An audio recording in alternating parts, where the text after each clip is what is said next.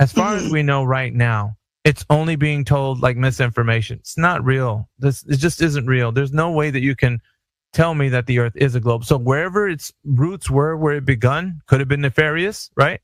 But where it is today, it's just a tradition. People believe it just because their neighbor did, or their teacher did, or their parent did. They don't know. That's what they're taught in school. Yes.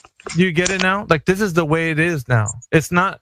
There's not a room full of robed individuals conspiring against humanity, going like, hey, "Let's get them today, boys." Like, that's not happening. Okay, that's not.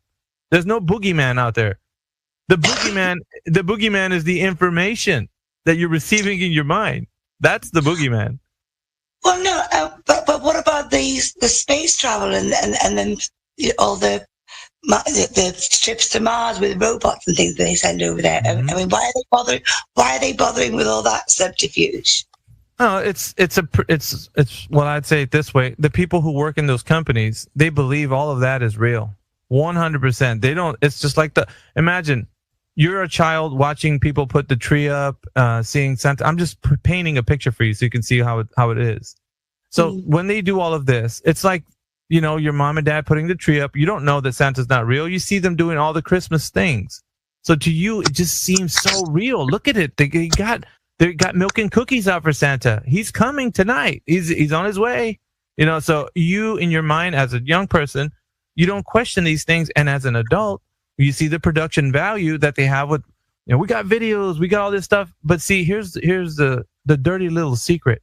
You, as an individual, cannot verify that information to be true, because they're going to a location, allegedly, that's out of your reach. So you can't go, okay, I'm going to take a rocket ride to go verify if they actually went to the location they say they're going to. You can't do that.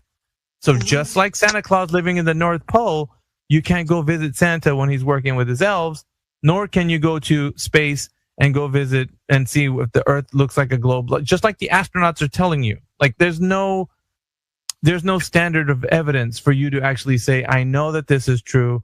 They're showing us these rockets and all that stuff, and I know it to be 100% true. Right now, currently, as a person who's seen all of this, you're just a believer. Like the young person believing in Santa. You're just a believer. It's a tradition. No, but I don't believe that the moon landing was real. That was made by Stanley Kubrick in well, yeah, so it has production value. You kind of get it now. Yeah, I get it. Yeah, but why are they siphoning off all the money and pretending that they're doing these things with their egg box and tin filled crap? I think Jedi wants to come in. Go ahead, Jedi. Alpha's kind of explained it to you, like why they're going to the moon, because that's setting the stage.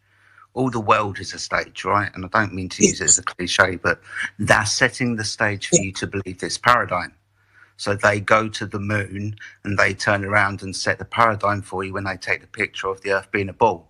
It's the first time that we could ever see it. It's the only way that we could ever really confirm it according to the narrative, right? So they're just setting the stage for you. So they are pulling the wool over our eyes then, and then why would they be doing that? Yeah. Well, why? Go ahead, Jedi. Tell them the ontological. Yeah, I was gonna. Okay, so why are they lying to us? Well, one plausible reason that they're lying to us is if they give us a ball that spins around the sun that was created by the Big Bang, then they get to give us their own creation narrative, right? And then this sets into play what's known as the ontological primitive. It's the dichotomy of creation. When you ask a question about creation, how it was created, you're left with two choices. One choice they've given you, that nature creates itself, right? Explodes into existence, physical matter, and then after the existence of physical matter, conscious life. Or on the other side of the dichotomy, the other choice, intelligence creation. Now we can demonstrate it, right? You can't have a house without a builder, can't have a painting without a painter, and a clock without a clockmaker. Can't have a creation without a creator. Intelligence creates. So there's two sides to this dichotomy. It's a true dichotomy, right? It's either God, intelligence, or nature created. Now, if they're trying to give us this idea that nature created, then they're obviously trying to take us away from the other choice that intelligence, God created. So potentially, they're trying to hide the true existence of God. Yeah, okay then. That's a wonderful answer, and I truly believe in the creator, intelligent creation, and I think there's it's maybe quite an affair. To me, then that is a nefarious. Right. It is nefarious to hide us from the truth, because the truth is the light. You know, the truth is the. Yeah. So, and the thing I wanted to say too, Welsh, was that it's not known as nefarious until you actually put it into that dichotomy of creation. So Jedi just kind of pointed out like the elephant in the room, because that's how it is. That's what's being put against. So it's either this pseudoscientific understanding of nature created everything out of a big bang for no apparent reason. Life just sprung out of like dead matter, right? So all of this happened to be for no apparent reason. But in this other side, intelligence created it with very much intent to do so, right? Yes, with a purpose, for sure. Right. So what happens is when you take away purpose, you take away intent, you take away intelligence, you take away all that. Now everything has random. It's just, things that are just happening for no apparent reason. And there's no real reason why anybody that believes in the earth as a globe, even if, let's put it this way, even if you believe in a creator as a person who believes the earth is a globe, you don't really have an attachment to, or you don't really need to stay on the side of believing that there is a creator when you have this other side that nature made everything. And you could just slide on over to that side and be like, okay, well, now the creator doesn't exist because nature just made everything. It was always there, or whatever, You get it? It's like believing in the globe and still believing in a creator is only a few degrees away from being an atheist and secularist. So yeah, but their side, it's not okay. So it's actually kind of a false dichotomy, because nature can't create like that. So at its foundation, without something to like, we know how we can create a human being, and babies are made and all of that. But nature creating itself prior to that would be in standing violation of the second law of thermodynamics. So Yeah, you don't have a dog in the fight when it comes to evolution or anything like that, because you don't have anything observed.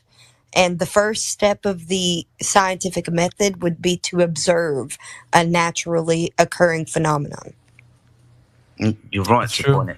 You're right to point it out, Flatty, that it's not a true dichotomy, because we can't scientifically verify in any way, shape, or form that consciousness springs from, as Alpha put it earlier, dead matter, like physical substance. We're talking about a miracle, which is what they're asking for. So you're right, it's not a true dichotomy in any way, shape, or form. But what we do have is, back in, I think it's the 14 or 1500s, a Catholic priest called Cardinal Wolsey said that what we should do is we should pitch learning against learning. And this is having them putting out the idea that you can have two sides to any argument, right? The antithesis, right, to any thesis that you have. So on one side we have intelligence creates, and we understand intelligence creates, and we understand that intelligence in this conversation we can call God. To put man's learning that no, you don't need God. There's another potential answer, that nature can create itself. It can spring into existence for some unknown apparent reason, but they'll add the physics to it afterwards, right? This is where we get the Big Bang cosmology from. So everything springs into existence. And then we have this evolutionary idea that because of lots of time, we can eventually cause life. Now, this is antithetical to the idea that you need intelligence, you need information first before you can create. We have to understand that consciousness and life is exceptionally complicated, and it doesn't just happen, right? Things aren't just created for no apparent reason. There's always an intelligence behind these things. But for them to put on the side of the dichotomy that is untrue, that no, physical matter can create consciousness, that you just can't have that. So I'm really glad that you pointed that out. It's not a true dichotomy. They can't prove this stuff. They just tell us a story that this is how everything was created, and because we're here on a ball that spins that came from the Big Bang, that somehow all the faculties took place and it happened. Yeah, really important. It's been a really good discussion. We're answering the question from Welsh One, the why would they lie question, and that one gets asked often, and sometimes it's hard for us to expound on it because we're dealing with people that still believe that the Earth is a globe. So we don't get a chance to expound, but this is a rare moment that we do get to expound on it. So I kind of appreciate this moment, I guess, with Flatsy and me and Jedi kind of talking about it. However, I do want to just really quickly plug the space before I get to anti-Babel. So let me just... Oh, J-Dog is first. J-Dog is first. Yeah, I don't see a hand, so appreciate you, Flatsy. Let me just make a quick plug to the space. 24/7 Flat Earth, episode number 22 in the continuing series. What globe is what I titled the space. We're asking the questions that people seem to shy away from. They don't want to look at these questions, and that is the Earth a globe, right? So the question on our minds is that people right now, everywhere, think that the Earth is a globe. They just don't know it. All right, so what we're going to do is I'm going to introduce myself, Alpha Veritas, if you're joining us right now. Flatsy Klein on the speaking panel, Jedi also. Part of the 24/7 team. There's a group of friends, right? We've been doing this for quite a number of years. So we know all the arguments inside and out, I guarantee it. Promise. So what we will do is I'm gonna pass the mic to everybody here. Hopefully we can have some conversations going. And J-Dog, it seems like you're up, man. You're up next, so go ahead.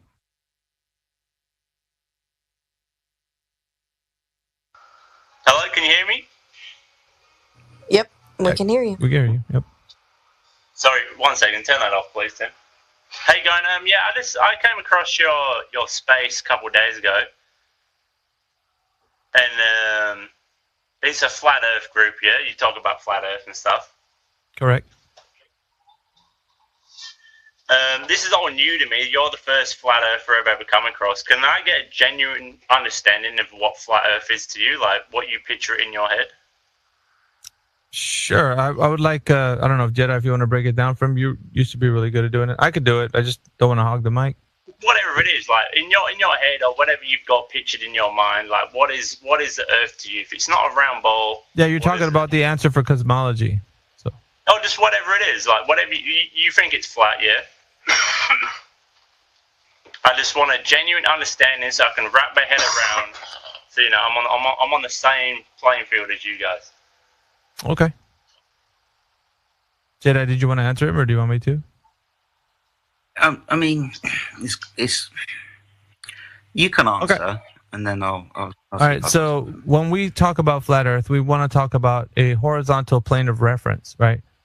This is what flat Earth truly means: horizontal plane of reference. So when we're talking about that, we're establishing on the surface of the Earth a horizontal plane that we reference, and that truly is flat Earth. So if we're going to talk about cosmology in the aspect of what our epistemology is for the Earth being a globe, flat Earth. Sorry, you got some background noise, J-Dog. Can you mute up? I do. Sorry. Yeah.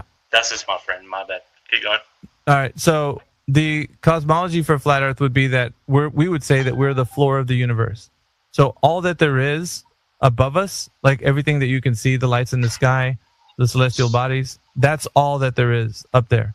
There's no more. There's no like extra like planets you can go land on. There isn't any more land. Light years. That's not a real thing. It's just what you see is what you get. Yeah. I don't know if you will allow me to finish. Or sorry about that. That's all right. So we would say that all the lights in the sky are not able to be reached, or people can't travel to those things. I'll get to that in a minute. But as far as like what we can say here on the ground is a horizontal plane. So it's a topographical horizontal plane that extends horizontally outward in every direction. I mean, as far as land, wherever land is, right? So across, like people are not antipodal to you on your position, like as they would be on a ball. They're across the plane of the Earth. So north, south, east, and west, the cardinal directions are known to be across the horizontal plane. So what we're saying here is that fundamentally, because cosmology is understood for us just to be as an enclosed system. We are in a dynamic enclosed system, very dynamic enclosed system. So the closed system that we're in will allow for energy to traverse in and out, but matter cannot leave. So like gas, like the gas particles, gas molecules, they can't leave the Earth. They're here because the way we understand all of the way the system is that with gas pressure on the surface, it's about 14 psi. It's a gradient of pressure, as you may or may not know, J-Dog. I'm not really sure where you stand with all this information. Let me know, actually, if you don't know any of this. But on the surface, we're breathing about 14 psi, depending where you live, right? And as you go up in altitude, you're going to notice that the pressure decreases. It gets lower and lower, and it gets harder to breathe. Of course, if you heard of people that go to climb mountains, sometimes they need to take air tanks and such because the air is thin. They're not able to breathe oxygen from up there. So it starts to gradiate as you get up in elevation or in altitude, like when you get on the plane ride. So people can't breathe up in the sky. So it starts to decrease. But at such point, people would want to claim that the Earth being a globe extends further out through the different layers of and I'm going to say this contradiction in terms just so that you can understand. The different layers in the atmosphere, people understand that as you extend outward, it goes from like the different layers from the troposphere, like that's where weather can be understood. And then it goes to the mesosphere and on to the thermosphere and so forth. I might have skipped one there. And then to the exosphere would be the very top layer, right? That's already past, the exosphere is already past the Kármán line. The Kármán line would be at 62 miles above the Earth's surface, according to the Earth being a globe. So therefore, if we, the reason why I'm stating we're an enclosed system is because gas pressure that we have on the surface at 14 psi, and it could be a little bit less or more depending on what elevation you're at, would have to extend outward into the vacuum of space where there is no containment to contain the gas pressure. Now, as far as we know with gas pressure and how it's defined, there needs to be a container that contains the gas pressure. That's just the way it is. It's a natural law. We cannot have gas pressure without it being contained. Now, if you can understand this, gas pressure is defined by the walls that surround it. So if it doesn't have surrounding walls for gas pressure, you don't have gas pressure. Do you understand this, J-Dog? Or we can go into it a little bit if you don't. Yeah, it's an antecedent. So it's a cause and effect relationship with gas pressure. Gas pressure is caused by the walls of the container and the gas pressing upon it. J-Dog, are you finished? Yeah. Oh, no, I'm not finished. I'm not finished. I'm stopping so that you can at least address if you understand what gas pressure is. Yeah, honestly, everything you said just fucking, I didn't hear, didn't understand. Like, it's all bullshit to me, so. Okay, what? Can I step in for a second? Sure. Sure, go ahead. Is this bullshit? No. Look, when you ask a flat earth, when you ask a flat earther what Earth is, all I want to know is, you think it's flat, yeah? Oh, for crying out loud! Yeah. He's not gonna allow you, Amish. Yeah. He sounds obtuse. No, go right ahead. You guys, you're very obtuse. It sounds like you're upset. Yeah, you're upset. I think. You asked a question. All right, whoever's going next, you speak. I'll listen. All right. So our language is drawn from how we think, and how we think influences our language. When we're brought up to think about our world, and I say the word Earth, you imagine the pictures, you conjure the pictures that you've seen of Earth from space in a solar system flying through a vacuum. For us as flat earthers, we've trained our brains to draw instead from our senses and our lived experience. When we hear the word Earth, we think of the fields that we walk through and the forests. We think about the world beneath our feet from the highest mountain peaks. We think about the view from outside an airplane window. We don't think about a ball that's sitting in a vastness of space, spinning in a vacuum that is well beyond our experience.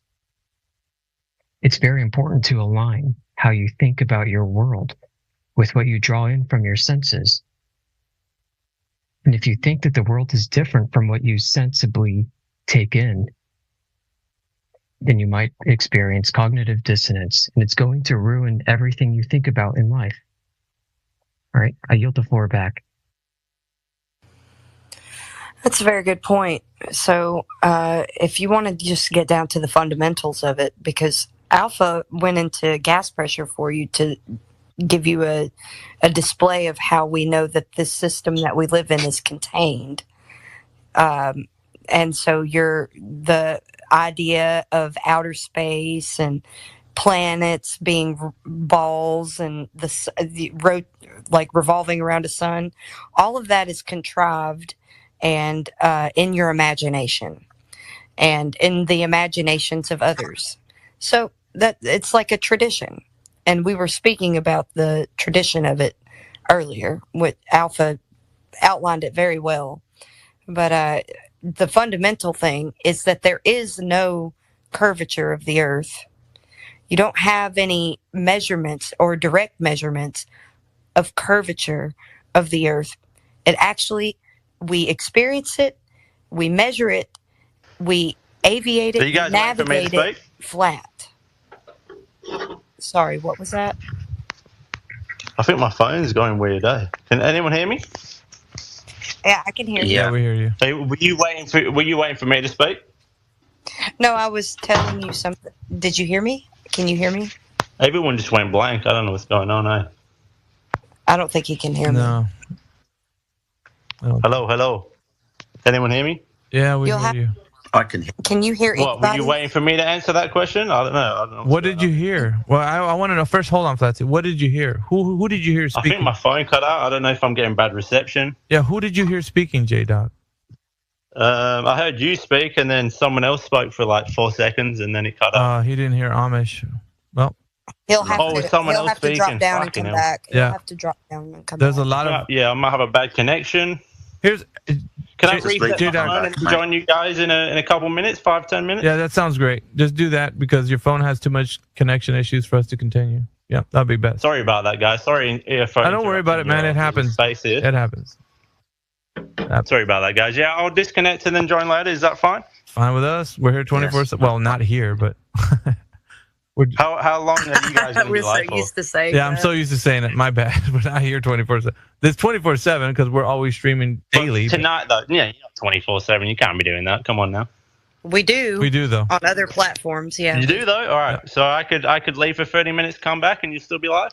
Yeah, it should be fine. That's what 24/7 is. Yeah. Right. I'll Should be speak to fine. you guys soon. All right, J-Dog. Have a good night, guys. See ya. Or So, or wherever you guys are. Anti-Babel's next. Anti-Babel, if you're there, what's going on, man? Hello, can you hear me? Yes, we can hear you. Can you hear us? Yep. Okay, I like this topic. Globe is only one gift the Creator gives us. To others, like moon, sun, or other globes in the universe, just the seasoning. Seems like seasoning. Hell, both heaven and hell in the universe, no other universe. This is the only one He gave us. Most of the religions that broadcast, there's a heaven, there's a hell. This is just a dream. This is just a theory. The hell and the heaven now in the real world. Some people nowadays live a life that seems like heaven. Some brother, people can I are ask- so painful. Real quick. I'm sorry to interrupt, sir. But what is your native language? What language do you speak fluent? made in China, Chinese Mandarin. You're Mandarin China. Are you in China right now? In Thailand. What? Do we hardly get people from over there? You're like the first one in how long? Wait, hold on a second, Auntie. I just want to say to the panel, how long has it been since we had somebody from Taiwan or at least? Wow, dude. I'm sorry. I didn't mean to make a lot of it, but I'm just saying we haven't heard somebody from there, that region. Globalization is the end of the world. Okay. To see the Bible, chapter 11:8. He separated all the people in different races, different languages, in a wide building, the Tower of Babel. Globalization is the Tower of Babel. It's the end of the world. I mean, Yeah, he's speaking facts. No, he's totally right. He's spitting facts. And then the reason I was saying what language do you speak, because I just noticed that English wasn't your native language, but we can still understand you. It's just a little bit difficult, okay, on our end. That's all. But I mean, we heard what you're saying for sure. We get the gist, and we hear you. We agree. I guess hence his name, Anti-Babel. Kai. My name is Kai. Oh yeah, I'm reading on my screen. Your name is Anti-Babel. I don't know if you named yourself that. I don't know. Does anybody see his name, Kai? I studied the Bible for whole 3 years, but I haven't been baptized, and I don't belong to any group of religion. That's yeah, brilliant. I agree. I really appreciate you joining us, brother. I'm glad that you're reading the Bible. I'm glad you understand Scripture very well and understand that it is a global deception. That sometimes people forget in the question, why would they lie? They forget the they. Who are they? Not necessarily the people that you see in power. If you read the Bible, it tells you exactly who they are. So our friend here is very, very correct. Glad you're with us, brother. Yeah, truth is from every nation under the sun. Doesn't matter where they come from. And I think that's unique because we identify that when somebody's, speaking facts and truth. So, but I will say this, if there is anybody out there that would like to come up to the speaking panel, we do have a bit of time left before we close the space. So come on up here, guys. Don't be afraid. I guess if you're an introvert, let it be your first time to coming up here. But we got, Jedi, Flatsy Klein, Amish, myself. We got Miss Moo up here, Welsh One, Anti-Babel. They're up here. And come on, ask your questions. We want to talk about the shape of the earth or lack thereof. So if you're in here, you're interested in the question or you want to know more, come up here and ask us. We'll tell you. It's so cool to have somebody from Taiwan. That's so awesome. Dude, and then he speaks Mandarin, so it's like, wow. I mean, what's crazy? No, this is what I'm thinking is crazy. People from that part of the world, like, aren't they chastised for reading the Bible? Or you guys, do you know about this? Like, aren't they little bit? You get in trouble for that? So yes, yeah. In China, they have to hide underground. From what I hear, I don't know. I've never been there and seen it, but. They're tearing down mosques in China at the moment as well, so no religion. Mm-hmm. But in Taiwan, I'm not necessarily so sure. I would have thought it's not a popular religion by any means, but I'm glad that the Bible has found its way there, and there are people that are obviously. I don't consider Christianity a religion because it's evidence based. So. It's just the word of God. I consider it evidence based. It tells you to prove all things, and even faith in the Bible is defined as, evidence based. So, yeah, I think this is. Are you guys arguing that the Bible says that the Earth is flat? Yeah, it's a flat contained system within the Bible. Where does it say that? It says it all over the Bible when God speaks about his Yeah, creation. Job 38 and 14, if you want to know specific scripture. Job 38 and 14. Job 38:14. Yeah. Go look it up. I think somebody also, this has been done, so you can put, Chat GPT has access to all literature, right? And obviously the Bible. You ask Chat GPT to give you an illustration of the biblical cosmology. It comes out as a flat contained system. If you want, Oh, yeah, definitely. On if you want your foundations. computer overlords to tell you what's going on foundations as well. So Look up Hebrew cosmology, whoever's asking. I think it's good Yossi? Yeah, look up Hebrew cosmology on Google and then hit enter. You'll see what Hebrew cosmology states.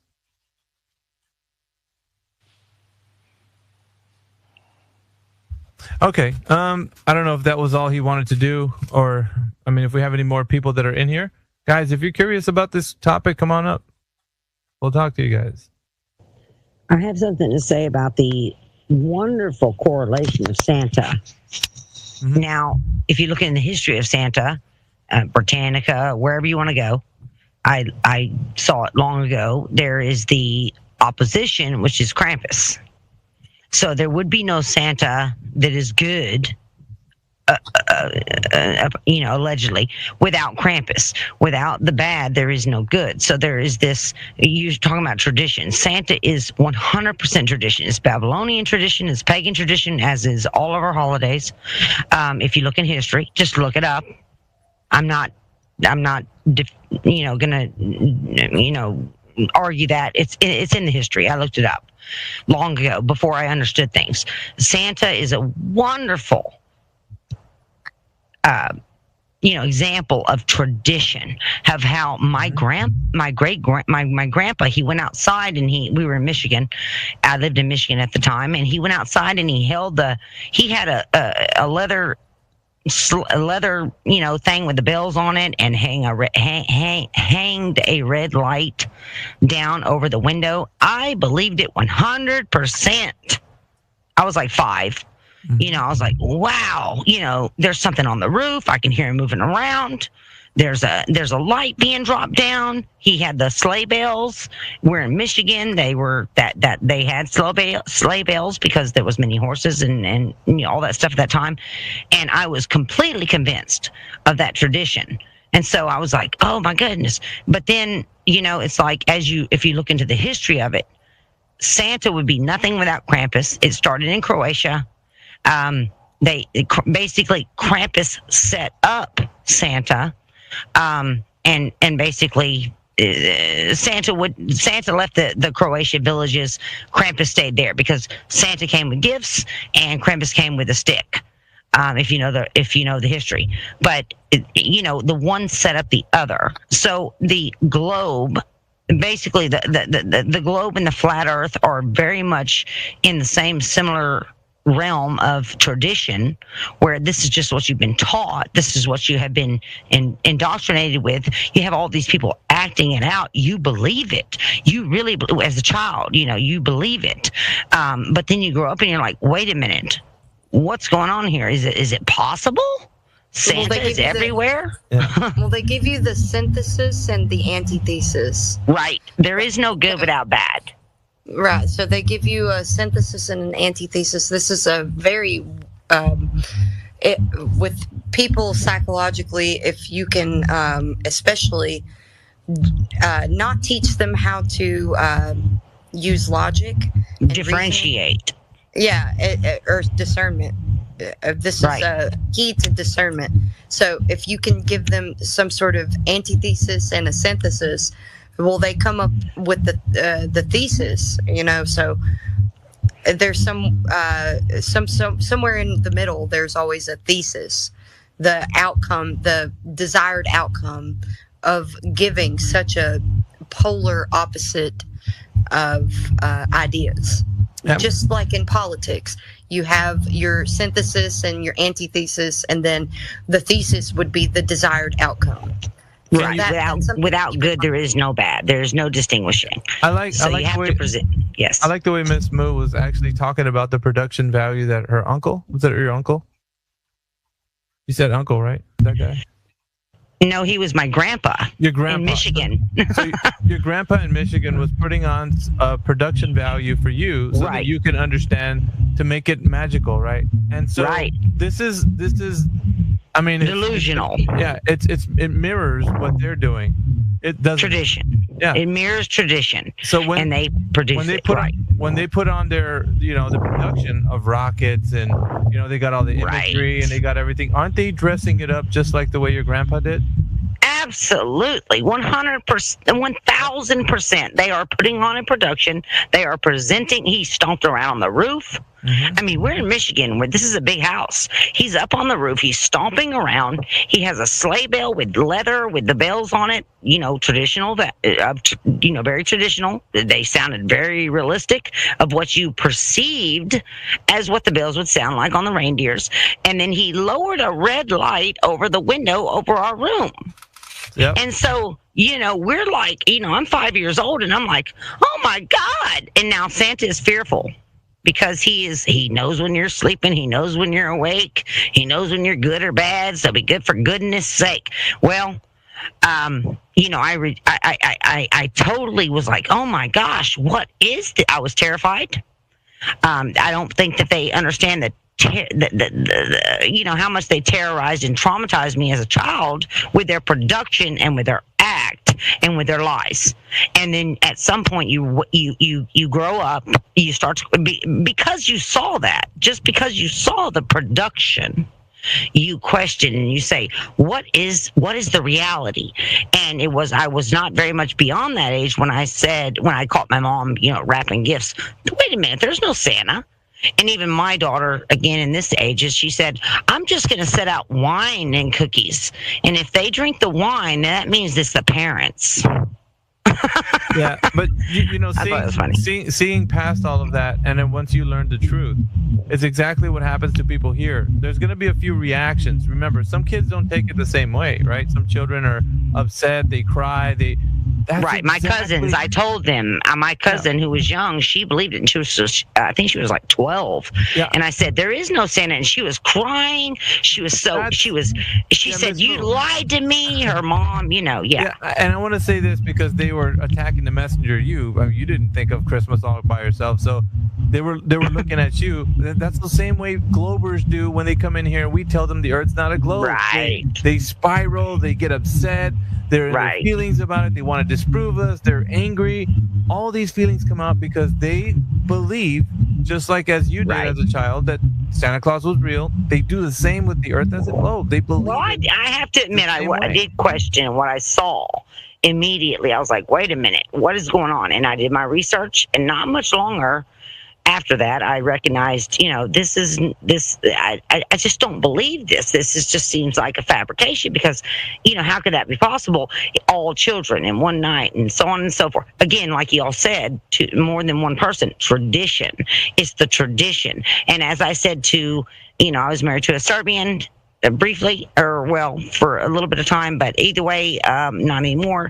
But they had all their traditions, and I said to them at one point, just because it's been your tradition for 1,000 years doesn't mean it's true. And now you're getting down to the nuts and bolts, Ms. Bo. That's good stuff right there. You see, if somebody that's listening to this chat doesn't draw the correlation from the story of Santa to what the globe is being proposed, I don't know how to help you anymore. That is bare bones. It's a fairy tale. Yeah, exactly. That's what I say when I talk about the Earth as a globe. I say that. Don't go into the tooth fairy. Don't talk about the bugs. Don't talk about the Easter bunny. Don't talk about. And if you want to do the research on that, I don't even. I'm skeptical as far as revealing.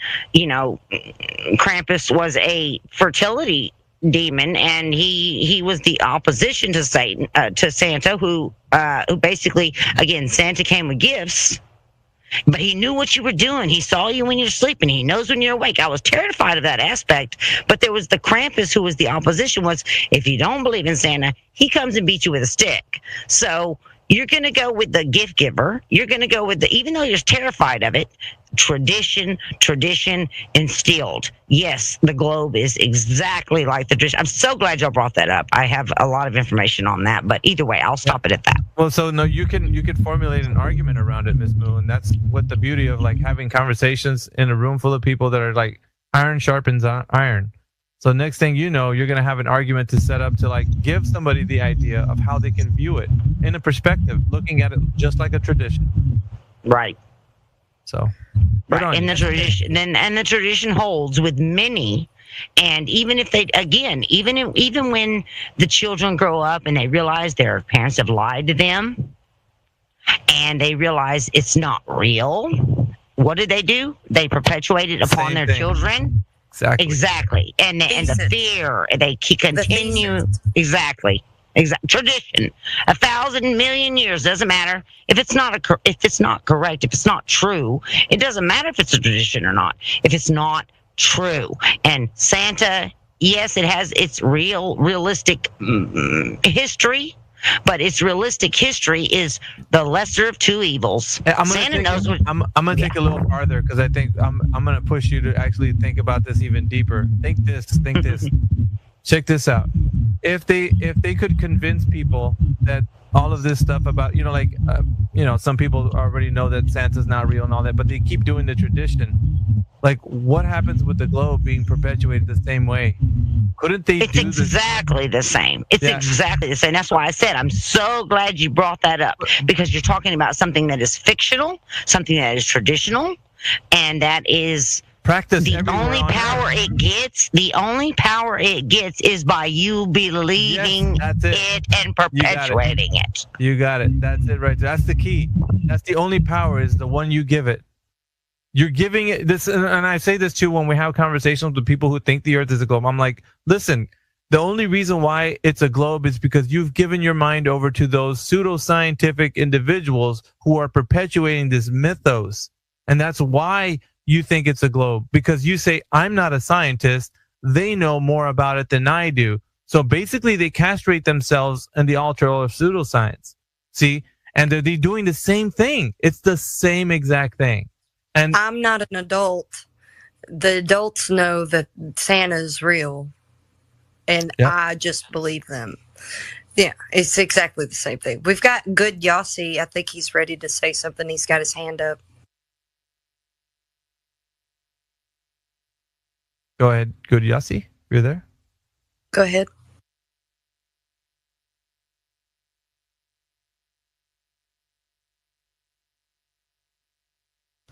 Petroleum. Yeah, troll. Emphasis on troll. Yeah, I know. Emphasis on troll. I did that emphasis. So, Good Yossi, you got it? Okay, he went to listener. Never mind. Man, I'm telling you, this is great. Like, I haven't had a chance to actually expound on the mythos so much as we did with this analogy of, like, Santa, and it's celebrated everywhere on Earth. So is the globe. Celebrated everywhere on Earth. Fun fact about Santa is that 90-something% of the world celebrates Christmas and Santa, and only 30-something% of the world is Christian. So what does that tell you? That he's drawing attention away from the truth by commercialism, worldly gifts, and the other one is going to abuse you. So again, lesser of two evils. It's fictional. And it is perpetuated and is traditional and it is passed on just like for thousands of years, all the rest. But Santa is very traditional, and so is Krampus. Look it up. I've already know about Krampus and all that. So my main is that no matter what you believe, and if you believe it so hard that it's imposed on just your observation of the earth, you impose your belief on it, that doesn't make it true. So just because a lot of people believe something that's untrue doesn't make it true. The truth is out there objectively. It's in front of your face, and you can prove it. Yep. That's the main thing. I think what we need now would be the crescendo to this analogy. It is somebody who believes that the earth is a globe to come onto the speaker panel, and let's do a live demonstration of somebody actually full on believing that the Earth is a globe. We want to show you guys what it looks like.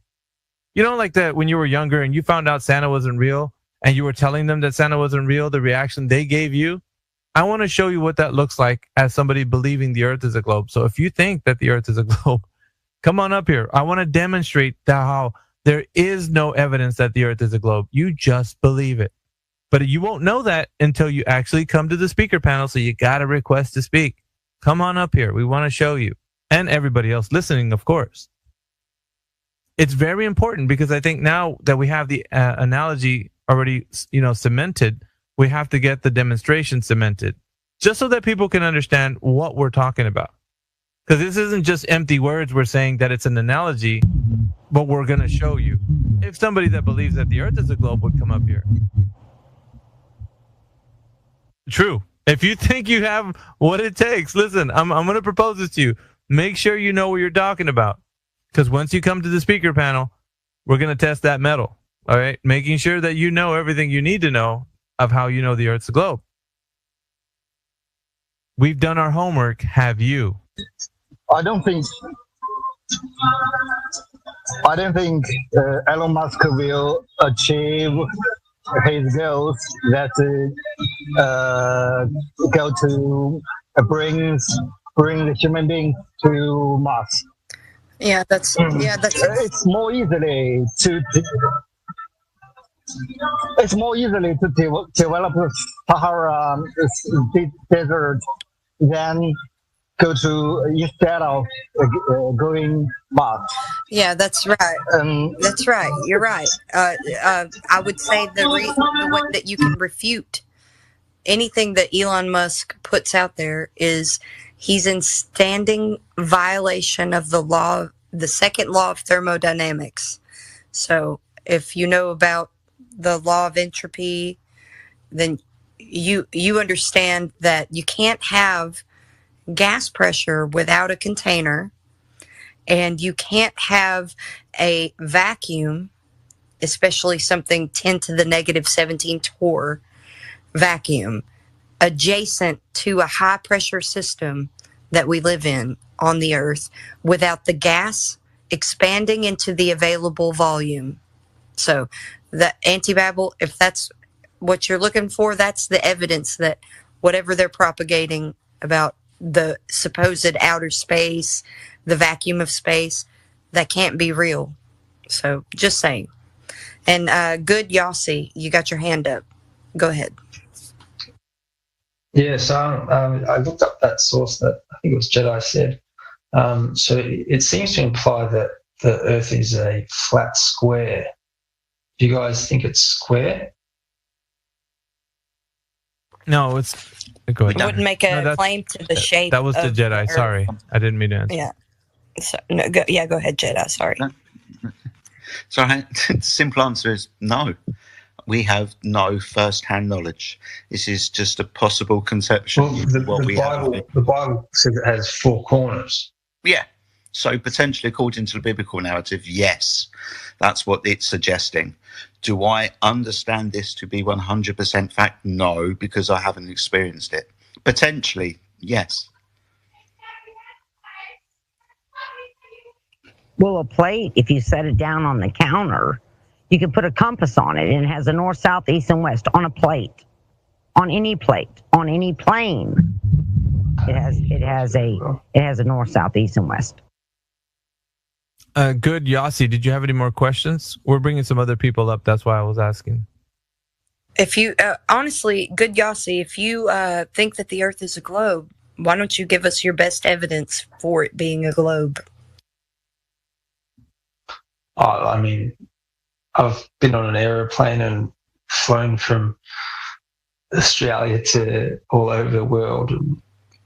And it's very clear the shape of it. Sorry, how is it clear from flying in an aircraft that is flying horizontally and maintaining horizontal using the gyroscope and other references? How is that telling you the Earth's a ball?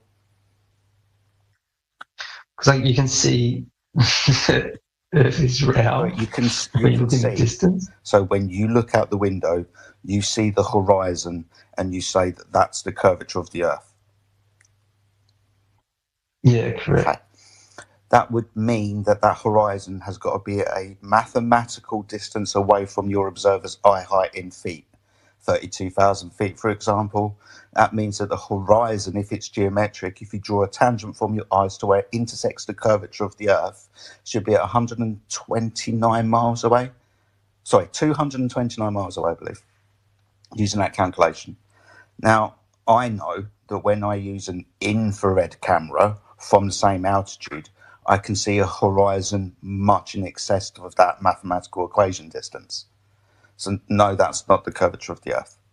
The horizon's an apparent location depending on, one, your eye height in feet, and the optics that you use, your eyes or a high-powered zoom camera, the wavelength of light that you use, like visible spectrum or the infrared spectrum, and the atmospheric conditions of the day. It's not curvature of the Earth, my friend. So how do satellites work? So how do we jump from one subject to another? Do you acknowledge what I just said, or are you just going to just start talking about random things we've not addressed? Yes, To be honest, I didn't really follow what you said. Right, so why don't you ask a question about that instead of running onto a subject and being ignorant on what I just said? Well, honestly, I don't have a pen and paper with me, so I can't do that. I'm more of a visual person, so if you could recommend a video. So you want me to break it down for you, yeah? It probably won't help. Okay, to be honest. no worries. I'll mute myself up and you can speak to somebody else then. So what about, can you explain how satellites Yeah, the question of satellites has to deal with you thinking that in one hand, the Earth is already a globe. So you're trying to, it's a question already, it's kind of like you're begging the question already, because in your mind, you think it works just fine with the Earth being a globe. Am I correct? Good, Yossi? Okay, yeah. So instead of having that mindset, we're going to ask you, that's fine that you might think that it works fine on the Earth that's a globe, but how did you provide evidence that it is a globe in the first place? So the evidence that it's a globe is the fact that they worked out how to launch satellites because of the fact that they use like maths and physics to send satellites into space. That's great. That's great. It sounds like a lot of things that you've been told, good Yossi. And it's no slight to you. You just believe this information. Now I'm going to ask you a very important question. How do you know that is true? Have you seen the data? Have you poured yourself over the math?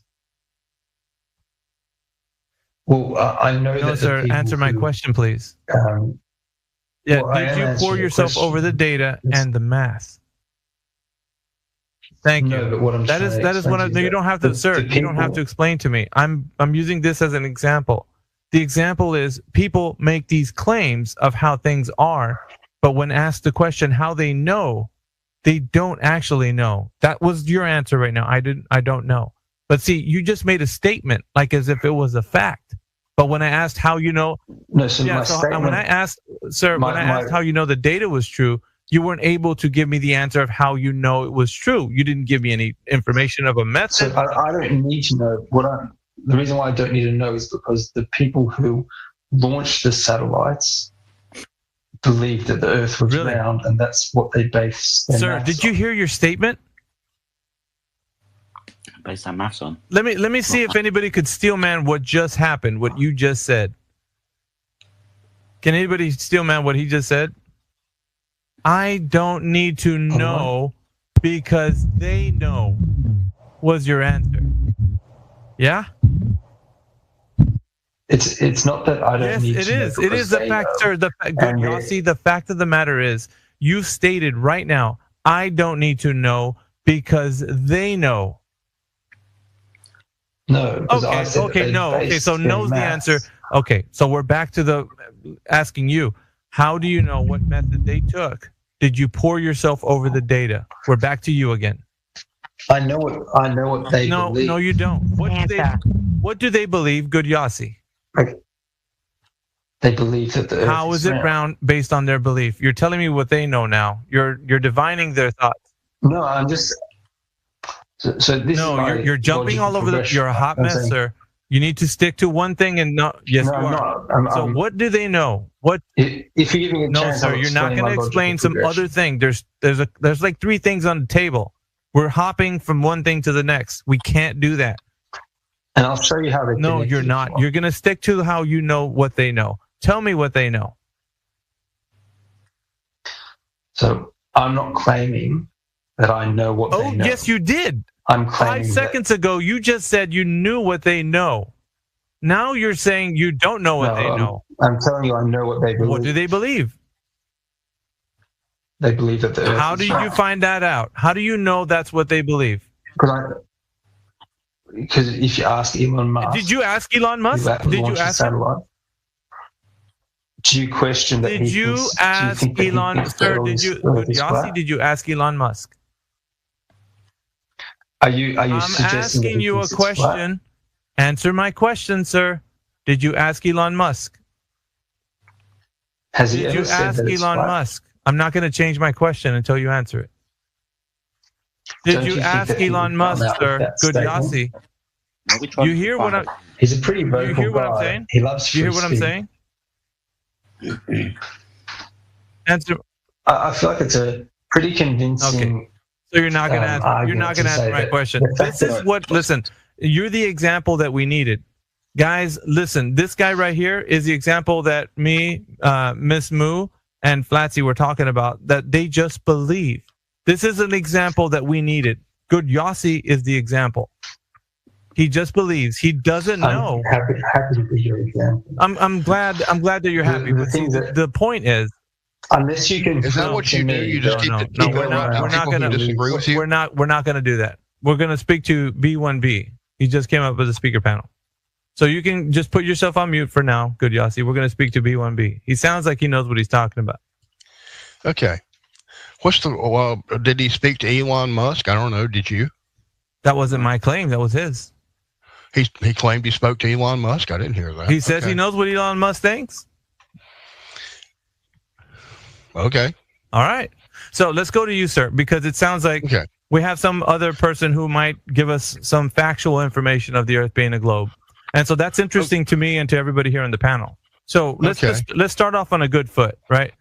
If you can tell us how the Earth is a globe, sir, we'll take it from the top. Well, let's go by an observation. Okay. When I go outside during the winter and look up in the sky, I see the constellation Orion. Okay. If I go outside in the summer and look up, Orion's not there. Why? Why? Well, you've got a choice.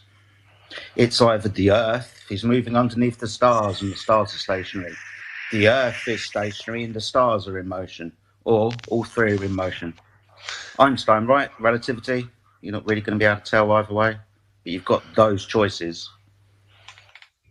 Right. Cool. So prove to me the Earth is stationary, but see, that's every flat Earth model I've seen can't explain that. What? But brother, I would like to go ahead and let you know that you're the one coming into a flat Earth server. So can you please provide the evidence for the globe before you ask us questions about flat Earth? Oh, no, I'm asking you to provide the evidence for flat Earth. No, that's a burden of proof reversal. So you don't have any. Oh, hold on. Sorry. Nobody said that. Well, let's have it. Let's see it. Sorry. Let's hear your evidence for flat Earth. Okay. Let's see it. Present it. Okay. Keep talking. So if you want to talk about the stars, I'll tell you one way that we can look at the stars and know that the Earth is flat by measuring elevation angles to them. You know what an angle is, right? No, I have no idea what an angle is. So an angle is the intersection of 2 straight lines and the measurement of their deviation. Can I speak for a second?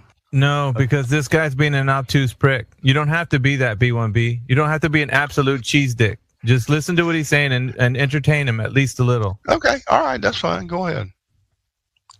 I'm trying to point out to you is that when we talk about the stars and how they move across the sky, and that angle above the Earth, how we navigate and how we chart, we're going to be using a horizontal frame of reference. That horizontal frame of reference is mean sea level, a horizontal datum that all horizontals are parallel to. Now, we measure angles from that horizontal datum to stars, for example, to navigate, celestial navigation. Right. Using the idea of the protractor or the protracted dome arch of vision in the sky, known as the celestial sphere, and our measurement to these objects that are on that celestial sphere from a horizontal plane. That horizontal plane is the plane of the Earth. A measurement of direct distance of 5,400 nautical miles in one direction. So 10,800 nautical miles overall. If you think about the overall arch from 0 to 180 degrees, that's Right. a direct measurement over distance that the Earth is a horizontal plane. Right. Right. So the Earth is measured to be flat. No, it also Yes. works on it also works quite well on the globe. No, it's going to be working. It's going to be working on a horizontal plane. It also works quite well on the globe. Yes, it does. Okay, then. So being as I know that it's going to only work on a horizontal plane because... And you're wrong. In every instance, the first thing that you do is measure an angle. That's the first thing that you do. You're proceeding under a false assumption. It works very well. You're saying it only works on a horizontal plane on a flat Earth, and you're wrong. So a horizontal plane works on a globe? Yes, absolutely. Okay, so let me tell you something. Does he know what a horizontal plane is? Yes. Do you? Okay, so let me tell you something about your navigation. No, you don't. Okay, let me tell you something about your navigation. You use the equatorial plane, right? When I'm equatorial plane, right? No, actually, when I'm flying, I use GPS. By the way, I'm a private pilot too. Yeah, we can tell. We understand by your picture. It's fine. Either way. Yeah. Go ahead, Jedi. You're fine. I do apologise, Flatsy, but the man's a pilot, so we can most definitely talk about navigation. In this instance, we're going to be talking about a sextant, an angle measuring device. Now, you say that you can measure an angle off of a curved surface. Yes. You can't, because an angle is defined as the intersection of two straight lines. Are you going to draw a tangent? Am I going to draw a tangent? Why would I need to do that? Because you're going to need to measure an angle. How are you going to measure an angle off of a curved surface? Very simply. How do you measure an angle off of a curved surface? Tell me. Oh, you're in trouble, sir. The same way you measure it off a flat surface. Exactly the same way. Nothing changes. What the hell did he just say? Oh my gosh. Jedi, he just said he's measuring it off a flat surface, not a curved one. He just said a moment ago. Exactly. Hold on. Now, see, yeah, just wait. That's, okay. No, wait a minute. Wait, just wait. Because wait. That's not what I said. That's not what I said. That's not what I said. That's not what I said. No, that's not what I said. Yes, it is. I said you measure it exactly the same way as off of a curved surface. Okay. Quit lying. Quit taking people's words and twisting them around. I didn't twist it. You said that. Quit lying. You said that a moment ago. Stop lying. Stop lying. So, why are you lying? Hold on. So you can measure an angle off of a. Maybe you can push other. Maybe you can push other people around. I assure you, you're not going to push me around. Listen, hush. I'm not going to put up with it. I'm not going to put up with friend. This is Stop lying. That's fine. Stop lying. Can you stop talking? Do you think? No, not until you stop lying. You've made a claim. I want to address you on your claim that you can measure an elevation upwards from a curved line. Yes, you absolutely, from a curved surface. Yes. How'd you do that? Same way you measure it from a flat surface. He said it again. Same way you measure it from a flat. You can measure it from a curved surface. Same way you measure it from a flat surface. No, I did not say the Earth was flat. Stop lying. Why are you doing this? So why am I doing what? I'm telling the truth. I'm going to give you an example. I've got a vertical straight line, and I've got a curved line. Define vertical. Define vertical. Perpendicular to horizontal. No. 90 wrong degrees. Definition. Sorry? Horizontal is measured in reference to gravity. Vertical is measured in reference to gravity. No, it's not, dude. You're so wrong. Horizontal. No, I'm not. Navigation. Prove it.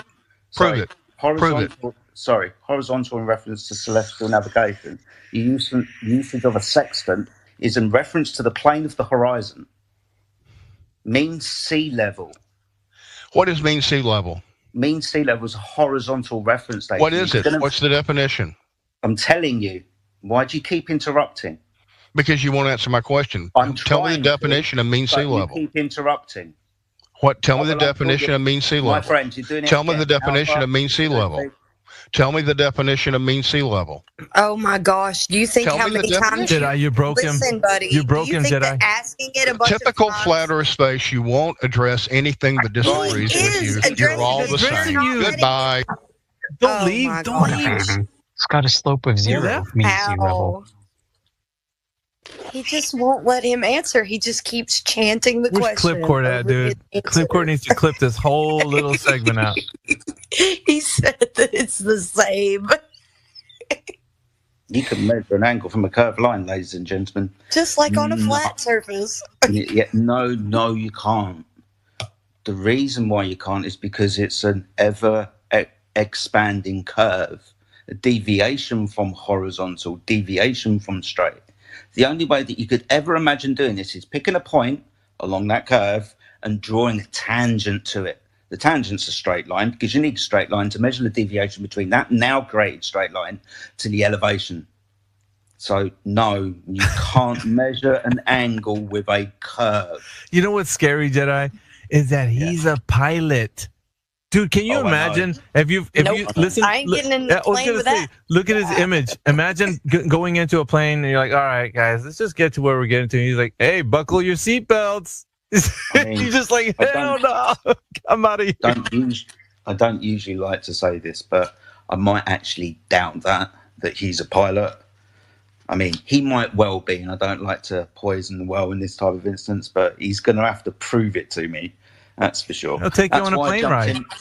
I could tell by his picture that he was, but honestly, that's just me taking him at surface value. I always give people the benefit of the doubt. Dude, he must have been like... I think that he can be... I am under the impression that this guy is a pilot, and he's such a globe head that he's just completely delusional. Dude, he must have been like 60 years old and coming in here like acting like a freaking 10-year-old dude. He was just spiraling. Wow. Good example of a globe head. Yeah, no, this is great. We can keep the analogy going as somebody that believes that the Earth is a globe, just like kids believe that Santa Claus is real. We can keep it going. It's great. We got 2 so far. See if we can get 3. That guy, you broke him, Jedi. He was like, you tell me. Like, dude. You had him at celestial navigation, honestly, but I love it. Even with a pilot, he wouldn't be using celestial navigation. He would, be having an artificial horizon, but he still has to pitch his plane. Guess what? He has to pitch his plane in relation to what? Horizontal. Yes. But he said a curved surface works the same as a horizontal one, dudes. Yeah, that's what he said. It's a paradox. Why can't you just draw a tangent? He didn't do that. Sorry, Alpha. I don't think he knew what a tangent was. That's going to be understanding that you can't measure an angle from a curved line because you've had to draw a straight one. The curved line wasn't good. The curved line wasn't good enough, right? So you had to pick a point on it. The point that they use within celestial horizons is the horizon at 1.2 times the square root of the observer's height in feet, the presumed curvature of the Earth that you can see. So that's the tangent that they draw. They then subtract the angle that they've gained from measuring to the horizon to take them down to a mean sea level reading. They then tell you that this is a new tangent that they've created where the point that they're standing at is intersecting the curvature of the Earth, and their horizontal plane expands out into space. They then replace this, you standing at sea level, to the horizontal plane coming out from the center of the Earth called the equatorial plane, and measure the from there, with the Earth projected outwards from that point and the stars projected outwards from the Earth.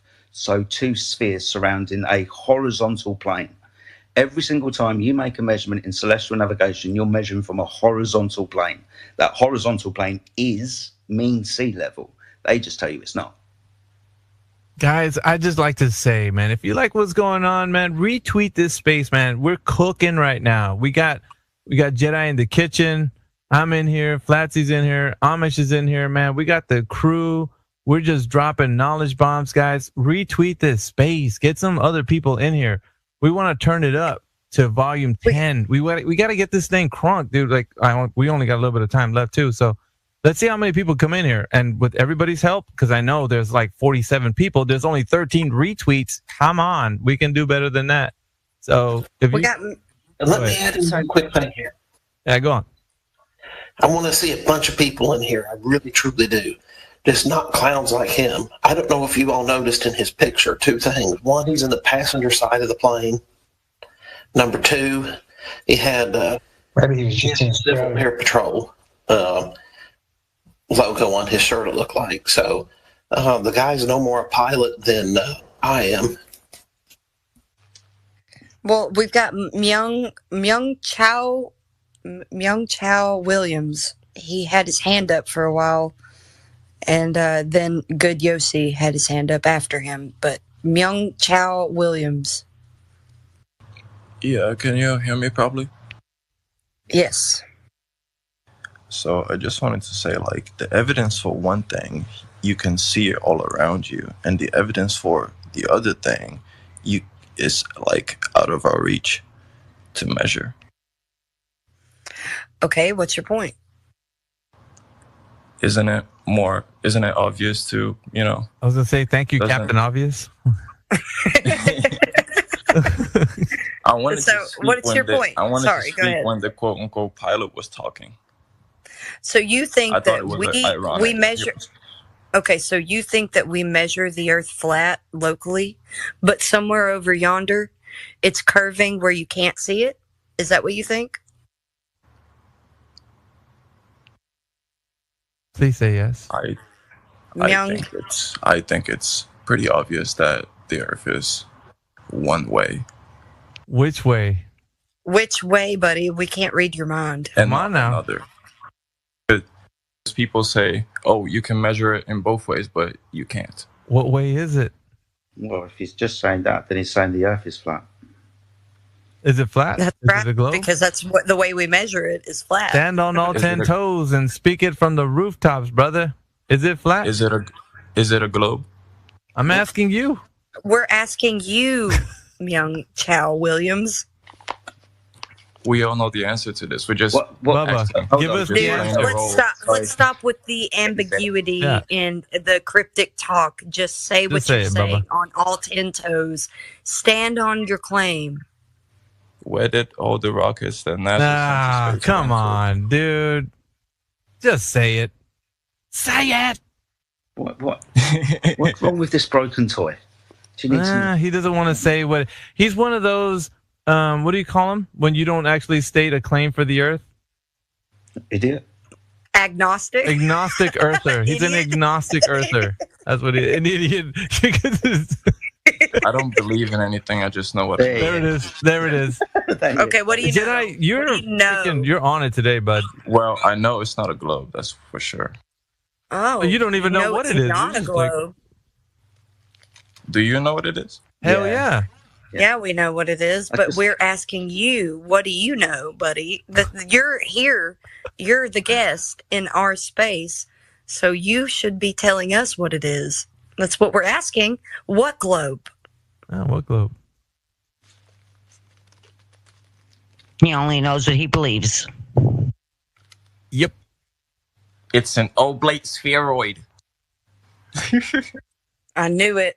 Yeah. It's not a globe. It's an oblate spheroid. I knew it. You got some evidence for that? Yeah, no, this is all just a movie, man. We just, really? Yeah, just like Santa Claus is a movie. It's a fictional tale. Huh. Do we got anybody that can listen? I want somebody to pound on their chest and say, "Man, it's a globe." We don't got any of those anymore. We got only well, it could be, maybe not. I don't know. Come on, good Yossi. You got it for us? You got it? Come on, good Yossi. You got this. I do not believe in the globe. Well, can we go back to my conversation? What? Can we go back to my conversation? What was your conversation? Okay, what was that? Good Yossi.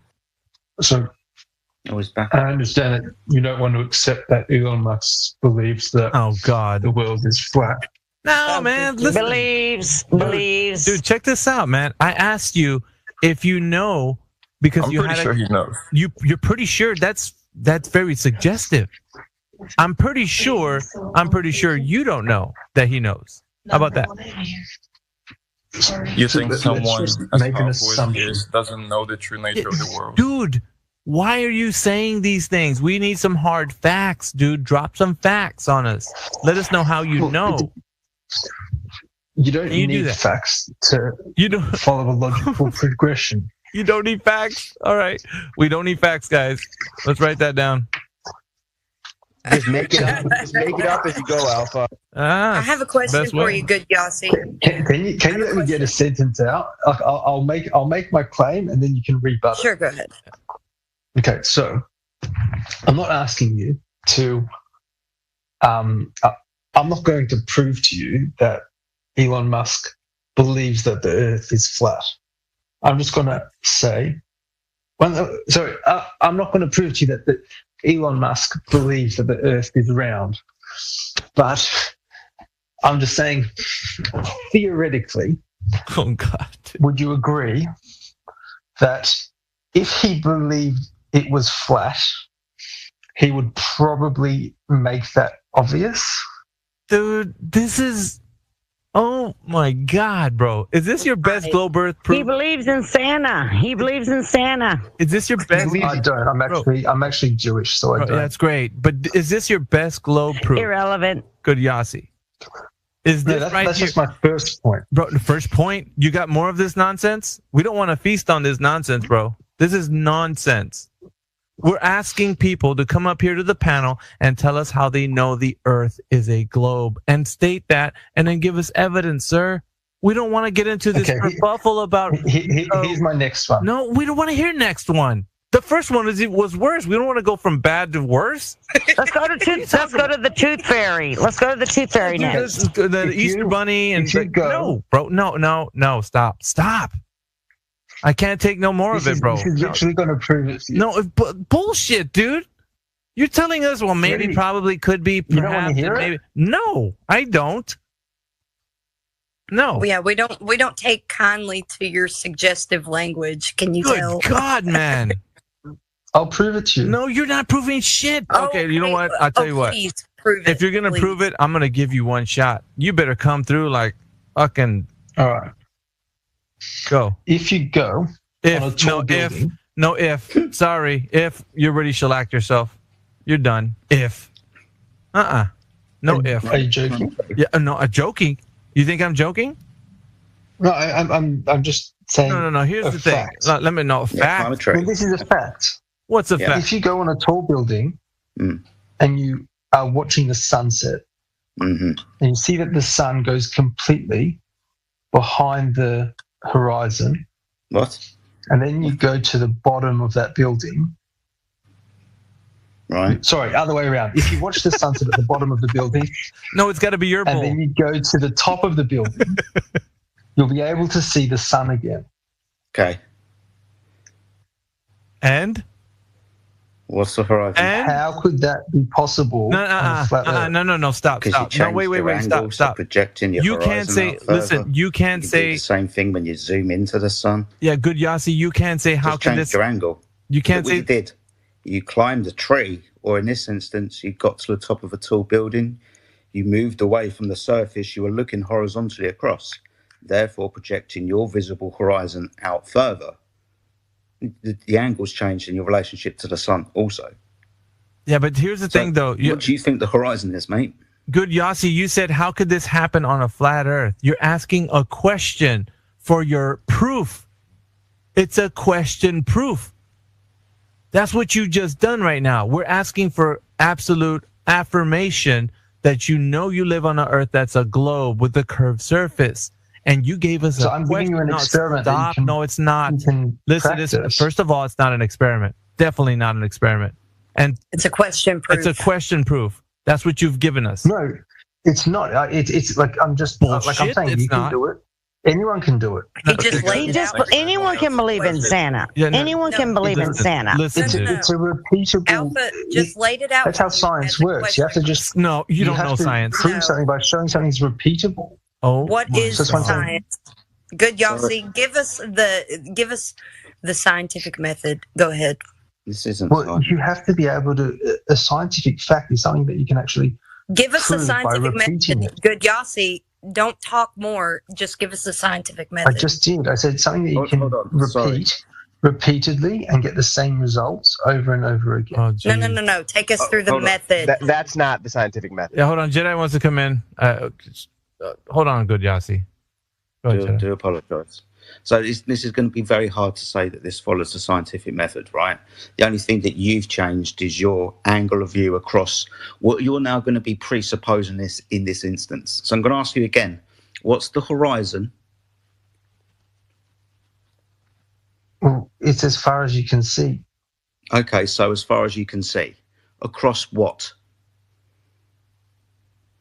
Your vision. It's just as far as you can see. Across the Earth, right?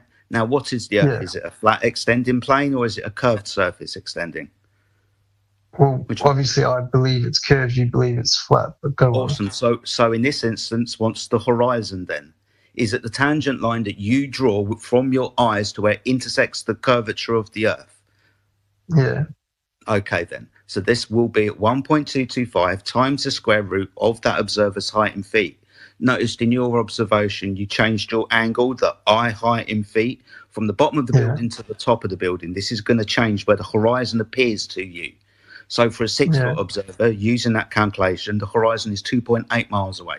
We call it 3 miles to keep it simple.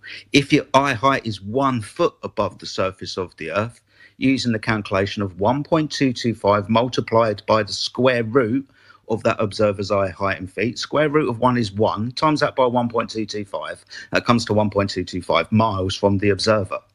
So if you're claiming that that is the reason why you can't see the sun anymore, then you must provide a direct measurement to the physical geometric horizon. Now, I can demonstrate to you very, very easily that the horizon is an optical phenomena based on the observer's eye height in feet. Second of all, the technology that they use, their eyes, binoculars, telescopes or high-powered zoom camera, and the atmospheric conditions of the day. Because of these factors, the horizon will appear in different places. So if you're claiming that the horizon is the curvature of the Earth, then you must provide a measurement of the curvature of the Earth. And we just demonstrated ipso facto that it is purely optical. Did I jump in, folks? Not yet. We're waiting for good Yossi's response. I don't have a response. You don't have a response. No response? No. All right. Okay, good. Good stuff. Then that's your concession that Good you stuff. don't know what you're talking about. All right. So we can move on. Jedi, appreciate you, brother. Another great job by Jedi. Appreciate you. Who else is next on the docket, Letsy? Kent Reynolds, I think is his name. Yeah. Excellent. Yes, ma'am. That's my name, Kent. I'm an Australian. Good day. We've got plenty of Australians that are flat earthers. Good on you, mate. Okay. Well, I wanted to challenge the theory. Do you guys want to have a bit of a discussion about challenging the theory or not? No, it's not a theory, but we do love ourselves a good challenge. I tell you what. Yep. Check this out. Go. Okay, well, Hold on. Wait. Stop. Oh. Hold on. Before you start, your mic is trash. Please, can you fix that before you start? It's really bad. Staticky and it's hard to hear. Is this any better? Little bit. Whatever you're doing there is getting better. How's this? Is this any better? Sort of. Or is this any better? It's doable. We'll let you know when it's unintelligible. Yeah, we're gonna muddle through it. I can try and recycle and come back if you wish. I mean, we'll just muddle, I guess. Yeah, we'll try it out. If it doesn't work, we'll tell you. Okay, so the Egyptians had 2 needles, 2 columns that were exactly the same height above the Earth. And what they did in order to prove the curvature of the Earth, this was the Egyptians, not the current ones, the old ones, was they said, okay, if they're exactly the same height and if the Earth is flat, then at 3 o'clock in the afternoon, the shadow should be exactly the same length because they're both on the flat Earth. The sun's passing overhead, so they should both be the same. Right. The problem was that when they measured it, the one that was a lot longer was further away from the sun and further around the curvature of the Earth, and so therefore they used that as well. Okay, it might sound funny, but I've seen the work done on it, so I'm just wondering what you think of that theory. Good on you. So, Hey, Jedi, do you want to take this? Yeah, and I do apologise for laughing in the background. It's not you. One is we hear this argument all the time, and when you hear the response to it, you might slap your head. Yeah. So we're just measuring angles to a light source in the sky, right? In this instance, you've brought up the Egyptians. You've got two poles, two columns, obelisks, whatever you want to call them. One is closer to the sun than the other one. Now, you can demonstrate just in your kitchen that if you stand underneath a light, then you're not going to cast any shadow. If you walk away and not directly underneath that light, you can watch your shadow increase in front of you because it's dependent on the relationship of the thing causing the shadow and the light. In this instance, you just brought up two sticks, right? Two poles, obelisks. It's the same thing measured on a flat surface. Just don't be underneath the light source and move away from it, and you're going to create a shadow. Thing Aristophanes did, right? The Greek who was in Egypt, who measured that at midday when the sun was directly overhead and he looked down a well, he could see the reflection of the sun, knowing that the sun was directly above him. 500 miles or 500 stades away in another city called Cyrene, there was an obelisk. And because this obelisk wasn't directly underneath the sun, it cast a shadow.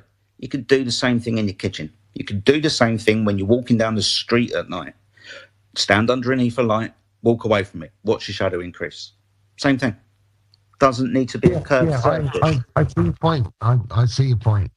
What do you make of the postulation though that you see I'm 60, so I'm fairly old, and when the Flat Earth Society first started, it was pardon my French, but it was like a fight to the establishment that we can even say that the Earth is flat, even though we know it's a sphere and we know it's spinning around a solar system.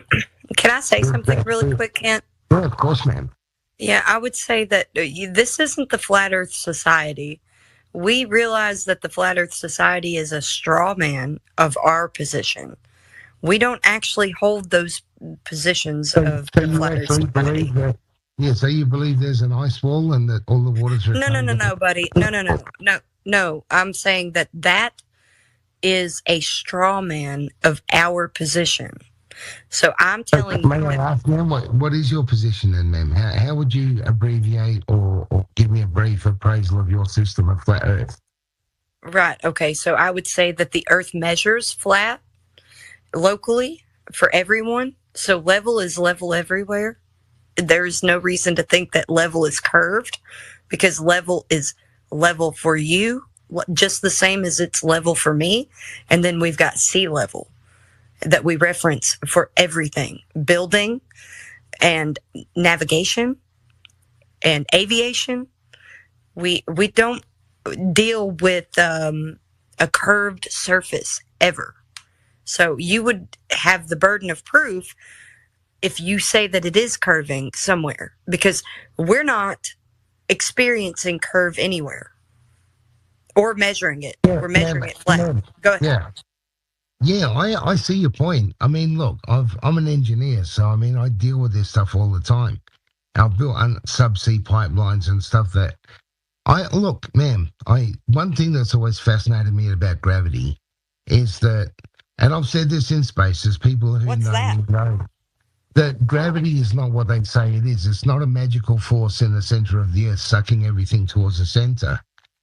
To me, gravity is an all-pervasive force around the universe that's holding everything in place in different ways. Oh, buddy, that's a wild claim that you just made. We're like, you can't demonstrate. Yeah, we're like a few degrees away from the premise, and that is for you to. I mean, it presents as that, ma'am. If okay, here's a question. It presents itself as it presents itself in a. You always have to reference a horizontal plane when it comes to what you would say the effect is of gravity. So I'm putting this in quotations. So the effect of gravity, in quotations, you would reference that to a flat plane. Everything would always be in that reference with the trajectory of whatever object would be in reference. Hold on, to a flat plane. So you would need to tell us where this flat plane that we use as some sort of reference would actually be curving somewhere, and where was that measured? Thanks for that. Yeah, we're going back to the premise. Yeah.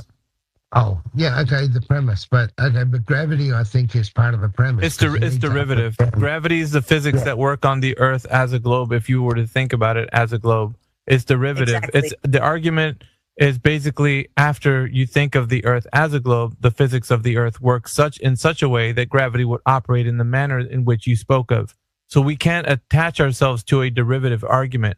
We have to go to the base root, which is the premise. Okay, I'll put an experiment for you. No. What we got to establish first is that you actually know the Earth is an oblate spheroid. Can you establish with that us here now? How do you know it's an oblate spheroid, Kent? I want to offer we need something that to Kent. first. Hey, Kent, you can think of gravity as a down vector, but if you think Earth is a globe, then it's an inward vector, so you still have a curvature problem. The way that I described it, I said the way that science currently describes gravity is a magical force in the center of each mass that sucks everything towards the center. Yeah, but that's not it either. That's not even the Santa. That's not it either. Sorry to interrupt. That's not true, especially when you said currently. Now, currently, it's the Einsteinian rhetoric. The mass of the Earth is distorting and bending the space-time fabric, the four-dimensional coordinate system that the Earth is sitting in. Because of that mass, the space-time's distorted. What you're talking about is old school, pre-1915 Newtonian physics, the center of mass and the opposite mass attracting each other because of the pure existence of mass. It's not the current scientific rhetoric. Hasn't been for over 100 years. And it can't be because of the properties. It all just falls down because of whatever you think it does. Why does stuff that's... No, wait, stop. I have to stop you. You're asking questions. You haven't answered ours. So back to the premise, Kent. You seem to get sidetracked very often, and you lose your focus. We have to refocus you back to the premise. So how do you know the Earth is an oblate spheroid? I'll tell you what. No. You're not going to tell me what. I need the answer to that question. Kent, I gotta redirect you. If you can't answer the question, sir, here's as simple as it gets. If you cannot answer the question, just say, intellectually honest, I don't know. And I will grant you that. I won't pin you down, but if you divert away from this, I will. So I need your concession to say you don't know.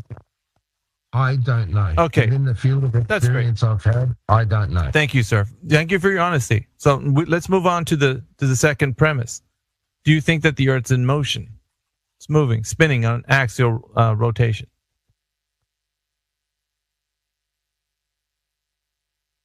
Kent? Is anybody here? Yeah, I'm here. Okay. I'm just wondering if he... Yeah, go ahead, Kent. Did he drop out? No, he's here. No, I'm trying to speak. Is there a problem, or can people? No, we didn't hear you. We didn't hear you. Yeah, we couldn't hear you. It's fine. Go ahead. Basically, what I said was, if there's a few models that have been done where you can see the sun itself and the Earth and all of the 9 planets that we talk about traveling in like a spiral through the galaxy, I do believe, my personal opinion is, with what I used to have a Celestron 4 telescope, so I've actually physically watched the moon through my telescope. The moon appeared to be spherical. It appeared to me, but I'll tell you this much: appearances and everything. So you have to go beyond that. Yeah, we're diverting. We're diverting away from the question that I asked you. Is he talking about the moon? Yeah, dude, we're talking about the Earth spinning on an axis. The Earth's rotation. The evidence and measurement of the Earth's axial rotation appears to be on some type of a wobble spin Right. That seems to be the claim, Kent. It doesn't appear that way. What is the evidence of the claim? Grandpa hang the lights down from the ceiling. The fact that when satellites are launched into the atmosphere, they're not doing 27,000 miles an hour to keep up with the Earth to stay in place. They're staying in place because they're not spinning it at the same rate as the Earth. That's why we see them go by. That's a claim, Ken. That's a claim. I'm asking for the evidence. Sir, just relax. Take a breath. I'm asking for something very specific. I want you to tell me how you know the Earth is spinning on its axis, not how things are already up there and how they react to the Earth's spin. I'm talking about the spin in the first instance. Yep. The spin in the first instance, according to the science I know, is caused by the poles being much heavier than the land masses. Therefore, the Earth has an axis because it's spinning. The heavy parts are at the top and bottom of the spin, and the heavy outside from the land mass is maintaining the parabolic axis that it's on. Okay, so that's a claim. How was that verified?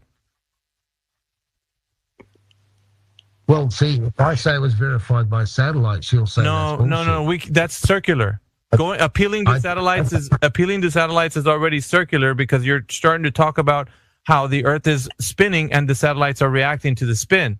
We're not talking about that. You're appealing to something that's circular. Now, I want to know how they understand that the Earth was spinning in the first instance before they sent anything up there. Because they could see that the stars were going past, the same stars were going past every night. Yes, okay. They revolve around us. My friend, you seem not to be understanding. You've pointed out at least now that the stars are in motion, right? So this is what I pointed out to a gentleman earlier. We're going to be speaking about relativity. So you've got a couple of choices here. Either everything is in motion, sun, moon, stars, the Earth, everything is some kind of motion. The Earth is stationary. The stars are in motion. That's your second choice. You are stationary and it's the stars that are moving. Third choice, the Earth is moving and the stars are stationary. What Einstein points out, and many other people afterwards, is there's nothing that you can observe while standing on the Earth, which is going to tell you exactly which one it is out of these three choices. But you do have these three choices. So pointing up at the stars and saying, well, they're moving, that means that the Earth is moving, is just deciding because of your belief that you believe the Earth is spinning, that's the answer. But I also add that with respect, but I also add, though, that it does seem a little bit more logical to me that thousands of stars spinning just because we could sit still here doesn't sound as practical. But something else to keep in mind,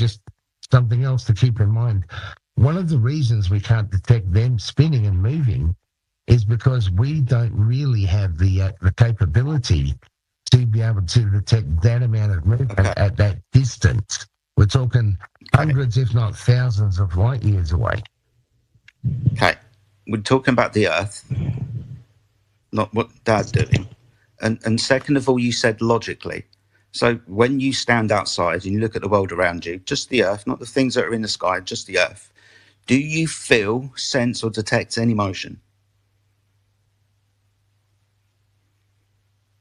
No, the answer to that unless you're on something that's moving. So, hold on. So the answer to that is no.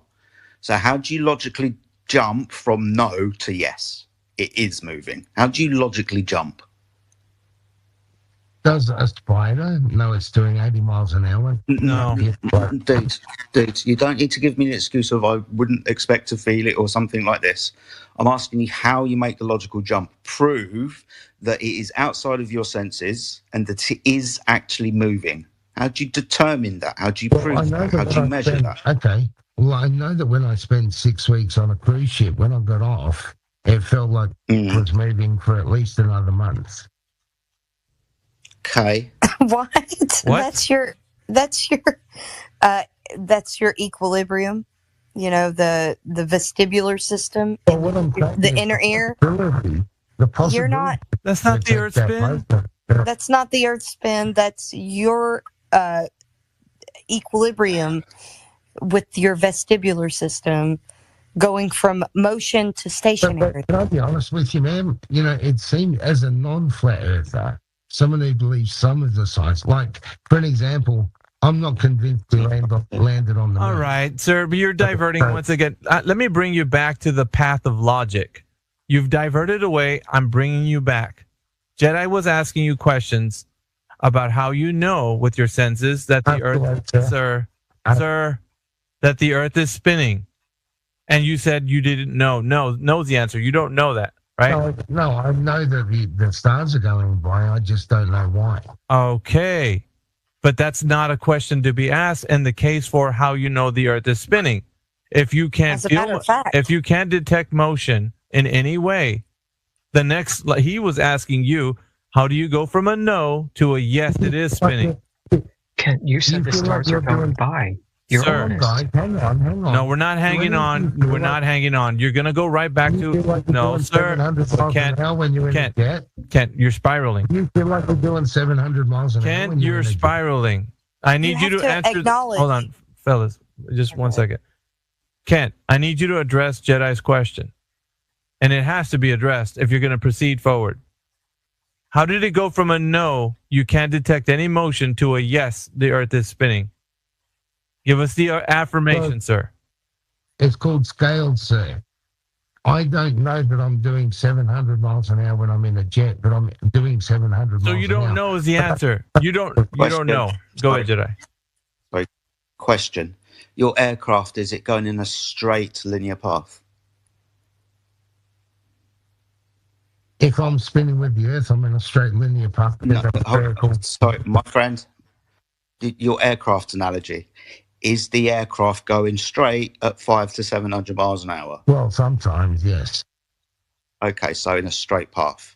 So when we change my friend, thank you. When we change the orientation of that path and start rotating, spinning, changing a vector, you're going to notice that. Have you ever been in a car that's tried to travel around in a circle going at 50, 60 miles an hour? You'd notice that the centrifugal forces are now starting to apply.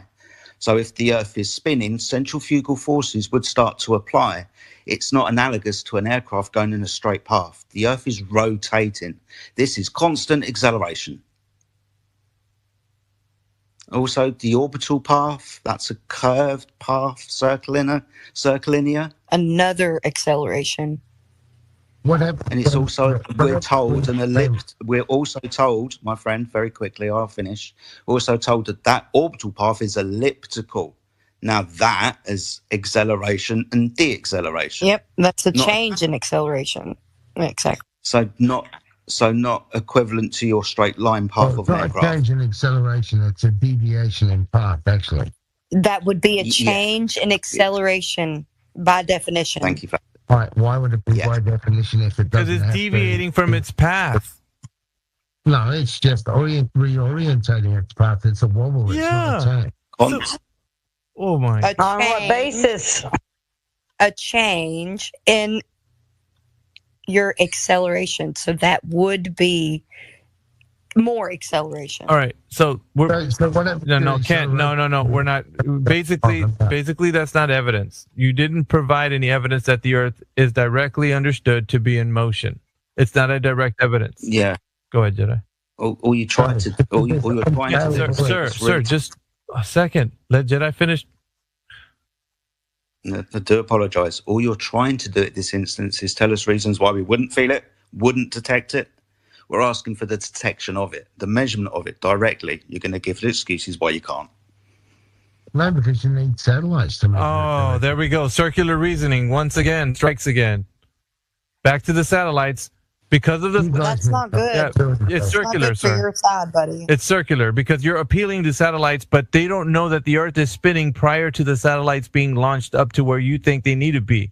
So how did they know that the Earth was spinning prior to the satellites being launched? Yeah, this all needs to be established first. Don't you agree as an engineer that you need to establish this first before you can't just spray and pray these satellites into the sky? That's why we established that the moon went by every 24 hours. No. Let's do it. Let's do this. And do you think Ken, you get lost. He's lost. No, you guys need help. No, you need help. You need help. That's why I keep bringing you back. This is the 4th time I'm bringing you back to the path of logic because you diverting, run away. Did he go? He freaking left. It's a rage mic quit. was also trash. It's a rage quit. Our first rage quit for tonight. Yeah, but the moon and Andromeda. Good grief. See, and the green and the red light hanging over the window. It is what it is. It's what I see. We got a rage. It's what I've been told. That's right, Missy. That's right, Missy. And it's a party up in here, man. Like I'm telling you, dude, I just can't get enough, dude. There's not enough hours in the day. I'm saying. There isn't, because we've had so many people that wanted to come up and talk and stuff. Oh, we've got Joe Dubs up here. Joe Dubs, if you want to speak, now is your chance. If not, I wanted to ask you guys, go ahead. What if you have any favorite flat Earth books from like 100 years ago? I know there's a lot of them. I have a lot of them on PDF. I haven't read any yet. So we have what's his name? Flat Smackers playlist. It was a guy who gave us like a wealth of information. It's on our server, by the way. It's you'd have to go down to the bottom of the server, and there's a whole bunch of information there. But yeah, there's a whole bunch of stuff there. Cool. Yeah, you go to the 24/7 Flat Earth bot in here. It's labeled 24/7 Flat Earth Discord. You can go to that link that it links you to the discord.gg/Flat Earth. That's our home server where all of the information that we've accumulated over the years, it was already accumulated when I got there, and it's even more so accumulated since I've been there. That's only 2 years, so I'd give you that. If you want a Flat Earth book that's coming out soon, there's one coming out soon that I'm going to go ahead and plug. It's going to be called All Roads Lead to Flat Earth, the Ultimate Flat Earth Reference. Cool. Who's writing that one? The Ballbusters. They're doing all of the work. I'm just doing the editing. So I have started reading 200 Proofs, or was it 100 Proofs? Earth is not a globe. There's a lot of good information on there. I mean, we agree on a lot of stuff, right? I'd say this, Joe.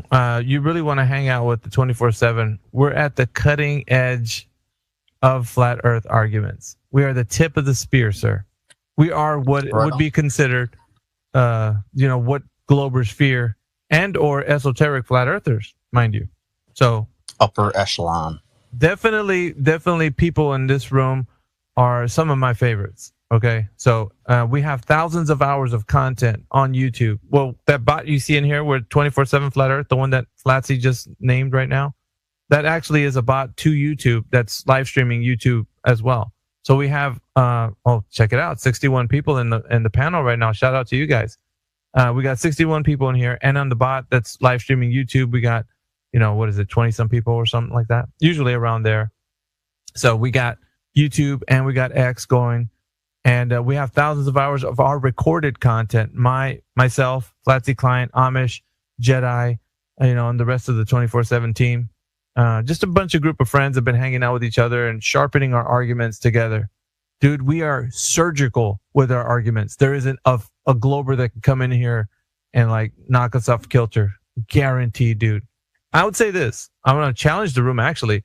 If you know somebody that thinks that the Earth is a globe and you really praise them as being a god of debate, or you think they got a PhD, or they're a cosmologist, or whatever it is, bring them over here and let's test their mettle. See if they can't stand against any of the rigor and scrutiny that we got for them. Because I guarantee you they won't come out of here being able to tell us how the Earth is a globe. I promise you guys that. Because I know my arguments very well. So does Jedi, so does Flatsy, so does Amish. So we want to prove it to you guys. We want to demonstrate in real time. Yeah, and Joe Dubs, am I correct in assuming that you're a flat earther? The concave cellular model, so I think is correct. Okay. Well, that would still require your holding the burden of proof for that one, but I kind of already understand your arguments. So let's see. There's Rard Nee. He's a speaker that came up almost exactly the same time as Joe Dubs. If you want to go to Rard Nee. Welcome, Rodney. Are you there? Yes, I'm here. Hi, how are you guys? Very well, sir. Well. Can you hear me? Yes, we can. Yes. Yeah, man. Great.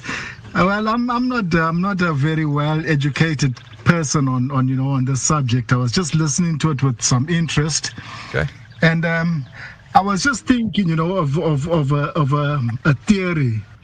I could give probably the method, and you would have to then work out the what would you call it? You would have to work out how you can calculate it. Would that be okay? Not really. No, we don't accept. Not really. We don't accept the theories of somebody who we don't even understand has any idea whether or not they can cognitively be able to speak about or articulate a point.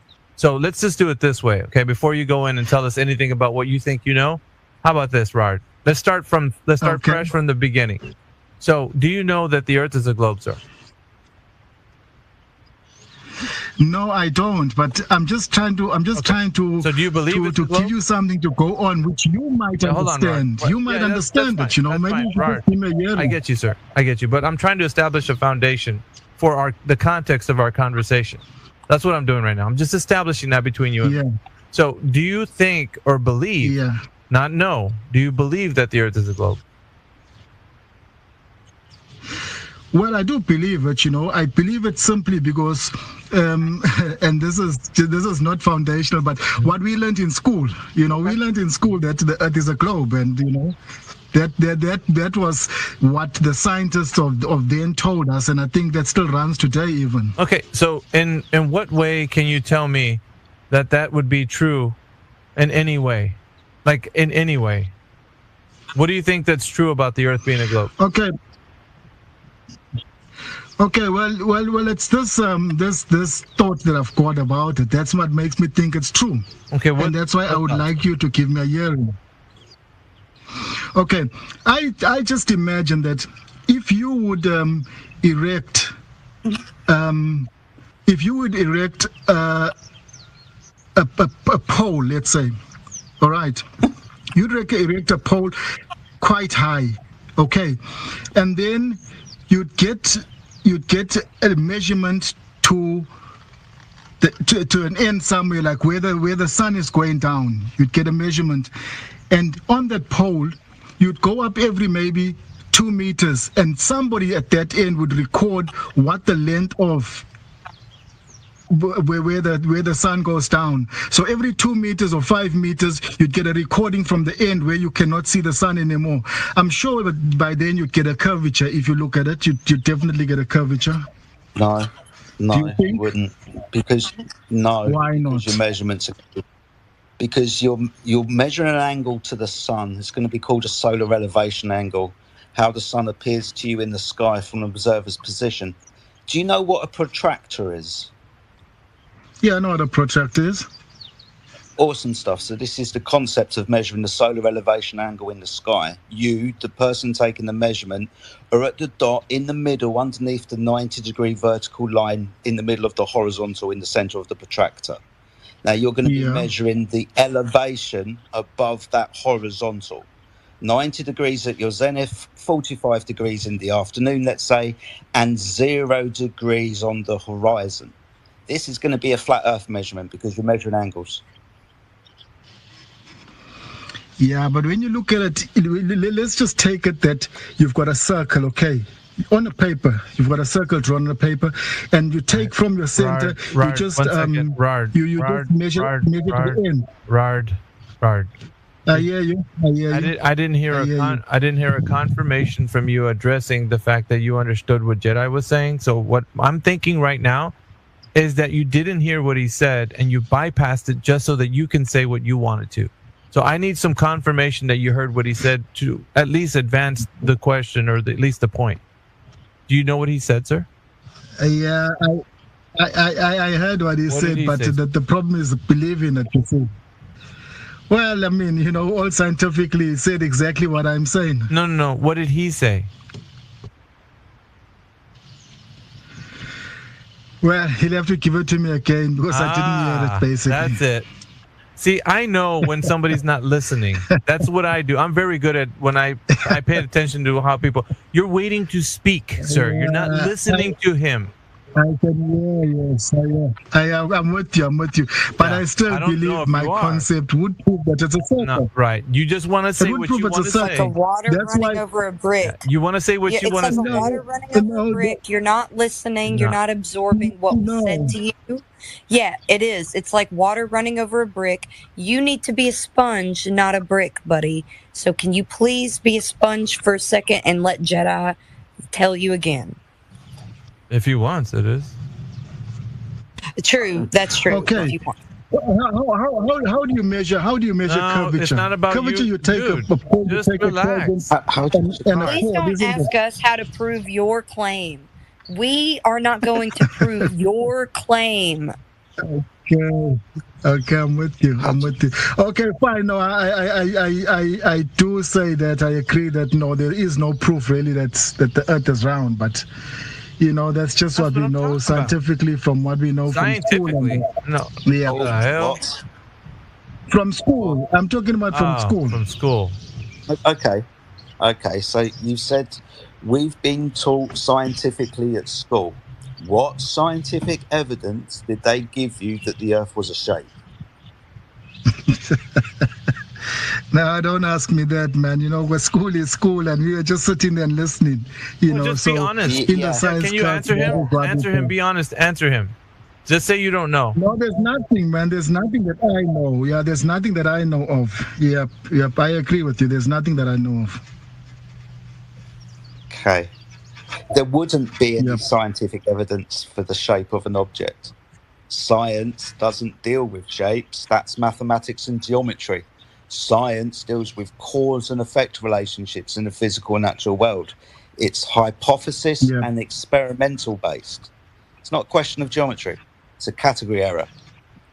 It's interesting, right? You're explaining how we all felt in school. Can you hear me out on one thing? Just one thing. Can you hear me out? And then that's it. We call it quits if there's no understanding between us. Can you just hear me out on one thing? Is that okay? Yes, go on.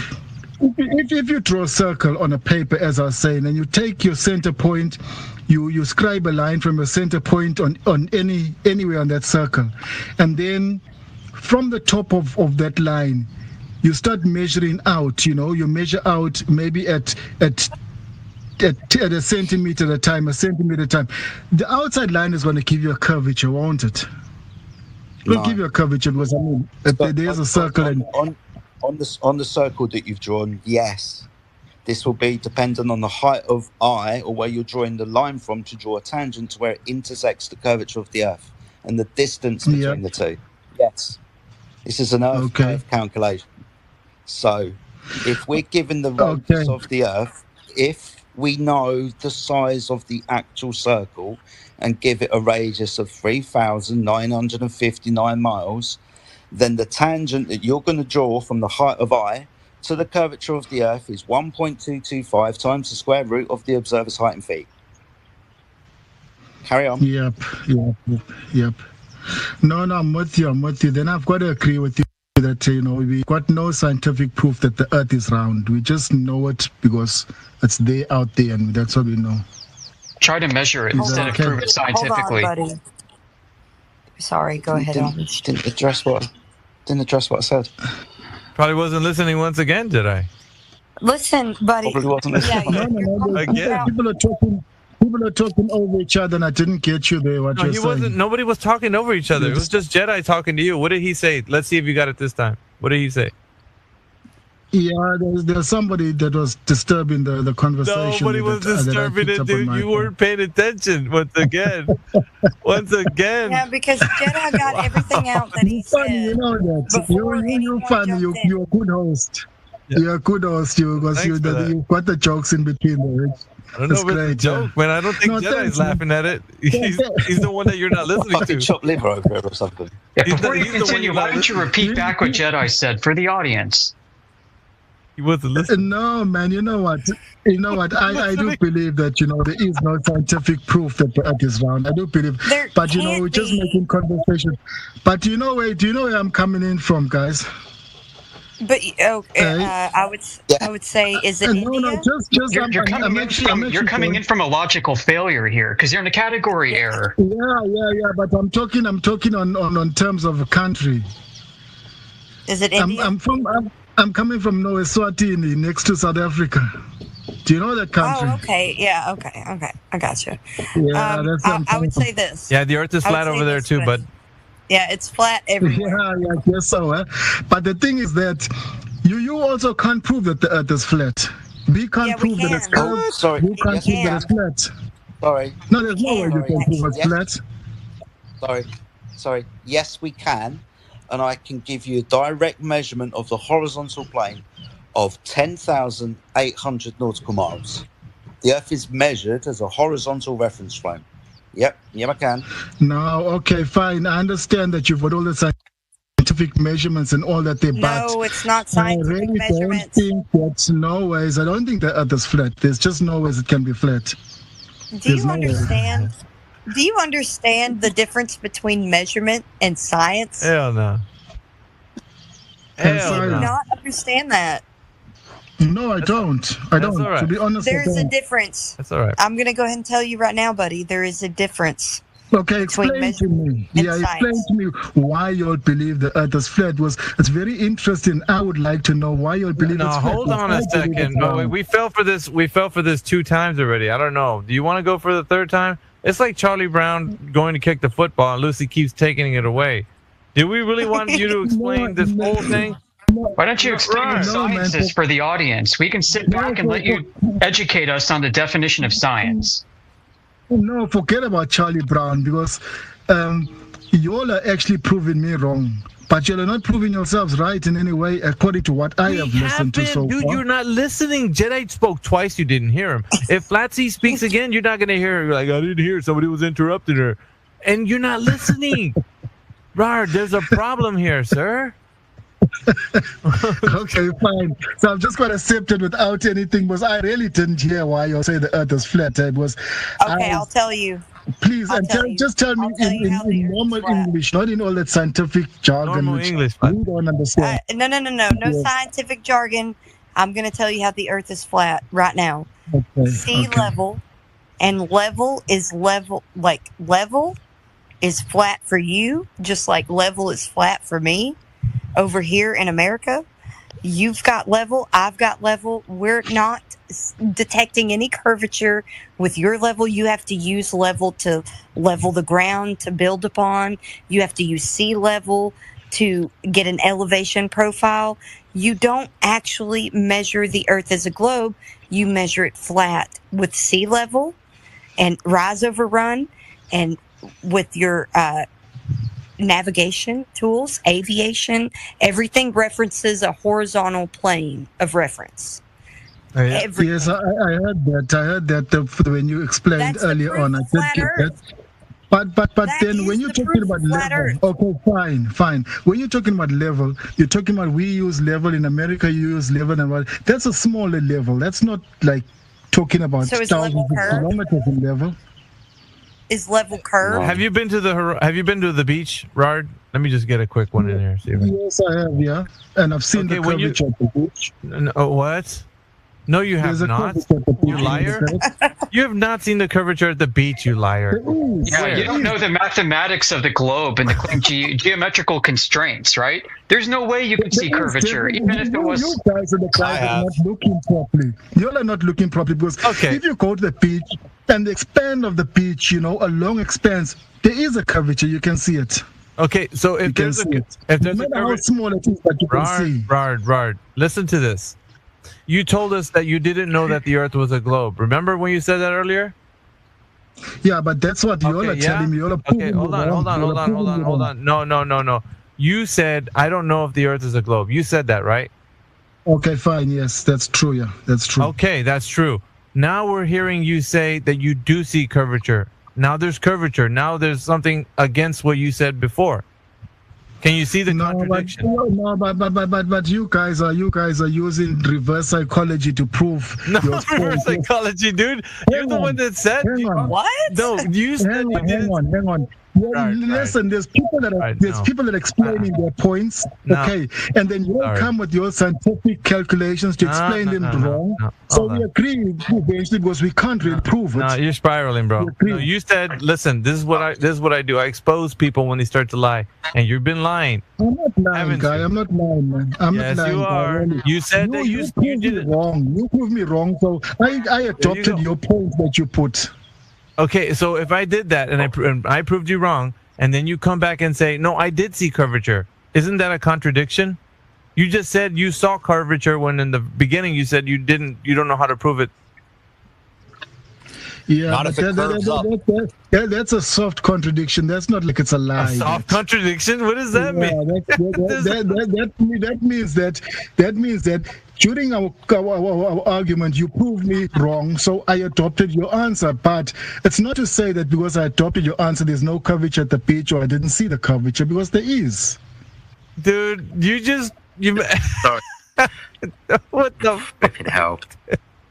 I've I've paralyzed the scientists. I've paralyzed you guys. No, buddy, hold on. No, my friend. Don't say my friend. Prove that there's no curvature at the beach because I see it. You don't see now, you guys prove it for sure. Okay. No. You can't tell me that. You can't tell me what I see and what you see. Why are you talking still? Hold on. Sorry? Okay. Why are you talking still? I'm trying to answer your question that you asked a minute ago and keep rambling on. Yeah. Shush. Yeah, okay. So when you say that you see curvature on the horizon, just to be clear, is that from left to right or away from you? It's just away from me. It's away from me. The whole expanse. I'm talking about the expanse of what you can see out there. Okay. Yeah. Okay. So that's what I addressed earlier. Depending on the size of the ball, the horizon is going to be the line from your eyes to where that line intersects the curvature of the Earth. That can only be at 1.225 times the square root of the observer's height in feet. Okay. If you're 6 foot and standing at the beach, that means the horizon is 6.8 miles away. 3 miles if you want to keep the numbers simple. Hold on. Now, I understand. He accidentally said miles when he said meant to say kilometers. Kilometers. Yeah, well, I understand miles as well. I understand miles. Miles are that's fine. A bit more than kilometers. So for a 6 foot observer, 3 miles away. Now I know, and I can prove to you, if I had the ability to post images in the side chat, which I will do, that the horizon is much, much further than that mathematical calculation. You can see a horizon much further away if you use a high-powered zoom camera, for example. If you change the optic, you can see a horizon much, much further away if you use an infrared camera. Okay. And understand you. The horizon, good. So the horizon isn't the curvature of the Earth. If you're going to say that things go over the curvature of the Earth and I can't see that object because the curve is in the way, then you just need to get a camera and zoom in on the objects and you will see that object again and the horizon beyond that object. So it's not the curvature of the Earth, my friend. For the audience, I posted some infrared, long-distance infrared photography has been posted above the chat in the nest, in the pill, whatever you call it. Just scroll to the right. Yeah. Okay, but hang on. I don't agree with the camera theory that you've got, because cameras have got lenses, concave and convex lenses and all that kind of thing, which could actually impact on your vision. But it's modeled after your optics of the eye. So you can change the focal length of a camera and be able to zoom in and see things much different than you would with your eyeballs. So it's still optics, and those are modeled after the optics of your eyes, anyways. And I mean, I don't understand what you're. So hey, check this out, Rard. You said you saw curvature, yeah? Yes. Right? Okay. Have you to know that there's curvature there? Did you measure the curvature? No. I'm just talking about visual. Yeah. Visual. I could see a flying spaghetti monster, but if I can't prove it to you, that doesn't mean it's real. So if you said if you said you saw something and you did not measure it, does that mean it's still true?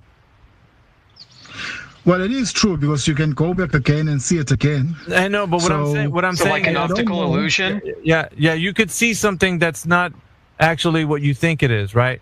Like, you know how people used to see mirages in the desert? Yes. Okay, I know that's not really water on the ground. It was just a mirage, right? Yes, correct. Yeah. So how do you know that what you're seeing is not something like that? Wow, how do you answer that? Well, easy.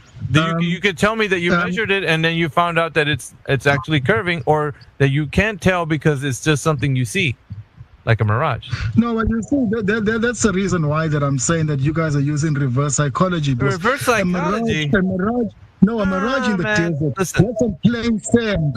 That's on plain sand. Sorry. That looks like water in the distance. Yeah, you're standing where the water, you know that that's water. You can actually enter that water, so you know that you're standing where at the beach. Yeah, but what I'm asking you is, you're seeing curvature when there is no curvature. So you're seeing something that's not. Hold on, Bart. You're seeing something that's not there. Now, in order for you to provide evidence that it does exist, where you say you saw it, you would have to measure it to make it real.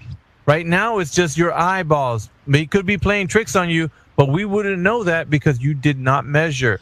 The way to make it real is to measure, and then you make it real because now I can go measure it, and somebody else can. Yeah, I'm saying that I don't see that curvature. All I see is the water resting horizontal on the surface at rest. Yeah. Does our friend think the horizon is in the same spot every time he goes out to look? Yeah. So measuring, Rard, listen to me. So measuring would be the way that you would know and I would know. The looking at something and saying that it's actually something you think it is not the standard of evidence. You have to have a way to know whether or not what you're seeing is true. Just like the mirage. Yeah. When you see something that's a mirage, you can go all the way to where the mirage is and find out it's not actually water on the ground. It's something that's happening in your vision. It's making it look like that. Yeah, correct, Chaba. But as you go forward until you get to the end of the desert, that mirage is going to disappear, and you're going to know but you understand my point, right? You understand my point. I'm totally with you. Yeah. So what I'm saying is, if your eyes are telling you something, your measurements have to make it real. When you measure that surface to be curving, then you could tell me absolutely, I see it curving and it's measured curving. But you can't tell me it's measured curving. You can only say that you see it. But none of us here can say we see the curve. I don't see a curve. Yeah. Do you think the horizon is curvature? Horizon. Yeah. Is that curvature? Yes or no? Yes. I do think, yeah. So do you see it in the same spot all the time? Is it always a fixed distance from you as you walk around? Well, to prove that there is curvature, you don't need to be in the same spot all the time. You can go to America. Answer the question. Right? For this to be a globe and for that to be the curvature of the Earth, it would have to be in a fixed spot, always from your same height of eye above the ground. You can take undulating terrain out of the equation. We can say we're looking over a surface of water that's conformal to the gravity vector of your presumed globe. But no, the answer is no. The horizon changes from day to day and even throughout the day. Open your weather app and look at visibility. Visibility tells you how far away you can see that day due to atmospheric phenomena, humidity, fog, temperature inversions. I mean, this all plays a role in altering the distance to the horizon, which we don't think has anything to do with Earth curvature. It's an optical and atmospheric phenomenon.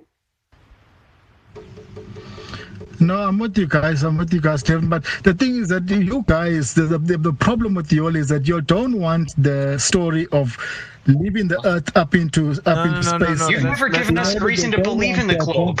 Nobody has. You don't want that story. That story is out according to you. Yeah, because listen to me, dude. If I was to listen, Rard, if I tell you a story about going through, like my wardrobe, and inside my wardrobe, I go inside and I go to another world and I meet a lion that talks. That's a story that I can tell you. Yeah. I don't want a story. I want something that I can know is true. And you haven't given me something that I can know is true from the Earth's curvature by you seeing it.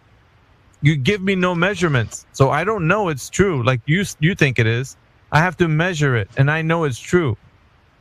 That makes sense, right?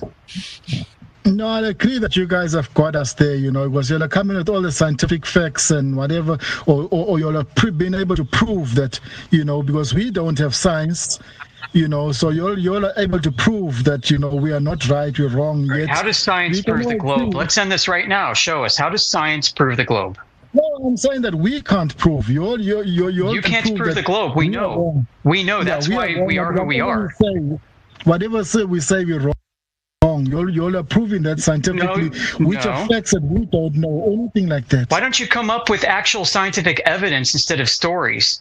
Because what we're saying what we're saying you're wrong to, are just stories without any scientific evidence, without actual observations and data to provide a compelling case. You just have appeals to authority, right? Appeals to consensus, appeals to somebody else who's proven it to you, delivered you something that's reasonable to you.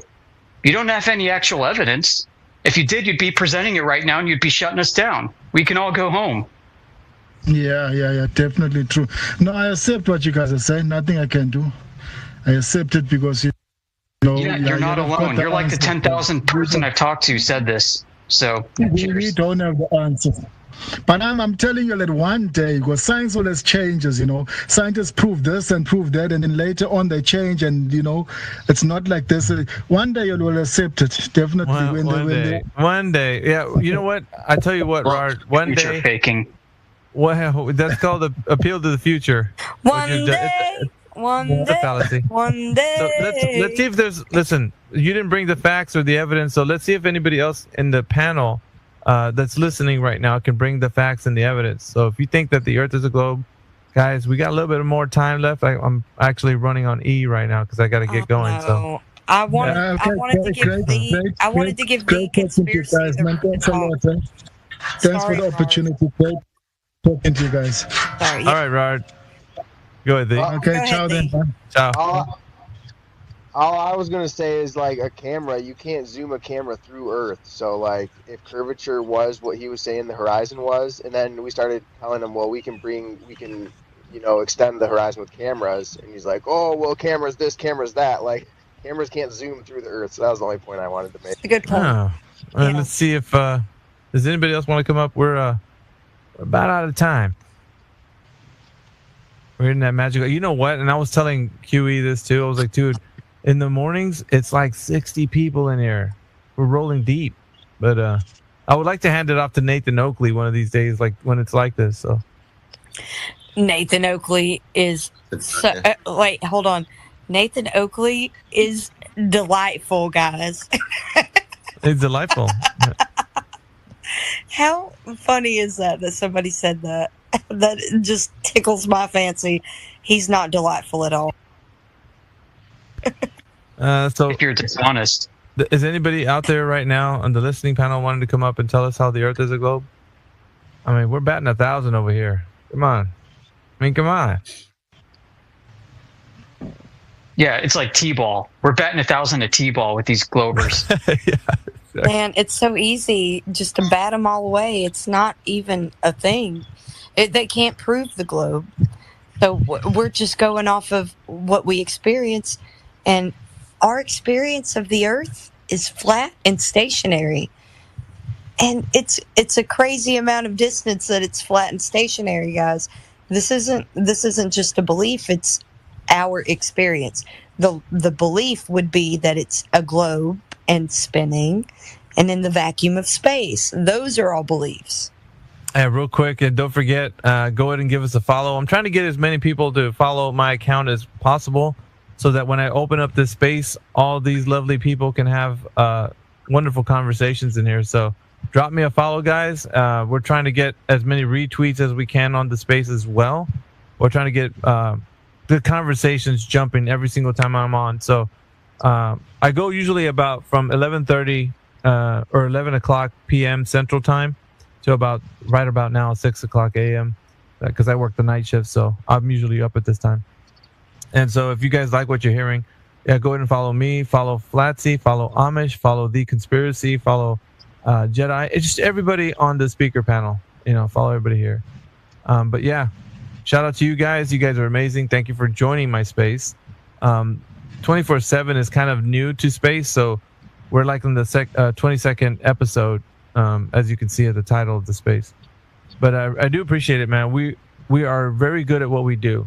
I like to talk us up because I appreciate all the intellects that are in here. And there isn't anybody out there that thinks that the Earth is a globe that can put a compelling argument to us. We've mastered this art. I'm going to put us way above the top, so just let me give you guys flowers here for a second. So the people in here right now, myself, Flatsy Klein, Amish, Jedi, we can hold our own when it comes to the argument. So if you want to see us demonstrate this live, all you got to do is come up here to the speaker panel if you think the Earth is a globe, and we'll demonstrate it to you. Absolutely 100%. So with that being said, anybody wants to come up? Yeah. Can I ask a question? Yeah, go ahead. Okay, so I have two questions. All right, The first question is, on a flat Earth, what is the diameter of the perimeter of the flat Earth? And the second question is, how fast does the Boeing 777 or A380 Airbus need to travel on a flat Earth on its flight path from Buenos Aires to Sydney, Australia, in order to make the trip in 14 hours and 36 minutes? Go ahead, Flatsy. Okay, I've got the answer to the first one. Unknown is the answer to the first one. The second one is, are you going by distance on the second one? Because I would say that distance is linear. So you would need to prove that the Earth is a globe first and foremost. There you go. No, we're accepting that the Earth is flat. No, wait. Distance is linear. Yeah. But the Earth is flat. I'm just asking. No, we're not accepting that. Actually, Max, we're not accepting that. What we're doing here is examining. I'm asking. Yeah, I know what you're asking. I know what you're asking, but we're not going to get to your point. Okay, can you answer the question? No, we're not going to get to your point just yet. How would you determine where the airplane is? Yeah, hold on, Max. In the first instance. Max, this is what we got. We have to establish a foundation for our conversation, right? We can't just proceed forward with your questions, because your line of questioning is insinuating that you have a belief system that's propped up. And if it's not actually examined or any rigors applied, you're going to keep thinking that it's true and the other side is false. I'm just asking if you can answer the question. Yeah, I'm going to divert away from from this little obfuscation you're trying to do. I need you to. You're not going to answer the question. I need you to examine the fact that you're going to give us a premise for your claim that the Earth, whatever it is. What is the Earth, Max? What do you think? I didn't make a claim. I know that. I know sophist people just like you that they employ this trick. It's a gimmick. Yep. Here, I can accept everything he thinks about the globe Earth navigation of an airplane over Earth. Okay, so what does that prove? Can you logically construct a globe out of it? On a flat Earth. No, that's not going to work. That's not going to work. It's the same as what you think, okay, kid? Let's go with this. Same as what you think. I think the same as you do about these airplanes and how they're traveling over Earth. Now what? What is the average airspeed? I don't know. What is it? I'll agree with it. Whatever you spit out, I'll agree with it. Flat Earth to travel from Buenos Aires to Sydney, Australia. He's got a gimmick. What is the average airspeed? I don't know. Why don't you tell us and I will agree to it. Let's go. Well, do you want to know how to calculate it first? No, I want you to tell me what it is so that we can move on. So you can tell me why this proves a globe. It's Mach 3. Excellent. Okay, now prove a globe with that. It's Mach 3. Yeah, that's great. Yeah, that sounds stupid, but I'll accept it because you're a retard. But let's go with it. Okay, Boeing 777s go Mach 3. Ad hominem attacks. That's what you've devolved to is ad hominems. That would be okay, in great. lieu of the argument. He didn't. So ad can we go back to the perimeter? No of bullshit. The flat No, Earth? no more. You're No more. reifying some stupid globe map called the azimuthal equidistant No, it's map not that's centered on stupid globe Polaris. That is a globe map. Yes, it is. Absolutely. We're not David Weiss flat earthers. You're in the wrong saloon if you think that's the case. Holy crap, you just stepped in it. So do you believe that there are tropics? Like, do you believe that there's a second. Yes, tropics are in the sky, and I can pull up a celestial navigation manual from about the 1800s that describe the tropics as being locations of the sun in the sky. Do you believe that there is a center? Space muted. We're not going to entertain any more of your questions until you, sir, don't put your track shoes and run away, because now the bomb's going to drop on you. You're going to have to detail to us how you know the Earth is a globe. Start from there, and I will hold you hostage until you do, or you run away, rage quit, which you guys usually do, because you're only about your gimmick. Ready? Time to prove the globe. Now your turn. Go. Go. How is the Earth a globe, sir? I don't know that the Earth is. Oh, thank you very much. Nothing else. But I don't know that it's flat either. Yeah, I'm asking you. Who cares? I don't care. We don't care. You don't know it's a globe. You don't know it's a globe. All good over here. Don't need to answer any more of your questions. Our job is done. See how easy that was? That bomb exploded. Nuclear bomb just went off. Took everything out. Your gimmick went out with it. All of the little try hard that you try to do didn't work. You see how easy that was for me?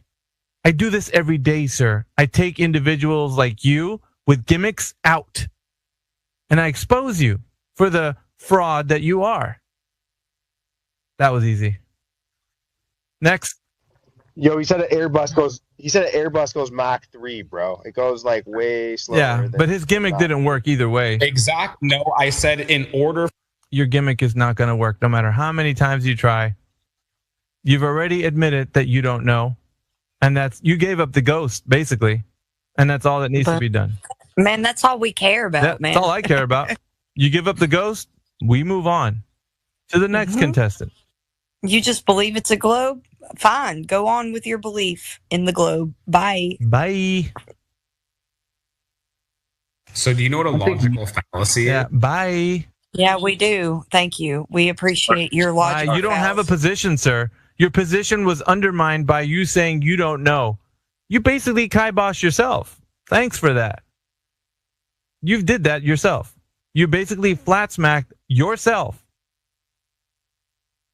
What else? You won't even let me speak. I don't let you speak because you're going to turn back to your gimmick and thinking that your gimmick is going to work. It's not going to work.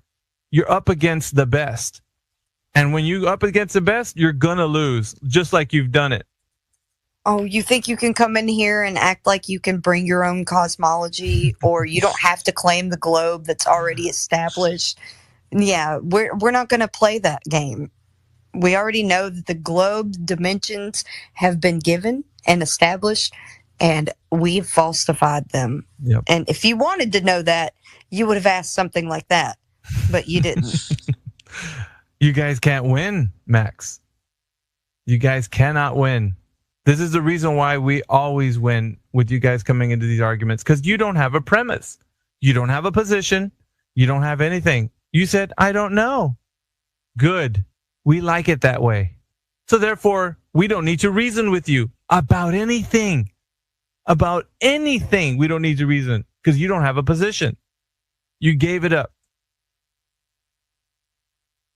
Next. You literally won't have a dialogue. The only way that you can win it. No, the only way we'll have a dialogue is if you have a position. Your position is nothing. I don't have a position. So therefore, reasoning with you, we don't need to do it.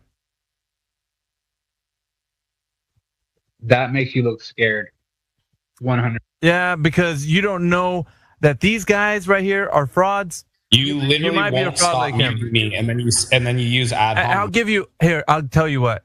You and the real You go play together in another space where you guys can have all the fun you want and he can entertain your gimmicks all day long. I, for one, will not entertain your gimmicks. The real, who's a softie for this, he's a bleeding heart, by the way, because he thinks he can entertain people's thoughts about gimmicks and then they're going to get somewhere. But I identify fraudsters like you and expose them for what they are. The real, however, wants to have a space and entertain this. He can do that all he wants, but it's not happening in my space. He thinks we're scared. That's silly. Why are we scared? We have the truth on our side. I'm not saying you're scared. I'm saying you won't actually engage in a dialogue. We don't need to. He's a fraudster. Of course you do. He's a fraud. You just believe the earth is You're globe. using ad hominem attacks. You're simply a bleeding heart. That's what you simply What are. ad homs? Now, this guy right here, the real, he's not real. Listen, he calls himself an academic, but he's a bleeding heart. What he can do is take Max and they go make their little space somewhere and they can have their gimmicks all day long. It's not happening in my space. Gimmicks are not allowed. If he doesn't have a position, then he can sit quietly and listen to somebody that does. When somebody that says, I know the Earth's a globe, then we'll have a conversation with them. But this guy, he doesn't know. So you and him can go to another space and go have your little gimmick fest. It's not happening here. You are mentally weak for not being willing to debate me and muting me every 2 seconds. Debate you? A debate what? Yeah. Answer Objective one of my reality? questions. No, there's nothing to answer. You have no position, sir. You have zero position. Flatsy, what doesn't he get from this? How can we argue with somebody with no position? What are we going to talk about? Our favorite color? Yeah, exactly. So something subjective. Do you want to talk about gun control? My God, that's subjective. Is somebody really going to want to reason with Max? This is going to be amazing. Let's see the real actually. No way. Did the real pipe up? Let's hear him reason with Max. Go ahead. Let's reason with somebody without a position. See how far we get. Go on. Well, can I give you my position, or If somebody wants to entertain it, let's see how far we go. Yeah. So here's my position: is that on a flat Earth, someone just stated a Boeing 777 travels way slower than Mach 3. So if the Earth is a flat stationary disk, okay, then the distance between Buenos Aires, Australia. You told him the Earth was a flat stationary disk. Yeah, he's got to leave. Yeah, he's trying to reify the AE map. He thinks that we think flat Earth is an azimuthal equidistant map. You had it right, Amish. He did. He thought it was the AE map. Yeah, it's a straw man attack, and he wants us to believe it. We have to believe it for his shtick to work. His dialogue tree breaks down. Exactly. And just to let anyone know, the AE map, the azimuthal equidistant projection map, is a projection of the globe. Right, which is created off of flat Earth elevation angles to the celestial objects. Exactly. Indeed. And it's a non-uniform scale, something most flat earthers out there, the esoteric ones especially, seem to negate. They don't understand this. They don't even know that there's a uniform, non-uniform scale, like sitting in one of the lower left or lower right corners. It tells you how to actually use it for plotting distances. Yeah, like the Mercator map is actually the better one to use for navigation. Right. Hey, the real, go chase him down in another space, man. You guys can go have it out over there. We'll get some people that think the Earth's a globe to come up here. So if you guys are requesting, let's see who's requesting to speak. Max wants to come up. Nah. Let's see if Dill Scout wants to come up. Dill Scout, yeah. All right. Let's see Dill Scout. Max can have a seat. Or the real can chase him down and go have another space with him and talk about gimmicks. Why do you resort to insults? Like, I don't get it. Like, I thought we're supposed to be having an educated and intelligent conversation. There was no insults. Well, the second you said that a Boeing 777 goes Mach 3, I knew you were trolling, so you deserved an insult for that. Well, no. There's a demonstration of someone's character, and that being pointed out, and versus someone, what he was claiming that we were ad homing him. We weren't, because that would mean that we didn't address his argument. He didn't say you guys did. He specifically said one person did because they called him a retard. There was one. Well, that's a fact. That was recorded. That was well, it's sort of sucky to talk I called him a retard. Yeah, so what? When he said a 737 went Mach 3, So that's that uncivilized. That's not. Oh God! All right, the real. All We're right, done. hush, guys. Done with these guys. Clowns, see You ya. ask why people with credentials don't come to your space. Okay, hush, That's why. please. The real's a Because if bleeding you're not heart. gonna We get engage it. in intelligent We got Dill conversation, Scout. then you're going to call people retards. He's Why would hijacking the somebody space. Okay. Yeah, he is. His Please. feelings are hurt. You sound like a White woman. Knight. Why don't you white knight for somebody else? Somewhere you else. call me a woman? Are women? Your feelings are hurt Say real that, bad. you're a white Bad to knight. be a woman? Yes. Yeah, go cry about it some I've more. got it now. So woman That's is for an women. insult. Dude, look at his PS. Cry about it, you Is feminist. woman an insult? Yeah, I'm a Is total woman feminist. an insult? Who the fuck just said that? Bored.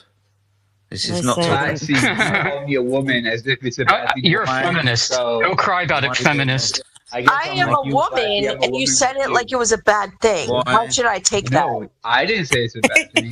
The other guy said it's a bad thing. Stop It's, being it's a so bad thing when a guy offended. confuses his own gender roles. Stop being Well, so trust me, I'm offended, not everyone. confused. Sixth time we're still doing this. Why? Please Oh, has stop. anybody ever been the only one of yourself in a math class? Why are we doing this? Why can't we talk about I'm just that? saying, when you're saying woman is bad, I was No, the only stop, girl stop. in most of Hold the on. classes. This is what's going to happen right here. We're resetting the room. We're going to go right back to the topic. And I'm going to ask a question. Does anybody have any evidence for the Earth being a globe? That other conversation is done. If it continues, people will be resulted back down to a listener and not a speaker. So we're talking about flat Earth and globe Earth. Does anybody believe that the Earth is a globe? And if you are up here as a speaker, please present the evidence that it is a globe, because that's what we're talking about. Okay. And no arguments from Butthurt. Yeah, like I said, if it does, you're going back to a listener. Go ahead. Think we have Well, Bill my Scott? anus has not been raped lately, so I'm not butthurt. Fucking hell, dude. No arguments from Oh, Butthurt. God. Like, Good grief. Do I need to say it one more time?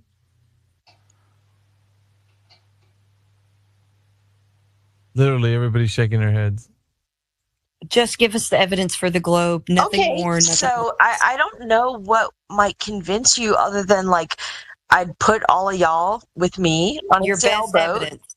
and we'll just go around the earth and come from one spot on the earth and then go around and touch it again. Let Jedi take that your this. best Let Jedi take this.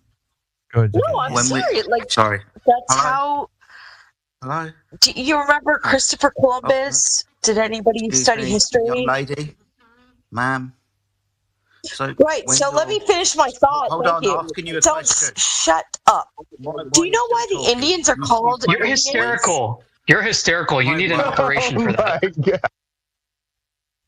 This is weird. You've I'm asked pretty your funny. question. So do you know why the Indians are called Indians?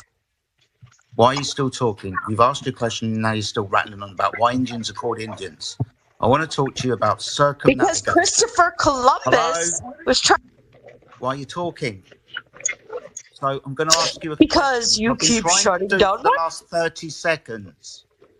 When you're circumnavigating, which cardinal direction are you going? It depends on which you want to go around northwise, westwise. Northwise? Well, when Christopher Columbus, for example... Don't let her drive, folks. Don't let her behind the wheel. Excuse me. You brought up Christopher Columbus, so let's use that argument. Which cardinal direction did he go? He was trying to go west to go to India. Awesome stuff. So west or east is a circular path around north, isn't it? If you're using north as the Yeah. why? If we're using north, Yeah, as then the yes. central, because that's what we're doing when we're navigating using cardinal directions. You said he's going west. West is a circle around north. That's a circle. I can do this on my kitchen table. Draw a circle around a central point. How is this proving the Earth is a globe when you've just travelled in a circle? Oh, so you think it's like flat and oh my gosh, that's hilarious. Sorry, Has this is anybody how we- read sorry. the book Flatland? Sorry, this is how we navigate. East, west, north, and south, they're horizontal bearings. East and west is just a circle around north. This is hilarious. Has anybody actually worked in the real world with like actual physical things? Hold on. This is how we start navigation. This is part of the process of celestial navigation. Celestial navigation is measurement. Yeah, and your people, which colonialized most of the globe, did it by learning how the stars works. Are you just waiting to speak, or are you listening? No, this asshole is trying to tell me that physics is not real.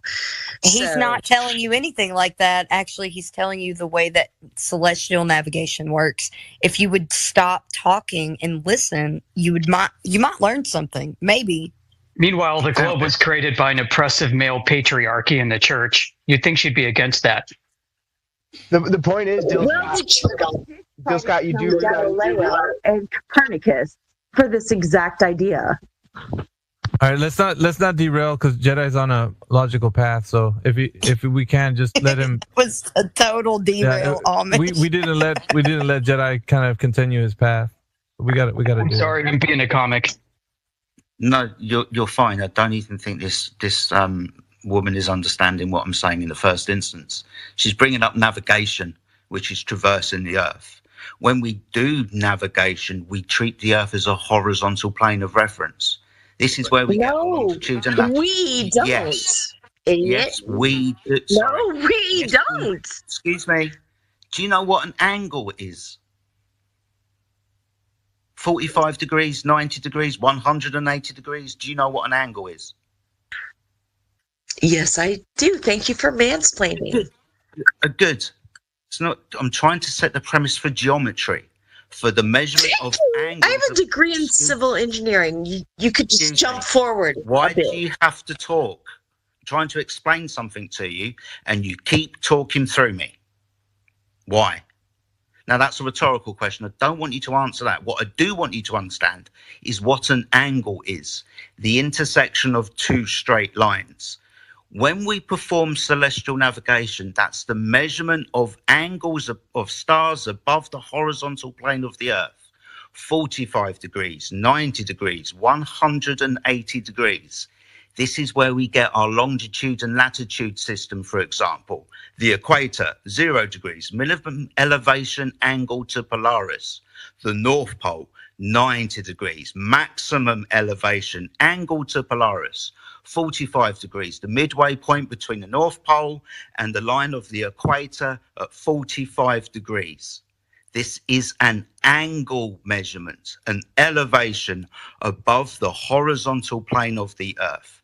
This is a direct measurement of the surface of the Earth of 10,800 nautical miles. You just spoke complete gibberish. No, I spoke about an angle and the premise of celestial navigation. It's not my fault that you don't understand very simple geometry. Yes, I don't understand simple geometry. Okay, so let me ask you this question. Can you measure an elevation angle from a curved line?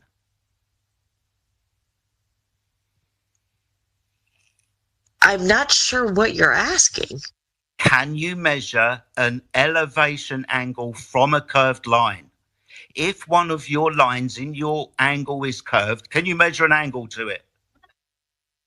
If you have calculus, you can. No, I'm talking about the measurement, not the appropriation of calculus and calculation.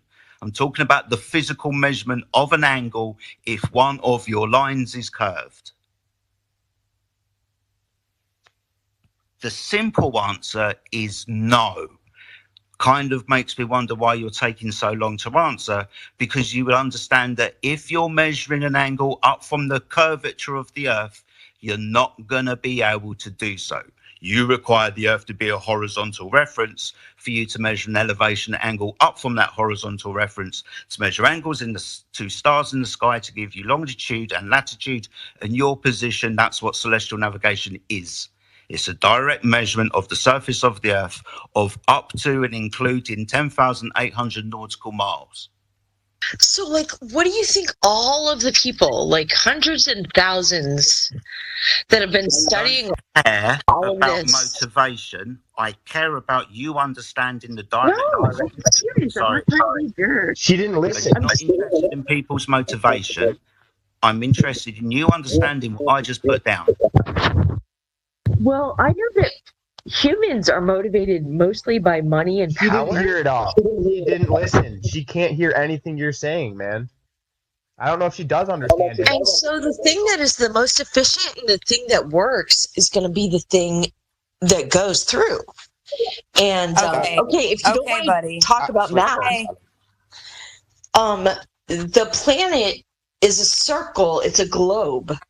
Okay, so you would need to prove that. Do you have any evidence for proof of curvature? Direct measurement of drop over distance. Go ahead. You all know it's been proved 90 million times. So Ma'am, I'm just sort of Okay, well, why don't you give us one of those times? Just give us the Just evidence. one. That's all we're asking for. Simple. Just the evidence. Mainly the first. Actually, she just said it. What did No, I didn't. she asked you for the evidence of drop over distance? I don't think she said. Give us some Drop over firsthand. distance. Exactly. Yeah, firsthand evidence of some direct measurement of drop over distance. That's what we need. Well, we'd have to be together in a space, and then I could show you. But we can't do it like Okay, now. I'll tell you what. What's the method that you would use to measure Shadows. deviation? Shadows. Shadows. Yeah. A Why? sundial? Has Sorry. anybody heard of a sundial? Yes, Yes, we've a heard of shadow. sundial. Oh my gosh. No. Oh, okay. You think Aristotle is funny? No, I know that Aristotle, sundials. Aristophanes. Sorry, go ahead. Sorry, I do apologise. This lady seems to have infuriated me, so I just want her to understand that when you measure a shadow, that doesn't mean the surface is curving. You can measure angles of shadows on a flat surface. Have you ever stood underneath a light and then walked away from it and watched your shadow increase in front of you? Does that mean the surface No, is but curved? you wanted to know the math of how we could do the curvature. We know the math. And that's measuring how the shadow changes over time. Oh my lord. Distance. Has anybody taken a Distance. physics class at all? Yeah, I've just pointed it out to you. The measurement of an angle at distance, that distance being away from the ground position of the sun. So Aristophanes, when observing the sun at solar noon, looked down a well and could see the reflection of the sun in that well. It was casting no shadow and at 90 degrees above their heads.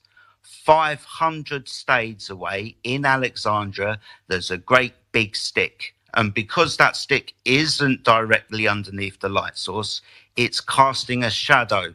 You can do the same thing by walking away from being underneath a light source and watching your shadow increase in front of you. It does not mean the surface is curved, but if you're going to measure an angle to that shadow, you will require the horizontal plane of the Earth to measure that angle from. It's flat. Angles of shadows require a flat surface. Isn't this so rudimentary? Like, you should be able to understand this. It's telling when. So It's when telling. you all get out of thinking that the Earth is flat. No. Okay. Wait.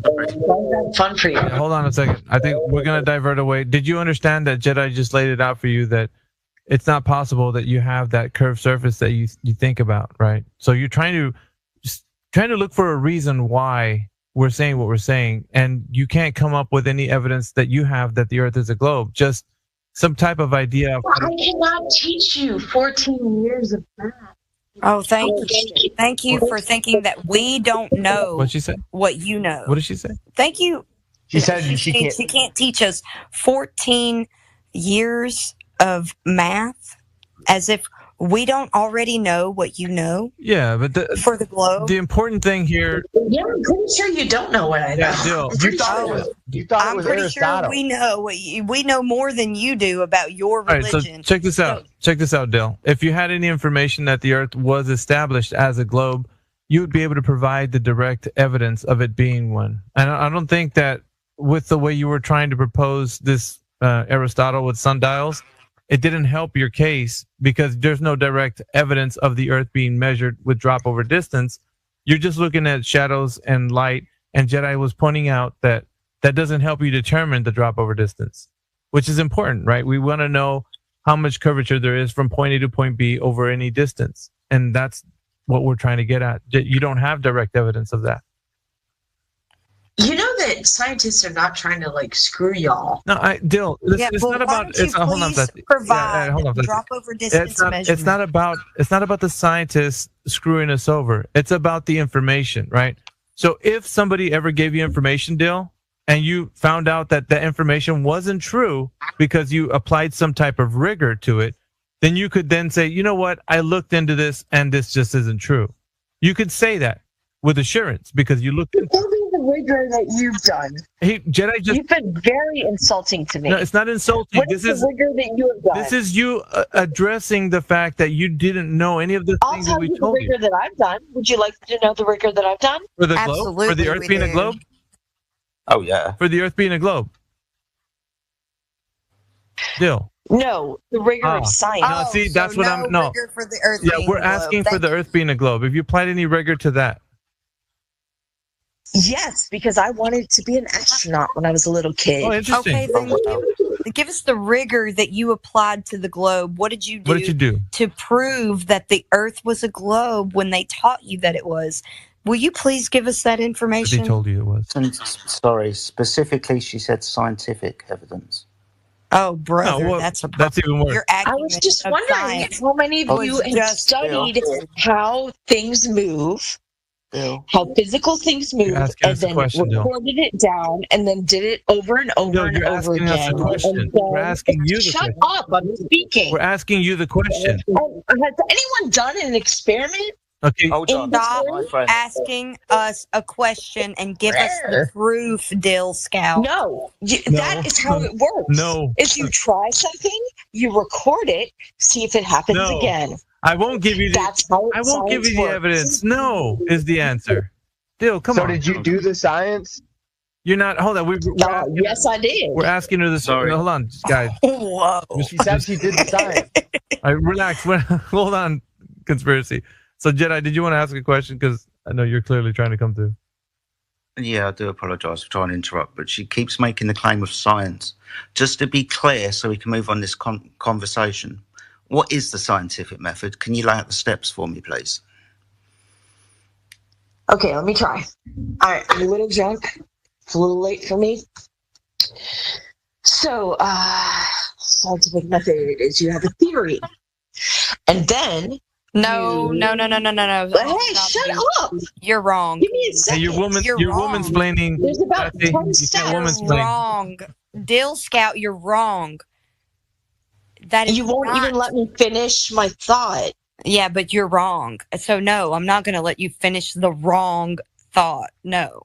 The scientific method is you have a theory. No, that's wrong. You write the theory down. No, that's wrong. And then you make an experiment. Jedi will tell you. No, that's wrong. Jedi will tell you. Hold on, Dill. Jedi will tell you the correct way, and it is wrong. Okay, Jedi, mansplain, please. Jedi mansplain. All right. First of all, you're incorrect when you say theory. Scientific theories come after the scientific method has been performed. So you started with the last thing first. The first Holy shit, dude. Did you go to high school? I'm going to explain it to you, so please pipe down. First. No, you come up with your idea first, and then you experiment it. No. Dumbass. Excuse me. So first step of the scientific Excuse me, have you ever been on a boat in Why your are life? you afraid? Excuse me, have you ever actually been on a boat in your life? Yes, I was member of the Royal Cadet. You understand theories come after you do a bunch of scientific tests, right? Not in the beginning. That is not how it goes. Yeah, you form a hypothesis first after doing an observation. There you go. Right. Yeah, not a theory, a hypothesis. So, yeah, you were wrong. Flatsy was right to point that out. Right, so can I You wanted the method. Can I continue? You observe first. Yeah, your method is asked backwards. Hold on. You don't start with the theory. Hold on, Dill, hold on. Hey. I'm gonna have to mute the space. And then you write it down. Just gotta mute the space. All right, let's see if we can reset. Jedi, take it from the top. Sorry about that, Jedi. We get energized, bro. I felt the same way. I was gonna do what Amish did, but Yeah, because it's hard, not bro. to. Like, you gotta give us that. It's hard. All right, go ahead, Jedi. Actually, I'd love to like make a camp and have y'all come and we all do crap together and we could prove it to each other. It's not. Okay. So I understand. Sorry, I fat fingered that. That's my bad. That wasn't me. Go ahead, Jedi.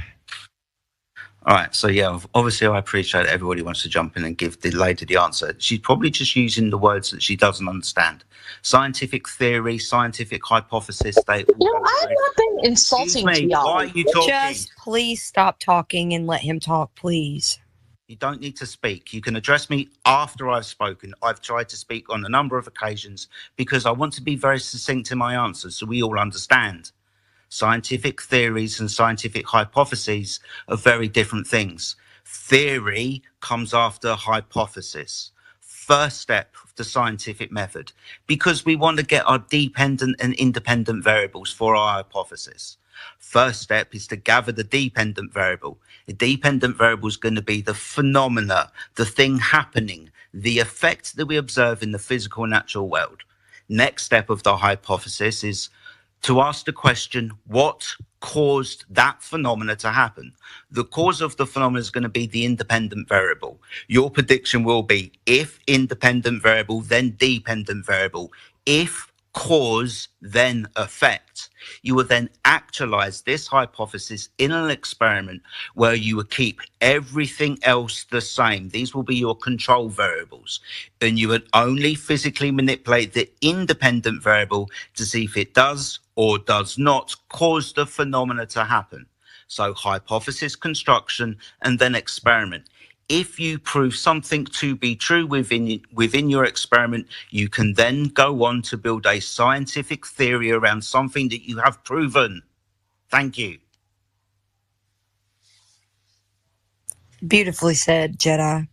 Thank you, mate. I appreciate that. Exactly. And then you write it all down so somebody else can do it again. Awesome. Prove that it's true. Let's do this then.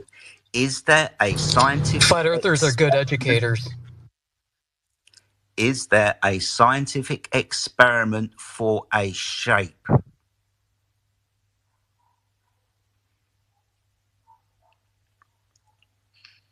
I would say landing on the moon would be one.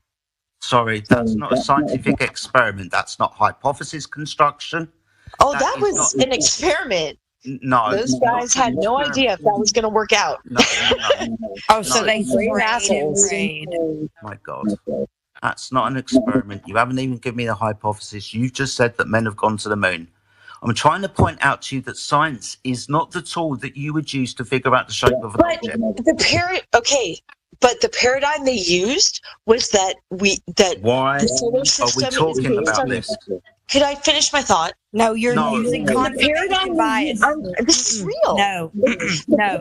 No, Dill Scout. No, you're using a confirmation bias. They already thought that, didn't they? You already thought that beforehand. It was a confirmation bias. We need the actual the whole hypothesis construction and the hypothesis test. If you're going to claim science, this is what we need. You're completely out of category right now. I would say somebody mute Rard's mic because there's some bad feedback. That's fine. I took the time to explain to you the scientific method and you went straight to the moon. That's not a scientific hypothesis or experiment. I'm trying to point out to you that the usage of science is a category error when you're trying to figure out the shape of an object. To figure out the shape of an object, you look at it and you measure it. It's geometry, not science. So there could be no scientific experiment that proves a concrete noun, a what is question. Science deals with how and why.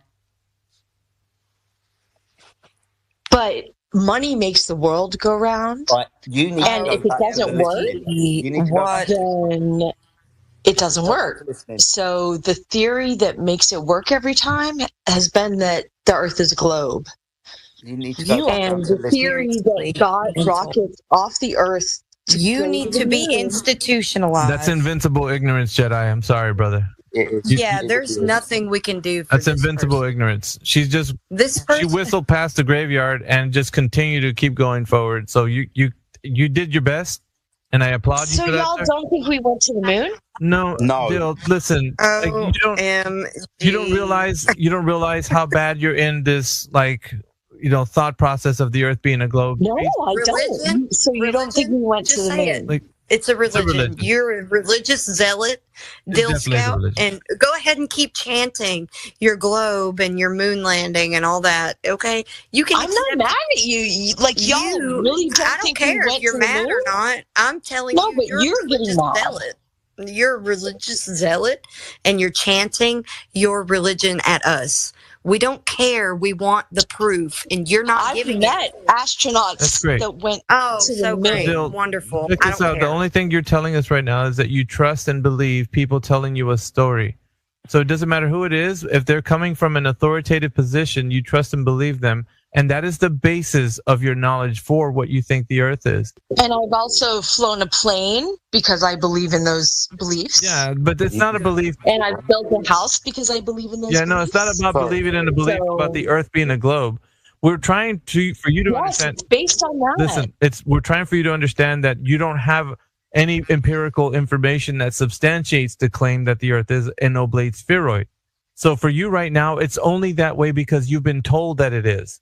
So you don't know, there's nothing that you've done to verify the claim of the Earth being a globe. You think that because you've seen pictures or videos or maybe the astronaut told you so, but it's never been something that's firsthand. Not according to you. You're just telling us that you believe in it, and why don't we?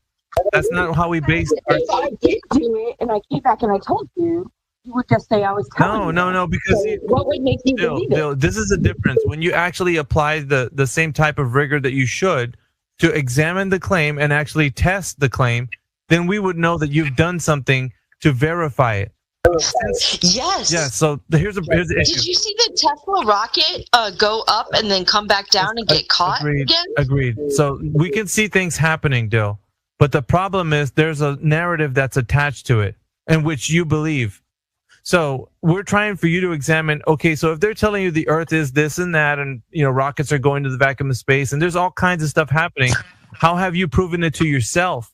There's no primary experience that you carry except for a fundamental belief in the story because you've seen videos, you've seen images, and your mind is filled with the belief system. You don't know how to address the fact that you've never directly known that it's a globe.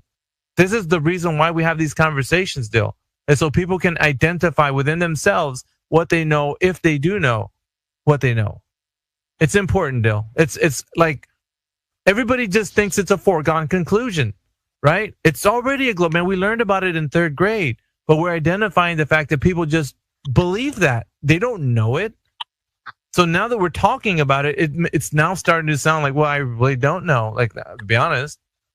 And that's all we're doing. We're having those that nobody knows. We're having those conversations with everybody, and now you start to realize this is everybody's just like you. They believe because they're, whatever organization told them that rockets go up and they go into the vacuum of space and rovers on Mars, moon landings and such. But there's no primary experience that you have of the Earth actually being a globe that's spinning in the vacuum of space still. That's a fact. That is a fact because you don't have the direct evidence. That's what we're saying. You're not coming with the goods. You're just telling us basically, well, believe me because they told me a story, and why don't you guys believe? That doesn't win the day still. That doesn't win the day. Hopefully that landed somewhere, Dill, with you. But we do have a whole bunch of people requesting to come up, and I do want to kind of spread us around because we're reaching that hour once again. I was delaying. I was kind of procrastinating because we're cooking right now. We got 70 folk in here, so I think it's. I'd like to know how you guys explain all the scientists. So you're saying that all of the scientists are collaborating together in a conspiracy to? No, nobody said that. Literally, no one. No, I'm not saying you're saying that. I'm asking the question. Oh, so you think we're insinuating that? Yeah, are we insinuating that? No, I'm literally asking a question. Yeah, the information that people receive, this is the way it is. I'm gonna lay it out to you like this. The information that people are receiving would be considered misinformation. Do you know why it falls in that category? Because it can't be verified to be true by any empirical evidence or anybody verifying it through their primary experience. Coming from an You're not answering my question, though. I did. I directly answered your question. So you're saying that I got a question that can answer his question. I answered it. I don't know why he's saying that I didn't. It's misinformation. All right, does our friend think the entire scientific establishment failed him and failed to provide him and equip him with the arguments? As well, your parents, also your aunts and uncles, anybody who says that the Earth is a globe, do you think that they're actually lying to you, or are they just passing on, like what you are, what you think is true because of what is previously thought? And not intentionally lying. What the hell?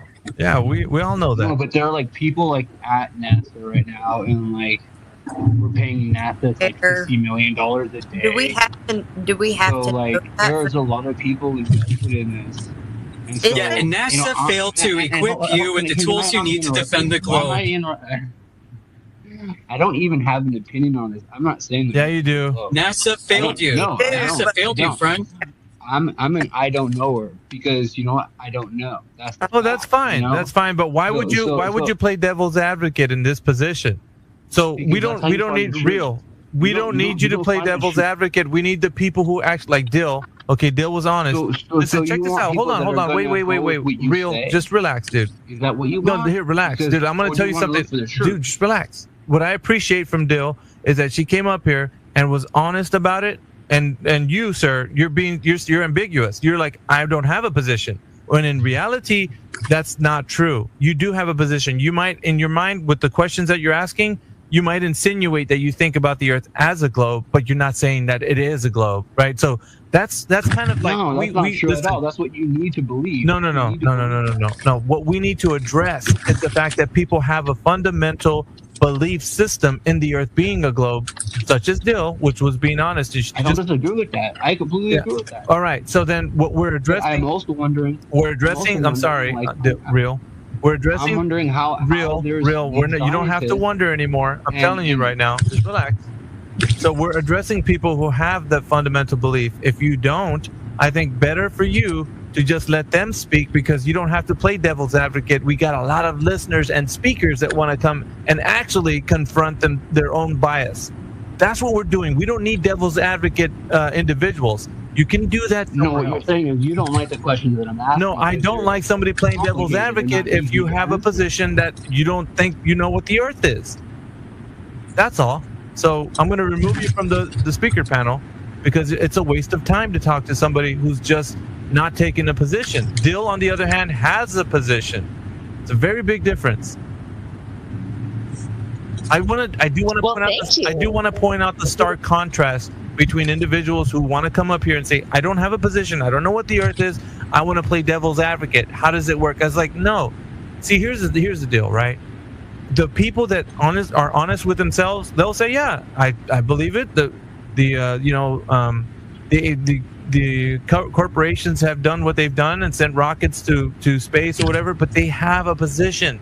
Now, this individual says, I don't know what the Earth is, but let me argue for the globe. That's not going to work. We're not going to do that. Alpha, people do that all day in my space, and I ask a simple question right off the bat. It's what shape is the Earth? And people do not want to answer. They'll do whatever they can to not answer that. They're, I don't know, but I got a few questions for you. That's all. Yeah, but the thing I'm looking for, right, is to get a good dialogue, to make sure that people are actually saying, look, I'm just going to be real with you guys. This is what I believe, so let's talk about it, whatever. But when somebody's being ambiguous, well, I don't know if the Earth is flat or a globe, I'm just in between, but here, let me take the side for the Earth being a globe. It's like, no, that's not going to work. We don't need people playing devil's advocate. We need honest individuals. That's an admission that the scientific establishment failed to educate them on the globe. You know, if there was all this evidence, all this data and research and reason to believe in the globe, then you don't need to be ambiguous about it, right? And that's the way Dill's being too. She's like 99 million ways, and she can't say one kind of thing. Yeah, I do. Listen. Yeah, all the things except the thing we're asking. Yeah, for. I listen, and I do. Listen. Hold on, Bill. I will say this. I will say this. Just I know Dill's position because a lot of people fall into that category, but Dill does think that the Earth is a globe. Now, the other gentleman didn't think that. You get what I'm saying? Like even if Dill has her position or whatever it is, she still thinks the Earth's a globe. The other guy, he said that he didn't know, and then still wanted to argue for a position. That makes it very difficult for us, and like the conspiracy was saying, for us to address anything that they have to say, because we're not actually addressing their points, we're addressing a hypothetical point that they're making up. Like, that's what I'm saying. That's dishonest. We want to address somebody for just what they think, and that's all. Yeah. What did the host label or title this space? What globe? Yeah. So we're asking for the globe, not your uninformed view of flat Earth. We don't want you to come ask us questions. We're asking you a question in the title. What globe? It's an untenable position to have an ambiguous, agnostic view on what the Earth is. We can't talk about anything because your position is moot. So we can't have a conversation if you say, well, I don't know what the Earth is. Well, okay, come back to us when you find out, then we can talk. Other than that, we'll talk to the people who believe the Earth's a globe, and then we'll have a better dialogue. Devil's advocates, I don't like that. Not for this space. I think it's worse than it being a devil's advocate because they are coming in with ambiguity, which means they can't even steelman one side of the argument or the other. So it's just more arguments from incredulity and ignorance. Exactly. Like, be able to steelman your opponent's position before you come at them, acting like you know their position. So it's better. Yeah. So if you're personally ambiguous on it, then tell us what you know about the globe claims, or tell us about how you have come to know that flat Earth is compelling. But taking this middle ground is not going to get you anywhere. Yeah, except for they want to escape accountability. And that right there is disingenuous. When you don't take a position, you escape accountability. And therefore, we can't ask them anything because I didn't say that. I didn't say the Earth was anything. I don't know what the Earth is. And that's not going to fly. So next. Yeah, exactly. So if Elon came in here and said, I will take you all in a rocket and we'll go to Mars retweeted my and tweets. come back. Wow. Would you do that? Wow. Do you think that Elon Musk has been to outer space? Hey, Dill, do you got any pull? Can you get him in here? No, I'm serious. We want him in here. I would love No, listen, Elon man, to if come you in could put a here bug right in his now. ear and just say, hey, We'll man. just expose him in front of you and everyone else. No, listen. If you could put a bug in his ear and tell him that the flat earthers want to talk to him, I don't know how that's going to work. He'd probably kibosh our space. He'd be like, dude, just get rid of those guys. He'd probably do He's that. already deleting. He's already in charge. Okay, but he's already deleting your spaces that you've had recorded. So he's censoring you in his uncensored X. Yeah, So, I mean, you know what? Screw Elon. Get him in here. We would love to expose him in front of you and everyone else. Yeah, I don't know. Put him in front of Indio or AI. That would be so awesome. I mean, him as a person, I don't know. He's not that bad. I don't know if people have a real bad. Listen, I think he here, could buddy. become a flat He's earther, scam Elon artist. Musk. He's a sky grifter. He's a sky grifter. Just like Whitsit. He's a sky grifter. Oh my god. I don't know. I mean, right, guys, it's been a pleasure, but I've got to jump out, so I'm going to say goodbye to you. All right, hope you have Jedi. a fantastic day. Have a good one, bro. Appreciate it, Alf. Thanks. Love you. See you tomorrow. Thanks, Patsy. Love you all. Take good care. Take good care. See you, man. I think we could convert Elon Musk to a flat earther. I really do. I think he believes all this horse shit he's been lied to by people in his orbit. We'll ask Dill if she's got any pull to go over there and maybe just say, hey, you're not like, busy. hey, Elon, have you ever been to outer space? If I had any pull with Elon Musk, do you think I'd be on a Twitter space? Do you think that Elon Musk would go to outer space? Arguing with us. No. Do you think that he would go to outer space? listen to the words I'm asking you. Yes, he would. Oh, so why hasn't he already? He's too busy getting Doge like pumped up. Actually, has he not? Would you No, he please give hasn't. us some No. confirmation whether or not he has? He hasn't. You know, to much to people's surprise, he has not. Dude, you should tweet about it. Go ahead and tweet about it. I will. Yeah, Like, why wouldn't He's the in guy trouble now. that advocates for outer space so much that he wants to go to Mars, he never been hasn't there. even been to outer space? Dude, that tweet is gonna be fire. I just gotta say, maybe I might even join in on that tweet. But listen, it can't come from us because our we'll be found out. It has Outer to come space from like is Bill. a fairy tale. It doesn't exist because No, it's but a just for the- standing just- violation of the second law of thermodynamics. That's why Elon Musk has never been to outer space, because it doesn't exist. Well, but check this out, man. We gotta get it. We gotta get the tweet from somebody who's like not attached. So Dill's like the perfect agent, you know. Yeah, we'll that's right. send Go her in- ahead. Go ask And that your way, priest why she's he gonna be hasn't like, been. no, but she's gonna be like, no, I'm just curious. I just want to know if you've ever been to space. Just can you tell me yes or no? Like, what are we at with this? And if he's like, I mean, we got people that go to space, but I don't. And then it'll be like, man, it'll spread like wildfire. Actually, I think- we have to get a much younger, cuter woman to do it. I think if we get to ask Elon, if we get all, and then there's a bunch of you level 1 Globies who have jumped in today and mentioned Elon. So if you guys all make a coalition and retweet together, I think you could gain some traction. I mean, that's the second person just today. AV, they're like, well, what would Elon think about flat Earth? It's like that's the guy we got to ask, I guess.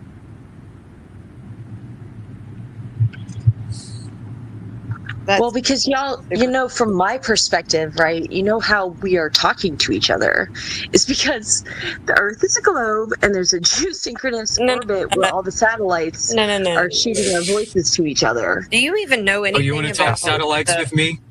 I'd love to talk satellites with you. Oh, okay. How do you think spaces work? Definitely not through How do I think satellites. space works? Yeah, you think you know what satellites are. I mean, a lot of people do, but they don't. Yeah, I would honestly, I would ask you that if you don't think that this is ground-based, then how would you verify satellites? Because satellites would need to have some sort of, trajectory, right? And just as a matter of fact, they are using a flat Earth. So I do want to 100%. I know this is gonna suck what I'm gonna say though, but I do want to leave on a high note because we did such a great job today, and I do have to unplug because it's 7:00 in the morning. So I've been going on for what is this? Let me see the space. Oh gosh, 8 hours. It looks like. Jeez. Yeah, I've been at it for a while. 8 hours. Yeah, dude. We need a way to hand this off to someone. Dude, this would have been great for Nathan to come in Oakley. here. Yeah. Yeah. Amish, We're gonna why be don't in you talks. start a space? Yeah. Well, any of you guys start a space. It's pretty easy. Oh no! Yeah, Been here for everybody- 8 I got to be in the hours. office and start calling people in 30 Yeah, minutes. he's going so to work. It's kind of tough for me to do. Everybody's gonna part their ways feel or ya. whatever. But The check this out, man. you go ahead. Well, hold on. Before we end the space, I do want to remind people that we're going to be doing a continuing series. This is episode number 22. Please check back to all the episodes that we have prior to that on my profile page, and you guys will get acclimated with all the people that are in here. And then you'll start to be like, hey, there's AV, there's Flatsy, there's Amish, and you'll start to know all of us. But on top of that, don't forget to shoot us a follow, each and every one of us. Of course, 24/7. It's brand new to X, so we're kind of carving space out for us here. Yeah, and then we'll catch you the next time because I'm maybe might wanting to do one tonight, which will be hopefully you guys can join us back again because we always get it crunk in here. You know the way we do things. We're not boring. We keep it active, live, fresh, in your face. It's what we do, right? So appreciate everybody that's joined us. And if you think that the Earth is a globe still, that doesn't bother us. Keep thinking it.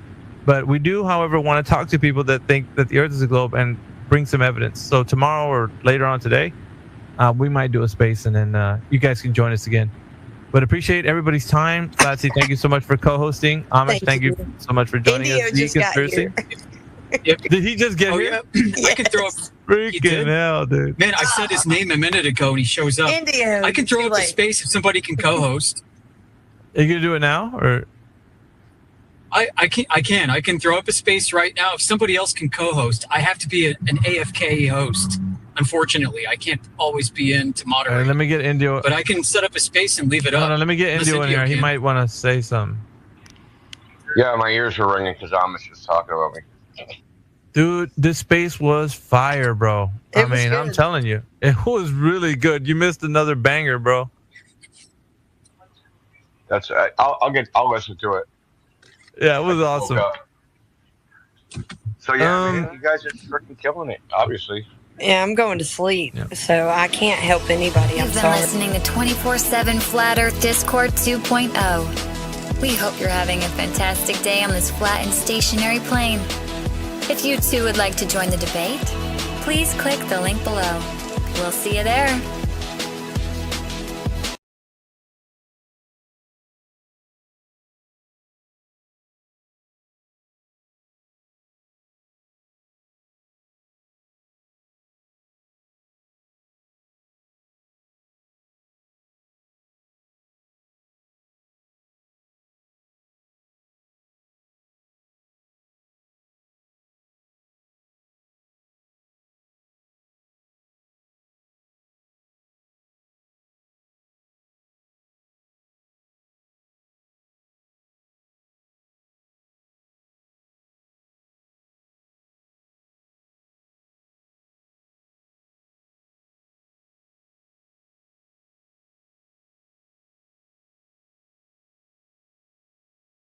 They went on the tactical channel, which everybody has, right? Everybody's got it in their earpiece.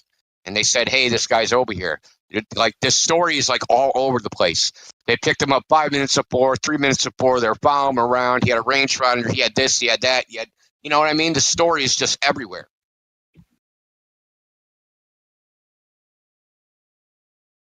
Yeah, fishy. Off.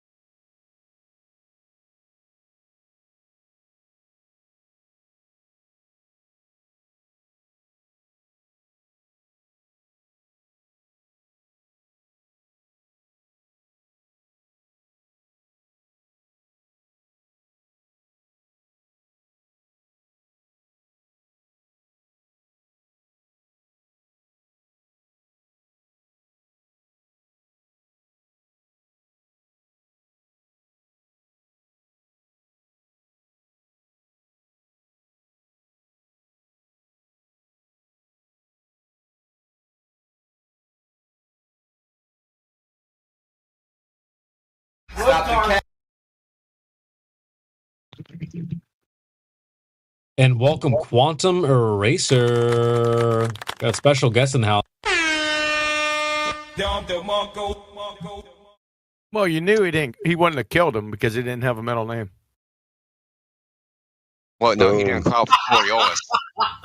That's why he missed. And no, Coriolis didn't do the calculation. He got his latitude wrong. So, like, he put in the wrong latitude, did the calculation, and fucking Trump lived. I think he was a flat earther. Yep. He also wasn't a Marine or an actor. Wait a second. I thought this was 24/7 Flat Earth Discord, not politics. Politics Discord. Wrong. Oh, I'm sorry. I'm sorry. The owner of the server's in here. Forgive me. I'm a worm. Technically, the same politics. You are This fake is news. this is just some fucking dude getting shot at. Listen, man, we got to talk about this a little bit. It's so fresh. And everyone was being shy. As soon as they bring up Trump, now everybody got something to say. All right, it's not. You're welcome. It's not fit though. Maybe fresh. You know what? It's fresh and fit.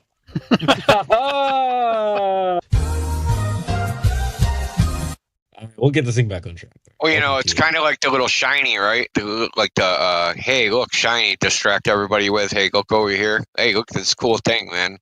This Trump thing. Talk about this for 3 weeks. What else is happening that we're not paying attention to? Man, I got so much to say about the situation. It's so funny, dude. I don't even want to. Yeah, I wonder what they're writing in those political books. What they're busy trying to. There's things they're trying to pass at the moment. The laws they're trying to pass overnight in 24 hours. They put these massive, big 1,000-page things into Congress, and they try and pass these laws. I wonder what ones they're trying to pass right now while people are distracted. Yep. Oil. Where's the oil?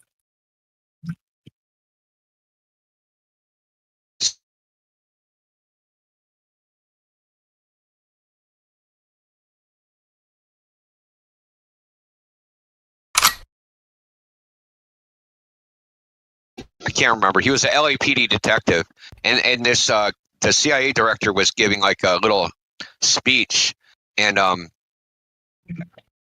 Rudolph, fuck, dude, I can't. He wrote a book called Crossing. Anyway, they recruited him. The CIA recruited him. He was an LAPD detective. They recruited him to make sure that their drugs got into South Central LA because they were using the cocaine to fund the Iran-Contra type deal.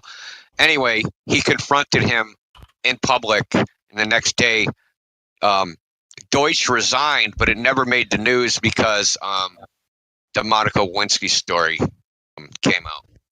So nobody knew or found out, at least at that time, it didn't become public knowledge that the CIA was running crack cocaine into LA.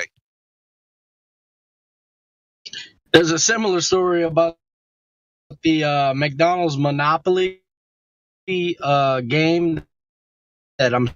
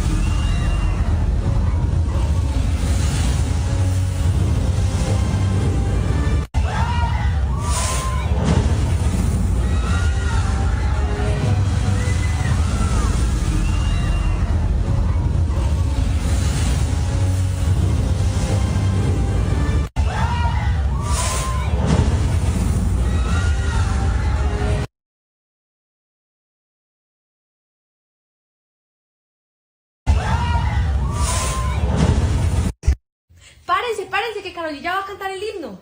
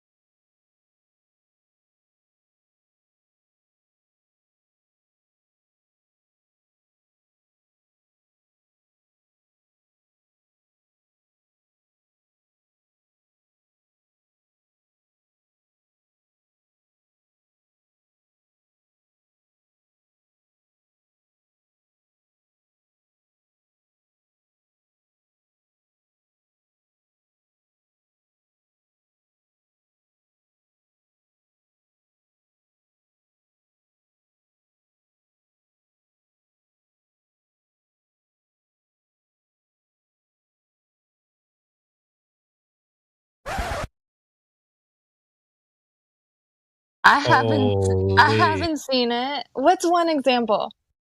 Well, you don't see double speak, you hear it. Right. I haven't observed it with my ears. He goes out of his way to list off a bunch of things that he can't prove as facts, like the voltage in the air and how it increases like uniformly, that kind of thing. Like there's an like the exfoliation, electric downward bias, and he'll say that stuff like it's a claim that he's making that he's not backing up, just so that he can get into the ether conversation instead of saying something like Well, I think that stuff is true. Like, She thinks that stuff is true. Take it easy with the fucking sound. yeah, I don't know the electric gradient. I don't know about the electric gradient of the atmosphere, but atmosphere, that's a paradox. Why don't you ask him to prove that next?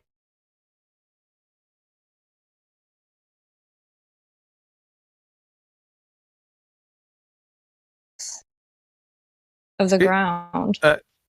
It's negative. It has a negative. You know charge. what's negative? What? Your fucking hearing aid when I'm speaking. Shut up, bitch! Oh, damn. Holy shit. So you're What'd you say? So you're an ether believer? Mm-hmm. Really? What's ether? Well, I don't know. It's kind of a mystery. Well, you believe it, but you don't know what it is? Holy shit, love. Doesn't that sound like some globers talking about gravity? What the hell? Yeah, I mean, the ether is not really something that I know a lot about, but that doesn't really have anything to do with the charge of the sky. Yeah, but that's the way he'll preface the conversation. He'll preface a bunch of falsities so that he can bring that up in any conversation that he's in. Their debate with his meat hooks. You hope you can see that in your brain. Meat hooks. Meat hooks. And he doesn't claim to be a flat earther. He claims to be a true earther. Earther. What? True earther. True earther. He has no problem with being called a flat earther, though. That's all right, love. You could just go onto my channel, Quantum Eraser, and just go to playlist and hit Witsit Clown. There's over 26 hours of double speaking contradictory lies gone over step by step. Well, that's great. I'm out here looking for truth. I'm not here trying to find an echo chamber or something. So I appreciate it. You're not here looking for truth, and you're not trying to find an echo. What? What does that have to do with that? I said I'm not trying to be in an echo chamber and just have my thoughts reinforced by other people. I'm trying to seek truth. What does that have to do with my statement? I'm saying I appreciate you letting me know about Witsit if it's true what you're saying. Thank you. Oh, it's true. Yo, Kiwi, man, I got a question for you about Witsit. I've been gone for a few years, and the last time I was here, you guys were all in the same squad, same team. So what happened? Long story short, I don't need all the details. Sure, he went retard. Okay, then. Fair enough. Simple. Yeah. Simple. Damn, bro. He's part of the Globe Dumpsters crew. Him, Hanoi Jaren, and that fucking idiot David Shyster. They're scammers. There's evidence of the scam. I'm gonna save this one too. This is a good one. You can join him and Hanoi Jaren for a dinner party. It's at 16 minutes after the hour. It's a Zoom dinner party with Austin and Jaren for $249. Golly. So they could talk about how much they don't know about the flat earth. Fucking idiots. Yeah, just tell them to mute their mic. Take their microphone away, bro. Listen to this Austin Shitsit when he goes on any fucking quote unquote with his meat hooks debate show. That fucking idiot will talk everything about anything about flat earth. He'll talk about the dielectric incoherent, dielectric acceleration, the geocentric model, which he can't prove. Everything but flat earth. Why is that? The light's already there. The light's already there, but it travels. That's his number one proof for his ether is light travels, but then he said it's already there. It doesn't travel. It has a And then it speed, gets and it slowed doesn't down. have a speed. Oh my God, man! What? Let QE cook, guys. Come on. Only I'm allowed to interrupt. Can you wait till I take a fucking breath? How about that? It's just a fucking idea. Never mind.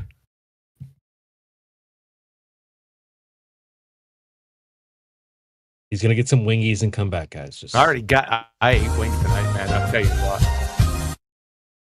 And if it's not somebody fucking interrupting me, it's a dumb fuck soundboard. yeah, tonight is my timing is off, bro. All right, GE. Shut up, platypus. Yeah, see, we're both thinking the same thing. My bad for calling you up, platypus, on Nathan's show. I thought it would go good, and it totally.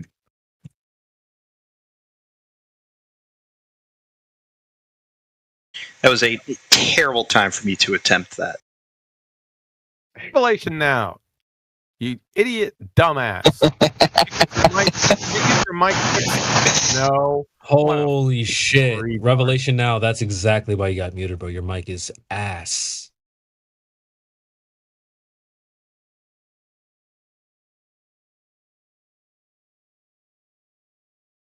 Go on. Carry on with your stupid shit. So what the hell happened, platypus? He got his ass tore up by Nathan the other night. Oh yeah, that's just being caught totally unprepared. I did start all of that by saying I really wasn't in a position to be talking, but somebody asked me a question, and then I fell into Nathan's questioning. You guys are always sewing a shirt, or I don't. What are you guys? You guys are always busy doing some other bullshit. None of you guys ever have time to sit down and get cooked by Nathan Oakley or Quantum Race. Oh, sorry, I'm busy doing the dishes right now. Don't you have somebody to do that for you? Actually driving with his family, and I kind of felt bad because Nathan was like, "You're getting embarrassed in front of your whole family." Having a Hellcat is not for the weak, ho.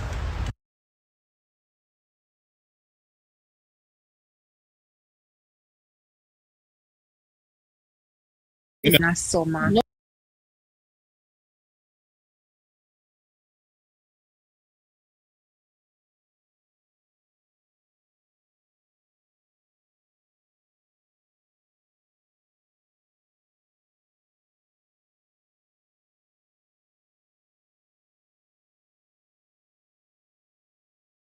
Oh my God. Yeah, that's an L, bro. Here we go. Yeah. Where's Indio at? Oh, he's on mute. Yeah, this is the politics server. You know why he wasn't killed? Cassidy. Don't let me. Because he was shot in the ear and not in the head? No, because the guy that shot him didn't have a middle name. Oh. But he'd only have a middle name if he killed him. Yeah, that's ipso facto the contrapositive. Gosh. We're on YouTube, so I can't ask her the question I want to ask her. But should we get this thing back on track, or because I'm about to go way off topic? Well, how fake is fake? Here we go.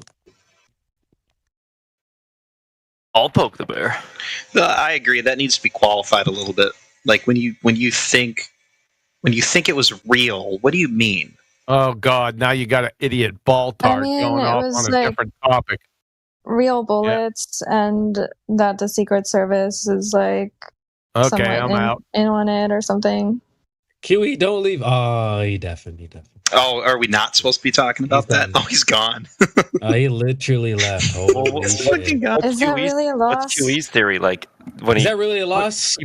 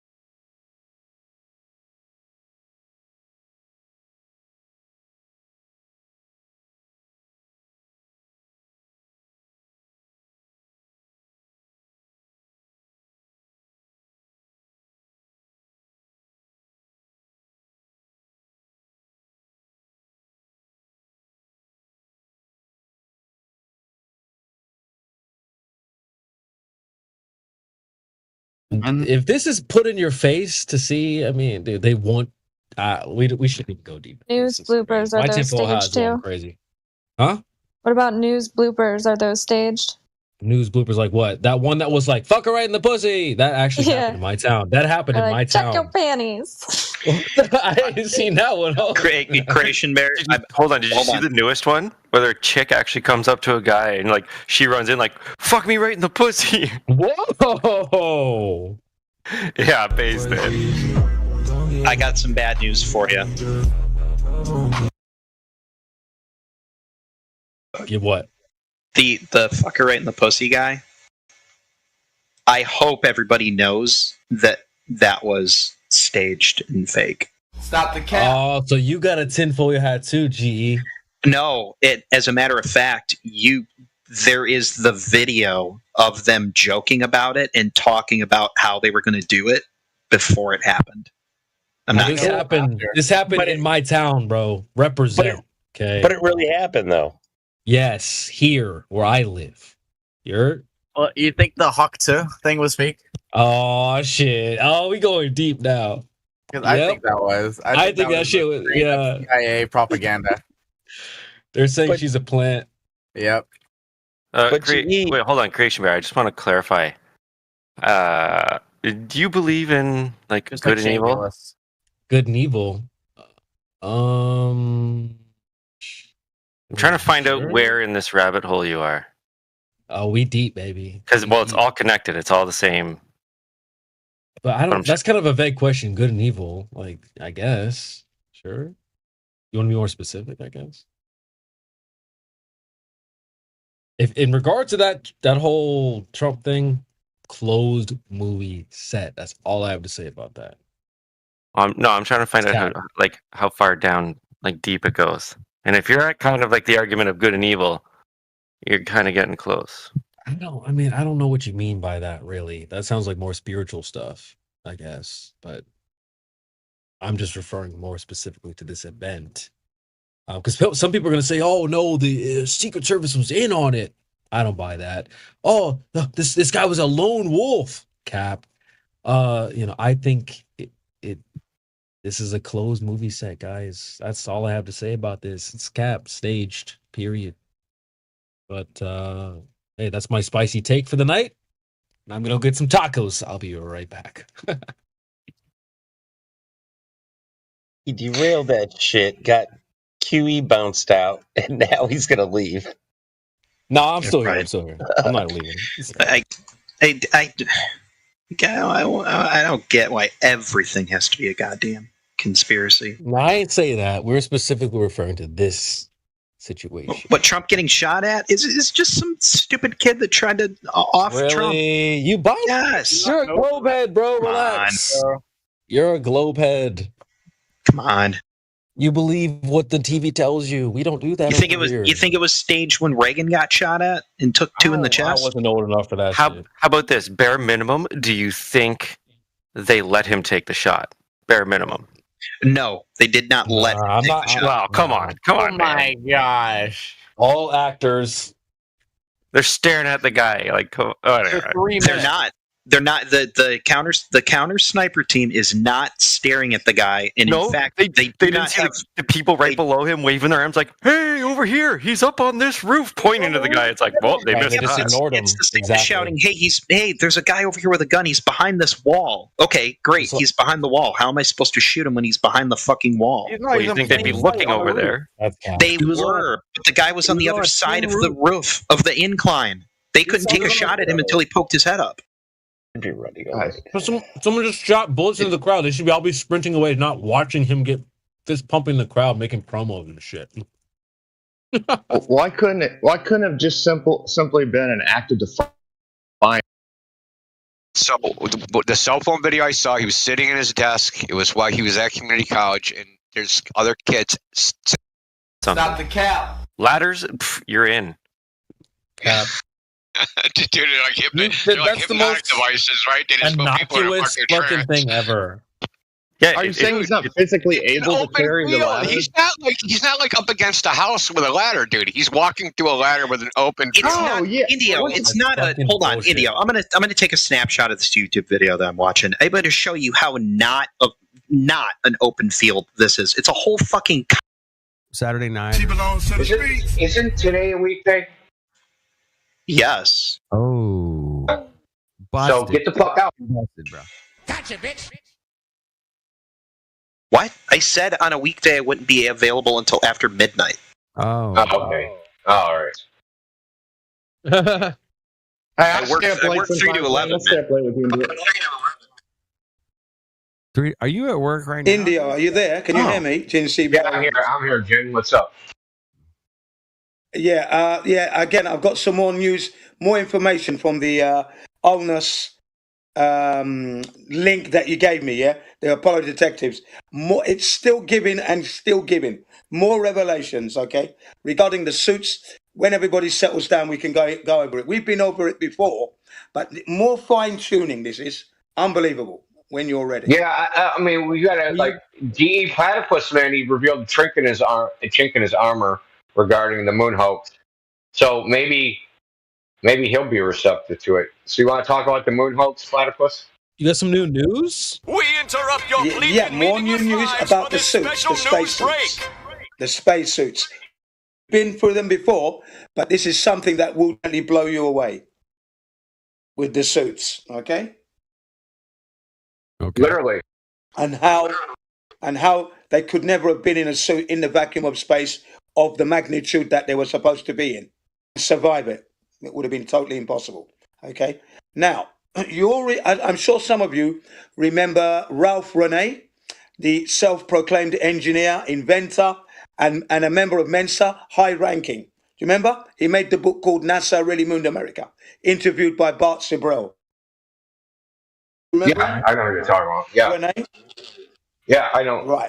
Right. Now, he invented the rubber glove in the vacuum. Do you remember? 4 psi. Okay? When it wasn't switched on, a lot of dexterity, and he could pick up small things and that. Okay, good. Switched on the machine, and suddenly the glove had stiffened up, and he found it hard to clench the fist. Dexterity of the fingers was lost, and his arm was getting tired from the fist pumping and squeezing and opening and squeezing. Do you remember that? Anybody? Ralph Rene. Has anybody seen that? I do. I've seen it. I've seen all that shit. Okay, yeah. Fantastic. I know you would have. Anybody else? Okay, so about now is the spacesuits. Now, within the suit was said to be 3.7 psi. I usually round it up to 4 psi back in the day when I was talking about it, just to make it easy to remember, but it's actually 3.7 psi.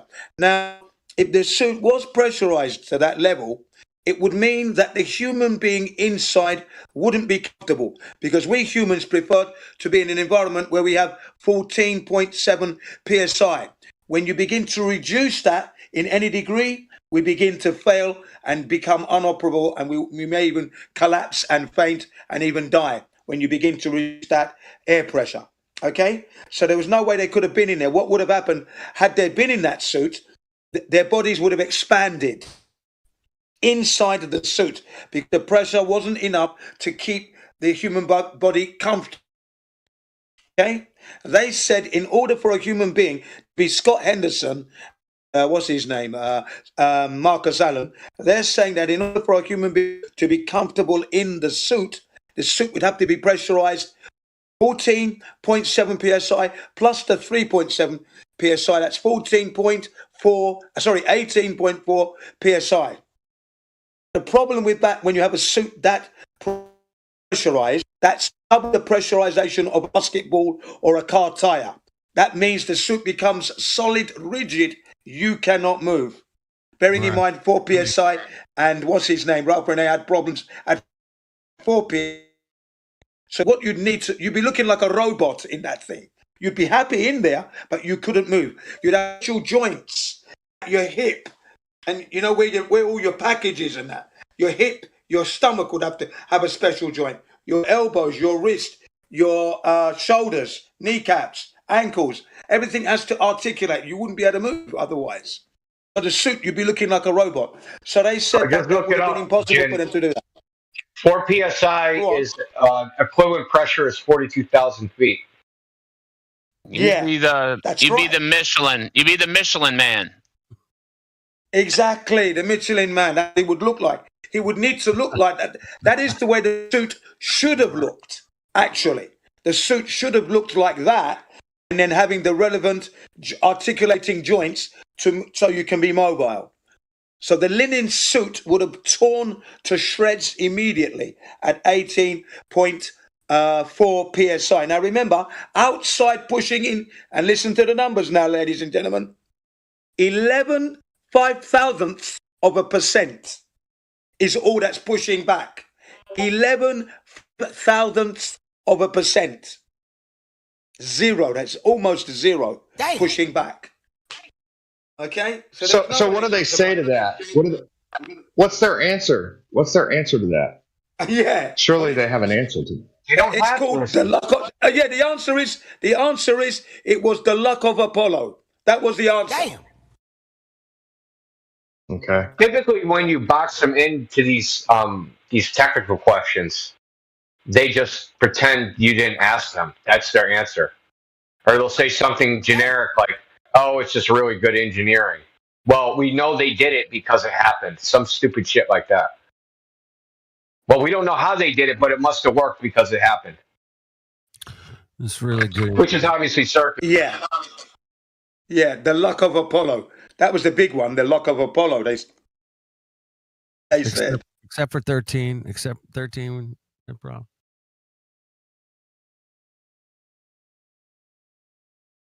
Apollo 13 didn't make it to the moon, man.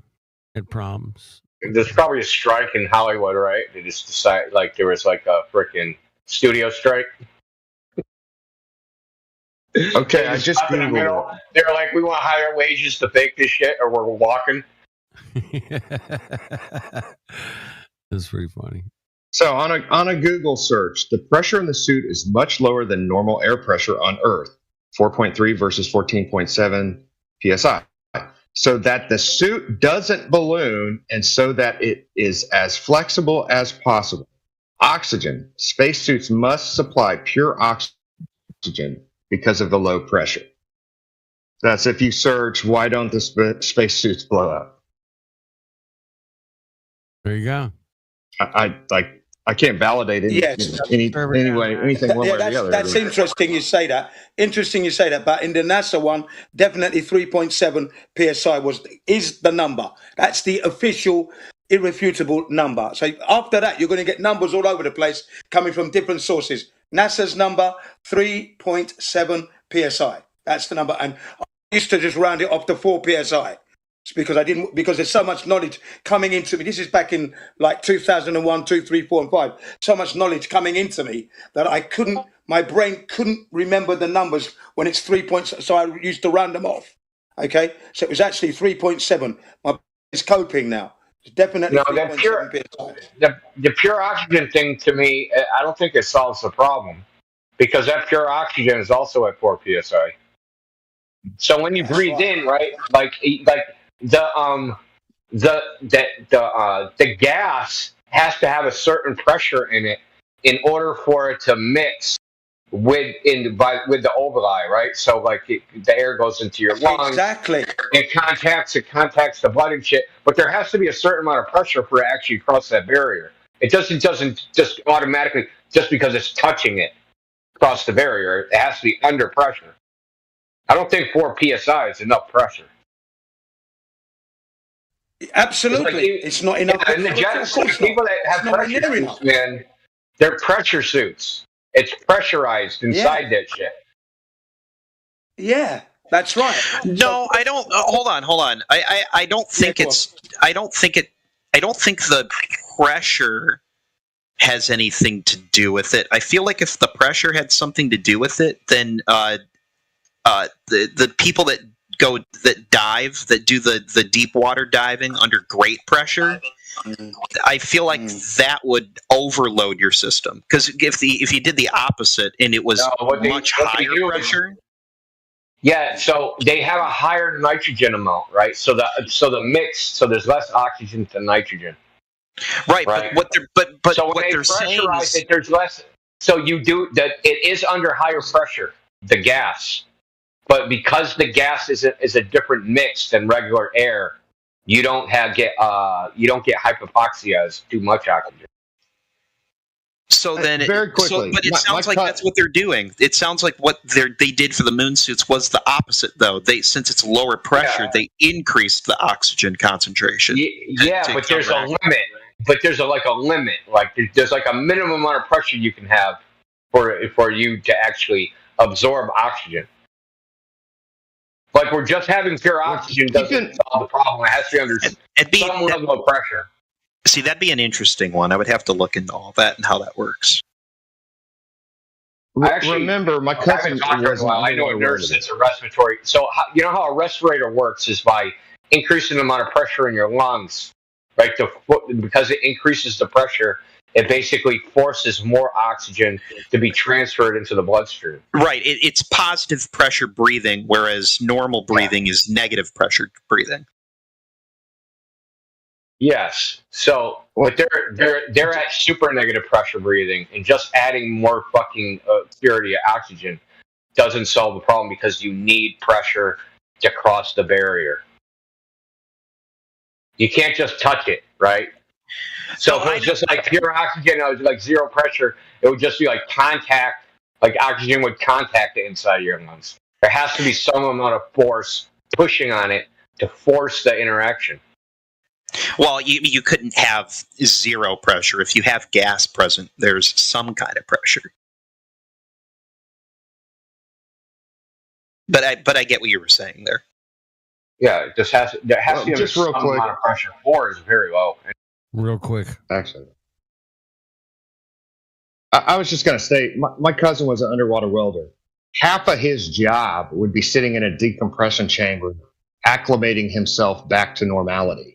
So like they would go down there, and then for days, like 4 or 5 days, he would have to just sit in this decompression chamber as it got him back to normal. Yep, you have to get you have to change you have to change the nitrogen concentration in your blood. That's what gives you the bends. Coming up too quick is what causes it. If you stabilize yourself as you're coming back up to the surface, you don't have a problem. So they're going in reverse, right? So they're going into like a lower pressure environment. So was it 4 psi inside the Apollo capsule, the lander? Was it 4 psi in there?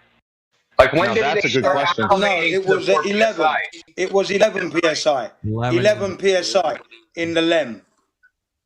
11 psi. 11 in the LEM. It rhymes. Well, I'm wondering, is that why they have to be in a spacesuit, like even when they're getting in the rocket, like to launch? Do they spend all that time in the suit changing their? They do not. No, they changed in the LEM, dude. But guess what? They have their transcript of everything they did, but they don't have a transcript of them changing into their spacesuits, which is another problem. So they wrote down everything. They took all the transcripts at Houston.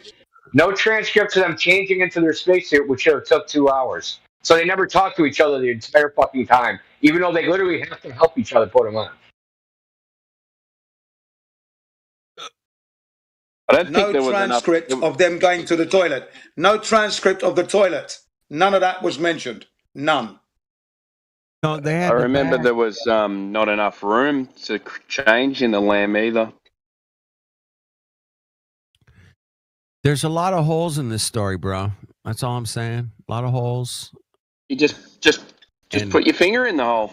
You got to put your finger in the hole and make sure you don't poo-poo. Yeah, that's what they were doing, man.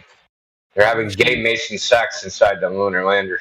Don't you be making don't you be dropping a deuce in that spacesuit, man. It costs $27 million, dude. No, I said this is you want to bring up something that when I hear something I've never heard about it before, I got to think about it and go and look some stuff up to see what's going on. It's going to be the moon landings. Yeah. I'm What do you care? You said confident, you but don't not- believe in the moon landings either, though. No, I didn't say I didn't believe the moon landings. I think it's far more likely that they happened than they didn't happen. But I can, when I look at the moon landings, I can 80%. see, first and foremost, I can see a motive for lying about that. I can see why people would want to fake that. 80%? Didn't you say 80%? Yeah, 80%. Yeah, so that's not more likely. You said 80% that they didn't land on the moon, correct? No. I said 80% that they landed on the moon, but it's not 100%. Okay. Yeah. All right. Sorry. No, totally impossible. Anyway, I posted the link. That was his olive branch. Everyone talking. I have The posted 20. the He gave you a link. 20% olive branch. Sorry, Jin. Yeah. Oh, Hey, we'll yes, take okay. it though. Okay, I've posted the link to the Apollo detectives of what I was discussing. It's just one drop in at least you've got a 2 or 3 year study from that site. Okay? Just one drop. One little 30 minutes. Okay? If you embark and you go into that link and you want to search, you're in for a 2 year at least of studying. No doubt. Okay? So good luck. And as for going to the space, that's totally and completely, utterly impossible. The vacuum will murder whatever you put in it, in that space, in space. Whatever you put in it is going to die. And whatever's inside the spacecraft will die with it. They're not making it to the moon. Okay? Wait. The outgassing phenomenon Is Platypus a outstrip the rocket. moon lander believer? Yeah, 80%. Yes, he is, isn't it? I am 80%. I am. How do you quantify that? How do you quantify 80%? Yeah. I feel it's more likely than not that it happened, but I can see a lot of reasons why people would want to fake Why not 55-45? Because then it's just this internal feeling. Yeah, but you can't quantify that. Somebody asked me to put a number on it earlier, so I put a number on it. Yeah, I asked him to do it. He was 95%. Yeah, that's fair. He was 95% on the Trump and Lee Harvey Oswald situation. He's 80% on the moon. So he offered us that olive branch. Okay, what about the globe? An obvious He's already said zero. Obvious He said asked zero. me. Obvious asked me in the chat to elaborate on what I think the motive to lie would be. I think the motive to lie, the most likely one, would be the U.S. and the Soviet Union trying to get a one-up on one another, and just being able to say that it was just a matter of who's got the bigger dick. Being able to say that you actually managed to get to the moon Russia and before the America are Soviet not Union. enemies. That's called propaganda, bro. Russia and America, hang on a minute. Russia and America and China and Britain, they're not enemies. They're not enemies at all. So if you think Russia is an enemy of America, then you're very, very naive indeed. Okay? Because they're not enemies. Now or at any point in history? At any point in history. No, come on. Not enemies, bro. It's all made up, bro. It's the wars, you know. I think a lot of they're fighting they're fighting a common enemy, and it's the people. That's it. It's all part of the show. destruction of the truth. Yeah. That's what they fight. I mean, hey man, we got a bunch of buildings over here we found. Whilst what do you guys want to do with them? Hey, let's have a couple world wars, and we'll destroy fucking 80% of them. What do you think? Okay, that sounds good. Let's do that, bro. Cocksuckers. Bastards. Yeah. Well, hold on, real America quick. supposedly went to. Hang on. Okay, yeah, go ahead. No, go, Jen. I was just going to ask him. We were talking about motive. Jen, you go ahead. Yeah, you go ahead. Okay. If you can hear me, I was just going to say that whilst America was supposedly going to the moon, Russia supposedly went to Mars at the same time. Okay? There you go. How about that, Mongos? Check that out. That's a fascinating, interesting fact there, Jen. Wow. I like that. I love a left fucking curveball. Can you imagine them both sitting around going, "Can you believe these guys believe that I went to the moon and you went to Mars?" I mean, hey, can you believe that the entire world was shut down for 2 weeks? I mean, 2 weeks to flatten the curve. I mean, it was 2 weeks to flatten the curve. You guys know about that, and they flattened the curve, man. Yeah, flatten the curve. Yeah. They did it in like 2 weeks. It was amazing. You guys remember that? I mean, why would they lie to us, man? I mean, whatever, man. You guys remember that shit? Anyway. I remember that. That was 2 years. That was at 2020. Oh, 2 years? 2020. Wait, 2 weeks to flatten the curve. Yeah, man. You said it was 2 years? What? It took 2 years to flatten the curve, not 2 weeks. Oh Yeah, my still God. going on today. They told us 2 weeks. They said we move a little bit slower down here. Hey, was there ever a news report that said, "Man, we flattened the curve, bro. We did it, bro. We did it." Godspeed. Yeah, 24/7 Flat Earth Discord would like to thank the government for flattening the curve. Flatten the curve, bro. Thank you, government. There was that video on YouTube where the White House representative said, "We're going to flatten the curve, and the Earth is not flat." Remember that one? Dude, I don't remember that. I don't remember that. Yeah. Dude, I'm just gonna ask. I wasn't. Hold on. I'm gonna ask very nicely. Whoever keeps changing my name, Mongo. Quit changing his name, Mongos. Stop it. Yeah, come on. That's the height of disrespect. That is the same. When you do that, that is the same as taking your shoe off and throwing it at somebody you don't like. Okay. That's what we do in Islam. Islam, that's what we do. Does GE think the curve was real? Wait a minute. Hold on. Where we go? All right, Flat. Go ahead, bro. Depends what your name was changed to, whether it's funny or not. It wasn't funny, man. GE Platypus. It's same name. It's the same name. I didn't see the name change, man. What was it? Platypus. What did they change it to? somebody changed it to GE Mongo, which I don't even know what that means.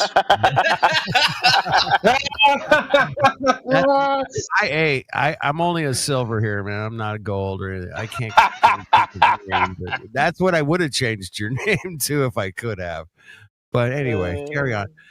That was funny. Who did that? Don't take it personally, Platypus. My name gets changed every time I come in here. It's not that I'm taking it personally. It's just the one thing that I ask for when I hang out in here. Good, man. I got one thing too, man. Although I'm paying attention to when it happens and which mods are actually in here, and the case is building against Creation Bear, despite his frequent denials. I think I know who it is. The only other person I believe it could be is muted Indio, and I don't think Indio is doing that to me. Nah, it's someone else, and I'm not telling you who it is. I think we all know who it is. Well, I originally blamed Matrix, but I was assured that Gold Pluses cannot change names. No, we can't change names. Those guys can't change names. Only mods. No, anyway, Platypus. Basically, what I'm trying to say to you is that if NASA did go, they would have to have contended with 3 radiation belts, okay? The closest one to Earth is at 247 miles on the Earth's surface. At that time, would have been 250,000 rems. That's instantaneous death, without a doubt. Then they would have gone on to 400 miles where the Van Allen radiation belts begin. Not only that, they've also got to contend with the cosmic ray particles traveling at 8,000 miles a second. Now, that's 616,629 miles per hour. And for every square centimeter of the spacecraft, they would be hit with 4 particles per second every second. So it would be like trying to fly a spacecraft through a monsoon of cosmic ray particles. What are cosmic ray particles? This is the material that is shot out across the so-called universe from when stars go supernova and die. Explode and shoot this material, and apparently the space is awash with all that. Then you've got the solar flare events, protons and photons coming off the sun that change your DNA, gamma rays, X-rays, neutron rays. Okay, and NASA was not prepared for that stuff at all. They did not have the required shielding. Cosmic ray particles, you're going to need 2 meters of shielding to contend with that. That's 6 feet of shielding around the spacecraft. That wasn't done. Radiation, minimum, you're going to need 4 centimeters. 10 centimeters, which is 4 inches thick of aluminium around the capsule. And according to Bill Woods, the rocket propulsion engineer for NASA, stated that NASA could not fabricate such a shielding because it would have been a problem for the F1 engines to lift the Saturn V rocket up. The payload would have been too heavy. That's in a documentary called What Happened on the Moon, parts 1, 2, and 3. Okay? So, this is what NASA would have had to contend with, and they were ill prepared. What say you, Platypus? What say you? Oh, God. I don't. You weren't listening, were you? No, I was listening. I'm not going to answer any. I'm not going to answer any questions until my name gets changed. What did he say? Wait a minute. Wait, your name got changed? What's your name now? What is your name now? Hold on. It didn't change. What are you talking about? Yes, it did. That's kind of funny. Sorry. No, you know, give it name back. It looks the same to me, man. Why am I just seeing Flat? Yeah, bro. You're acting like a big baby. Hey, or hold something. on. Hold on. Oh, It's not being a baby. It's just ask. I come in here and let you guys listen. I come in here because I like to hang out with you guys, and I sometimes just let you guys throw me against the ropes. Okay. I only ask for one thing. And we Just earned one it. Are you complaining? I only ask one thing of you guys is to not mute me when I'm drunk. I really would appreciate that. That'd be great. Yeah, please, can we have his name reinstated, please? Because it's the height of disrespect. He's not asking for much. They do that to me in Gem Panda, and I don't operate unless they fix the name. I can do it myself, but it's a principle. Don't be changing people's names. Come on now. I agree. We're better than that. Right. Yeah, we're better than that. On. Okay? Let's move on. Like I said, let me just finish this off. In Islam, the highest insult you can give somebody is to throw your shoe at them. Throw your shoe. Take your shoe off and throw it. You might remember George Bush ducking twice from the Arabic reporter. Right, or you could shake people's hands with your left hand. That could be even worse. Oh, that's wicked. That's right. That would be worse in Islam as well. Yeah. Oh, I know it's not an Islamic thing, but I had a truck driver show up today to pick up an order, and I saw that he had I've never been able to say this to someone in real life, but he had some symbols hanging in his cab because I had to go give him the paperwork, and I know that the symbology is associated with Sikhism. And it was the first time in my life I ever had the opportunity to greet somebody with Sat Sri Akal, and his face lit up when I said that. It was really cool. It's called relating to people, man. When you know stuff that the next time you see a Sikh person, call him a Fuddu. Oh, don't do that. Or a Lund. That's I like Lund Bakota. Respect. Hey, now you got your name back, Platypus. Can you answer Jin's question? I don't have my name back. Yeah, what say you, Platypus? I don't want your name back, man. Come on, bro. You just got to go with it, man. Dude, I was rolling in here for weeks, man, with a different name, and it's I just dealt with it. Just get over it. It happens to everybody, bro. I almost want to. I was gonna say I needed to go at 2:30, but I almost want to sit and listen to Flat Earth Dude get drunker and drunker. Hey, I'm only gonna have one more beer. It's not gonna go radical on you, bro. Wait till the weekend when we do that watch party. Yeah, your watch party. What are we watching? I will be getting racked. I might crack open a beer for the 7th time this year. Yeah. It's good. Flat Earth dude's done when he just leaves. Yeah, Doesn't say anything. Yeah, He just goes. that's right. That's what he does. He just disappears. Gone. That's when I'm done. But reality sets So, in, man. so Platypus, what say you with all the problems NASA would have encountered back in 1969, 70, 71, 72? What say you? I don't know about all that stuff. I know. That's right. I don't know enough about it. Yeah. Will you look into it though? Will you look into it? Absolutely correct. I have. I can try looking. It's not the first time. Jin's not bringing up anything that I haven't heard a bunch of times before. It's. Are you sure? Are you sure about that? Yeah, I'm sure. The vacuum. I've told you. I've looked into this. So you know about. Hang on. So you know about the outgassing phenomena, then? You know about that, do you? I don't answer questions when my name gets changed. Look, Platypus, please give me some credit. Give it up, Jen. What I said to you, hang on a second. What I said to you, Platypus, you knew nothing about. Okay? Don't try and smooth it over. Okay? Because I'll grill you and I'll expose you and smack your bottom. So don't do that. Okay? Hey, Jen, you misunderstood what I said. I was trying to tell you that I don't answer questions while my name has been changed. Because it was, again. I do understand that. I understood that 100%. I'm fighting to get your name back, actually. Change, Mongos.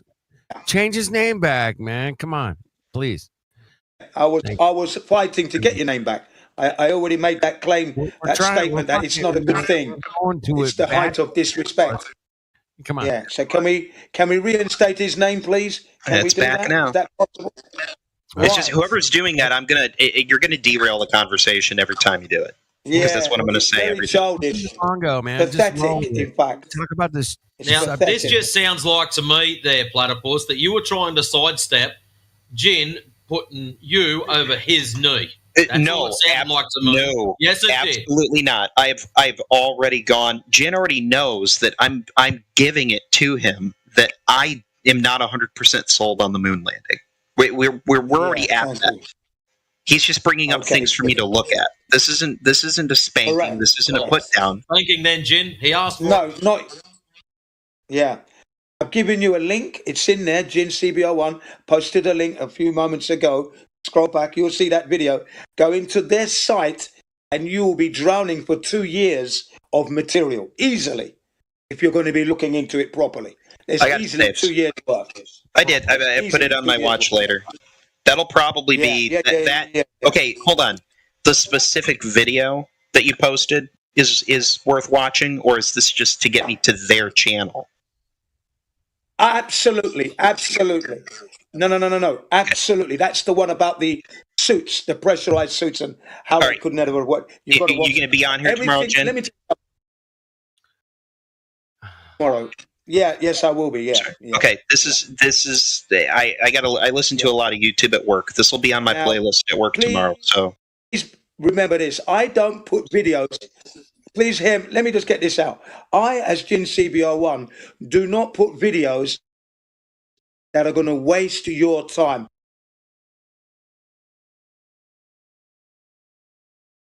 Whatever video I link you to, you must watch it because I'm in the habit of wasting your time. Okay, it's for your benefit. I don't have people coming back to me and say, Jin, that video was shit. You wasted my time. Nobody can say that of me. No one. I don't waste anybody's time because time is precious. Even the Globers. Everything I give them is a slam dunk, take it to court and win. That's all I'm interested in. Not leading you around a mulberry bush. I don't play games. Quick takedowns, facts, no theories, no assumptions, no presumptions, no maybes, might be's, or ifs and buts. It is what it is. That's all I deal with. Jin CBR1. Send me to Antarctica now. I'm ready to go, ready to rumble. And all I'm going to do is talk flat earth to those Globers for the 4 days as they try to pretend about the 24-hour sun. And if they get into trouble, my word is to them, you're on your own, Jack. Man for himself. That's me. Get back, Jack. A monster. Jin, when they get stuck down there, Jin's going to be the first one that they decide sorry, man. We're hungry. You're the first one on the chop. We're gonna eat. Nah, you'd be surprised, man. Wait a minute, man. You wouldn't be able to eat gin. You know why?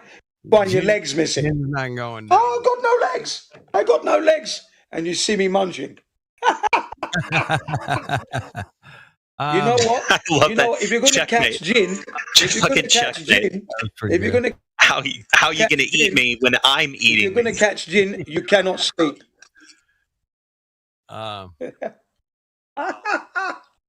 Hey, you gotta not sleep when I'm around. For a moment, that'd be good.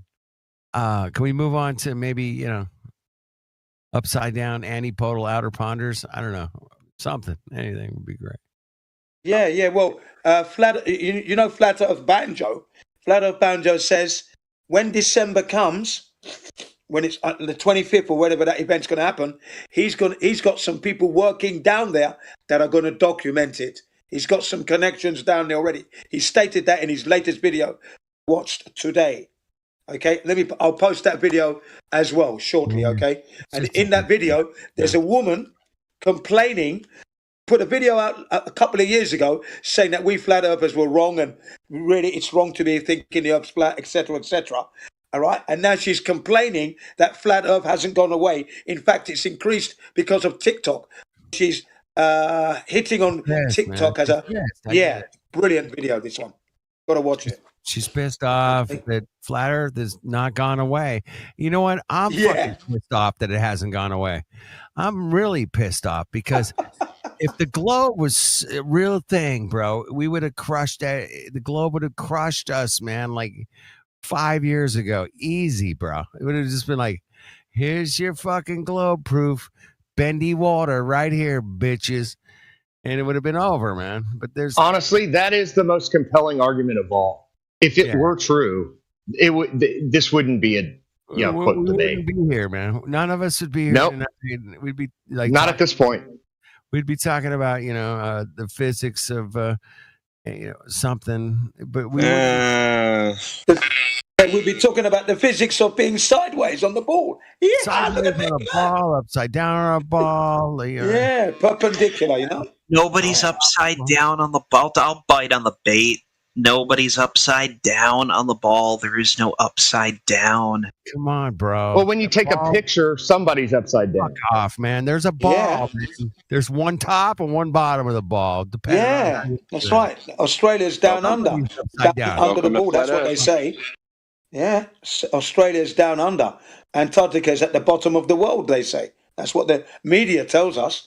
Australia's at the down under and Antarctica's at the bottom of the world. And you will notice, hang on, you will notice that those that are down there, supposedly walking, none of them say they're upside down. I know, I'd be saying it all the time. As I talk to you upside down from the bottom of the world, do you know what I mean? Because it'd be a magnificent thing. They don't even say it, do they? They don't even say it. Oh, he's here. Timbo. You upside down, Timbo? You're upside down. Come on. Chime in. He's got a head rush. Definitely not. Wait, definitely not upside down? That's weird. No. I mean, how could you prove you're not upside down? What's wrong with you? I looked up. Hey, y'all want to know a T-shirt I've been thinking about making? It's the Mercator map upside down, and then Antarctica would be where my head comes out of the top. So it'd be a globe where it's flipped upside down, and then my head pops out of Antarctica, and then it'd be like You have to dye your hair white. And then I dye my hair white and grow a white beard. I go with the mohawk myself, I like that shit. Solid, man. You got to have a mohawk. If you're upside down, you got to have a mohawk. All the way, mullet all the way, no matter where you're at. Who's that? Yeah. Who's that? I didn't know. I didn't catch that. There's a clip from the West Wing, the show, where I don't know if anybody's ever seen this, where they, basically make the argument that they should be flipping the Mercator upside down because, up is down, down is up. And it's interesting, if you search that on YouTube, it's like a 3 or 4 clip where they talk that out, but it's just kind of ironic. And essentially what what they're saying is that there are biases because up is better than down, top is better than bottom, and America is top, and these other countries, South America is on the bottom, and there's a bunch of bias involved in that, and so therefore the liberal ideology is that we should flip it the other way in order to not create these biases. That's it's just right. that interesting I saw tidbit. I saw that video. Yeah, I saw that. And to be honest, if you look at a globe or a Mercator map that is flipped upside down, it does throw you off. Like, because we're so used to seeing it a certain way, it's like, what? Hey, That's genius. wrong. Hey, genius. Don't they call it the bottom of the world? Yeah, why did they do that? Why is it called the bottom of the world? I'm just, anybody can chime in. Why do they call it? Well, that's why I think that it would be funny if we led a campaign because of this is a biased thing that you're trying to make America be on top and these countries be on top. Gender thing, and man. we need to flip the Mercator map. But we're going to call it the geographical identification instead of the gender. I thought that was pretty funny. Yeah, that's funny. We flip everything. We're going to flip everything, man. Flip everything upside down. Yep. Upside down is up, and up, not upside down is up, and we could flip it, man. I think you Australians need to really, really get on a campaign, Timbo, to say, hey, man, we're tired of being called upside downers. Fuck you guys. On the bottom, yeah. Why are we on the bottom? Bottom feeders. Why are we? It's a ball. There is no argument to that, though. That's what's funny. Like, if you actually, that's what was funny about this clip. Like, if you propose that, like, there is no argument. That's a fair argument in their case. Exactly. Timbo, you need to get together with your countrymen and figure out how to sue the world, because you're actually not upside down. You're not actually upside. Wait. Yeah. Hey guys, it is past my bedtime. I have got to take off. I will be back on tomorrow night. A platypus is a nocturnal, mate. So get some rest. Have a good day at work tomorrow. And he's gone. All right. So we move along, and somebody's upside down, somebody's not. But in platypus world, man, everybody, there is no upside down. Hey, I'm not gone. Somebody changed your name again. Fucker, Mongos. You just moved from my perspective. I could see there's the G. It goes alphabetically, right? Anyway, the platypus is nocturnal, though, don't you, platypus? Yeah. That's why he does night shift. I'm nocturnal too. That's why I do the night shift. You got to admit, platypus and a flat Earth Discord is fun. Anyway.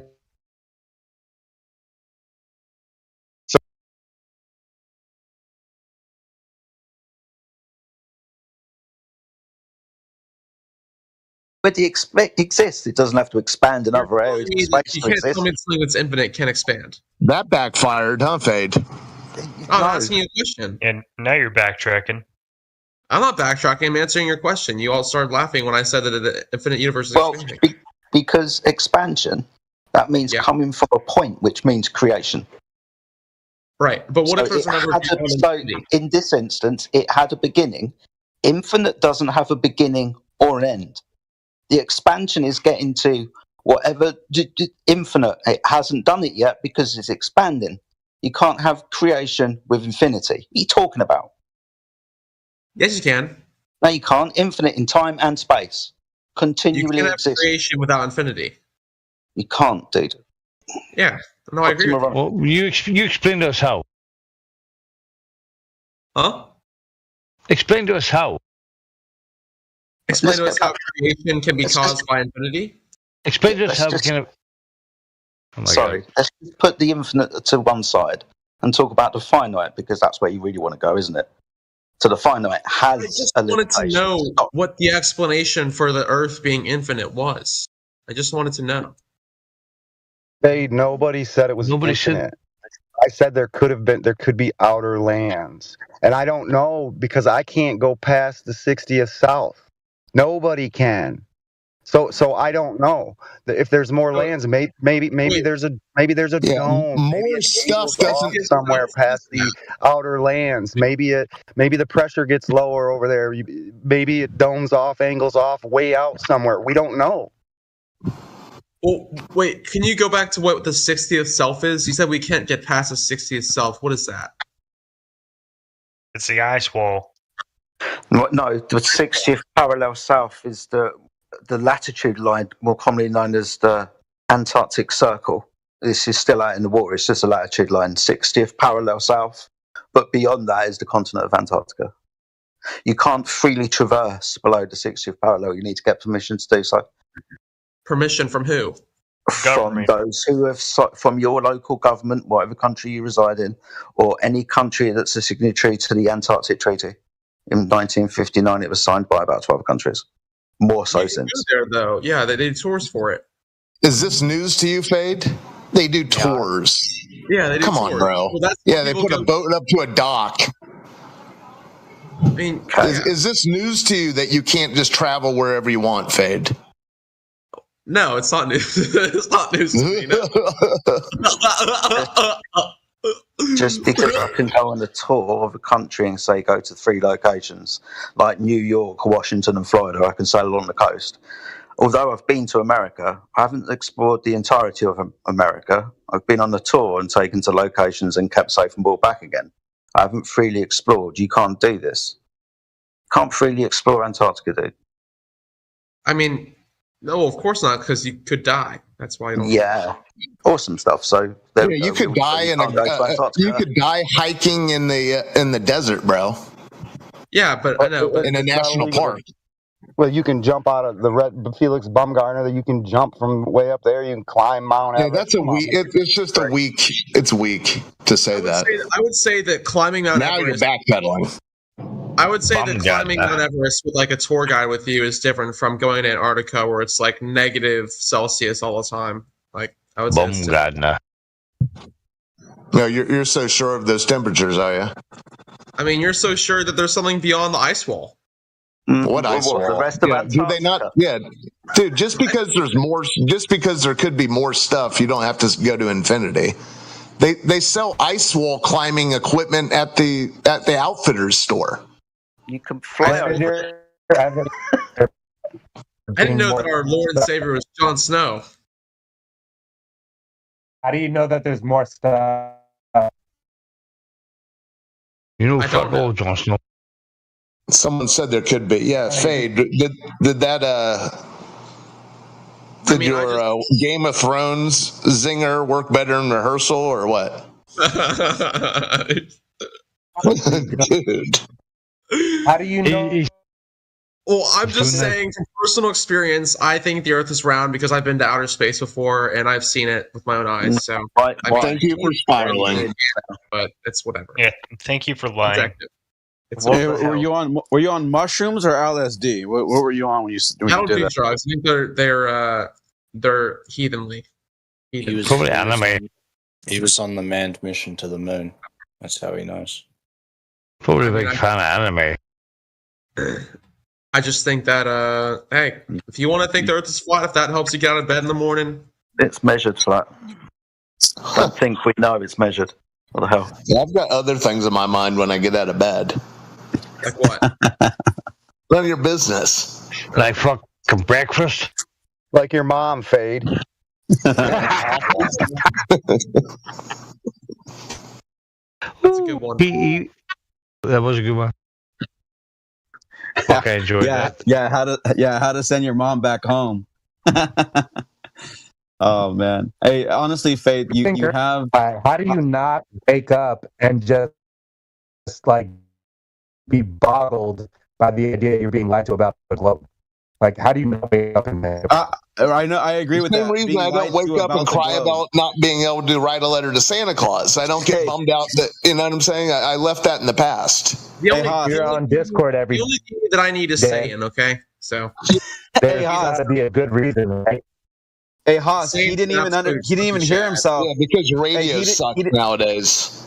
Hey Haas, he didn't even catch himself. Jesse said, hey, Jesse didn't even catch himself. He actually said, and I agree with you. He said that you're being lied to about the globe, and I'm like, oh yeah, I agree with that. He didn't. I don't think he understood what he said. Yeah, that's how I responded. It's the same reason I don't cry about Santa anymore. It was a fairy tale of the past. I think you guys are primary examples of how we need to better our public education system. You just said it didn't matter, dude. Yeah, it's just fact though. Yeah, and you're assuming that why would you assume that public school is what got me here? Because public schools are you trying to what say about that private schools? Private schools are good. What do you mean? Fucking goofball. Yeah, private schools teach the good shit now. Are you trying to say that they need to indoctrinate people better? Is that what you're saying? That people need to be brainwashed better because they're losing their grip on the brainwashing techniques? Is that what you mean by that? It's actually the opposite. So they can turn around and get brainwashed by you.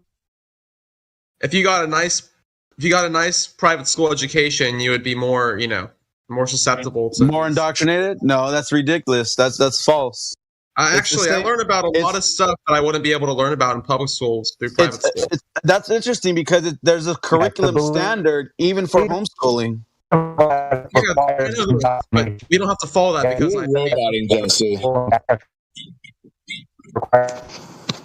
somebody's echoing bad or roboting bad. Yeah, that was Jesse. So, Fade, with your supreme public school education, what is your best evidence that we're living on a ball? A water ball, to be expected. Enlighten us morons. About how we're living on a ball of water. Did I stutter? Yeah, yeah. Well, where in your public education, private? I'm not publicly that you've exalted. Did they make it clear to you that you're living on a ball? Okay, just through pictures. Okay. So a picture show, a coloring book. Yeah, and I've seen videos of people on the internet. So all of academia. So you've boiled down all of your academia to they showed me a picture. No, I watched YouTube videos. In school? Yeah, we watched videos of the dude that does the videos on the International Space Station. Oh Lord. Oh, okay. And he actually knows how they've truly preyed on your naivety, haven't they, Fade? I don't think so. Well, how would you know? Well, because I don't think the Earth is round. I don't think the Earth is flat. So you're saying it's a belief? I think it is a belief. It is a belief. Flat is a sign of unintelligence. They showed him a picture. It is a belief, and showed you a picture. I mean, have any of us ever been to, say, Romania? Right? Have any of us actually been to Romania? No. Does anyone believe that Romania doesn't exist? I don't know. That's a false equivalence. No. But my point is that we all believe Romania does exist. Yeah, Fade, you went a long time ago. Now this guy's trying to listen. There's countries surrounding other countries, and no one's doubting that. Okay, but my point is the only way. Listen, Fade, you have to go, right? Hang on. Yeah, I have to go fix my Ferrari. I'll be back. Yeah. Usually, people with Ferraris have other people fix them for it. No, I know. It's like more of a self-fix. Don't worry. Here's my point. All right. 3D print the part. Catch y'all later, guys. Yeah, good luck with you. Yeah. Thanks. Appreciate it. The point I was trying to make is the only reason we know that Romania exists is because the government or the internet or TV or photos showed us that it exists, and we choose to believe that it does. But we don't know because we haven't been there. Yeah, or you can buy a ticket and go. Well, yeah, you can go because it exists. But so can you buy a ticket? Can you buy a ticket to space?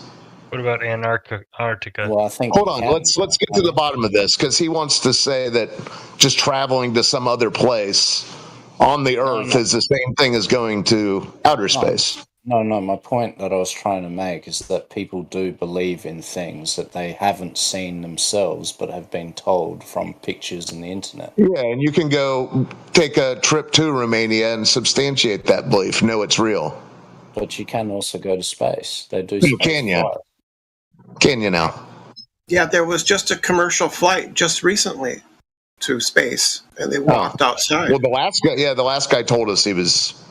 But I mean, in outer space. Let me Tall tales and TV shows. Then, right? But hang on. So just as I made the analogy of you believe Romania exists because they're not analogous. It's not analogous. Hang on. And for you to act like a trip to space is the same as a trip to a. Listen. To act like a trip to space. Trip to space for a second. I'm trying to say something. Well, that's what we're talking about. Yes, and I'm going to tie it in, but you just have to give me 20 seconds, please. Right. My point is that analogous to you believe Romania exists because of the internet and photos and stuff. You haven't been there. Well, none of us are. Do you also believe that the International Space Station? Oh, my Lord. You guys are gullible. Listen, the other guy said he had a Ferrari. I've never had a Ferrari, but I know Ferraris exist. Does he have a Ferrari? I don't know. He'd have to invite me over to his garage, and he'd have to show it to me. The question it's Ferraris. Do you believe the International saying Ferraris exist is the same thing as saying Romania exists. Saying tin can, listen, 20 seconds, mister. Saying tin can, flying around water ball, and outer space travels are the same thing as Ferraris in Romania? No. Right. One of these is an extraordinary claim and the other isn't. No, I'm asking, do you believe that the International Space Station exists? It's a simple yes or no. No, there's no tin can in orbit around a ball Earth. Okay. If you pulled the threads on it, you can see when George Bush had to visit the facility in Houston, and the guy who was supposedly on the tin can was behind him in front of a blue screen with the grid and everything. So if you're still enamored by these TV shows that have been produced for the willing gullible, then maybe look into it a little further. I'm asking, do you believe in satellites? Oh, my Lord. Well, global positioning systems. Do you understand there's a difference here between the extraordinary claim of the ISS and what it does and its unverifiability versus Romania being in existence? Do you concede to that point? Oh, no, not really, because no, this is a common sense and honesty check, and you're failing the shit test. No. I'm no, that's his point he's trying to make. I believe that both of them exist only because I've been shown on the internet. I haven't been to either. I haven't seen either with my own eyes. I just simply believe that they exist because that's what I've been led to believe. Well, go check both of them out if they're of equal accessibility, and let us know if Romania exists, and let us know that space exists. Well, no, something tells me you'll have a much easier time getting your Romania passport stamp. Yeah, no, absolutely. That's without question. And I'm not going to argue that point. So stop acting like they're equal, bro. I'm not saying that they're. Yeah, you're failing an honesty test here, and so we're going to think you're a troll now, right? No, I'm not trolling. Right, because if you're not going to concede to this common sense point, then you're going to be identified as a troll. What common sense point am I not conceding to? Well, I don't understand. Hide behind the incredulity shield a bit further. I'm not saying that the International Space Station existing and Romania existing are equal. I'm saying that fundamentally. Yeah, you did. That is what you were saying. Did. So now you're backtracking your line. You've missed you're where I'm going. Backtracking. No, I think you've missed the point I was trying to make. So the level of evidence has to rise to the depth of the claim, right? I think the point I was trying to make is that both of these things are things that people haven't seen but choose to believe in simply because of what they've seen on the internet, right? Well, why don't we talk about verifiability? Why don't we talk about what is and isn't verifiable, right? I mean, you can, the common man can conceivably go to Romania and check it out. Yep. Yes. All right. Well, so can the common man conceivably go to the ISS and check it out? No. But this is the point I was trying to make. No, why are you butting right now? You should stop rebutting because you need to concede that the two are not analogous to one another.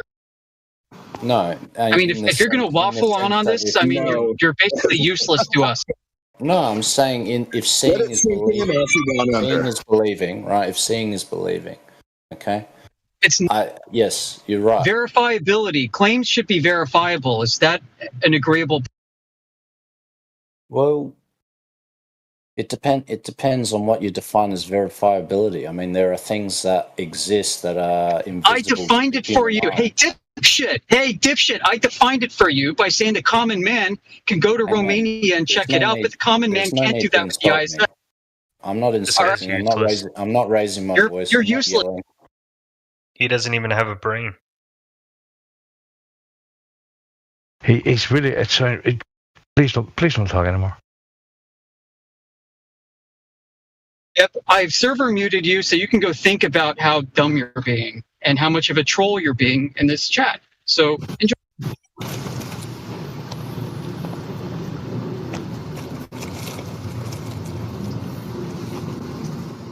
Now, does anybody want to have an honest conversation with us about the nature of Earth?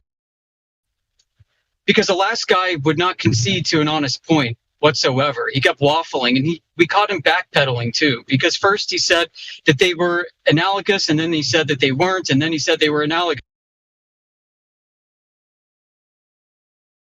I mean, why should we entertain this kind of waffling bullshit from people who lack critical thinking skills, or at least lack honesty?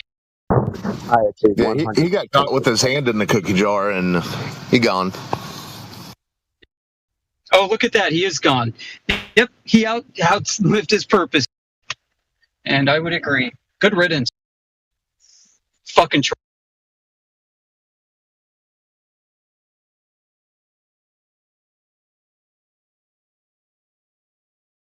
Yeah, and the funny thing is he thinks he's clever bringing this up when this is literally the same bullshit that we hear from trolls every day.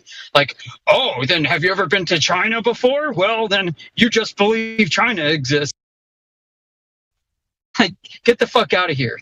People read that, hey, flat earthers think Australia's fake, so I'm going to get them with this question, but I can't use Australia. That's going to be too obvious of a troll. Let me choose Romania. Yeah, nobody will ever think I'm a troll. It's just ridiculous. I think what's happening, to be honest, is the more and more that that flat Earth is getting out there, and more people are hearing about it. So then more people are then jumping into it, like go search for it. Obviously, the algorithm, all hit pieces, all the algorithms showing the old, season 1, 2, 3, 4, and 5 arguments up to, season 10 now, and it's like they're bringing in those arguments though, like because they're watching the videos, and then they come and they're like, oh, now I can debate it. Now I'm going to prove these guys wrong, but they don't realize, dude, we've been hearing those answers or those arguments for years, and they think they're saying something new. It's funny, man. Yeah, it is funny. That is a hot take, and that's absolutely right. Good insight, APOC. I mean, yeah, they're being served up by the algorithm, and the algorithm is fucking them. 100%. Yeah, he comes in and he tries to ask us why would they lie. We throw some hypotheticals, some reasons maybe why they lie. Maybe they're hiding some land, and of course then he tries to pigeonhole us and say, oh, so it goes on infinitely forever, huh? Explain your pizza. It's so silly. You know what? I've gotten to the point where I don't even entertain the why would they lie. It's like, I don't think they're lying, guys. I think they're deluded. I think they're deceived. That doesn't make them liars. What now? Yeah, they are. You guys know what I think? What's up? Like, you know how you said that it's the algorithm that's screwing them? That's true, but consider that the algorithm can't screw you if, well, your mind works. That's true. Like, imagine somebody coming up to me with poison and like, hey, yo, this is good for you. Take some, and I'm like, okay. Oh my God, they tricked me. Like, no, you gotta be. We have to. I realized when Flat Earth came about, it the difference between me and them is I realized I didn't know as much as I thought I knew, and I was dumber than I thought I was. There are people running in the other direction. You know? Yeah, that's right. I mean, the algorithm's revealing that they're bereft of critical thinking skills. 100%. If the algorithm told them Superman existed, they'd fucking believe. Yeah, the thing about it is exactly like Elijah, what you're saying, very, very true. But it just seems like at this point, they have mastered how to reaffirm, what's that, like confirmation bias, like where what they have been told is what is from the beginning. Then they hear this, oh, that's not what it is. So then they go on the search, right? They dive into that, that journey of trying to find what was I lied to or not. And then all they run into was, no, you're right, they're wrong, there's a call there, don't look that way, just this is what's correct. And then that's when it comes down to the individual, like saying, okay, well, wait, some things aren't making sense, or some things are, or or they know how to navigate around the algorithms, misinformation and disinformation, or hopefully they find their way here, and then they can hear the true arguments, not the old lame ones that were like, trying to throw people off the track. Yeah. Where the circular reasoning is just getting so tightly wound that they're just like in a fervor. They're just all psyched about it all over again. Roll out boats go over curve used to be dead. That's all anyone's talked about the last year. Yeah, and that's because it came back with the algorithms. Like that's the story still again, and that's what I mean by that's why we're coming across all these people that are like, oh no, we have this new argument. No, dude, we've been through that already. We would that the Black Swan just destroyed that, but we have all these new people that are searching for it. And I mean, go look right now. You're gonna see, that very same thing. I mean, think about the final experiment that's not an experiment. Like, forget about the flat earthers for a while. Like, why would you, as a globe earther who knows it's a globe, forget about going. Why would you invest time in something that's so silly? Like, I'm not paying attention to the final experiment because I already know it's measured flat. It like doesn't exist in my world. Specifically because I already know the answer. So I'm not going to be excited about something that's like watching a movie that you seen the Lord of the Rings and now you're watching the origins. And what I mean by that is, like, we already know it's measured flat, but you guys think that we need to figure out how to get to whether or not it's flat. When it's already known, it's already done. The movie's over. Like, y'all acting like Thanos wasn't gonna snap his finger. Like, y'all still watching these movies about before. You get what I'm saying? Yeah, they wouldn't have bring the consequence. It rolled them all. Hell yeah. Yeah, they know it's good enough to dupe the unsuspecting norms. Yeah, no doubt. It's the entirety of it is like just a new psyop at this point. Like they're no. So they think it's this. Well, we're gonna prove that it's something else. But oddly enough, they're talking about the sky still. They're not talking about the ground. Like, wow. How about we prove something on the ground if they think that it's not measured flat? Show us different. And they can't. They're not going to.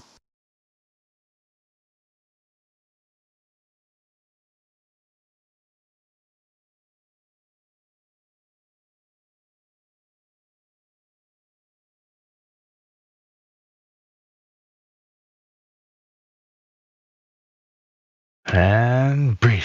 Strike a pose.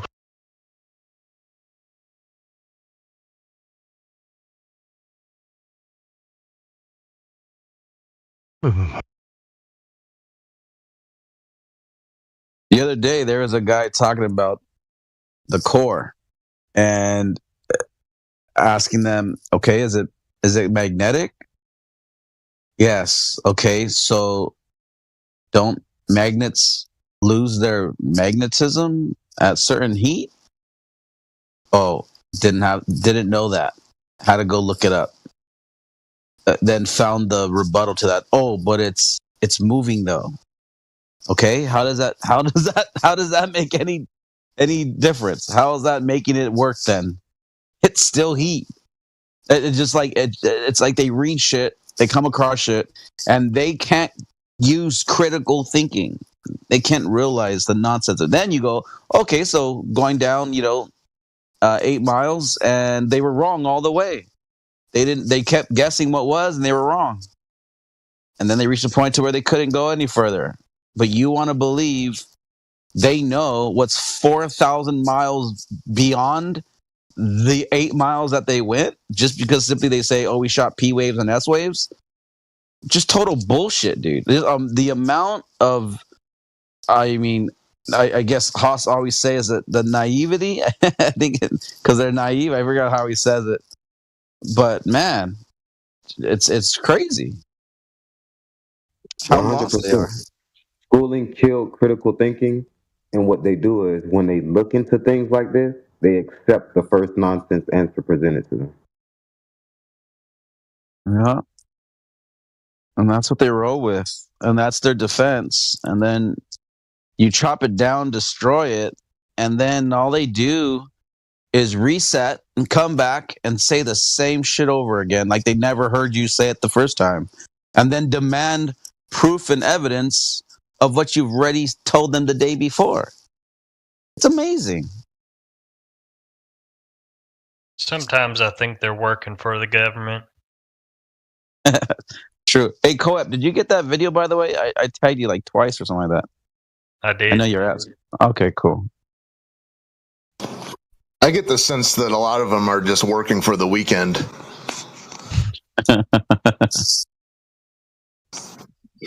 That was for you, P-Mac. Everybody's working for the weekend. I was actually in the kitchen making myself a sandwich, and I smiled at that. That was pretty good.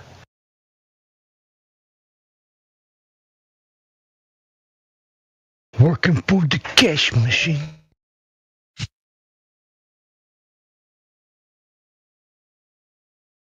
Yeah, at this point, it's like there's data, it's measured that way. There's, the proof of when they dug down into the earth, their findings were all inaccurate. I mean, it's a long list when you really think about it of why somebody can finally come out of the lie, the great deception.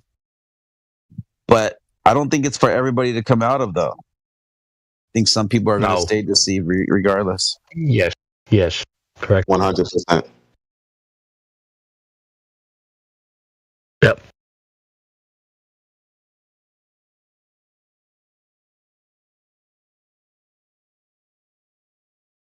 Unfortunately.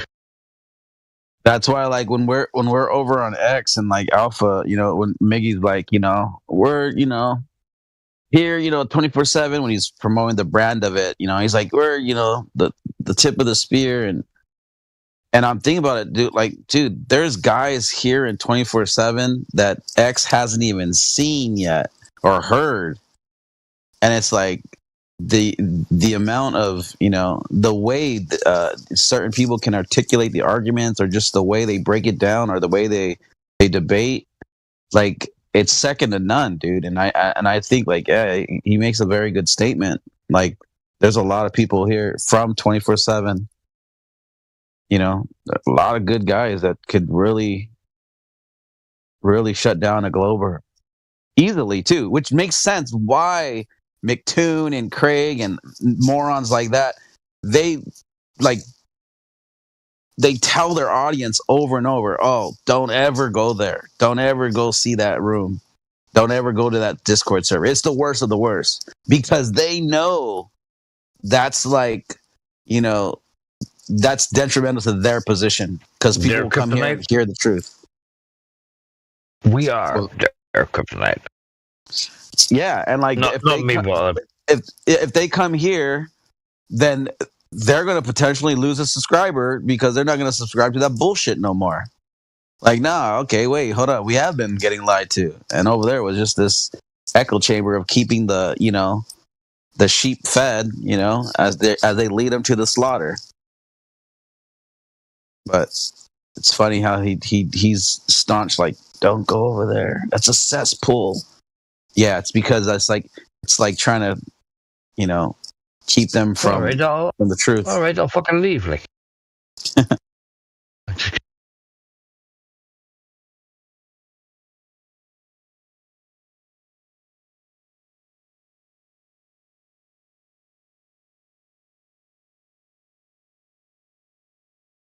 So Rich is doing the yeah, I can't even fucking speak.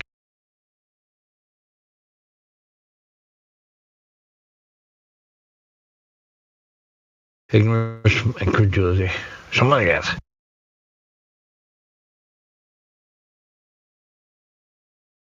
Okay, what the fuck is it then, Rich? Everybody can go to Romania, but not everybody can go to space. Correct or incorrect statement?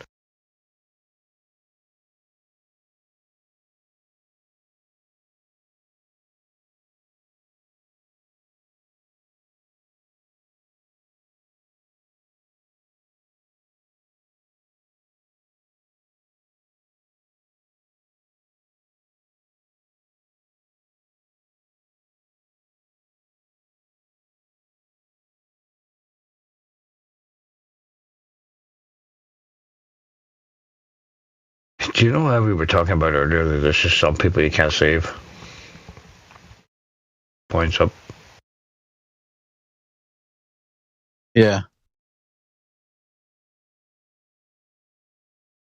He will stay here even when the Earth is proven not to be a globe and still argue the fact that it's a fucking globe.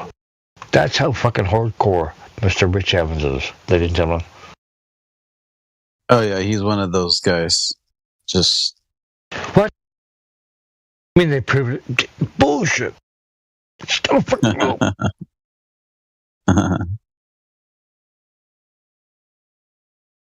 Motherfucker.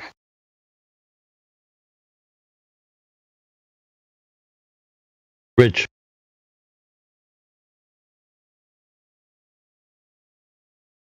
We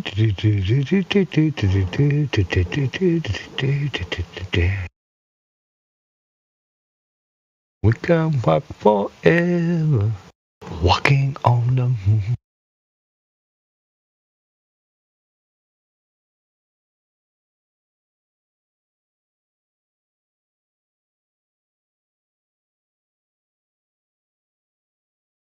like, here's a really good example. Okay, there's a room in this server called God Isn't Real. I don't need to go there every single day and convince these people that you're wrong because God is right. Because I know God is right. I know there's a creator. So I don't need to go all the time in there every single day for hours, spend time with them, like chanting and fighting that God is real. But you have a glober. If they knew it was a globe, they wouldn't have to come here every single day and fight and chant. Oh, there's a globe. The globe is real. Trust me, guys. The globe is real. Like that's psycho. Precisely. That's why you pointed out as a downward spiral and a mental disability. 100%. 100%. 100,000 million billion trillion quadrillion percent. Imagine I agree times 3. Imagine for the past, freaking decade, you're going into that room, that specific room every single day. You know everybody, and every day you go in there. Okay, guys, hey, good morning or good afternoon or good evening, and you're like, God is real, guys. Every single day you go there. Like imagine here too, like apply the same philosophy. Hey, the Earth is fucking, exactly. I know. It's incredible. I'm going to make a point of wake up and go talk to these retards. Listen, boys, you're fucking retarded, right? Because there's obvious a globe, because fucking satellites, reflectors on the moon, and blah blah blah. If a glober was truly a glober, they wouldn't come here, because if they truly knew in their heart that it was real, they wouldn't even spend a second in here. The same reason why I don't go spend a second in the God isn't real room. Good point. That's a good point. Rich, well, you've the been name here of a that while. server.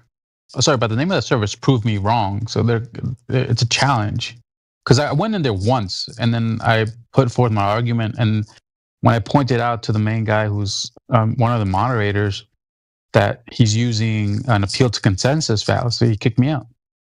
I heard that. I watched him kick you out. Yeah, that was the only time I went. Because I'm like, all right. No, Rich. It's because I know it's real. That's what you're not. It's crazy, bro. You can't even understand the simple logic of what I'm saying.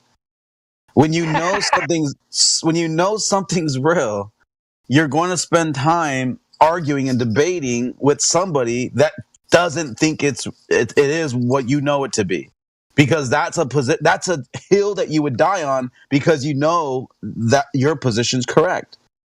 But if somebody's saying something opposing you wouldn't go fight with them every single day to convince them otherwise of something that you already know isn't. Like, I'm not going to go, if there was a Sasquatch room, I'm not going to go every single day, guys. Like, dude, Sasquatch is fake, guys. There's no point in doing that. I don't think you even get it, Rich. I don't even know why I'm wasting my breath with you, to be honest. Yeah, who cares? Like, if he gets it or not. But at this stage, I don't even care. I had hope for you, Rich, but you're here every day.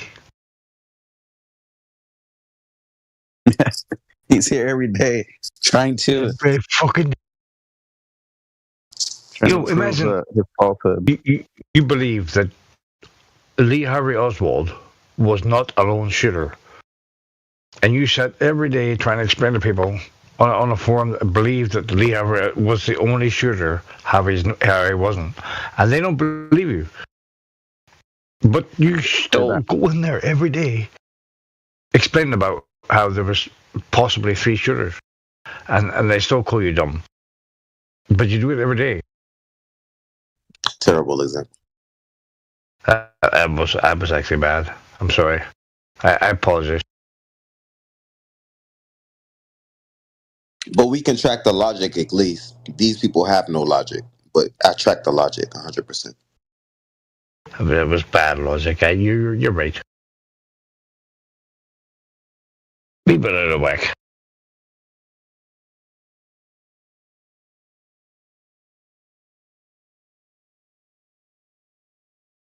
Okay, Rich. You be here tomorrow? See you tomorrow, same time, bro.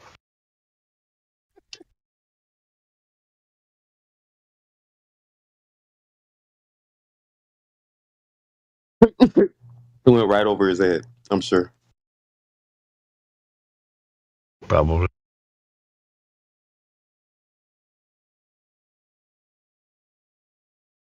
You like wake up in the morning and go, do you know what I'm going to do again? I'm going to fucking argue with them flat earth bastards.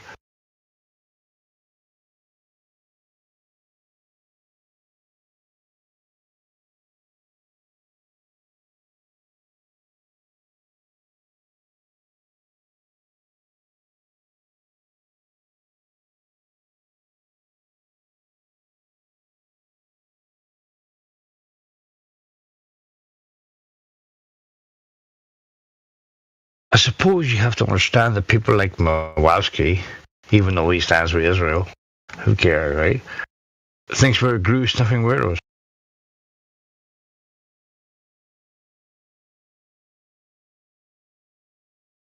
If he sat for a moment and listened to us or present an argument as we give a rebuttal, he'd understand that we're not actually glue sniffing weirdos. We're just weirdos. What's the point?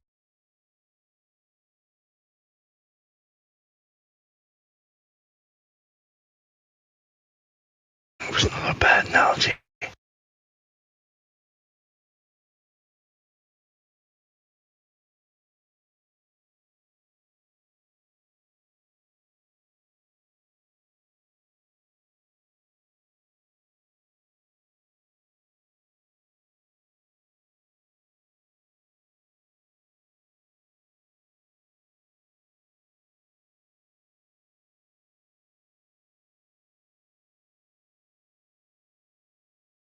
What was the last thing? What do you think? You see when they're looking at their pagers and they're going beep beep. What they see? Hello, Mossad colleague. Yes. Political.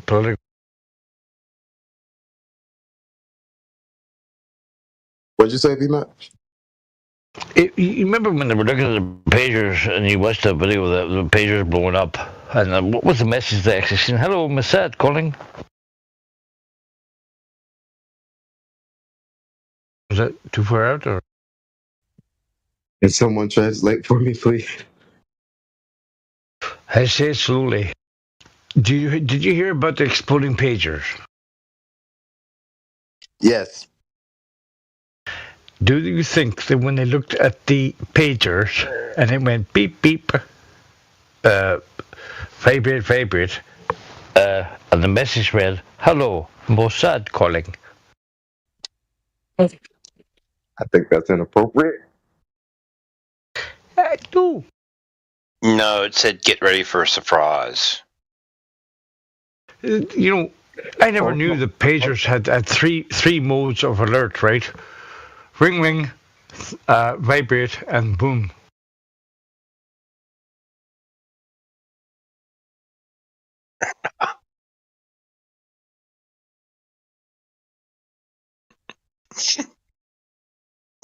Oh, it's inappropriate. Instead of do not boom, yeah, you can do that.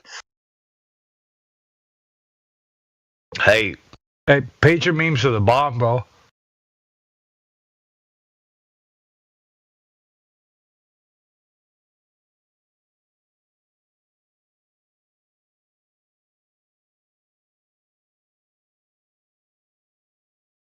I have more, but I can't. I probably get kicked.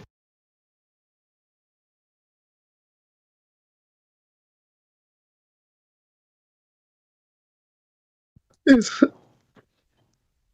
You like? so inappropriate. I like inappropriate. Appropriate is my middle name.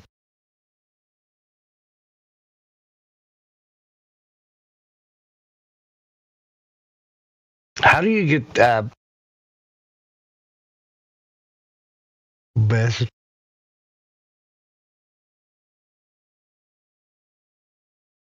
How do you get 72 virgins, right? When your balls are blown off.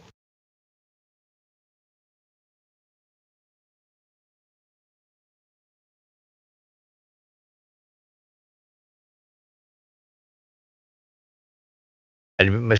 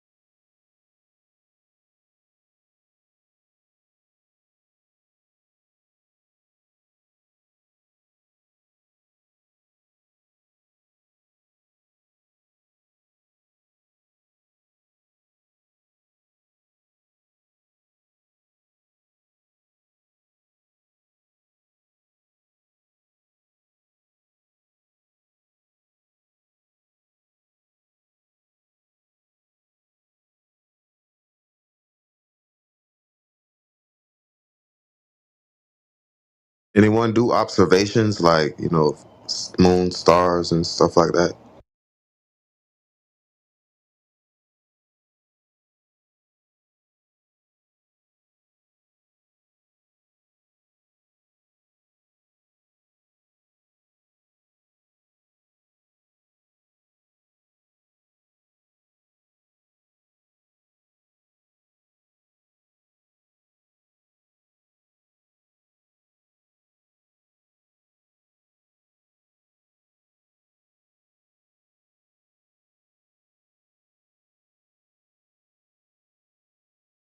Hey, look. No, that's going full retard. Planets circular, therefore we circular. Full blown retard. Like, can't say retard anymore. It's not appropriate. My bad. I had my hands full. I had to jot down a note. But basically, I was just trying to say there are about 5 wandering stars or planets in the night sky. If people wanted to catch them, like Saturn and Neptune are right next to the moon. You can catch those. You can catch Mars and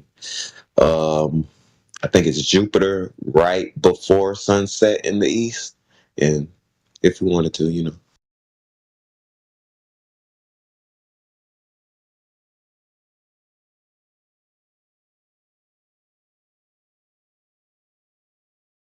I was born under a wandering star.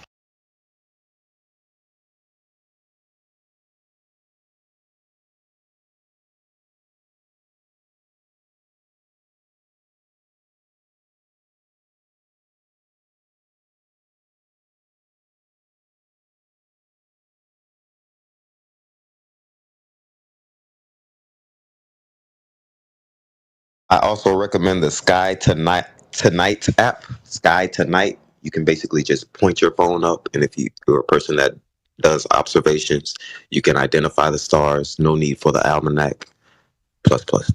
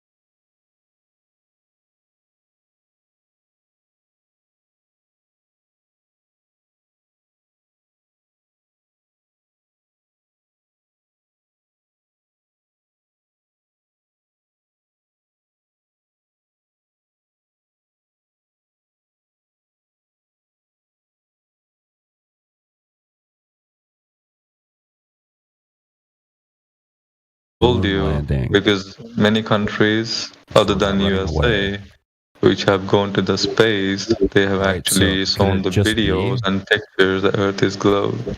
Okay. What if people are stupid? What if they're being lied to and their entire job is looking at a computer screen? That means What the hell are you even talking about, bro? I'm talking about they recorded. all of the people that work for government space agencies. Their jobs are looking at computer screens. Oh, so you saying they're all lying? Yeah, that means the Earth is a ball. No, I'm saying that they're dumb and they're being deceived. That they're doing a job, but there's nothing actually going on in reality. Hey, bro, Jack, I asked you. I said they recorded. So you saying they make the real fake videos footage, of this real recording that I'll put in the side chat. Oh yeah, somebody else already did it for you. Yeah, Jack. Yes, I just put it in the chat. That's from the Indian Chandrian, I believe is the name. Have you reviewed that actual video? Have you seen the video? The gaslighting channel, where I say, let me check what is it. So you do understand that they literally even told you that they used a CGI image of it to show it landing, right? Wait, first of all, I don't know how your brain works, but nobody's talking about moon landing. That's literally your what? Yeah, you talked about the Indian moon landing. That's how. I never talk about moon landing. I said India have been reached to space. That's what I said. They have sent spaceship to space. That's what I said. You guys are literally making stuff up. No, they claim I don't know why. India claimed that they sent a mooncraft to the moon. Have you seen that? That's the one that we just posted. Yes, they have actually written the word. It's a animation of how we're going to land on the moon. It's not literally the recording. And nobody says recording. They themselves say it's an animation. They don't have. Yeah, they don't have a recording. Exactly. Yeah. All they so there's no evidence. Moon because it's more. It's very hard to land on the south pole of the moon, which other countries have actually tried. They know it. They even agreed. Those what do you call them? Astronomers or something. They say it's really hard to land on the moon. Nobody gives a fuck. Bro, nobody gives a fuck. India, there's no evidence that why India's you even gone talking anywhere, about moon landing? especially the space. So they haven't been to space, so there's no evidence of that. So the whole they have reason been to space. That's what I said. Where's your evidence for it? What is my evidence for it? They literally that they claim that they did. They launched. That they just told you. They launched the spaceship. Okay. They launched a rocket. From Earth so they launched to the the rocket. sky. So who gives a fuck? That's not evidence of anything. Who gives a fuck? Yeah, you don't give a fuck. Why? It's not evidence for anything. That has no evidence. That's not evidence, bro. Get out of here, bro. No, you don't actually know how to debate. All you have is circumstantial evidence. I don't give a fuck about your evidence. It's not evidence. You saw something go up in the sky, right? You just saw something go up in the sky, right? You probably didn't even see it, did you? I see it though. I see it on camera. Oh, you saw it on TV, or you saw it on TV? Oh, so if it's on TV, it's true. I saw it on YouTube live. You saw it on YouTube. So if it's on YouTube, is it real? Okay. Yeah. So everything live, on YouTube is 100% real. Millions of Who cares people if it's live? Yes. They can augment. You realize live TV doesn't mean shit. You're so stupid right now. You saying I was live and that's not real? Are you kidding me? No. Yeah. Things live doesn't mean that they're real. You understand that, right? You saw a rocket go up in the air. Who cares? Yeah. And how can you say they have not reached to space? They literally go to the space. Because nobody saw them go into space. You didn't see it. I saw it. I literally told you I saw it. Yeah, I bet you saw a rocket go up in the air. It's on TV, so therefore it's real, right? So I saw Santa Claus on YouTube. Does that make Santa Claus? You saw Santa Claus? Show me then. I can show you a rocket going to the space if you want. No, I don't care about that. I just want to see Santa Claus on YouTube, and that makes Santa Claus real. It can even be live, right? So live Santa Claus on YouTube makes Santa Claus real. I just want to make sure. Well, give me proof if there is Santa Claus. I'll believe it. Okay, so if I see Santa Claus live on YouTube, does that make Santa Claus real? I'm asking you the question. Yeah, Santa Claus as a human wearing a Santa Claus clothes. There we go. So this idiot thinks Santa Claus is real. Why? So my son now. I said is human wearing a Santa Claus outfit. When did I say Santa Claus is real, bro? Jagdish, my son. He's on mute. I was replying to him. Yeah, what are you saying? My 4-year-old son is watching Shaun the Sheep live on YouTube now. Does that mean that Shaun the Sheep is real? I never said that. Yeah, you said that it is live. If it is a live feed, it means that that thing that you are watching is real. Are you like serious right now? Like the question you asked me? I can Are you seriously don't know which live I'm talking about? And there's literally the people who create the video of the Okay, Shaun. no one needs to listen to this asshat anymore. They say themselves He's got double it's standards that he can't animation, reconcile in not his own real, mind. right? So if it's live on YouTube, live in it means it's real. You're a clown. You don't know how to debate. You shouldn't come here. I'm just going to mute him for a second. He said his proof is that it's live, and the fact that it's live proves it. And now he's not addressing it. Right. So I'll give him a chance to backtrack on that. I'm going to unmute him. Have a good day. He's rambling over everybody. Oh, he's left. Oh, he just left. Sorry, yeah, he was giving me a headache. He was just rambling over whatever anyone said. So, and he was lying. Like he brought up the Indian moon landing. He brought up live on YouTube, and then denied it. You think one of us we've come to expect. Bring up the Indian moon landing out of nowhere? Cringe. Yeah. Pseudo Killjap. I'm sorry for coming in and steamrolling you, dude. I was just kind of tired of listening to that asshole. He was obviously just being a douche. So sorry. No, you're good, man. You're good. What happened to the Flat Earth call in the main politics server? Oh, it's still there. But if there's no moderator in the room, then it won't be open. So gotcha.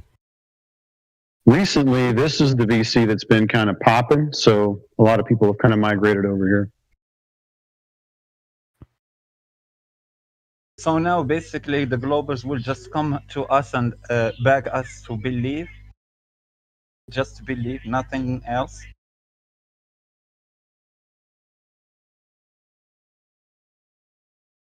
Well, that guy's logic was if something's live, it has to be true.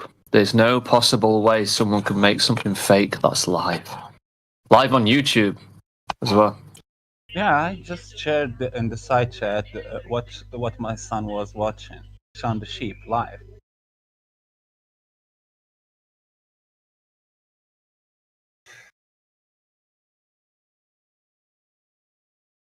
I can't make a globe when I CGI and put it live feed like that, like Shaun the Sheep. Another guy told me that yeah, it's impossible to fake those sequences or those scenes where they show people talking in ISS without gravity, with that zero gravity, and they can't just levitate like that. He told me that they can't film CGI rendering like that for 2 minutes, and I showed him for 40 seconds, and I showed him a scene from Gravity movie, which the sequence is just more than 2 minutes. No cut. I mean, you can literally go to the Kennedy Space Center and pay to have a photo taken, which makes you look like you're floating on the ISS.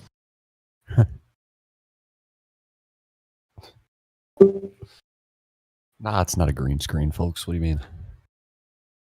Yeah, the one in Gravity movie is the best one in my opinion. It's a long scene, no cut, no interruption, just a long scene where that girl, that astronaut girl, entered the station and took off her space suit and took a nap, just levitating in zero gravity.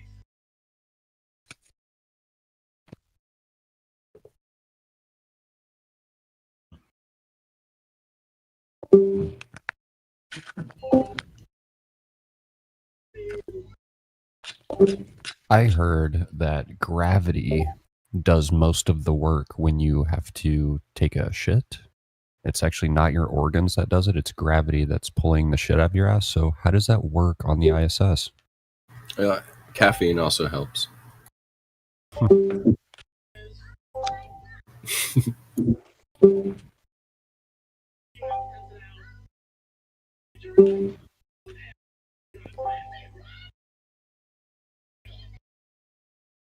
Here we go. He's this. I think Starlife wants to be unmuted. He's making a lot of noise over here. Yeah. That's why he's just disconnecting and Yeah, right now, Like he's got a problem. Starlife is working on a permanent ban right now. Starlife. Okay, we'll take care of that, no problem. Oh, these guys got issues. we don't have Globers for the moment. Let's play with him. No. No, He's going to he get just wants permabanned to to this forward. gang chat. I mean, you want to talk to him? Go ahead. I know he's stupid. He told me Hold on. Sent me some stupid things. He's just gonna be so like pissed off. He won't stay still for long enough. I got him. Oh my god. I reckon we play him at his own game. We'll unmute him and then mute him and then unmute him and then mute Well, he him. won't stay long enough to unmute him. That's really smart, actually. Okay, child, speak. I'm not gonna speak. Did somebody else mute him? Look, he has on his profile that he broke crit.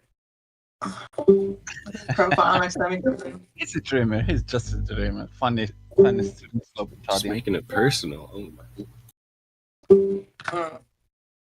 I mean, just think about what he must do in life and how he is with the people around him. I mean, what a nightmare. I can share the DMs with you. What do you expect from someone who is treating the plasma as being gas? Plasma and gas for him is just the same thing. He sent me some tests for making a fusion reactor, desktop fusion reactor. So, and he told me that's gas pressure being contained using electromagnetism.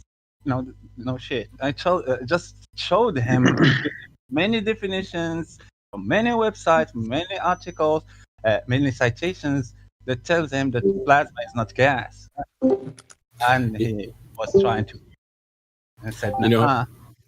You know when you have like a super hot fart, that's called a plasma fart.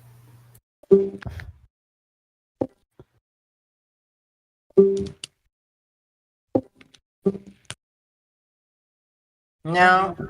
Plasma is completely different. Plasma is just molecules that were heated or electrified and lost their electrons. So plasma is mainly a soup containing ions, which is positive charge, and electrons, which is negative charge. That's if we follow the mainstream academia, what they say. Yeah, plasma is not gas. Solid is not gas. Liquid is not gas. Those are 4 different states of matter.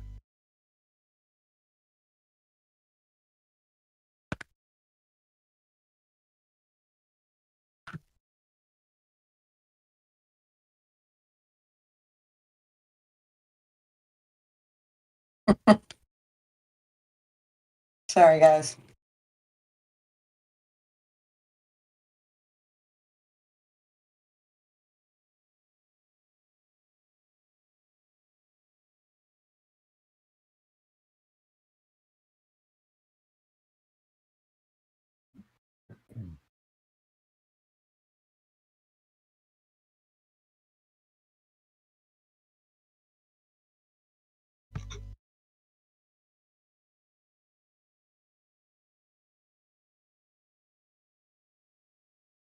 You know in Lion King where he says, I own everything. Can't remember what he says. As far as the eye can see.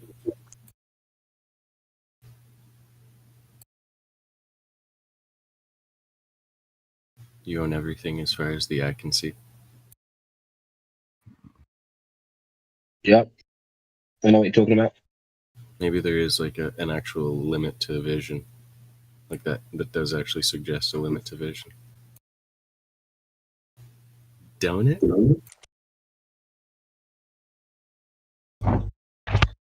You need to kind of add a little bit more sarcasm. People are going to think you're being serious.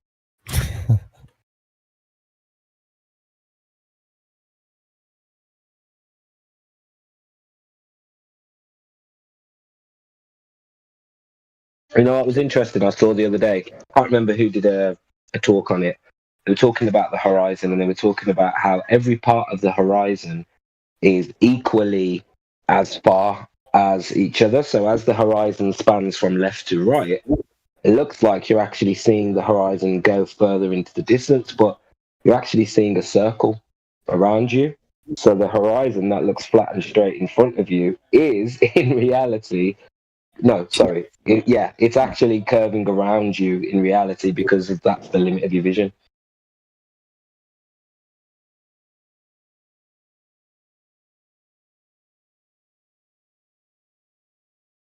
That's as far as the eye can see.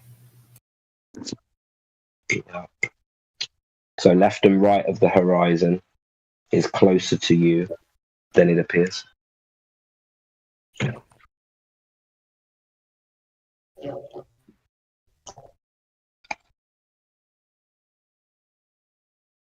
We've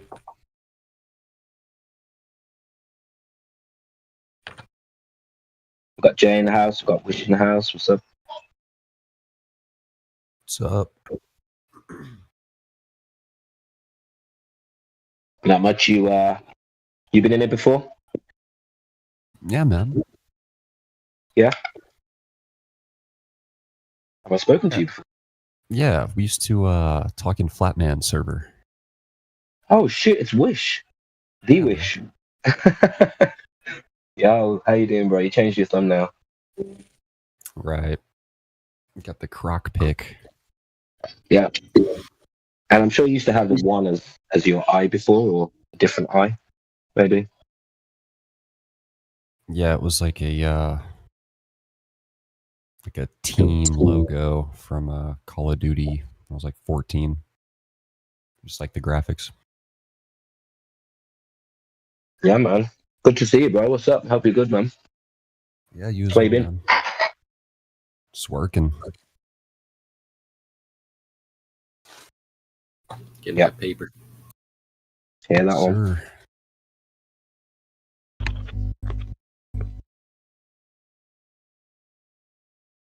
Every day's a good day when you're giving your life to the government. Amen.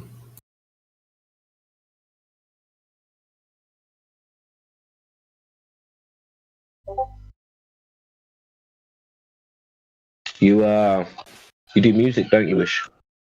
Yeah. Doing anything good lately? I know you got Not some much just lately, but I've still got some tracks been sitting on.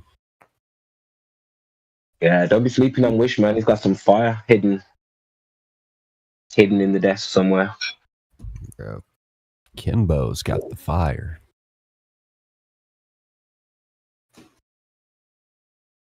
Yeah, he does.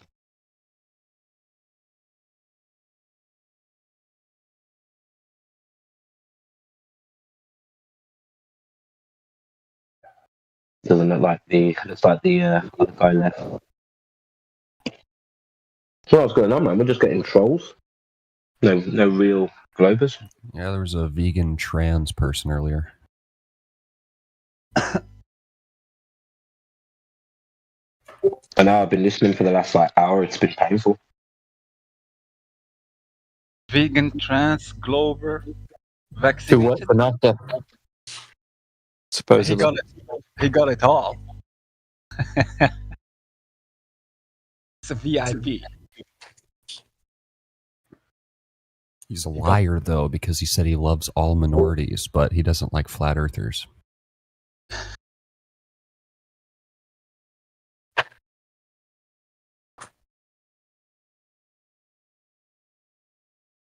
He, not he. Right. What happened to the guy that said he It's worked for me. NASA? He run away.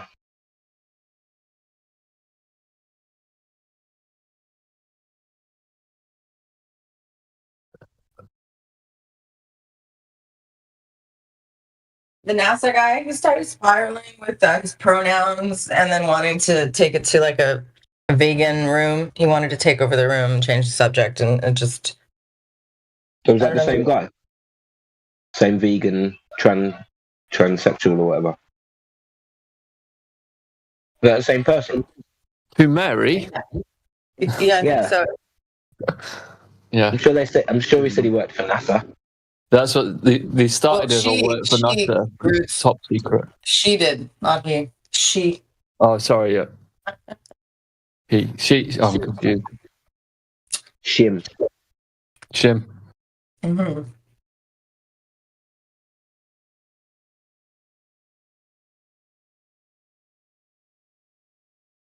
Honestly, no lie, I thought that was your friend Brittany for a few seconds when she joined. Oh, come on. Really? Well, first of all, if she would have joined, she'd have had her camera on.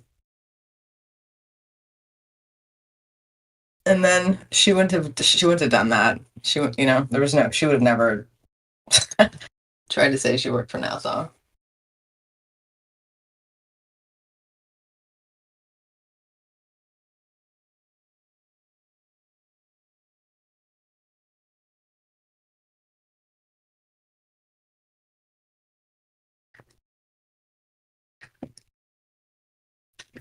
I wonder how many people there are who say they've worked for NASA versus how many people have actually worked for NASA.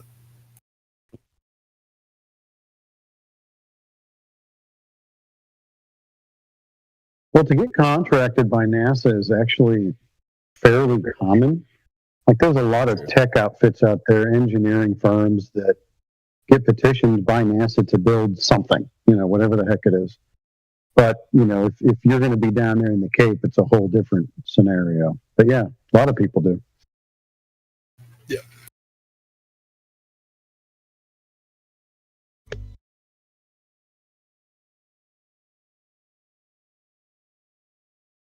Yeah, these guys are making toilet seats and fucking blinker lights, and they say that they helped get the space shuttle to the moon. Yeah.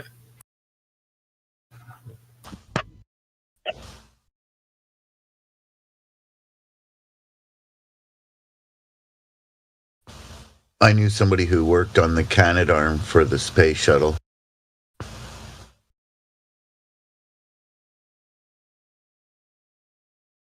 That was the arm that supposedly pulled the satellites out of the shuttle and would grab them, pull them in to work on them or whatever. He passed away last year. I have no doubt that these people are actually creating technology that is capable of doing what they're being asked to do, or potentially, but it's not going there. They have no way to verify that, so they've just been sold a dream. And these companies probably just, these contracts are probably just posh money laundering. Top end. Oh, most definitely. He was a welder. He I guess welded parts of it, and it got shipped from Canada to the States, and who knows what happened from there, right? He worked on a lot of interesting projects.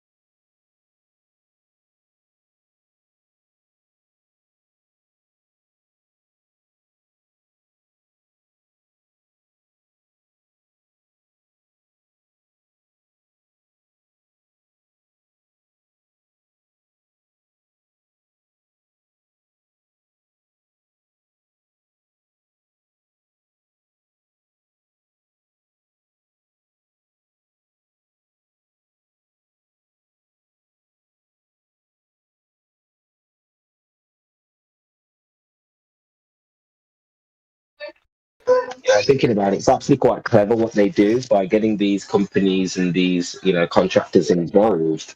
It obviously needs to be done to get the money spent, obviously for the laundering, but you're also selling people a dream. People who I put their identity into saying that they work with NASA. Do you know what I mean? So it's something that if you got your company who you've been paid for the last 10 years were funded by NASA, you're never going to question whether the Earth, you know what I mean, flat. So it's quite clever what they do, really.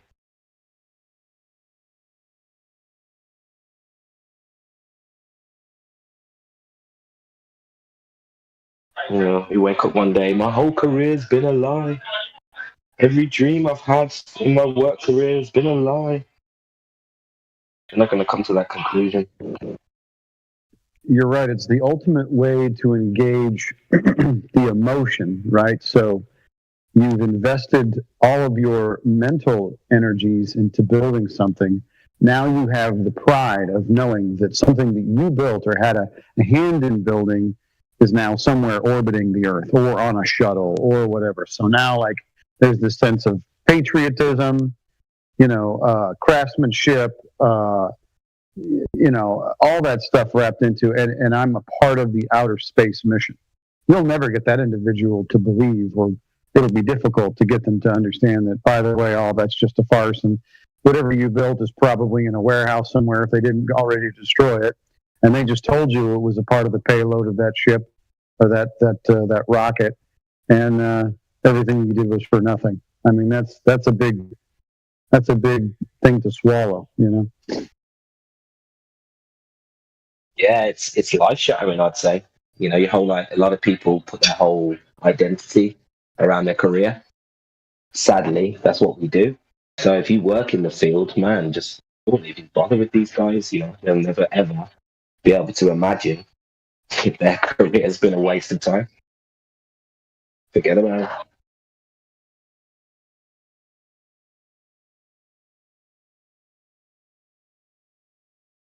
I mean, really, what have we got from space and technology and NASA? I mean, what was it, Velcro in the 90s or 80s or whatever it was? Is memory foam mattress? Is that one of them? Is that one? And the pen that writes in the water. Yeah, there's a pen that writes upside down, and also Tang. Don't forget Tang. Oh, yeah. Thank God for Tang.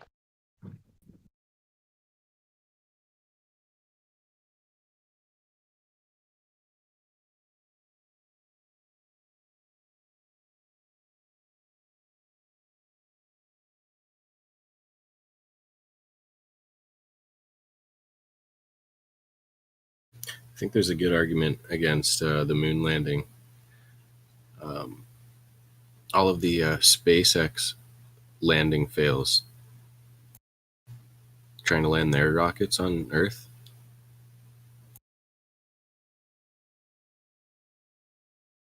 Like, that proves how hard it is to actually land a craft with rocket propulsion. And like, allegedly they just did it the first time when they went to the moon. Yeah, okay. And that plus Neil's like failure to land the thing, the simulation craft. Not only did they do it the first time, which is on the face of it. Oh, you cut out. Can you just start again? Sorry. Not only did they do it the first time, which is amazing on the face of it, but the current master of the space race, Elon Musk, founded SpaceX in 2002, still hasn't gone to space. Yeah. But NASA did it successfully, as you stated the first time, in less than 10 years. Right? With like, yeah, it's a miracle, like miracle after miracle. It just doesn't make sense. Yeah, I think maybe like some Globers hate Elon Musk because subconsciously they think he's going to somehow disprove the moon landing. Like, by him attempting to go to the moon, he's going to fail or something, right? And that's just going to... Yeah, exactly. in the back of their head, they're like, "Oh my god, this guy's gonna expose it all." Yeah, like that Thunderfoot guy. I don't know if you've heard this like Thunderfoot guy on YouTube like debunks and like debunks like science stuff and just hates Elon Musk. But yeah, I think there's something psychological going on like about the moon landing and connected to him. And I'll have to look up the Thunderfoot guy. Yeah, yeah, Thunderfoot. Yeah, it's funny that people are like posting his reactions to the catch, like it successfully being caught with the chopsticks or whatever, because he like predicted it wouldn't work, and like, oh, there's no way it's gonna work. This is stupid, you know. It works, but yeah, that's after like so many iterations of attempts and trial and error. Like, there's no way. Well, you're forgetting a really important point. They lost that technology, and it's been a hard struggle to get it back. Yeah, exactly. That too, bro. Like, even the blueprints, like you guys don't have the blueprints or anything. Like, what the? They did keep the recipe for Tang, though, so hooray.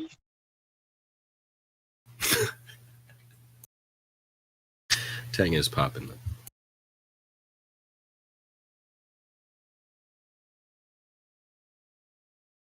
And Velcro. Don't forget Velcro. Oh, shit, where my life would be without Velcro. Oh, man. You're right, bro.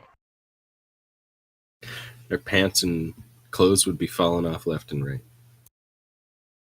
Prove it. Prove it. Prove it. Prove it. Turn your camera on. Prove it. Show us by example. Prove it. I can't think of one product I've ever owned that has ever had Velcro on it. And that's why all your clothes are falling off. Well, I'll be damned. This is the So you're telling me you have no shoes with Velcros? Man, you're weak, bro. You're lame, That's lame. You have no light up shoes. So you're telling me your shoes don't light up and have Velcro? Bro. Get the fuck out of here, dude. You're full of shit. Do you even have shit. parents, bro? Do you even have parents? Don't even lie to me like that ever in your life. I don't even know who you think you're talking to, honestly. Pissing me off. Unforgivable. That global rage. I'd be raging too if my shoes fell off because I don't have Velcro on it. His head's spinning. His whole world is spinning, if you know what I mean. It's painful being a glober. You never went to a bar and then showed a girl your light up shoes. The globe pope. Glow in the dark Velcro shoes. Yes, sir. Man, I'm getting jealous actually. Like, that sounds fire. The shoelaces are a bit much for you, dude. Shoelaces too complicated. Exactly. And don't even bring your girl around me either. When my shoes start lighting up, don't bring your girl around me. Velcro is perfect for Australians. Shit, he's gonna be sitting there in his Velcro pants with a tall glass of Tang. And my snapback with a Velcro in the back.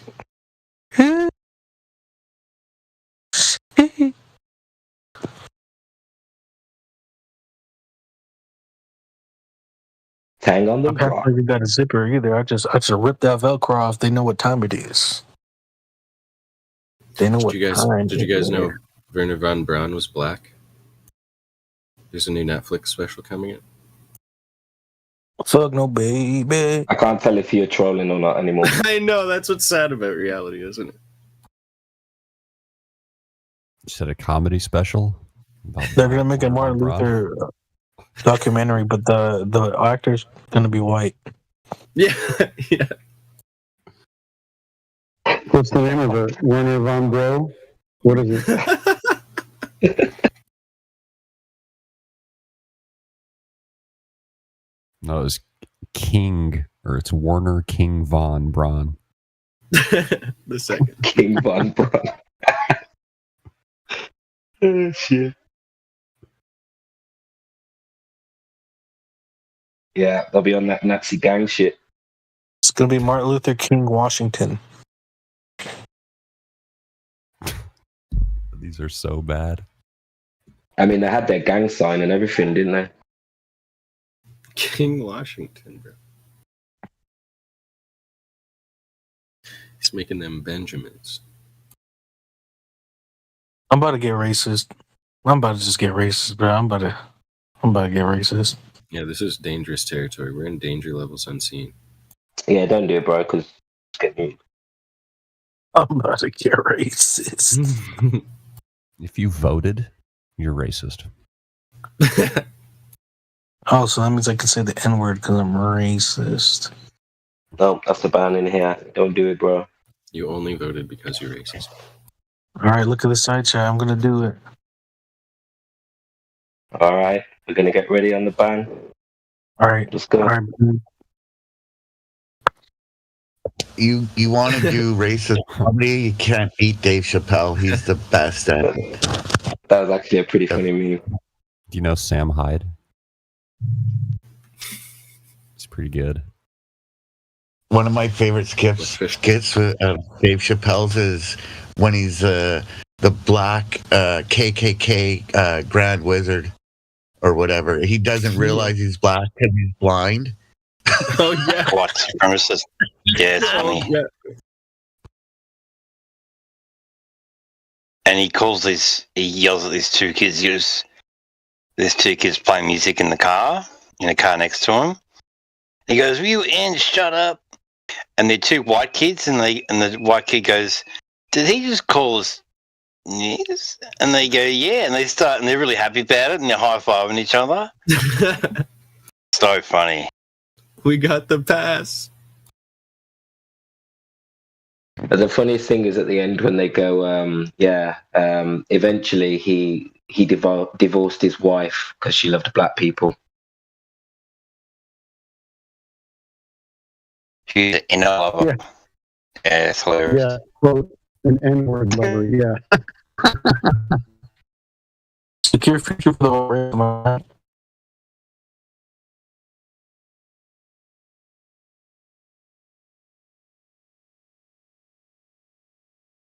All right, we got a bunch of sympathizers in here. Mm-hmm. Mm-hmm. Y'all probably using the Gregorian calendar still.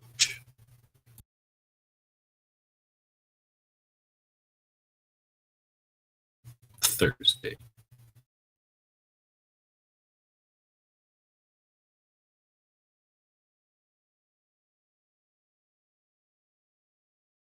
We need a flat Earth calendar.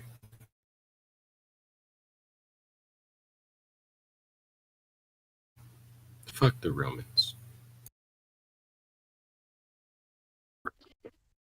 I like the Dave Chappelle where the sick kid in hospital is like Make-A-Wish and he wants to meet Dave Chappelle.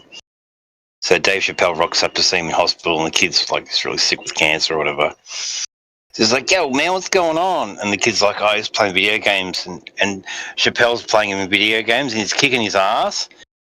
And he's just like getting in the kid's face. It's like, "In your face!" I remember that. He's just giving him hell. And the poor kid's just going, "Oh," and he kind of passes out. In your face. It's like, in your face. Getting creamed.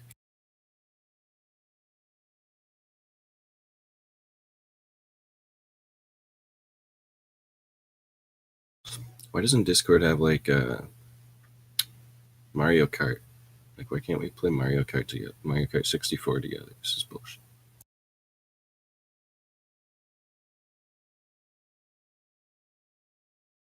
Chappelle is so funny. He goes, I was in East LA and I saw this like a baby just walking down the street like a baby. So I run down the window and I'm like, hey, baby.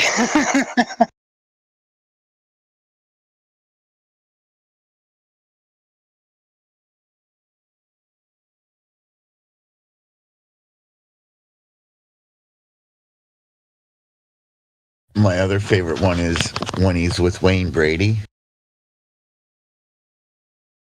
And Wayne Brady's Wayne Brady does a drive-by and Chappelle's getting all nervous. I need some money, man. Can we stop at the ATM? Wayne Brady's like, I'll get some money. Don't worry about it.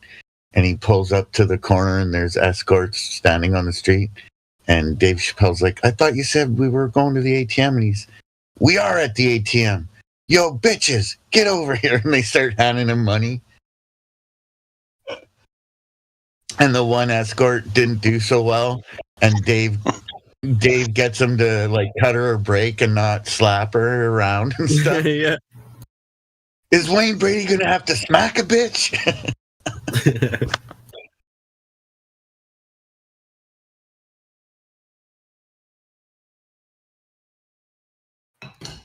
It was choke a bitch. Is Wayne Brady gonna have to choke a bitch? And then it was all because what Dave Chappelle said. Wayne Brady makes Brian. There was like a black TV host. What's his name? Bryant Gumbel. Looked like Malcolm X.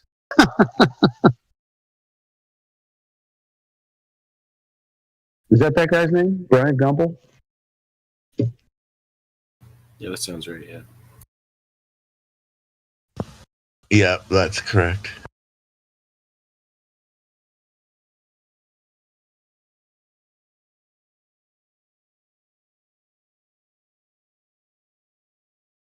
He gets all serious with, sounds like you're gonna rat me.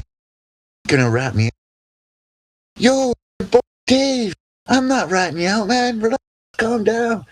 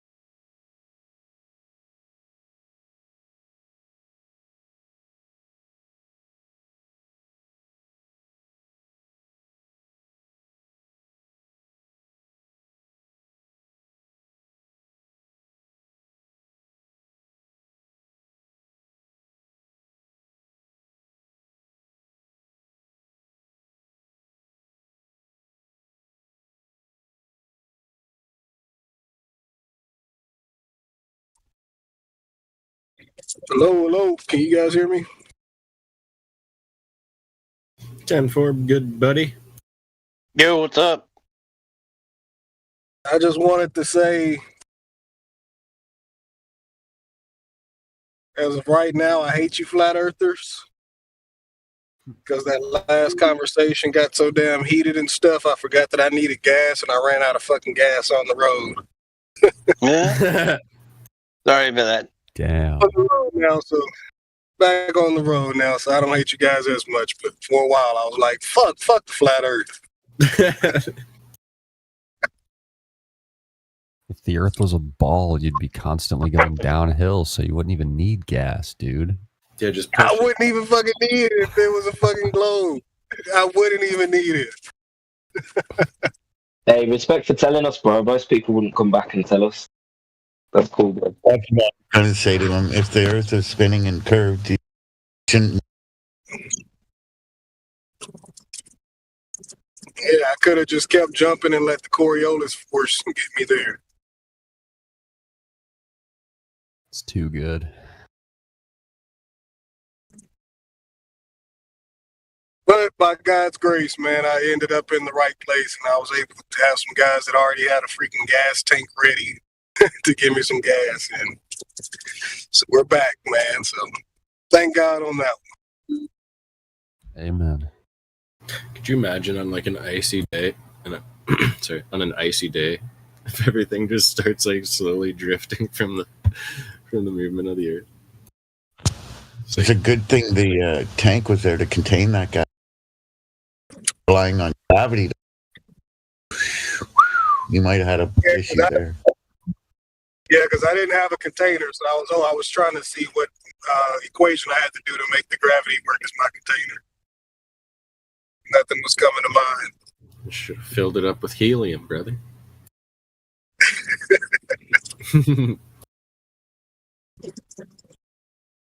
Glad I can laugh about it, man. I was fucking stressed out about 15 minutes ago. Yeah, that sucks. That's never happened to me. Thank God. I like dread that happening. Were you like at least close to a gas station or anything? Yeah, I was like freaking 3 to 4 miles away from a gas station, but it wasn't that. I just completely took my eyes off of the fact that I was low, and I was just talking here on Discord and fucking forgot. It's stupid that it doesn't like beep at you when it's like actually about to like go out. You know, it's like, come on. Yeah, I got a Ram 2500, so it tells you when you're about 50 miles, and sometimes when you're around 50 miles, you're like, okay, well, I got time. Right, yeah, and it just like stays there, but then like there should be like an emergency, like you're about to run out. Right. You're really about to fuck it up. Yeah. You're pushing it. Right. Danger, Will Robinson. 2 miles left.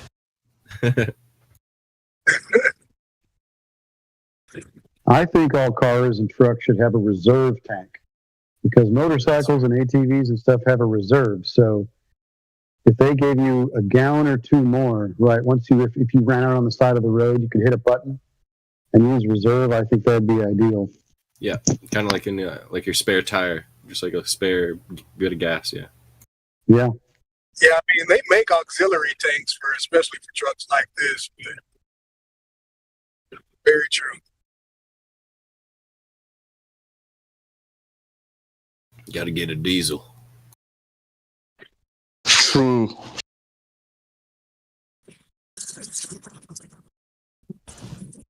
You need the same tank and fuel they use to get to the.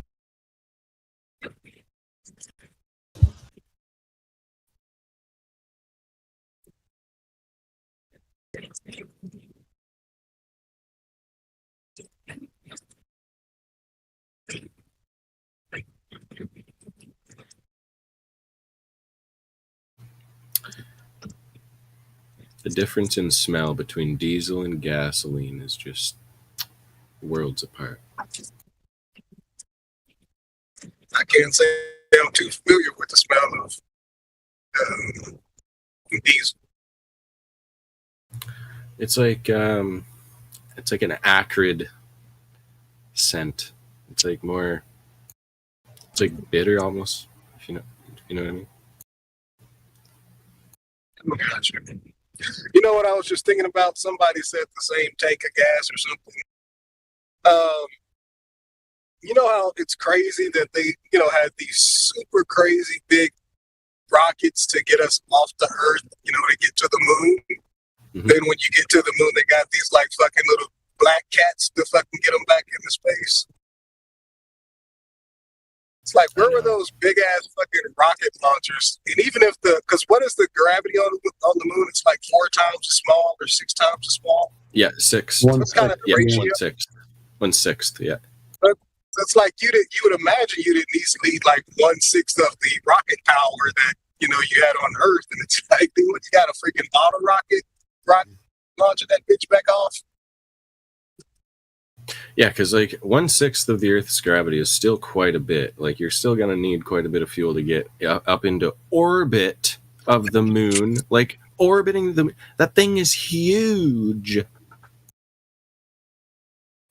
Like it's not like a small moon, bro. It's like it's not like it's like 20 kilometers wide. It's freaking 3,000 or something. I can't remember. Like 250,000 miles. Yeah, that's right. Yeah. Or wait, is that the distance Roughly, to approximately? Oh, yeah, I think so. That actually. might be the distance to it. Yeah, 230 something. I think in kilometers it's like 3,000 kilometers diameter, maybe something like that. Yeah, that's just a head scratcher for me. How they needed those big ass fucking rockets to launch them off the Earth, but then to launch off the moon, it's like nothing. Yeah, with one stage, like it's not even staged. It's one stage to get them off the moon's surface into orbit of the moon. Like it's weird. And like, yeah, the craft is so small, and they already used how much to land with it. Oh no, wait, guys. Okay, wait. I know how they did it. They stored all the astronauts' natural gas, and then they used that, methane gas. They ignited their farts to get back to Earth. True. Elon Musk uses methane. He learned from the best. I guess where there's a will, there's a way. I think we'd all get off the moon, man. Fucking fart right off that bitch. They got back on fart power.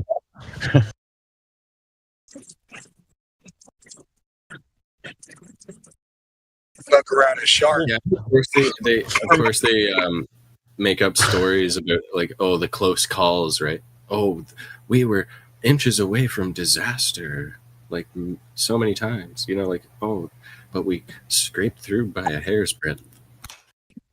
For me, it's like, where did they put all the food for that length of time? And it's like, I go for a camping trip and I pack everything I can think of into the vehicle.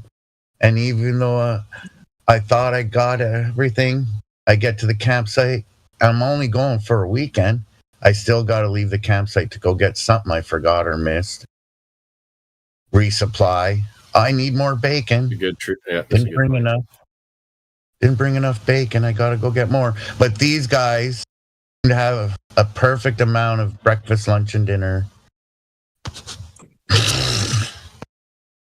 Right, the right amount of space for their bowel movements and piss and pee. Oh yeah, and where did they have room to get into their space suits in the little landing craft?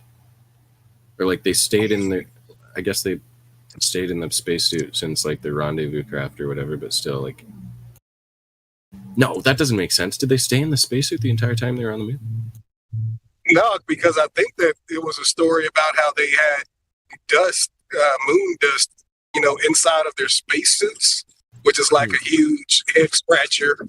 Because like when they were taking off their spacesuits in the craft or whatever, it was moon dust on them.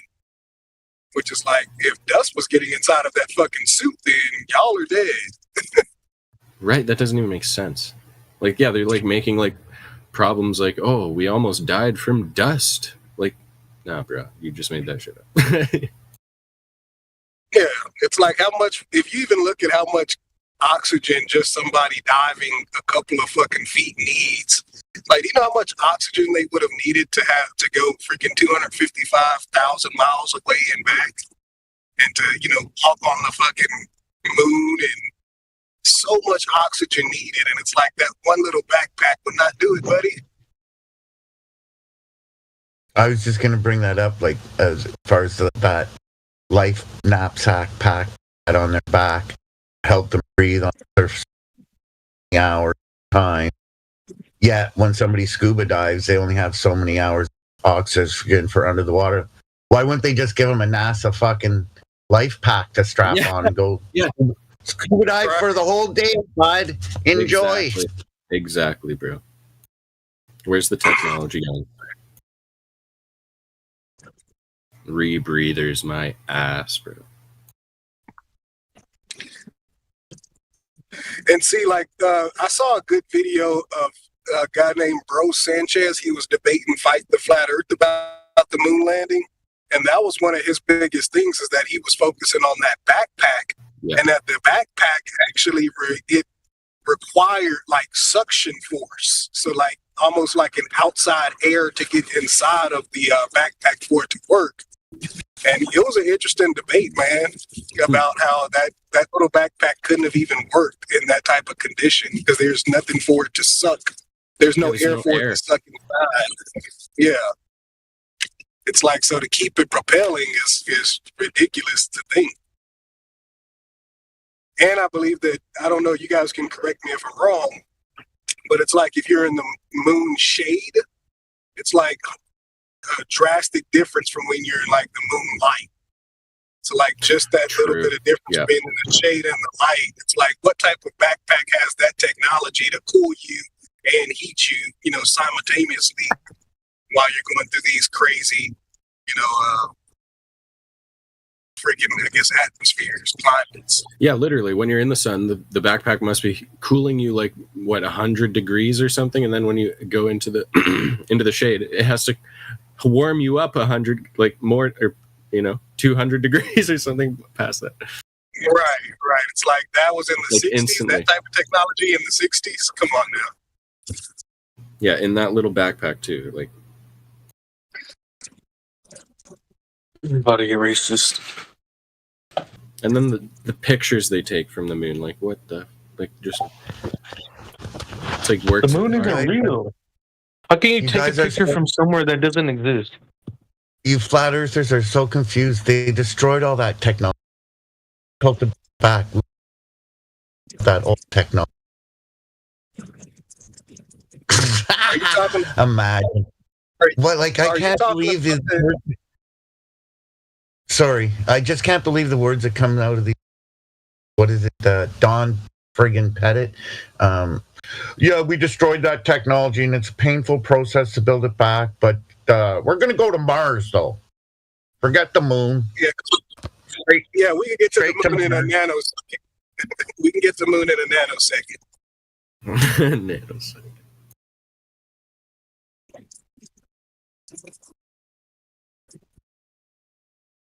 Wait, maybe he's saying there's like weird secret technology to get to the moon that you can actually get to the moon in a nanosecond. No. It's too difficult to build back curtain rods and tin foil, tin can that went to the moon 50 years ago. That's Yeah, what it really is like the video technology is better now, so we can't fake it as easily as we did back then. Or some shit, I don't know.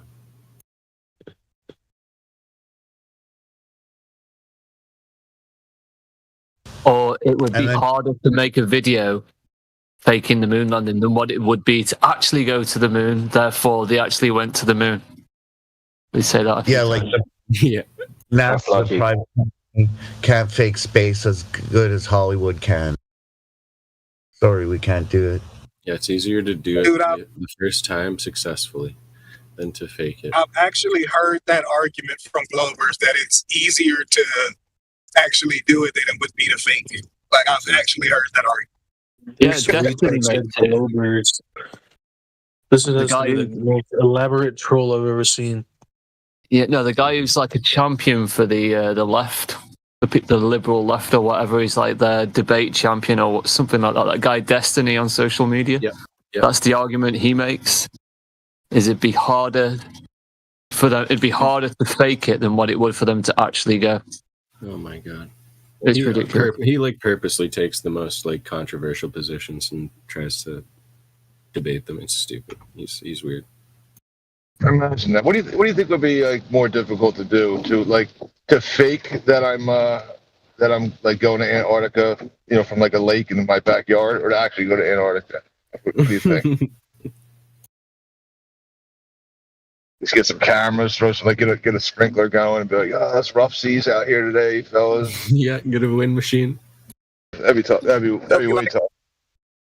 The precision of the camera you would have to use, and the would be harder to fake it.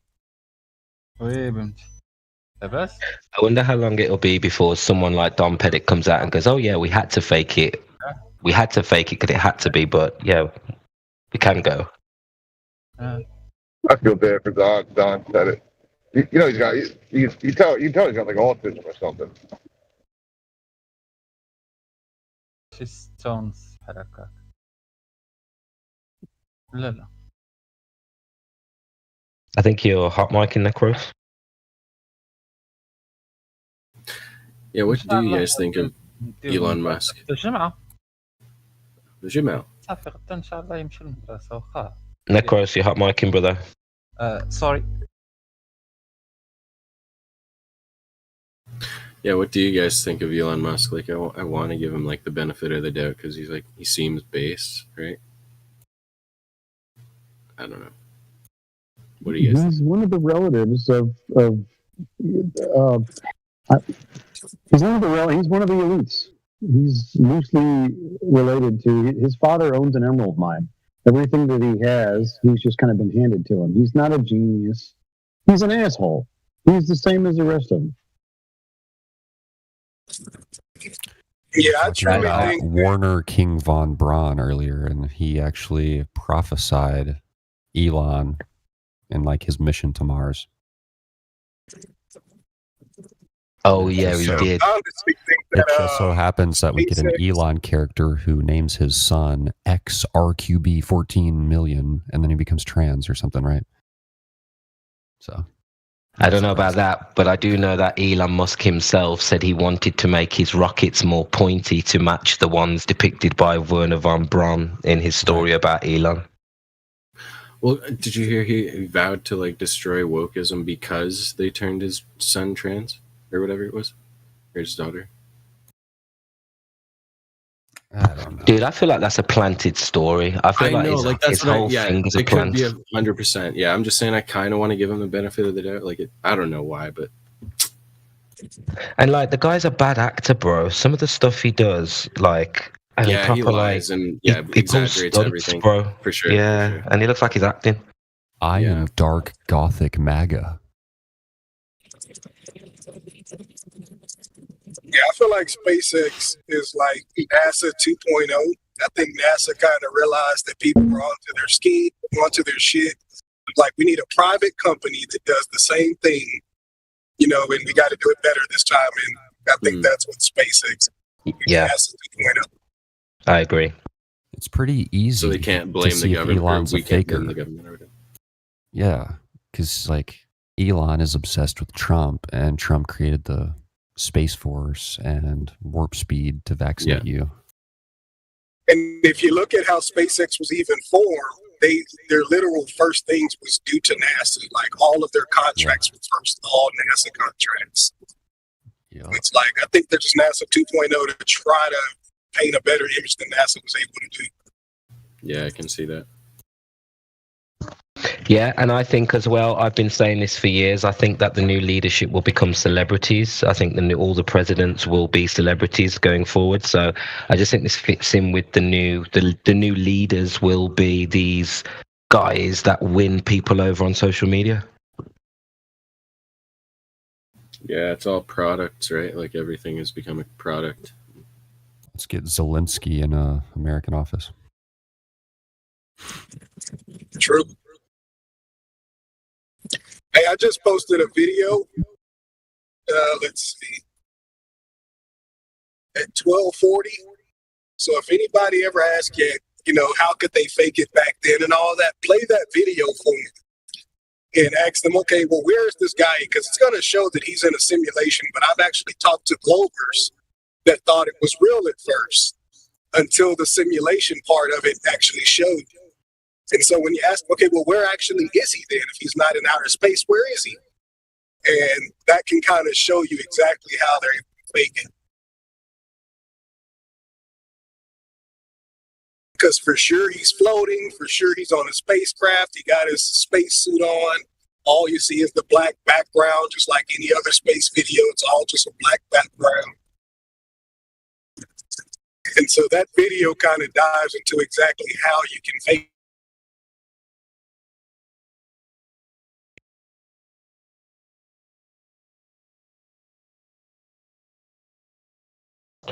Well, have you seen that documentary? I don't know if it's Bart Sabrell who does it. Funny thing happens on the way to the moon. Yeah. You seen that? That looks pretty legit. Pretty legit, that looked to me. How they tried to fake it out of the window. Yeah, because you see him developing the shot and improving the shot, and then it literally looks like the footage. So that'd be pretty hard to fake that. All right, so you guys got me thinking about food on the ISS and how much storage they would need to feed themselves, considering that they recycle their piss and drink all that and make their coffee and chugga and all that stuff. So I took fluids out of the equation, or liquids. Yeah. And I generously gave them a per day 10-inch by 3-inch cubed portion of food in a box, in a container. All right. So you're talking about something that's 1 inch tall, 3 inches wide, 10 inches long. Okay. Now that's probably fairly generous. They probably eat more than that, but let's just give them the benefit of the doubt. So 3 of those, oh man, I might have even done this incorrectly. But that's a daily food, and I multiplied that times 365, and then I multiplied that times the amount of people that are average on the ISS, which is like 7 or 8. I went with 7 just to be safe. And then I multiplied all that, and I got I tried to visualize what amount of space would be needed to feed that many people for a year. Because typically they're up there for, I don't know, about a year at a time. Some of them longer, but they need to have that amount of food to survive. They say they eat breakfast, lunch, and dinner, and snacks. So I'm way underestimating this. So if you want to visualize what kind of space they would need to feed that crew for a year, visualize a container that is 5 feet wide by 5 inches tall and 20 feet long. That would just be the storage for the food. That's just being generous. That's for 1 year. They ain't got that kind of space on that frickin' thing. It's mostly solar panels and a couple of big tubes of a container for sleeping and all the work they do, quote unquote work. They never show the supplies, do they? Like the they got a shit ton to take up there to feed them. They don't just drop passengers off. They'd have to give them, what was the number? 530, according to my calculations, with a 30 cubic inch portion of food per day. 530 cubic feet of food per year. And that's way underestimated.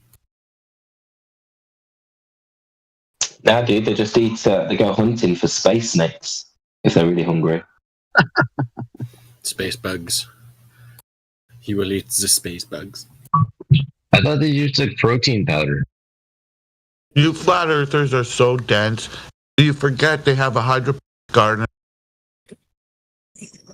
cucumbers, watermelons, all kinds of stuff up there, guys. Actually, due to relativity and time dilation, they're actually able to grow vegetables at a faster rate, so they actually grow all of their food on the move. Oh yeah, they get sun like every hour or whatever. They just constantly get sun. Yeah, and they hit gravity pockets too, and that kind of helps with digestion with the gravity pockets. Apparently, the gravity pockets have a lot of nutrition as well, so that's good for them. Hmm.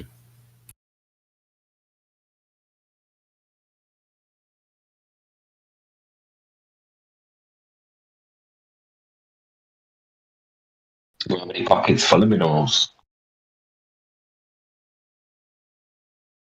Gravity pockets with bacon. No, it sounds like a good snack. It actually does. Anything with like pockets is just sounds so delicious. Not gonna lie, gravity pocket does sound good. I tried it. Little tart. It's a little dense though. Actually, may need to coin that shit for y'all, dude, man. Gravity pockets. And get you high. Yeah, bro. Yeah, it's pretty much all hot air.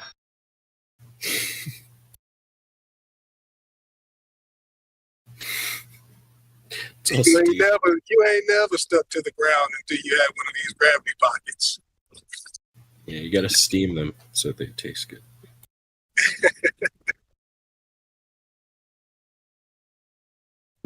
Gravity pockets give you wings.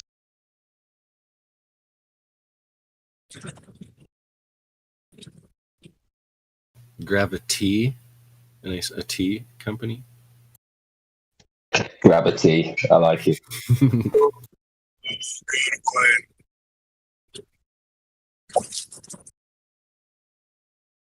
You need to be on somebody's marketing. The guy who just said gravity needs to be on somebody's marketing team. I know. Oh my god. Yeah, that was really good. Really good. I thought of straw chopsticks the other day, but it's already a thing. So if 7 astronauts ate a pound of food a day, that means that they would have to load onto a rocket and offload onto the ISS 2.25 tons of food. Holy. They ain't getting that up there. No. Yeah, they don't even claim anything about like refueling or resupplying food, do they? They always like brush that under the rug.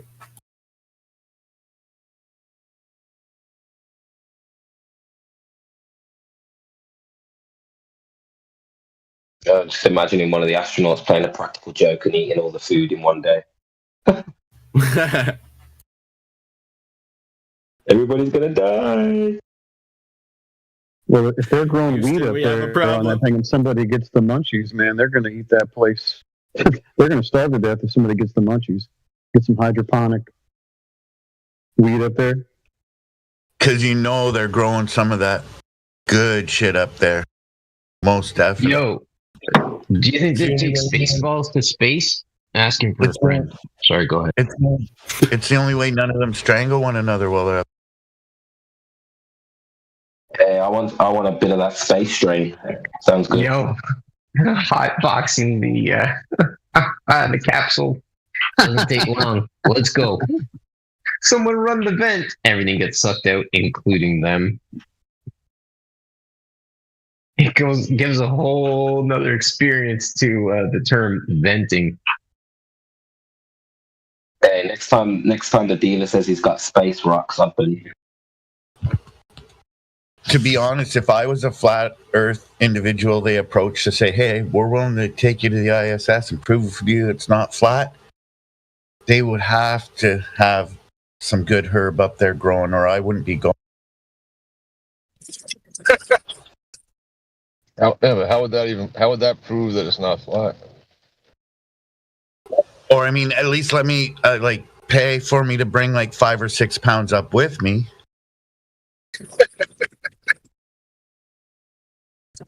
Cheech and Chong. Hotbox the ISS, bro. That's what I'm saying, guy. I feel like if they did send flat earthers up there, somebody would sneak in. somebody would sneak some weed in the ISS. That's so true. What about edibles? I'm getting high while I'm getting high. Let's go. Like pushing buttons not supposed to push and shit. You'd be tripping out. You'd be like, I am actually the highest high person in the world. In fact, I'm not even in the world. You get back to Earth, your buddies are like, I was so high one night. You could be, yeah? You were high. How about this? I was on the ISS and I was fucking high. Yo, you would be figuratively and objectively high. Whoa. Now that's high. Now that's high.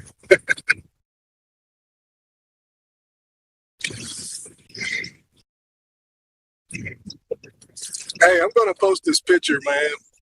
You guys tell me what you think of this.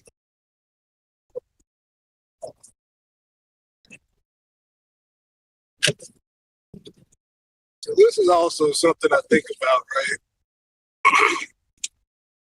You guys see that picture with the guy with the water in space? Yeah. So my whole thing is, if that's how the water inside of the capsule is behaving, how is the water inside of this man's body not behaving like this? Like, I would imagine that's almost like immediate death if your body if the waters in your body is acting like this. Same with like in their storage awesome tanks. Sorry, that's an awesome point. I never even thought of that looking. That's an awesome point. Go ahead. Yeah, I would imagine that causes like mental retardation and everything. If the water's in your brain, it's globbing up and your blood is globbing up. Bro. That's too true. Yeah, wouldn't your like blood pressure? Yeah, your blood pressure would be all messed up. Right. You are contained, right? All the water in your body's contained, so you're just one entity. Yeah, so that's not going to be acting on the water in your body. But your body's not contained. You got a mouth, you got nose, you got ears. your body's not just fully contained. Yeah, because like if you do a headstand, like all your blood like literally rushes to your head. So like most of like when we're standing, most of our blood is actually rushing to our legs. But like if you're in 0G, then it would be like pooling in your head more than naturally, because it wouldn't be rushing to your legs. But is the blood falling out of your body, brother? Right, we're just saying from a standpoint of like the blood is contained within your body. Oh yeah. Right, and then I fully agree that your mouth is exposed, and this is why the spaceman wears a suit so that he's contained. But what's interesting is the spaceman wearing the suit contained within the space shuttle looks back at the globe Earth, which doesn't have a container. Wait, how is the gas being held to the globe again? Weird. Open spheroid, yet the spaceman has to wear the contained suit in a contained system to look back at the open spheroid. Interesting. Go ahead. And then my thoughts looking at this and re-examining. Wait for that image. The way I see it is a zero G plane, because he's in a pressurized system with that ball of water floating around him, so he can breathe while he's in there looking at the floating ball of water. Right? A pressurized cabin. So how is the water acting like that in the pressurized cabin unless it's a 0G plane doing the maneuvers? Right. There you go. Yeah. And like what would happen to gas if you expelled it like at the height of the ISS? Like, wouldn't it have to fall down? Since there's like some pressure, right? Wouldn't it just go down instead of like dispersing like it apparently does? You know what I mean? Wouldn't it like join the gas that's down in the denser areas of gas? Don't try and make sense of the globe model. I know, it's making me crazy. We know how gas behaves. I don't know why they think gas. What are they saying? All of oxygen is just sitting at one layer, at one level. Right. Get out of here. Yeah, like you could literally do like density experiments from up there, like as if you're dripping different oils and different density liquids into a beaker, you know what I mean? And like watch where like the gas goes into the atmosphere, like Yeah, like hypothetically, you could be up in the ISS, and you fart outside of space, and now you've got a supersonic fart that's coming down at a supersonic rate to reach its layer. right? What the hell? Or is the gas orbiting the Earth too? Yeah, that doesn't make sense. If gas orbits the Earth, like with the ISS, right? If you drop gas out of the ISS, it would orbit with the ISS. That's what they're saying. Yeah. So then what the... Then how is there... Yeah. That's weird as hell, because they did have a video of a guy that's untethered, and they basically said that he was able to keep up with the ISS because there's no, resistance. So just like you said, if you had some gas out there, that gas would just follow you. Yeah. Oh my God. So you could literally hit... Yeah. So like literally there should be astronaut experiments like on the moonwalk. What is it called? Spacewalks. And like not shooting jets of gas, but like trying to contain balls of gas. Like why don't they contain balls of gas in the space station or whatever? Not in the space station, outside of the space station. It wouldn't work inside the space station, I don't think.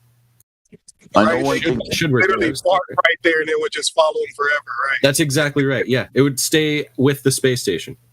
Like I know one thing: you wouldn't want to have IBS on the ISS. That's good, dude. That's a good point. That no matter what it is, if you put it outside of the ISS, it should just stay with the ISS. Yeah, literally. That's a great point.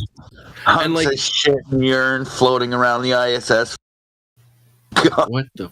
And even if it had a bit of velocity to it, it would actually, the orbit would kind of make it come back to the ISS anyways, because it's like in that orbital plane kind of thing, if you know what I mean.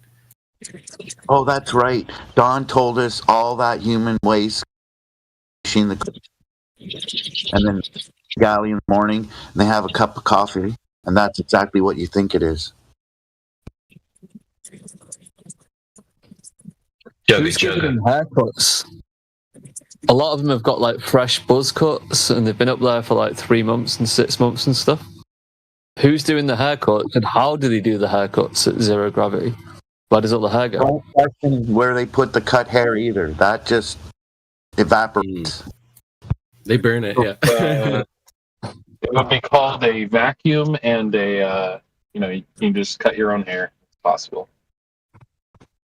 Like if I was a car manufacturer or somebody that's like a car manufacturer, I would literally put one of my leading cars, just tell them to launch that shit right next to the ISS so we could literally follow it.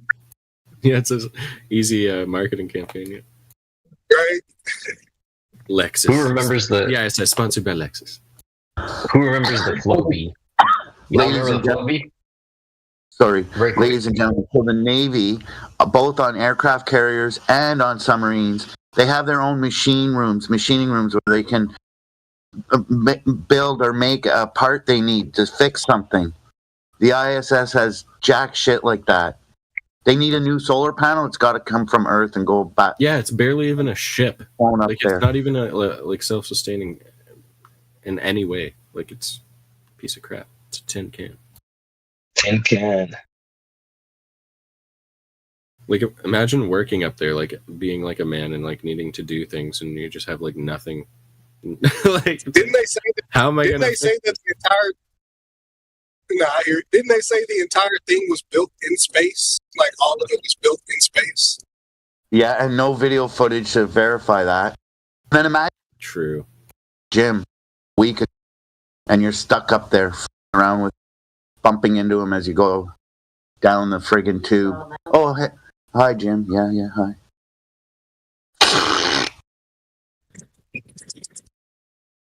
Yeah, I don't know how nothing's hit the ISS even. Like, they haven't had like an impact at all with any like space.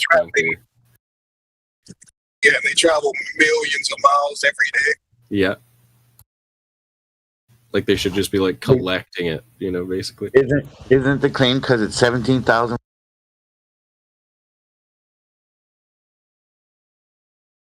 Isn't the claim every 90 minutes does a orbit of the... That's insane. That is insane. That's so fast. Like, they're going like 26,000 kilometers an hour or something like that.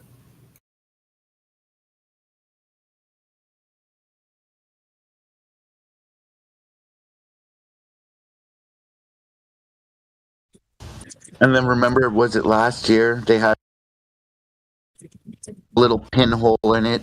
They fucking duct taped it or epoxy the hole. They were fine, no problems, good.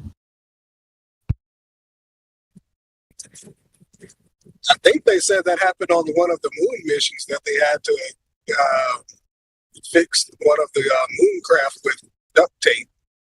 See what I'm talking about? That is an advertisement for duct tape. They already do the Lexus thing, Right. We solved our problem thanks to duct tape. Gorilla tape. Nothing works better on the ISS. Yeah, always exactly. Gorilla tape. Always trusted by NASA. Right. Doctors approve. Can't even trust fucking duct tape on your bike. You gotta trust it. Yeah, it lasts doesn't last that long. It gets all ratty and crap, If it gets super hot, it starts melting. Yeah. It gets super dry, it starts drying out and gets crisp, flaky. But it can be baked in the direct sunlight without atmosphere. But in the perfect radiation atmosphere, they don't have any of the issues, nothing like that. That's actually how they designed duct tape. They designed it to be in space, actually. That's why it doesn't work so well down here. That makes sense.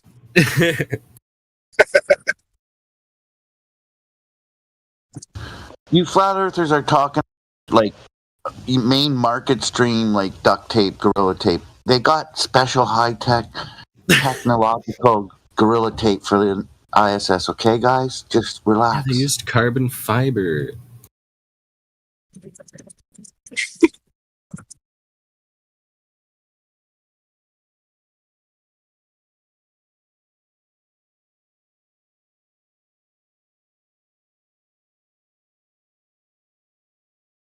Oh my god, how ridiculous is the moon rover footage of the quote-unquote astronaut driving it? Oh my god. It's literally... The crazy thing, I seen a guy on, I think, Modern Day Debate saying that was his proof that it actually happened was because the dust particles follow the trajectory of what it should be on the moon or some shit. That's such bullshit, bro.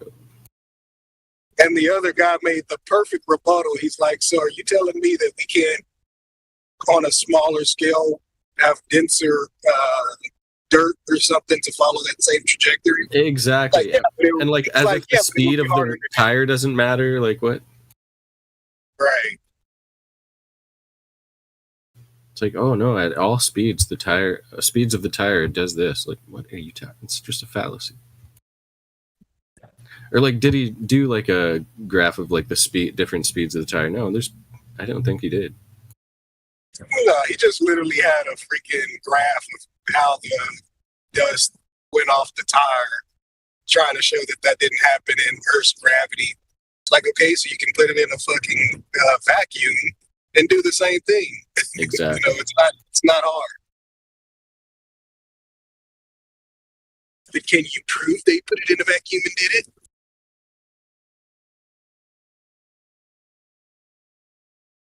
It looks like he's a mannequin or a dummy on the rover. He doesn't move a muscle. Yeah, it definitely doesn't look like a regular guy in a fucking four-wheeler. Like he couldn't have waved to the camera, like acted like a human, right? Yeah. Pretended to have fun at least. Yeah. Did a quick 666 sign or something. Yeah, like they're not Americans. Like they didn't act American, you know. Even if they did go, they didn't act American. They acted Russian. They acted Russian. Very true. That is weird, actually. That is how I would expect the Russian to drive a fucking yeah, bro. That's what I'm saying. Just straight ahead. Just, I'm going straight. Now fucking I turn. Americans looking around. Got a cigarette up there. Exactly. Go get a cigar going. Yeah, like apparently they golfed, or did they do golfing on the? I don't even remember. Yeah, fucker hit a fucking hole in one. Up Neil's ass. That's just so fantastic. They drove wheelers on it, golfed, took shits, and no one ever did it. No other country has ever claimed to put a man on the moon. Ever. Yeah, that's crazy. Like they didn't even try. They're like, it's like if we were able to do that shit. It's like if we're telling people we did that shit with less than an iPhone 1 computing power in the 60s, and we were able to do this shit 6 times, you would imagine that some country that's even more technology, more advanced than us, would be able to do the shit. And they call it a space race, right? So when you lose the race, do you stop racing, or do you go to the finish line anyway? Some people will literally walk off the fucking track. I'm one of those. That's bullshit. Well, okay, fair enough. I just park my race car and walk away. Yeah. Hit it, bro. Hit it. Give a couple of middle fingers to the crowd and I don't want to come in second or third. If you ain't first, you're last. You're in first place or you're in no place.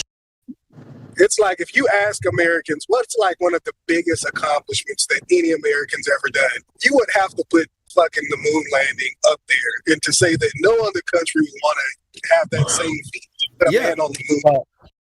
It's like second to the moon landing, I would say Chevy. That's yeah. That's what I was actually going to try. I was going to ask, what do you guys think is America's actual biggest achievement? Ooh, Nikola Tesla. But he was an immigrant, so it doesn't count, I guess. I don't know. Military industrial complex. To the United States, I guess that counts. Right. Stock market, maybe. The government. I mean, really, I don't know. What would be the new? What would you have to like boast about as an American now? Hawaii. Oh wait, sorry, we can't talk about that anymore. Was America the first to like abolish slavery? Was that just like no? Is that a thing? I don't know, man. I think it's like a recurring thing in history up until that point. Yeah, like we're. Yeah, probably, right. Some people had it, then it stopped, and some people were said to have it, then it stopped. Yeah, that makes sense. Nothing new under the sun, after all. Yep. The borrower is a slave to the lender. I'll definitely say any country investing doesn't deserve aid from any other country. If you're going to invest in space bullshit, then you don't need help from us. Well, there you go. What's the biggest human achievement? Biggest human achievement. Ooh. Your child. That's what I mean. We're all drawing like a blank. We're all like, I don't know. The Great grocery Pyramid. Stores. The Great Pyramid is pretty great. For me, my greatest human achievement is staying out. Actually, maybe it's music. I don't know. You see, we lost our identity when we lose that moon landing. Yeah, what the heck? We got to go back to believing this moon landing, bro. We ain't got nothing. No wonder they're hanging up. It's like by now, dude, we should have a fucking hotel up there on the moon we could go to for super expensive. Hell yeah, I should be able to blow $1 million on my girl, there for spend time in the anti-gravity room, take photos of the spinning Earth while we're up there. And then selfies with the Earth in the background. Hey, you know. You got to pay a little bit extra to have the Wi-Fi on the moon. A little bit extra. No free modems. It's actually crazy, like when you look back at like history, like how much of sheep they were, bro. Like they were so, I can't even explain it. Like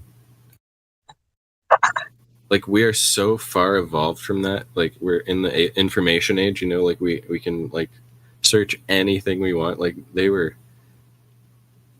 horse and buggy people, bro. Like seriously, they said they had punch cards of how they got, you know, like computerized things onto the system. It was like punch cards and shit. Like no possible way, dude. From smoke signals, right? And then did they have those? They can change the position. And if you look at the telegraph, to, you know, the corded phone in your home, to now everyone's carrying a phone everywhere they go. Crazy. But space technology went backward. True. Right? It's like they were doing the SpaceX landing that they're trying to perfect now in 2024. Yeah. It's like they were doing that thing. Yeah. They were doing that same landing in the 60s. Yeah, and they're using like the most highly sophisticated computer technology to do it today that they need, and it's still messed up. Like it still needed tweaking. They still needed to tweak it.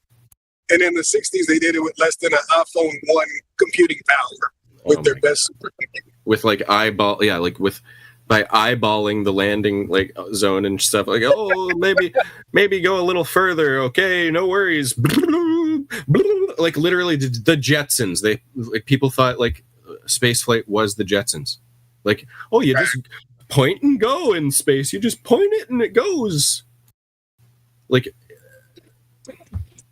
yeah, rocket propulsion is like nobody understood that crap. Even if you look at the like dish that's on the actual rover, it's like, dude, the dish was pointing up. It wasn't even pointing to the freaking U.S. It's like, where the fuck was that signal? Yeah. Like, where the fuck did that signal possibly? That thing is doing nothing on there. It's they got the freaking antenna pointed upwards. Like, no, you need to point it towards the Pointed at Saturn. Pointed at Saturn, trying to communicate with the Earth. And it's not like it was tracking anything. Like as he turned the wheel, it just pointed in the same direction. You know, it's like, what is this thing? Is it aesthetic? It must purely be aesthetic. Because yeah, like we know how satellites work, or like radar dishes work. Like you have to point it at the actual thing. You can't be like pointed away from it. What the hell are you doing? When I look at some of that moon buggy footage, I swear it's so stiff. What'd he say? I don't know. Yeah, you cut out a little bit. Flatman, say again. I was just like, the arms are so stiff. Oh, exactly. Yeah. In the spacesuit. The neck, no neck movement at all. Definitely not American. Maybe Chinese, actually. Maybe Chinese. Looked like a Chinese driver, to be honest. I can just picture Dr. Evil. Yeah, Dr. Evil driving buggy around, you know? Yeah, with Mr. Bigglesworth, yeah. Faster, Mr. Bigglesworth. Yeah, look at that antenna. That is not tracking crap. Yeah, looks like it looks like it might be able to pick up a very weak signal. It's like, dude, if you even look at the dishes from like your local news stations, like, They're you know how big they are, huge just to go a couple of freaking miles away. Literally, brother. The mobile news vans have 3 or 4. Not and the power supply it needs to have, like, to pick up the signal and like receive it or whatever. Right, and this thing here, it's like 2 freaking yards long. Hell, Yeah. What the hell is this thing? Is this battery powered? It's not. There's no solar. There's no solar on it. It's literally a one charge thing. Well, no, they got one battery to operate the buggy and one battery.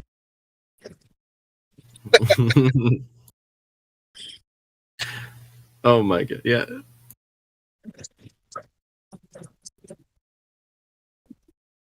Right, and they want us to believe that small ass one on the buggy allowed them to do some communication. I love the lawn chair, bro. That is the best meme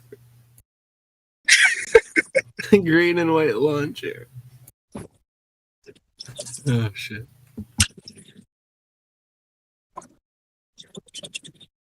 Oh yeah, and the tires are so special. They cost billions of dollars. What type of tires are those? Oh, they the R&D, bro. They put billions of dollars into the R&D of those tires, man. Priceless. And then they lost the technology for them. Those tires are so expensive because they have to withstand a 10 to the negative torr vacuum of space or whatever. Oil supplier. And the temperature on the freaking moon when it's touching the moon. Yeah, bro. What is that? How is it not melting? Literally, how is everything not frickin' just roasting hot? Like, literally, there should be just steam coming off of everything. Right. Not steam, but, like, it should be, like, you should see, at least, like, the metal should be, like, changing color almost, like, from heat, right? Like how metal does that. You see, like, heat kind of... Is that a real picture from the Apollo lunar module? Oh, that one there? Yeah, probably. It looks like it, actually. That's a real picture? Wow. Bruh. Is that cardboard? That literally looks like paper or cardboard. Cardboard at best, bro. Cardboard at best. It's like you don't even have to double guess what the plane under it is made out of. You know, it's just contact shit. But as far as the fucking lunar module, that's some bullshit. Literally, look at the shine on that baby. And then, yeah, there's nothing. It's just garbage. Yeah, it's funny. Yeah, that is the weirdest looking. That's a productive use of your tax dollars. Like, yeah, they purposely made it look like Star Wars-esque. They did. Don't question, homelessness. What's it called? Interest rate. Like, look at Elon's space vehicle. Like, it is an actual vehicle. This looks like they actually designed it to look like a Hollywood, like, Star Wars, like, shape. Like, there's no reason for this shape. Like, why is it not just a capsule? Like a normal... like, what the... And it's like, what rocket is under that thing to blow it back up into space? I mean, back where's the fuel? Where's the fuel? Right. And how does the fuel get... It's hydraulic, I guess, or whatever the heck they It's call going to get back to Earth by the cable. Because, like, they need to cool the fuel. It has to be, like, super cooled, right? Like, before launch? I would imagine. It can't be too damn hot. Yeah, because, like, they super cool the gas so that it becomes a liquid, literally, so they can, like, fill it up with liquid. So it has to be super cool in order for it not to be gas in there or whatever. So it, like, stays liquid fuel. So it has to be super cool. But, like, it might be a different type of fuel. I don't know. But the whole thing is, again, if it's 1/6 of the gravity needed to get it back into orbit, you would imagine you need 1/6 of the freaking rocket that got it there. And it's like you don't even have 30 seconds. You don't even have a portion of the rocket it took to get it into orbit to the moon. It would shake apart from just the rocket like vibrations. See, it's people believing stuff like that makes me understand how.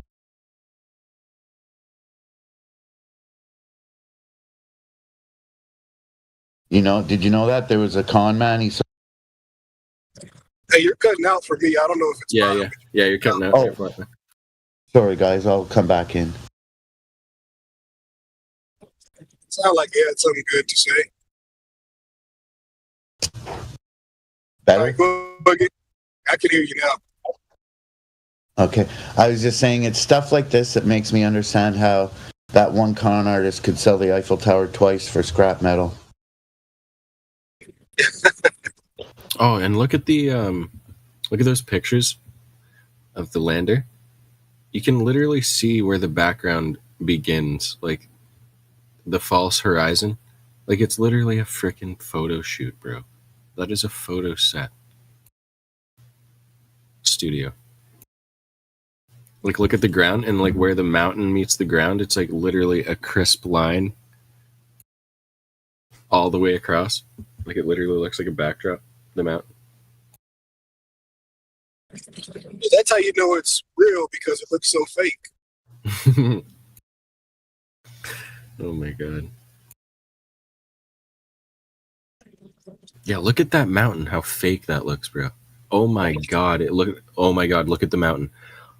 To the left of the lander, it looks like they what should I say? Too bright. Yes, yeah, it looks like a view of the moon from like 50,000 feet up or whatever, or like from like, you know what I mean? And they just cropped it on and like made it in the shape of a mountain. Oh, who just posted the lift off? Oh, I love the lift off, bro. Dude, it's like I thought it took 1/6 of the rocket power to get it back up.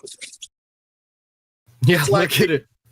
They fucking let off some black cats, and that shit got boom, and it just floats up and like does a little tilt. I love the little tilt, bro. Oh my god. Don't tell me one of you forgot to bring your firecrackers with you, because we won't get back to Earth without them. Right, fucking firecracker.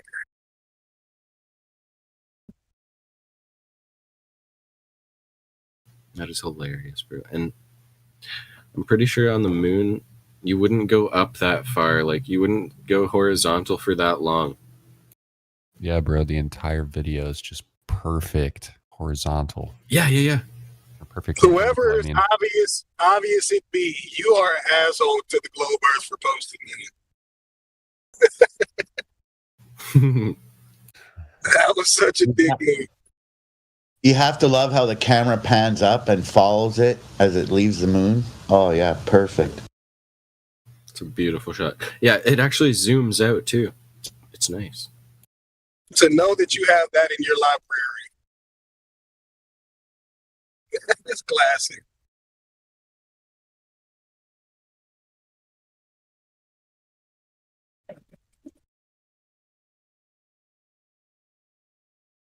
It's so whack.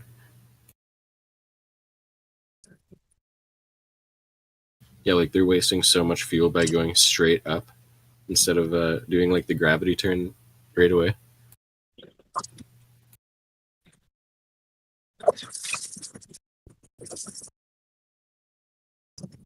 Like you would be able to do a much more aggressive gravity turn on the moon because of the less gravity and the lack of atmosphere. Go ahead. Sorry. I'm surprised they didn't just try to like launch a giant parachute and convince us that's how they got back. You know, they caught space wind. Yeah, there was a gust of solar wind.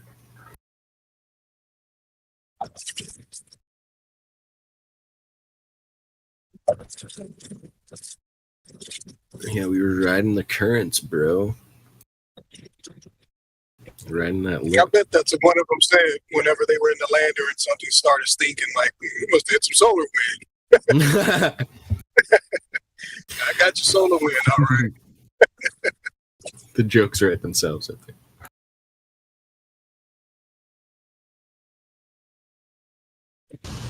They all just look at each other, but nobody says nothing because they know one of them cut the cheese.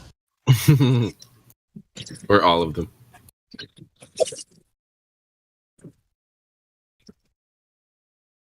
I feel like somebody would just get claustrophobic and start freaking out on the lunar module.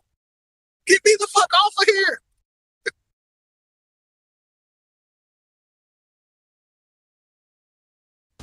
100,000 miles from Earth. Fuck this shit. I'm going back. The best time to fart is when you smell someone else's fart, so you can blame it on them. Smart. Smart farts.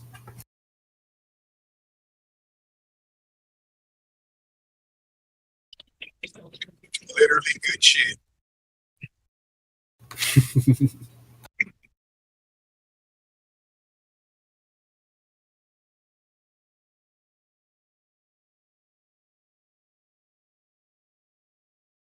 Yeah, and like, how telling is it that, like, Elon, it seems like he's planning on going to Mars first. Like, it's easier to land on Mars than the moon, he thinks, probably. And it probably is. Because there's atmosphere, at least, so you can, like, so it, like, breaks you a little bit. How long does it take us to get to Mars? Oh. Quote unquote. I can't remember how long the trip is. Isn't it a claim 73 million miles? And they're saying something like a year and a half or something? Or... Yeah, like they have to launch at like the perfect orientation, so it takes like however long that is, basically. To like imagine the amount of crap has to be packed on there for a year and a half trip. Right? Oh my god! How do you know you're going in the right direction when everything around you is just complete black? Like, you're not going to be going directly towards Mars because in a year and a half, it's not going to be in that same spot. Oh, well, yeah, you actually, like, predict 6 months, I think. It's actually, yeah, like, Mars actually isn't in the spot where, yeah, it's like a predictive thing. So you, like, launch where it will be in that time. It's actually kind You're of... all maintain that direction, bro. Oh, well, it actually, like, orbits, like, yeah. The equipment up there on the rovers to guide the ship. Well, like, allegedly orbits, like, when you, like, you do the burn and then you'll just coast in the same direction for until you, like, another action, like, moves you or whatever, or unless you do another burn or whatever. So, like, it's kind of precise. You can actually get it, like, kind of precise, like, tuned where you want to go. If you want to, like, theoretically, I'm saying. But anyway. And you plan it first so that you're heading towards the place where Mars is going to be at its closest to Earth. That will be during its orbit. I think that's how it works. Yeah, that sounds right. Yeah. Hey, and let me ask you this, because this kind of just came to mind. So whenever they're going like to Mars or whatever, at some point they're like out of Earth's atmosphere and, you know, that gravity pull and whatnot. Mm-hmm. So whenever they are kind of out of that gravity pull space that they claim, at that point, that whatever they're flying, that now has to be moving at like millions of miles an hour, right? Because isn't Mars like moving at millions of miles an hour through the galaxy? Yes, but they don't have to, like... Actually, yeah, that's actually right. Yeah, they actually have to match Mars's speed almost. No, you'd have to go faster than it. You'd have to go faster than it to catch up. True. Yeah. You're right. And it's like, if our planets are moving at millions of miles an hour, but that's a lot of velocity, bro. Yeah, you got to get going. That's a lot of fuel. Yeah, holy crap. That would be like... I wonder how long of a burn that would be. Like, how long they would have to burn the engines on that for. To, like, actually get that velocity out of it. Number one, you don't have any steering because rockets don't work in vacuums. This is obvious. So then it'd be like trying to land an arrow that you shoot out of a compound bow and hitting a bullet train. That's pretty much what we're talking about. Landing it safely. I mean, but NASA can do it. Earlier, I Like, posted and they have to an go all the way article back to Earth. live stream. Earlier, I posted an article on the live stream. It was claiming that one of the Russian things on the ISS had to do a fuel burn for 5.5 minutes, apparently, to avoid some space junk. I couldn't even imagine the volume of fuel that would require. But they just so happen to have the extra fuel on board to burn up to avoid a piece of space junk. So that's good news. Imagine you have a medicine ball and you're like going through the ISS, like floating forwards through the ISS with the medicine ball in front of you. Like you're like holding the medicine ball and you're floating with it. Floating forwards, right? Like forward velocity in your direction or whatever. If you know what I mean. And then you push on the medicine ball as hard as you can. Will that like slow your velocity in the ISS?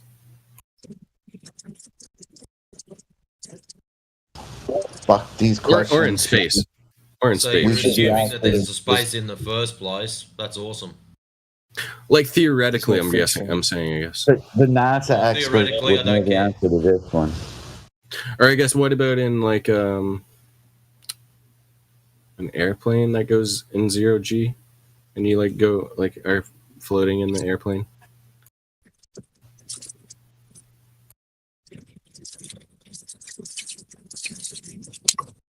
Hey, that guy last guy made a good point about space junk. Like, what would that be? Like a piece of plastic or something, or a tire? It's like a space junk.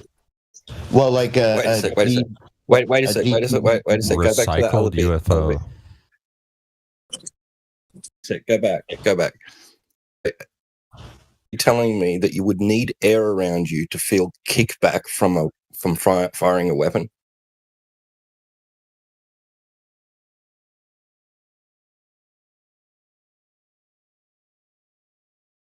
Would bullets even work in a vacuum? Well, it doesn't even come out the end of the barrel. Like there's no but you're gonna there's going to be kickback either way, right? You don't need to be standing on something. You don't need to be surrounded by anything in order to get that kickback, right? Exactly. Yeah, you can be floating and you need you're right. You need the air for the combustion to take place. True. That's true. Definitely. Yeah. I get you. Yeah, my point was like kind of just a thought experiment, like not really related to the vacuum, I guess. Yeah, because like medicine ball in a vacuum. Anyways, as far as the space junk question, I think it would be one of the 36,000 pieces of junk that's orbiting the Earth, I guess, that they avoided. All the other pieces, no problem, but that one piece they had to get out of the way of. Wow. The only way I could picture a gun working in space is that if it had like the bang at the end, showed bang once you pull the trigger. A little flag, yeah. A little flag comes out, bang. So I think what they claim to do is have oxidized. What is it? What does anyone remember what they claim they do with the rockets in space? Like to get combustion to take place, that they expel oxidizer. Yeah, they have oxidizer. Like it works as like the catalyst to instead of oxygen, I guess, right? Right. Actually, they just use oxygen. I think it's literally oxygen, like liquefied oxygen. I think, or maybe. Yeah, I think that's right, what they said. Yeah, I think that's what they said because you have to have that oxygen component. Yeah, for any combustion, exactly. Yeah. It needs oxygen. That's so weird, isn't it? Like that you need oxygen for combustion. How weird is that? That's just a weird fact of reality. Like oxygen. Why only oxygen? The fuck is that? So detailed, so specific. I think we all know why, though. Do you guys find it strange that they say oxygen is hydrophobic, right? That's what they say. Oxygen is hydrophobic. Is it? I didn't know. Yeah, but it's a component of water. How the fuck does that make sense, man? I need to learn chemistry because that makes no sense to me. Talk about an oxymoron. Oxymoron. That's fine. And no pun intended with that, but that was a good one. Imagine how hard it would be to make an oxygen molecule from by force instead of by natural processes, if you know what I mean. Like trying to force oxygen together to make oxygen and hydrogen. You need the power of the sun. Yeah. People. Yeah. Okay, everyone put your thinking helmets on. We got to convert the carbon dioxide we exhale and our farts into oxygen. How can we do this? Bill Gates has been working on that. Don't worry. I don't know. Maybe grow some plants. I just asked Don Pettit. I'm sure he has the answer. Well, then I guess you have a leak. And I'm sure there's a procedure. I'm just not sure what it is. Oh, that's actually a cool image to think about, like a floating garden, like an orbiting garden in space. Instead of like a hunk of metal. Haven't you seen Elysium? No, actually I haven't. That's what they want to do, right? They want to put one of them in orbit. Oh, that's sick. Its own gravity and everything. Yeah, like self-sufficient, bro. We got to make this machine work. So we can get off this earth away from all these homeless people. That's right, bro. They're taking up our streets, shitting on our streets. Let's just send all of India to the moon. I'm kidding. I love going there when they start talking about all that stuff. Hey, that's on my last one. And I'll be like, well, then go. Like, go back to the moon then, please. Just, yeah. Please. Dude, I feel like that would start a race war if they sent out the Indian, because everybody else would be like, well, why are we going first? That would literally start a race war. What the smart thing for because he was caught off guard during that interview, right? Pettit, right? He was asked about the leak, and he was like, I'm sure there's like he was all fucking nervous. The smart thing he would have said was, it's restricted information. Yeah, apologies, that's classified. Or he could have just took the only real answer, like, well, because of the way this was engineered, that can't happen. You're overestimating him. You're assuming he would have had a smart ass.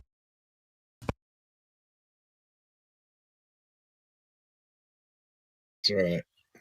Yeah, overestimating him would assume he could tie his shoelaces up. Like, seriously.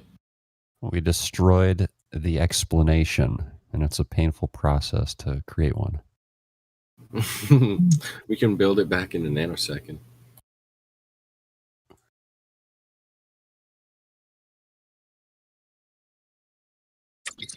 All right, fellas, I finally reached my load destination, man. It's been real.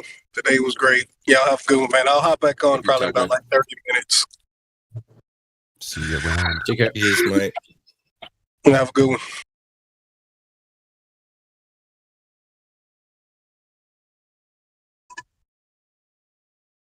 Taking it easy.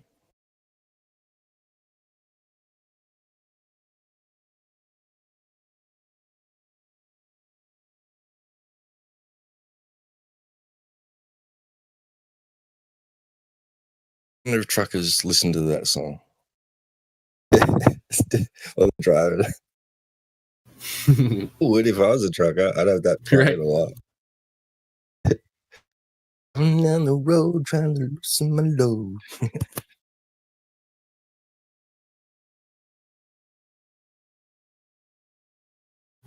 Trucker propaganda music, that's all that is. Makes you feel good. That's government propaganda to get more truckers into their job.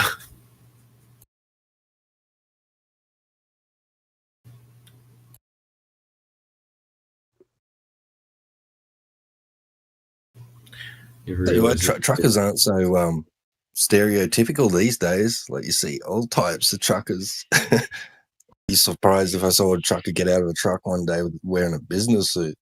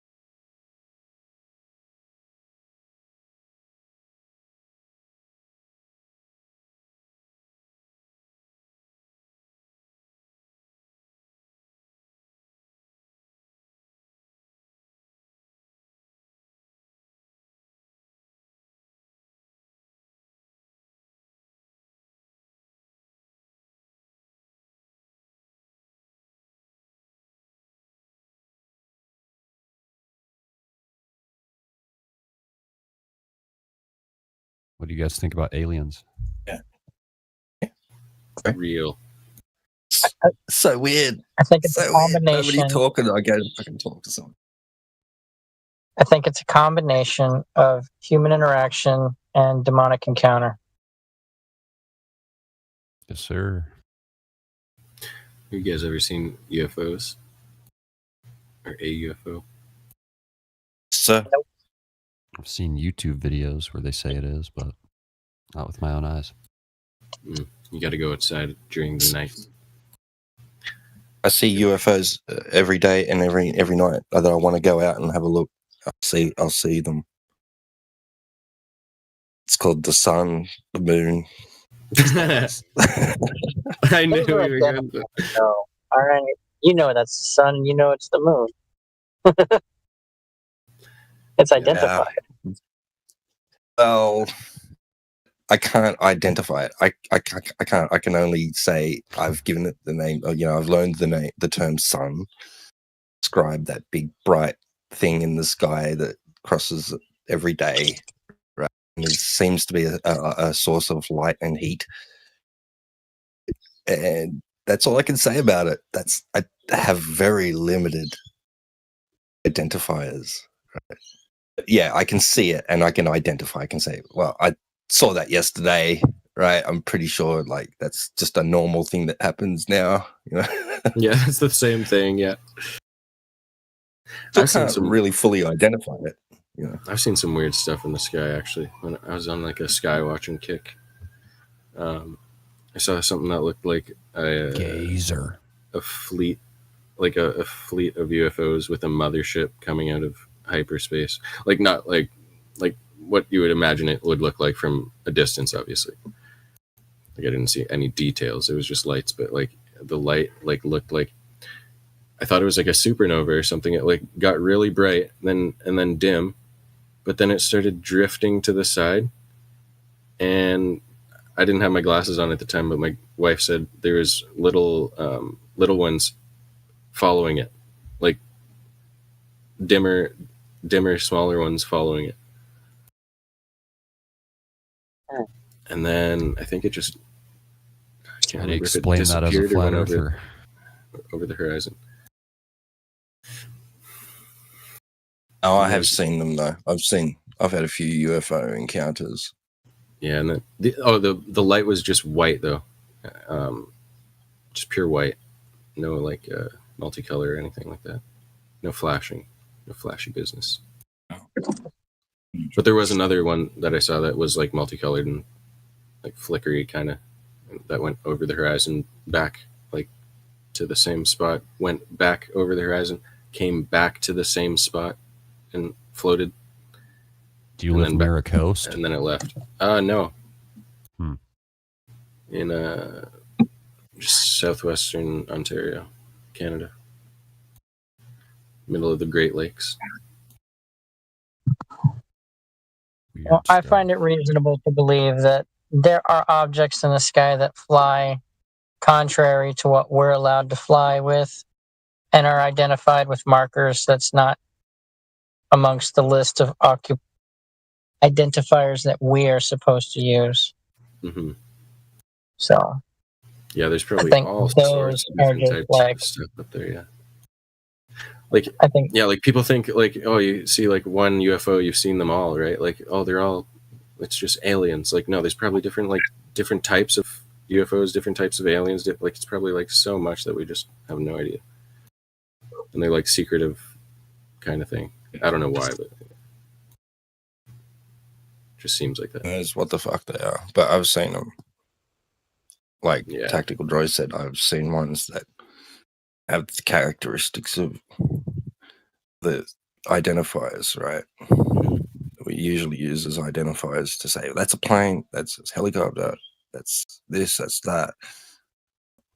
Yeah, like don't get me wrong, I've seen before planes and stuff and seen oh, it's a UFO. Like no, it's not, damn it. No. But even satellites, right? I used to like that's got the characteristics of being a satellite. So, right, exactly. Yeah. Just assume it's a satellite. Yeah. In saying that, now I go, yeah, is it really? It could be something else, right?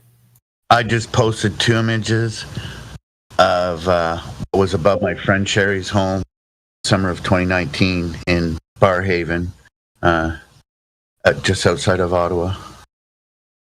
That green orb and that white light in the first photo is the moon.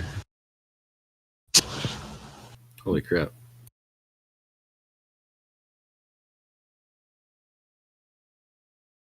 Bro, I got a picture of Ketu. Yeah, like, now that's some fucking like the moon strange should shit. be some alien craft. Like just the moon is weird, bro. Like why are hormones and stuff like connected to the moon? Like if we didn't have the moon, would we not have hormones? I don't get it. Like what is going on with that? We wouldn't have tides. We wouldn't have titties.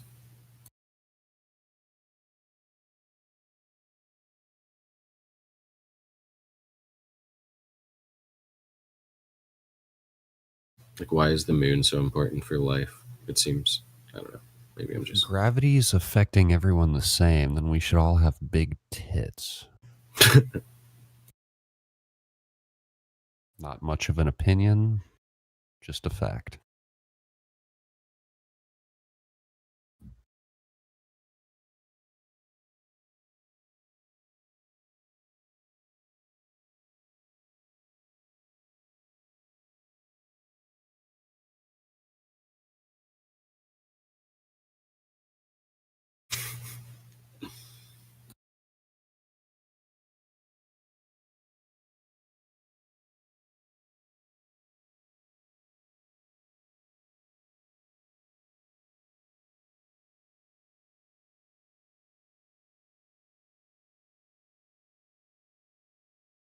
Slow day for the Globers, huh?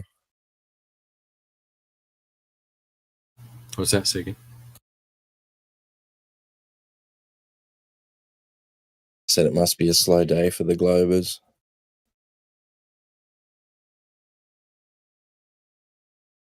Is it a slow day for us? Thursday is their day of worship, I think. The Globers.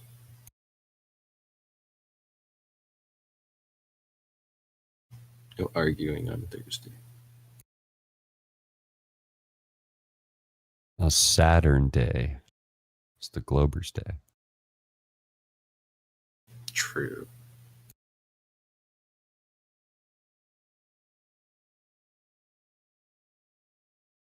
I got pulled up by an acquaintance today on Day Venice. I'm on about Relation 13.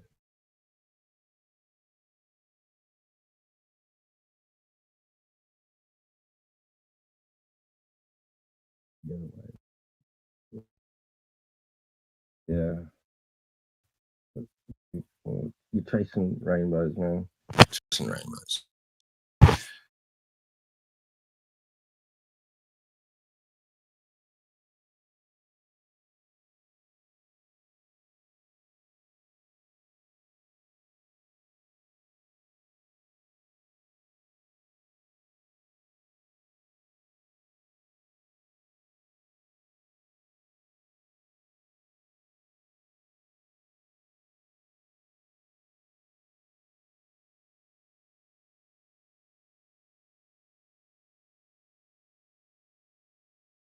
I don't know why, but for whatever reason, the thought just popped into my head. Like, imagine if there was nice gardens on the roof of every building. There'd be so much extra food. Yep, I've thought that before too. So awesome, man.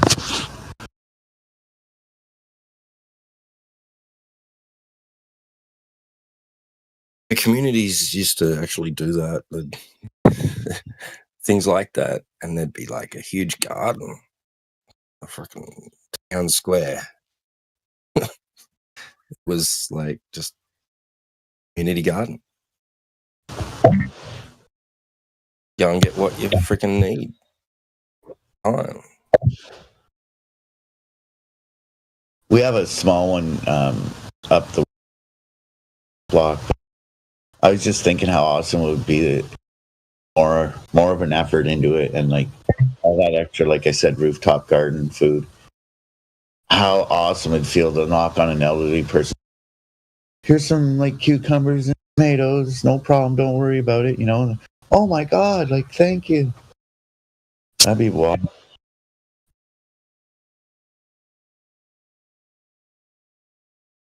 I wouldn't be surprised if like there were communities that even developed standard, or even an ethical rule that you don't charge your own. Like there's no economic reciprocation within the community itself. That's outside the community. So if there's trade to take place, it's basically the whole community as a whole. It's one single thing trading with someone else, not trading amongst each other. Wouldn't charge your wife coffee, right?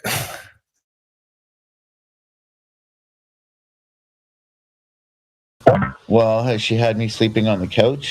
Well, because I'm in the doghouse. Maybe then.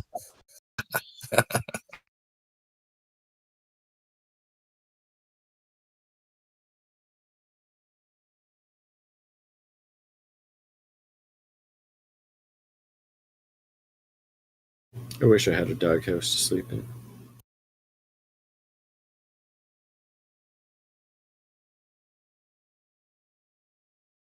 Be comfier than the couch.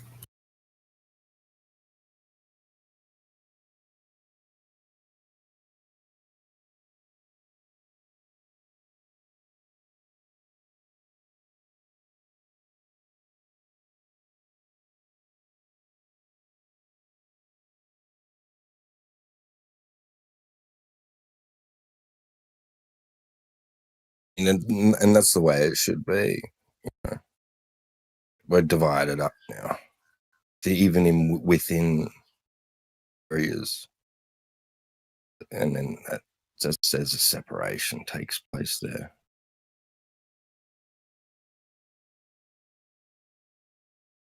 That's how they win, by dividing us up into little groups.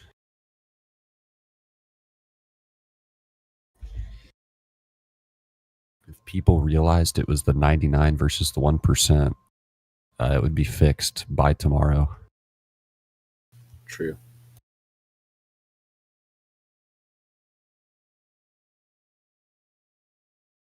But I got bills to pay.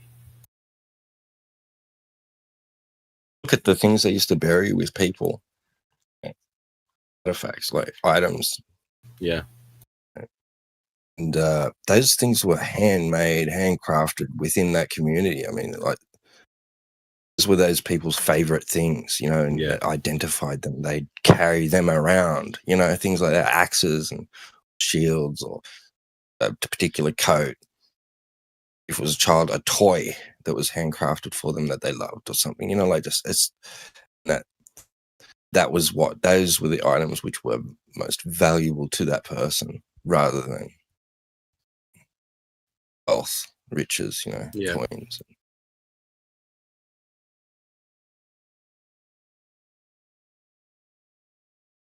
Yeah, a lot of people working to work.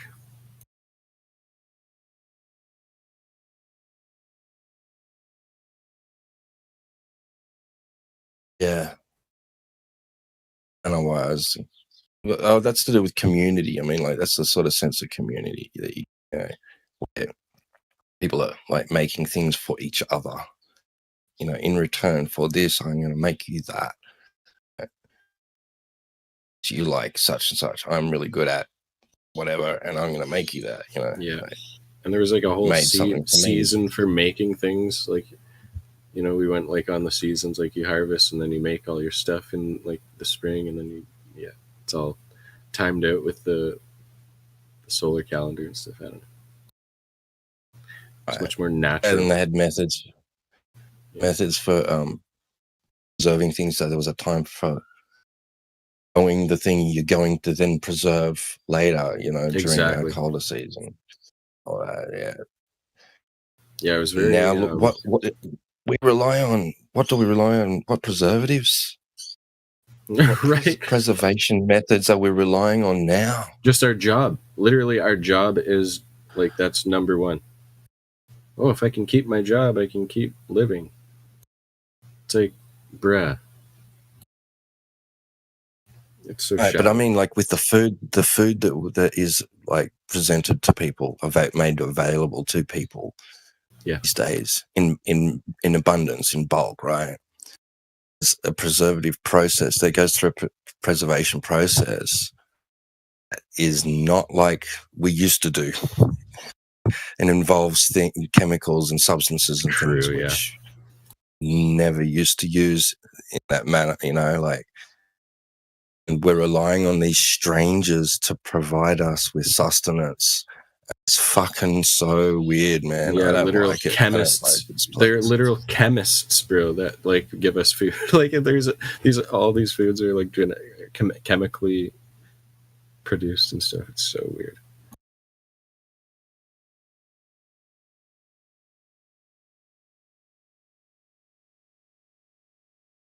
Like it should just be like, what about in school they have a mandatory freaking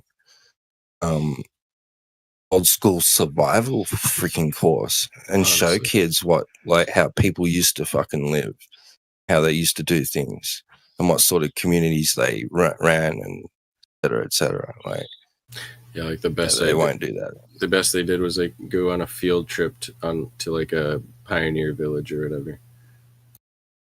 Yeah, they never taught you anything.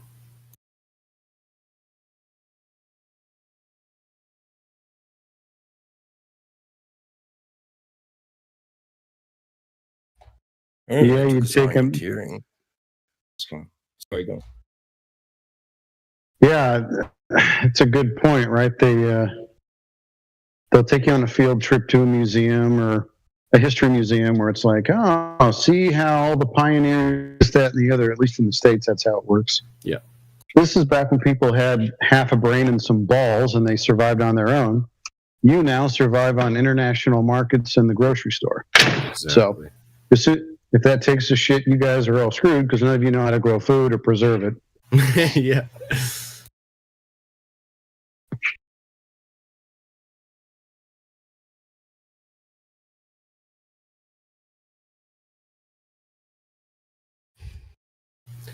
At least the Amish still exist.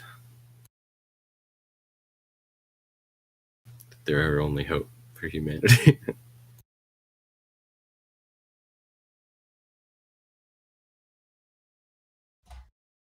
Yeah, those folks are going to be just fine. If it all goes south, they're going to be like, huh? Same as it was the day Where before. Did everyone go? Yeah. Why is everybody losing their cool? It's just a bit of cold weather. Yeah.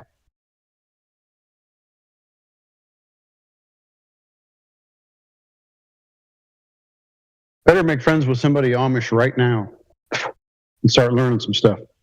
Yeah, honestly, man.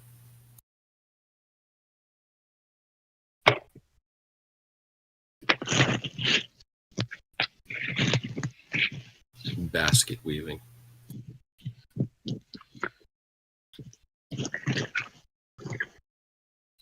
Well, just think. So the Indians, Native American isn't even really accurate. The people who were originally on this landmass, who we murdered and pushed off of their land. Originally isn't even accurate. Right. Well, however they made it here and decided to, whoever we survive. Yeah. Whoever we murdered and raped and enslaved. Yeah. They truly lived off the land. They ate what they killed. They made clothes out of hides. They made their homes out of animal hides, for crying out loud. They were some intelligent people, and they called them savages, right? Which is just ridiculous. What's savage is killing people that are minding their own frickin' business. That's savage. Yeah, just because they're on the land that you want. So.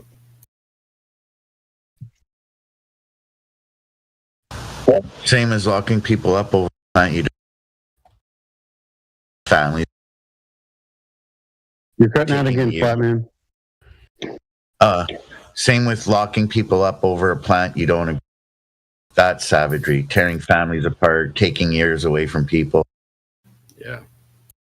Bernard Noble is one of my best examples for a modern time example. He got like half-quarter ounce of weed because he had two like tiny things from when he was younger, and he was working hard with a daughter and stuff, and nope, you're going to prison. He got released early, thankfully. There was a petition put out for him and stuff, and he did get released early, but still, he lost a lot of his life over nothing. What else is crazy is that the nation that locks you up is the one that is funding the growers, the processors, and the smugglers, and the marketers of the substances that you throw people in jail for.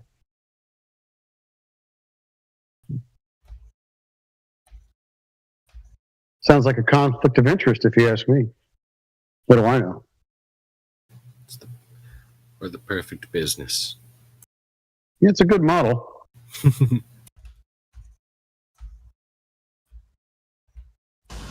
Up here in Canada, the top law enforcement agency has an operation called Mr. Big Operation, where they present somebody to somebody else that appears as something they're not, and or plants criminal ideas into the person's mind even though they weren't thinking criminally, and like facilitates the person to do whatever criminal activity, whether it's stealing cars or whatnot, and then we'll swoop in and scoop that person up saying, oh, you were stealing cars and cutting them up and selling the parts.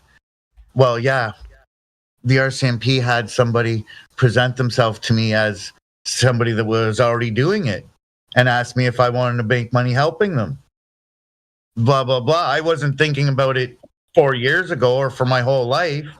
But 6 months ago, this person came and yeah, I guess on my spare time, I started whatever. And now you guys are here saying I thought of it all by myself and I've been doing it for years and blah, blah, blah. They set up one Muslim couple to make them look like terrorists. It was crazy. Holy shit. Yeah. Corrupt as hell.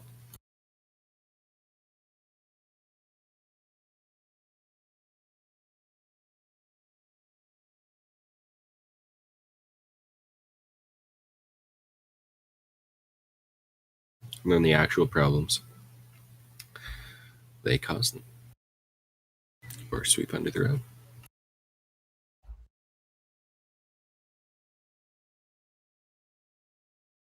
Yeah, have you guys heard of that social experiment that was conducted on a town? I think it was in Canada. I've only seen reference to it in videos online. I haven't looked into it. I haven't studied it, but apparently they decided to run this experiment. They got this community to agree, this town. So for 5 years or something like that, everyone would get a minimum standard wage, no matter what. Didn't matter if you were homeless or what, like didn't work. You just got enough to get basic living essentials, survive. And On top of that, you could work and earn extra. You could do whatever you want. Like it was just here's a minimum wage, and you just conduct yourselves as a society, right? Your town council and all that, right? Just go ahead as normal. Here's your minimum wage. That thrived, this community. It absolutely thrived. It reduced. It had health services. It had less crime rate. Reduced its unemployment rate. It just thrived. This community just went boom. And I don't know. You guys heard about that? Yeah, I've heard of various little experiments like that. I think they trialed it in Sweden. And do you know Libya under Gaddafi was also like that, but the whole country? He shared the oil money. They all got like I think it was the equivalent of $2,000 a month in payments from the government, regardless if you worked or not. Heard that, and he sponsored first new couples first home owners thing, and newlyweds or whatever. Yeah, right. Gave land to people without jobs in along that water pipeline that he had running, and all this, and he sounds like a lot of good stuff about him. It literally sounds like a great leader, dude. Like an actual like king, that's like king stuff.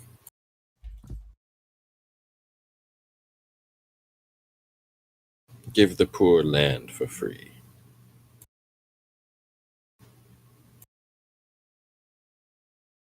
And they had to till it and stuff. Like they had to like use the water that was being accessed. Yeah. Do But something still, productive that's how with you- it. But I mean, exactly. That's how you get a country going.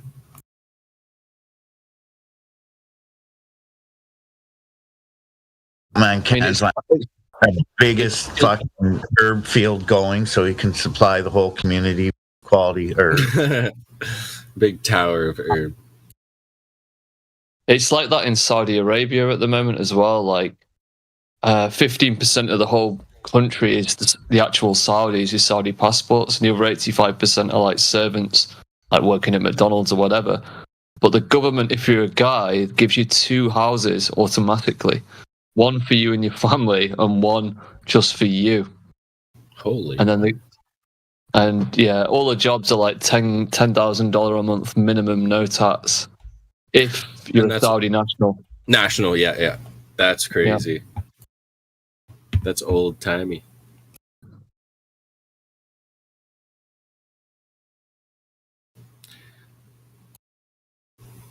Yeah, whoever said slaves. Whoever said we got rid of slavery.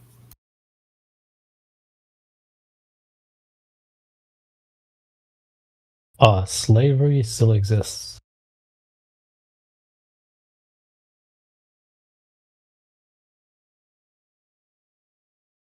It exists in many forms. The only person who escaped slavery is Andrew Tate.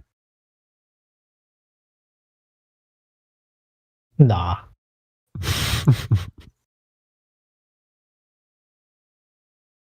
Probably me. You escaped the Matrix. I was in Andrew Tate's hometown yesterday, Luton. It's absolutely terrible, that place. I hope I never have to go back. It's like a large town on the outskirts of London. It's so bad there. You can't escape the Matrix. You have to become the Matrix. Amen. Escaping the Matrix is a lie. Doesn't exist.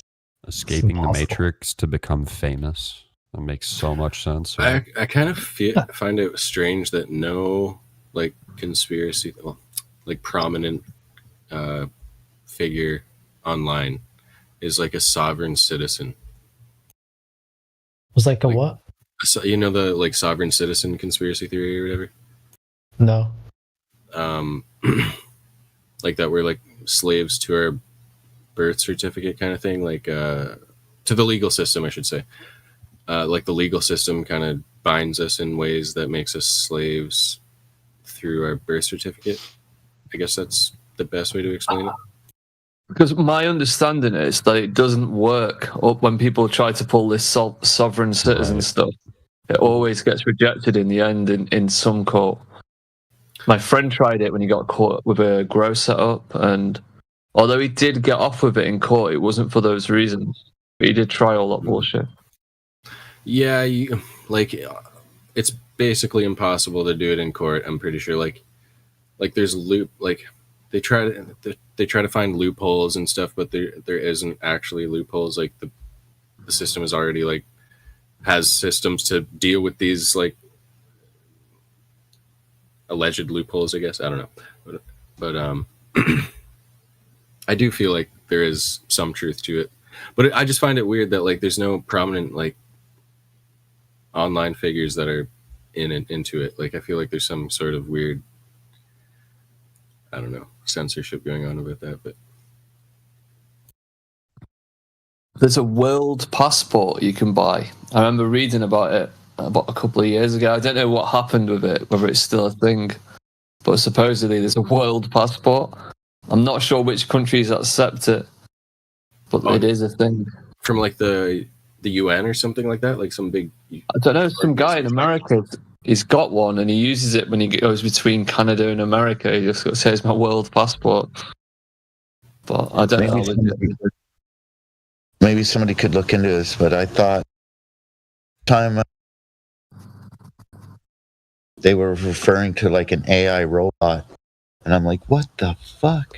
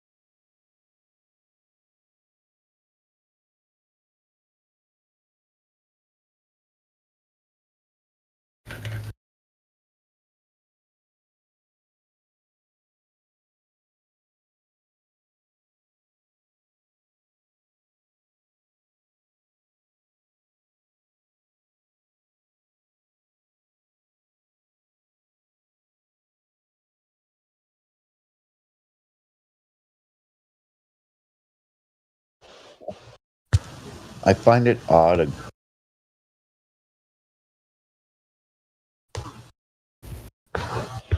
I find it odd to discuss or debate flat Earth without looking into it or knowing anything about it. Or sorry, about their own model.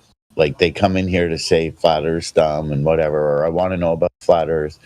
Then they'll start arguing about whatever knowledge you give them or share with them and defending what they think they know about the globe. They don't really know a whole lot about the globe. And it makes you wonder why they wouldn't want to have a for their globe before they come in here. And then when you think about that, you think in that regards, they would try to prove the globe to themselves and realize it's not one and not have to come in here in an argumentative way trying to defend the bullshit. Oh, boats go over the curve though. After you telling them about long distance observation or whatever else. Or you can't even get through long distance observation and they want to point to the moon, the shadow on the moon. Or why is the moon round? Blah, blah, blah. It's weird.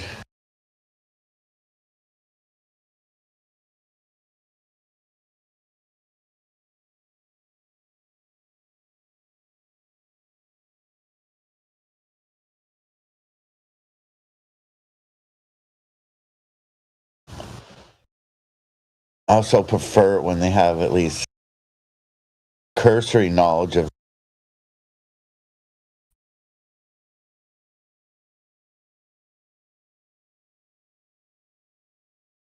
Actually, I think it's somewhat entertaining when they drop in, oh, I've got proof of curvature. And then the next thing, you can hear him smash on the keyboard. Googling it up. Yeah.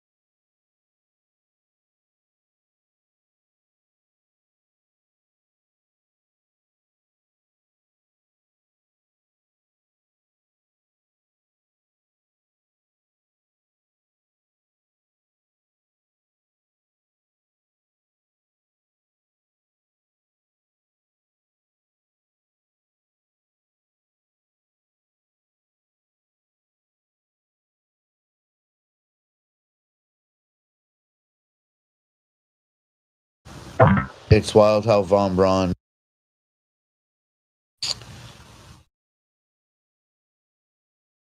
gravestone has a reference to.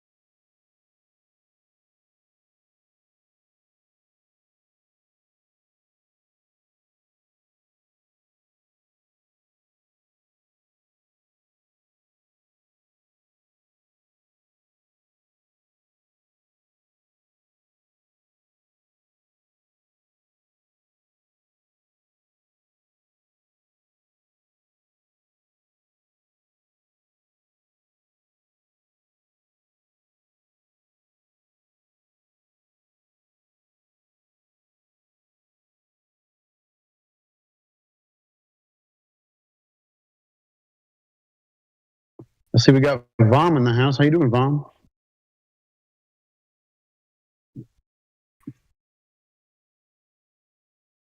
It's good, man.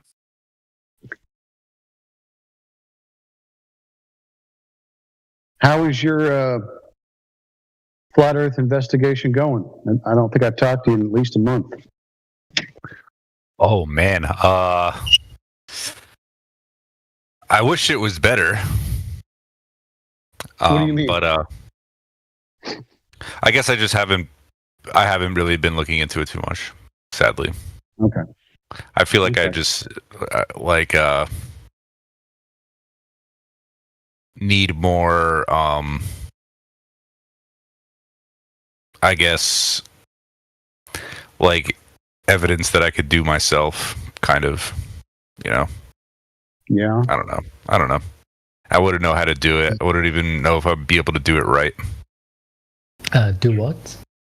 Like the measurements and stuff. Rather than trust what I see in a lot of the pictures that a lot of the guys in this channel show me, I'd rather be able to just conduct it myself, but I would have no idea where to even approach it. But you can just go and look at the ice wall. I was going to give you a project. Do you have a fear of heights? Do I have a fear? Yeah, I have a fear of heights, actually. Okay. I was going to suggest you go try my hobby, playing, but I guess that won't. Sorry, I think you're breaking up a little bit. Flatman, your connection's not great, bro. I don't know what's going on today. I'll be right back. I see. Was it your girlfriend or your wife that's still vehemently opposed? She's not like crazy opposed to it. But she went to school for chemical engineering. She's a science fanatic. And she's actually really brilliant. She was valedictorian of her high school, honors everywhere. She finished top of her class in college and she knows everything. She knows everything about everything science, trivia. She should be on Jeopardy. So she should be on Jeopardy for science. I know that's all indoctrinated bullshit, it seems, for the most part, but she's an expert in all that bullshit. She retains information well. Yeah, hell yeah, she does. Yeah.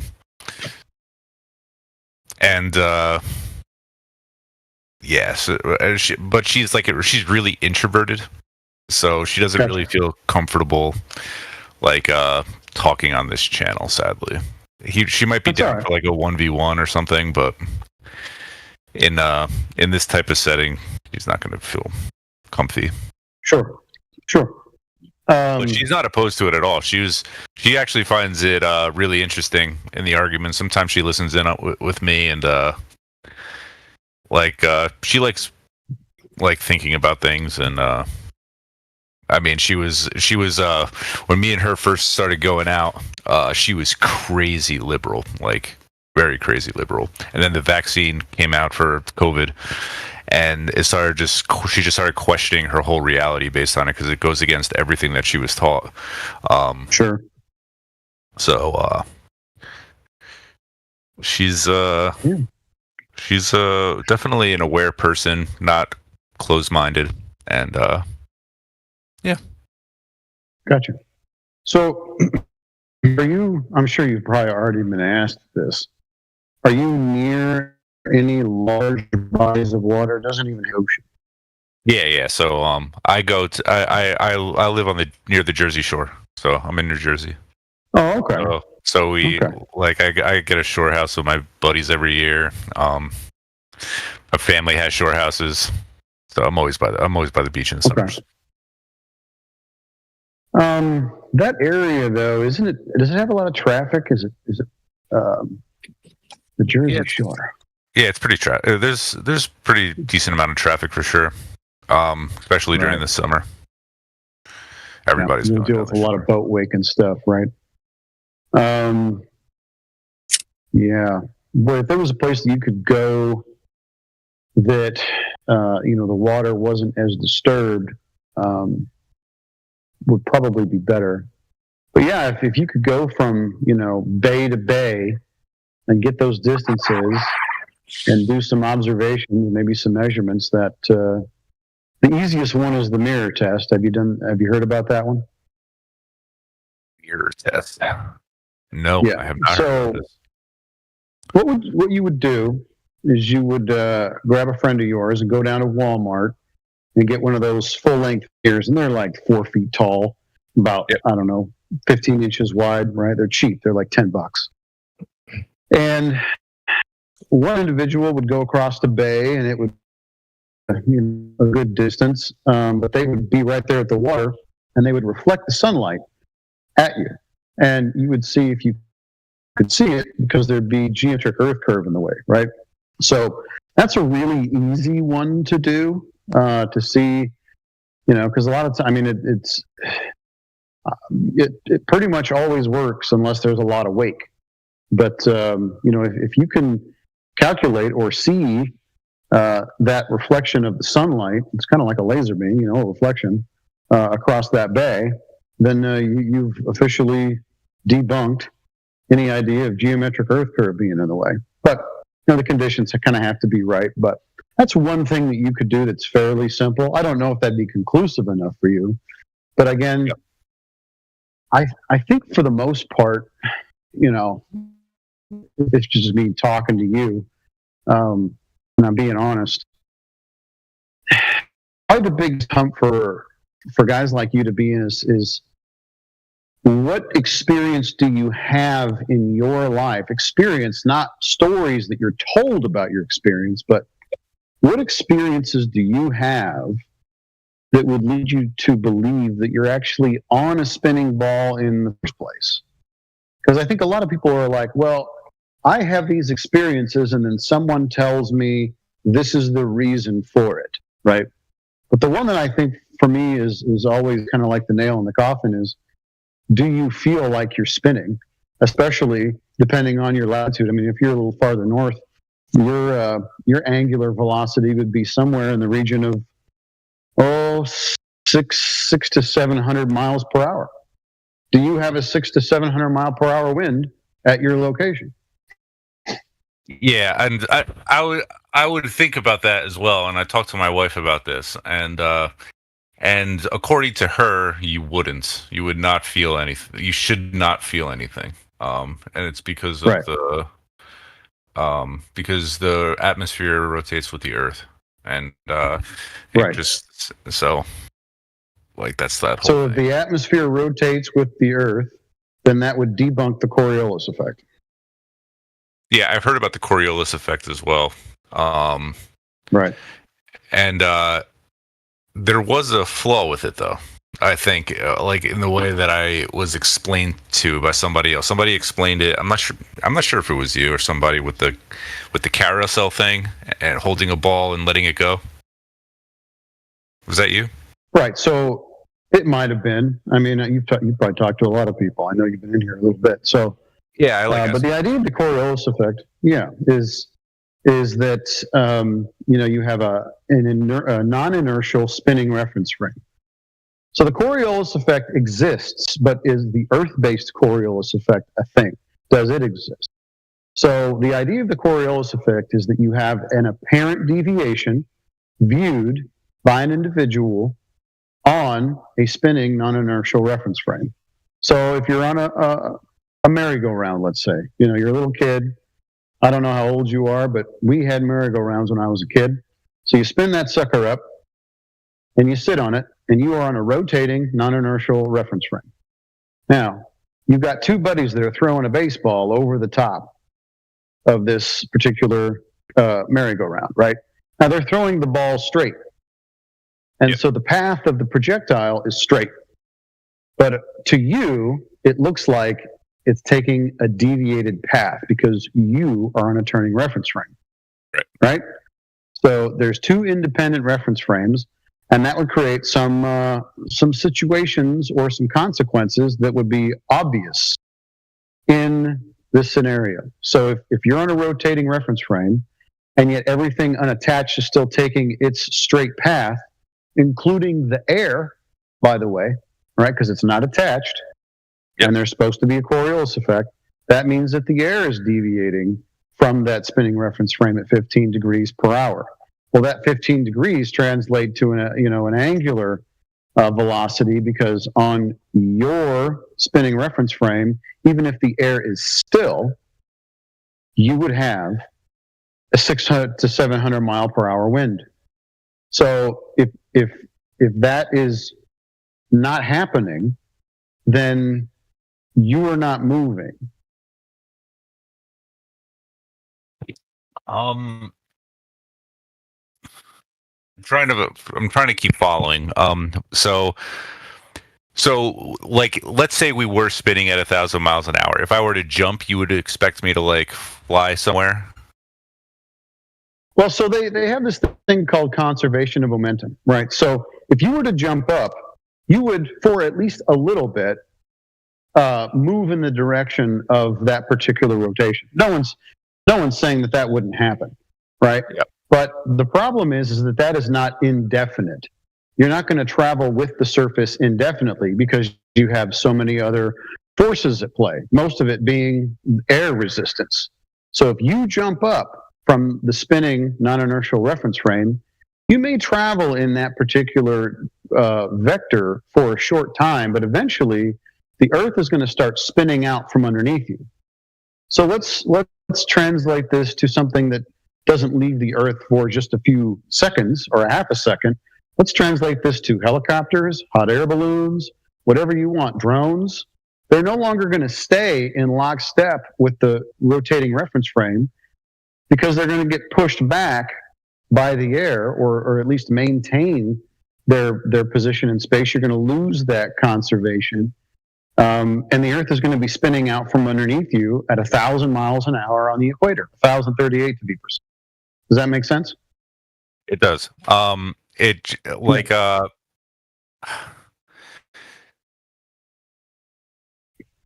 on a second.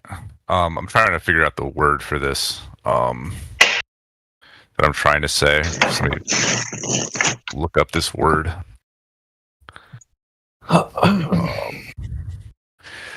Shit.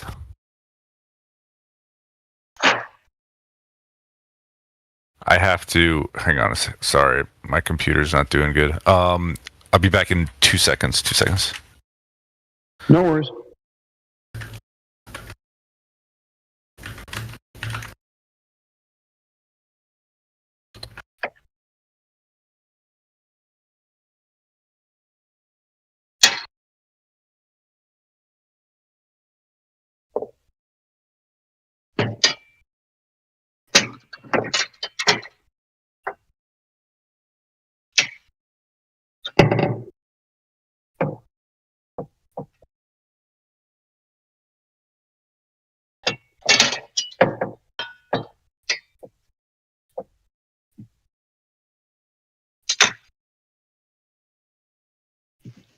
So, what's the consensus on what you said? What do you mean consensus?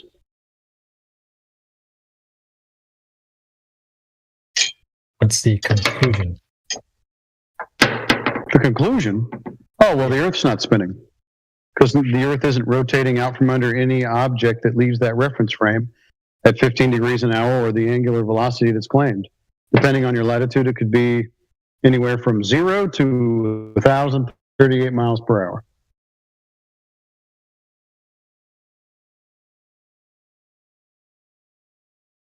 Can you explain it?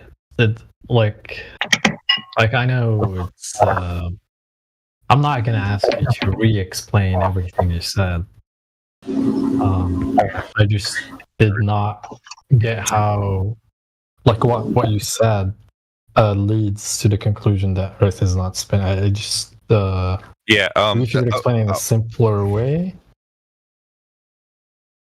I'll try as soon as I get done with Vom here. Did you find what you were looking for, Vom? No, I just restarted my computer.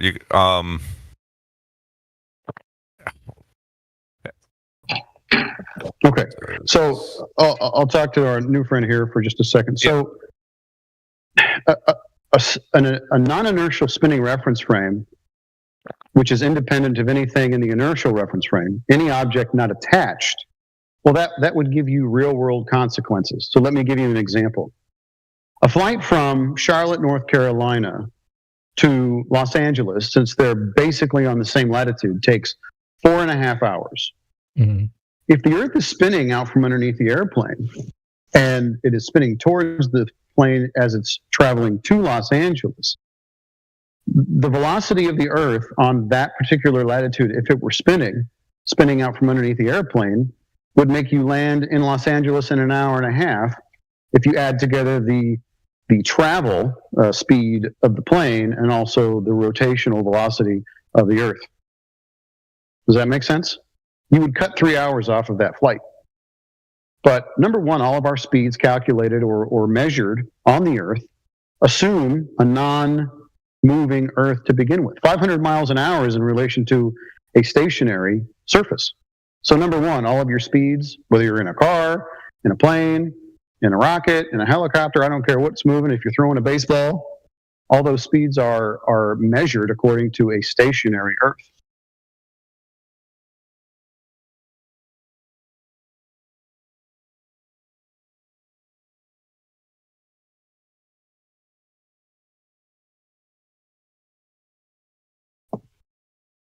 Does that sort of answer your question? Yeah. Yeah, so I've asked my wife that question too. So that's just so I'm not saying the globe model is right about this, but it does in my mind make sense with the globe model why you would fly, because there's a difference between our atmosphere, which is thick. Our atmosphere wouldn't be, according to the globe model, it wouldn't be the same as frictionless space. So our atmosphere is very thick and it's part of the Earth. It's connected to the Earth. And with the atmosphere on all of its layers are spinning out. So when everything's connected like that, okay, it doesn't make a difference. It's going to feel like it's not spinning. You ever spin a basketball on your finger? Yes. Does the air stick to it? Does the no. Does the what stick to it? Sorry. Air. Does the air spin with the ball? Yeah, but we're also inside of this, and we're like it in does, here already. It does spin with it technically on very very slightly, it does create air turbulence around. Yeah, turbulence, because they're not connected to. So you're going to have this swirling wind effect on the surface of that ball. Yeah. Yeah, you're going to have a hell of a breeze. Like, I mean, so it's connected to the Earth as if it were mass. So, like, that's also, it has to do with gravity, right? So that what you're saying is the atmosphere is so massive. No. The Earth's gravity is so significant that it plays an effect on the atmosphere, and that's why it's almost considered like a part of it. Like if the Earth stops, then everything would go flying. Okay, so that. Yeah. Okay. When do you observe that? And I'm not saying when does the Earth stop, but let's take the example of the basketball. If you stop the basketball, what happens with the air? Does it still move freely and randomly in all directions?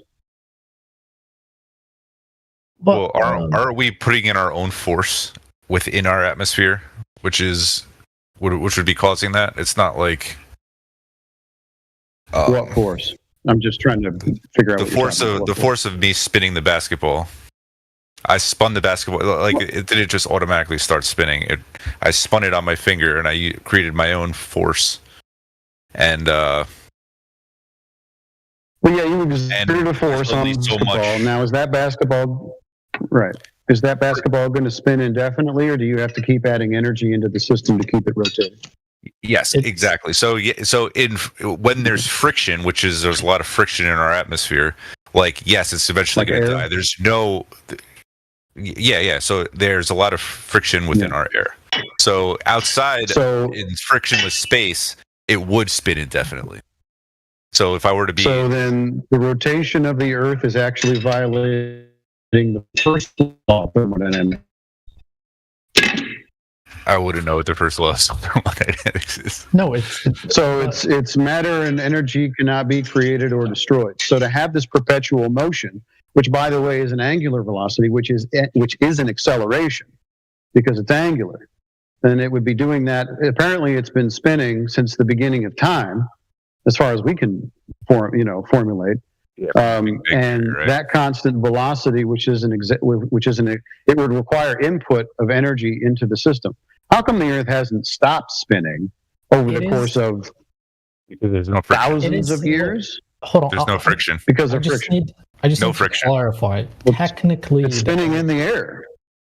It's spinning. Our atmosphere is different from frictionless space in the outside. It's part of space, the Earth. Let me explain. So the first thing is that Earth, so there's no friction and there's no friction, so there's nothing stopping it besides the Earth is spinning in the air, according to you guys. Space debris, maybe, and technically Earth's spin is slowing down. What space? Very, very, very slowly. According to the Globalization airspace. I'm going to try not to be harsh with you guys, but you're denying all the things that you instinctually know to be true about physics, even in your everyday existence. So if you're going to claim things like space and gravity, I'm going to start asking you for evidence of these particular claims. So, number one, what is gravity and what is your evidence for it? This is the biggest piece of the only piece of evidence that I have, or I feel like is pretty solid, at least from my understanding, is the fact that we're breathing.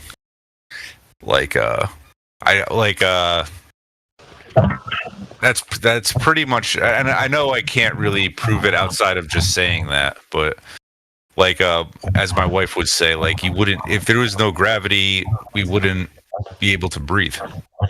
Because we wouldn't be able to.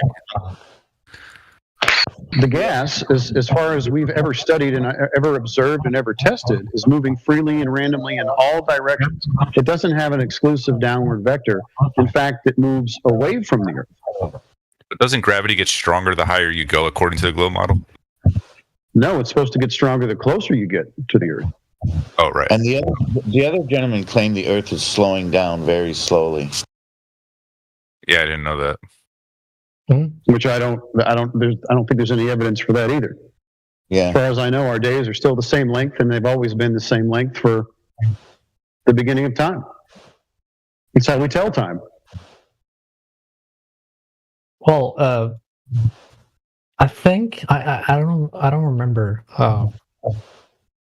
where I saw this, but it's been measured with atomic clocks, and it's been measured that. Okay, what's an atomic clock? Well, an atomic. Well, I'm not. I'm not very familiar with an atomic clock. What an atomic clock is, but all I know is that it uses uses atoms to cesium time, in a very cesium way, atoms. I'd say, right? It's essentially something that measures the rate of degradation of a cesium atom. I mean, I'm going to make it really simple for you. It's a little bit more complicated than that, but yeah. So it measures the degradation of this particular element, okay? Now, what we find out is that the farther away you get from the surface, this rate seems to change, or what they say is the clock begins to slow down. Well, then that would mean that your observed phenomena is that cesium tends to degrade at a different rate the further you get away from the Earth's surface. But there is no way that you could conclude that has anything to do with gravity or time, especially the bending of pseudo-Riemannian floor space.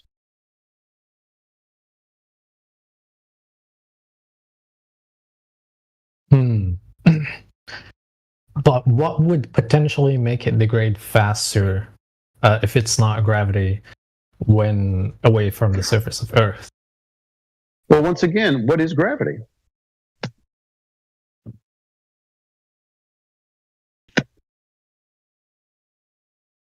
Because if you're going to use gravity as the cause, instead of asking me, well, what would be the reason for that, even though you don't have a reason, you're kind of reversing the burden on me. I'm not the one making the claim.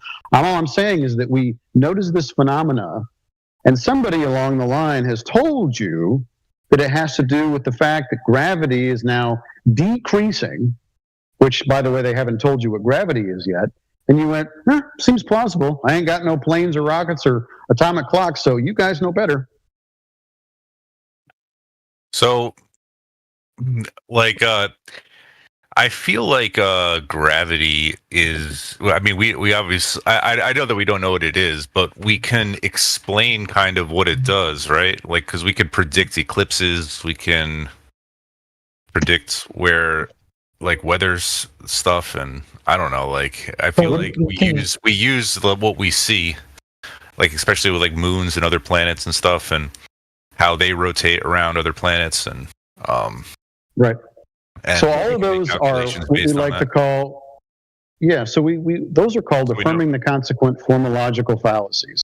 You actually don't know what planets are, you don't know what the moon is, you don't know what the sun is, but people told you a story about them, and then they gave you a story along with those particular celestial bodies and associated with gravity and told you a story about it. You don't actually have any evidence for that, neither did the people that told you the story. But how do they predict eclipses and stuff then?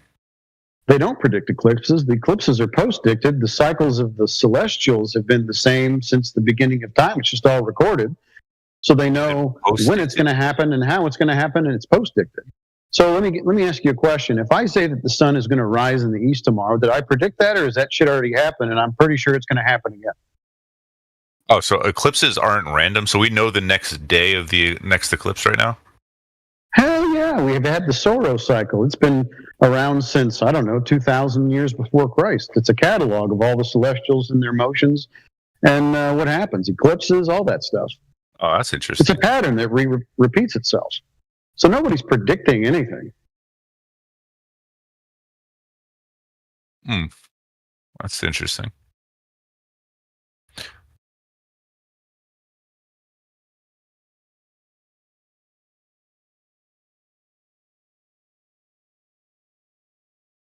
There is no exclusive downward vector for all matter. The thing that debunks the idea of gravity, by the way, gravity has not been scientifically proven. There's no scientific experiment to validate gravity at all, not one. You can even look in Einstein's paper of general relativity, November 25th, 1915, and see if you can find a hypothesis in there for gravity or general relativity. There's nothing. It's just math. Only math, and the values for that math come from nowhere. It's made up horseshit. It's a mathematical description of how Superman flies, if you want to think of it that way. But gas moves freely and randomly in all directions. In fact, it leaves the surface of the Earth, and that's how we have a water cycle, a rain cycle. Where do you think these clouds are coming from? Well, they're coming from the ocean. Why? Because the sun is hitting the ocean, and the algae and all that stuff is doing its job. The water evaporates, you have clouds. The wind, which is not in lockstep with the Earth, is moving across the stationary Earth because of high pressure and low systems within this air that is freely and randomly moving in all directions, especially according to where the pressure and the heat and the lack of pressure and the lack of heat is. And it moves those clouds over and it condenses and it eventually falls out of the sky. You have gas that rises up, condenses, and then drops in a different place. There's no gravity. You have a contained dynamic system. We can create these. You can make a cloud. Remember the cloud in a bottle? You can make a cloud in a bottle. But you can't do that without the bottle. You got to have a container. If we had no container over the Earth, the oceans would evaporate. Shit, there's clouds in the factory where they build airplanes. Some of the factories are so large and so huge, there's clouds in those factories. Hey, are you saying that neither Einstein nor Newton had a scientific experiment that proved and validated their theory of gravity? that what you're saying? Not one. Not one. Neither one of them had a scientific experiment to prove their theory. Neither one. Wow, so that would be considered like pseudoscience, right? That's exactly what it is. Observe and declare is what they have.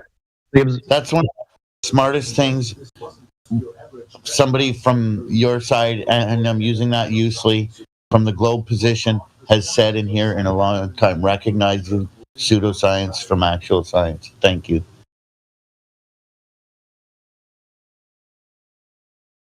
Now, you guys are free to challenge me. In fact, I encourage everyone to go do their homework. See if you can find me an actual scientific experiment where the independent variable, being gravity, was varied and manipulated to cause the effect that they observed in nature.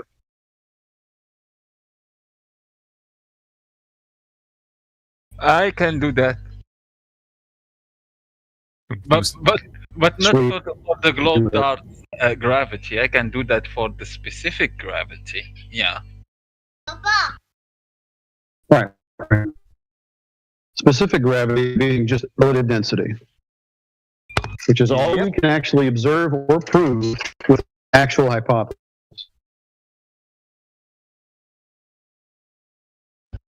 Because it's the only gravity that is real. You don't need two gravities.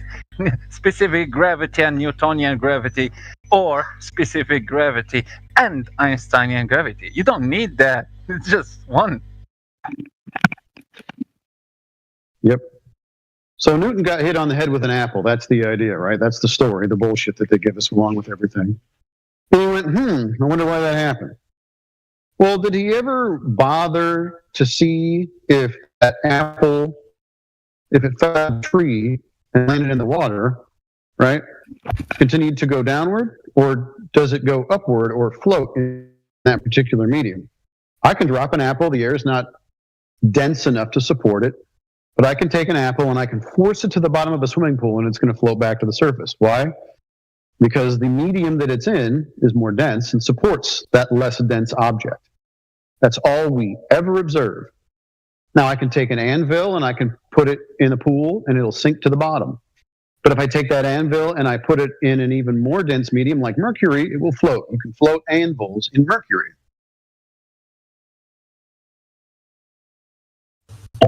And then both with the apple and the anvil that's floating in the water or the mercury, if you were to pump air underneath that anvil or apple, it would then start sinking in the water because it's becoming less dense because of the air bubbles. Correct.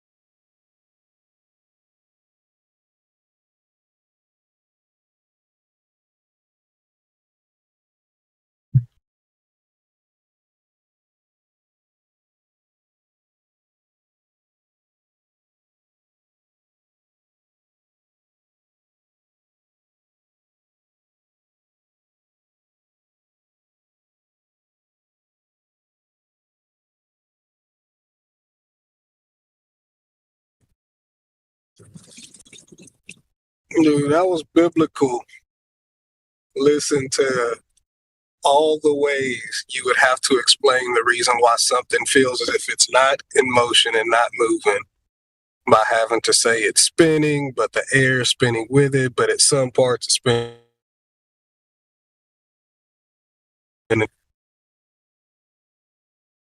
Just to say at the end that all of that's just to say that it feels as if it's not spinning. That was epic.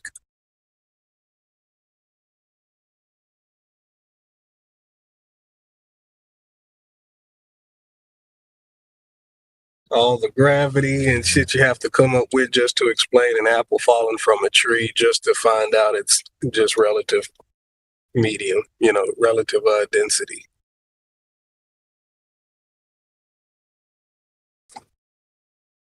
I'm sorry, you guys still going with the argument? Says who?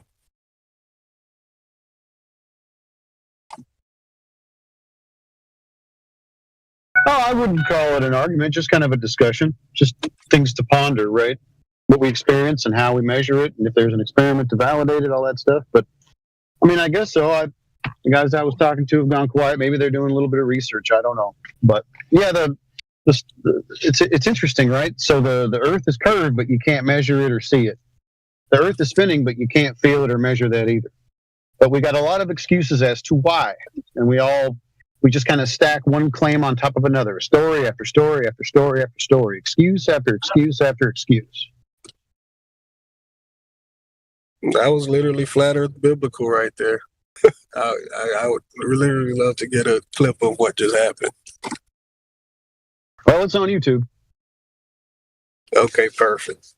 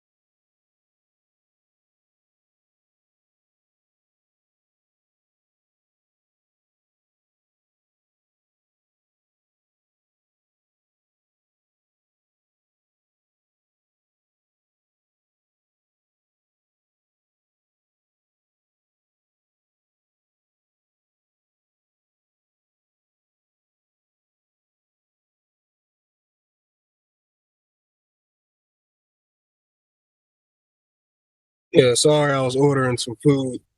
But yeah, man. Says who? That was some good. That was a good talking to right there. Well, hey, man, I appreciate it. And honestly, this is no BS towards the other guy, because I actually appreciate and respect the fact that you're willing to look stuff up in real time, what's up with your girlfriend and all that. And when you just kind of reverse that and look back at all the things you have to say for just normal observations that has to be proven to be on a flat, a non-rotating surface and linearly measured, and all these things, all the different places you have to go on the globe Earth side just to come back to flat Earth is crazy. A flat, non-rotating Earth is,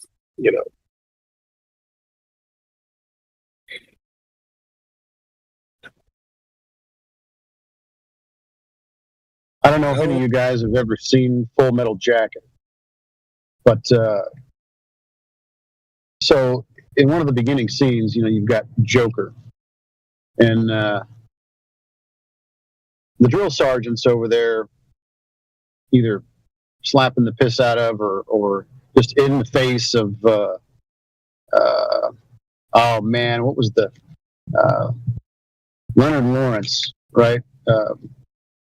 A private pile.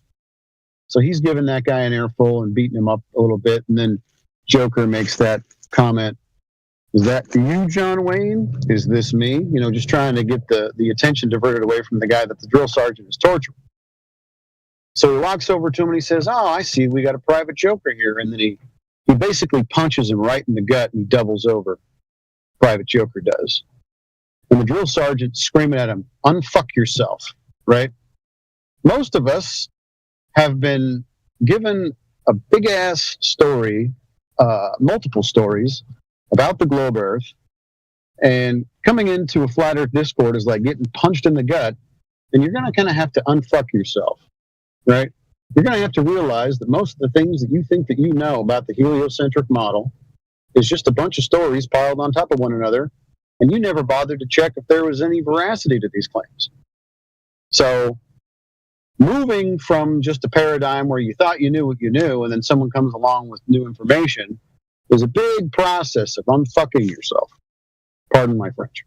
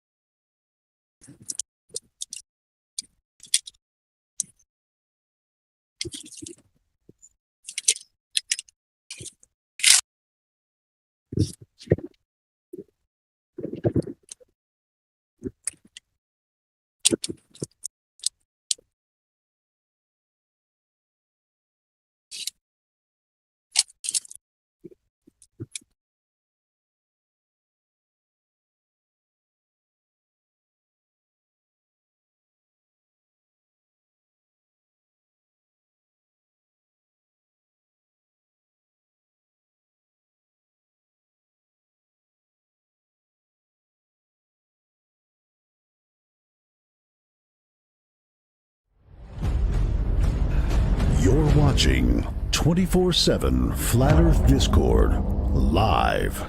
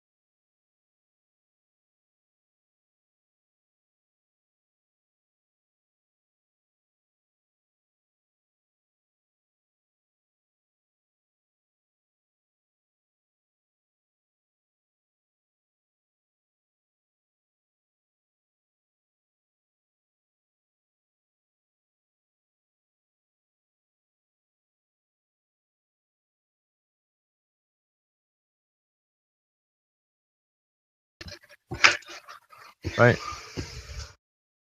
Yeah. Okay. There's a problem. People can say that's the best thing that we have to present anyone, like as if it's for them to look at.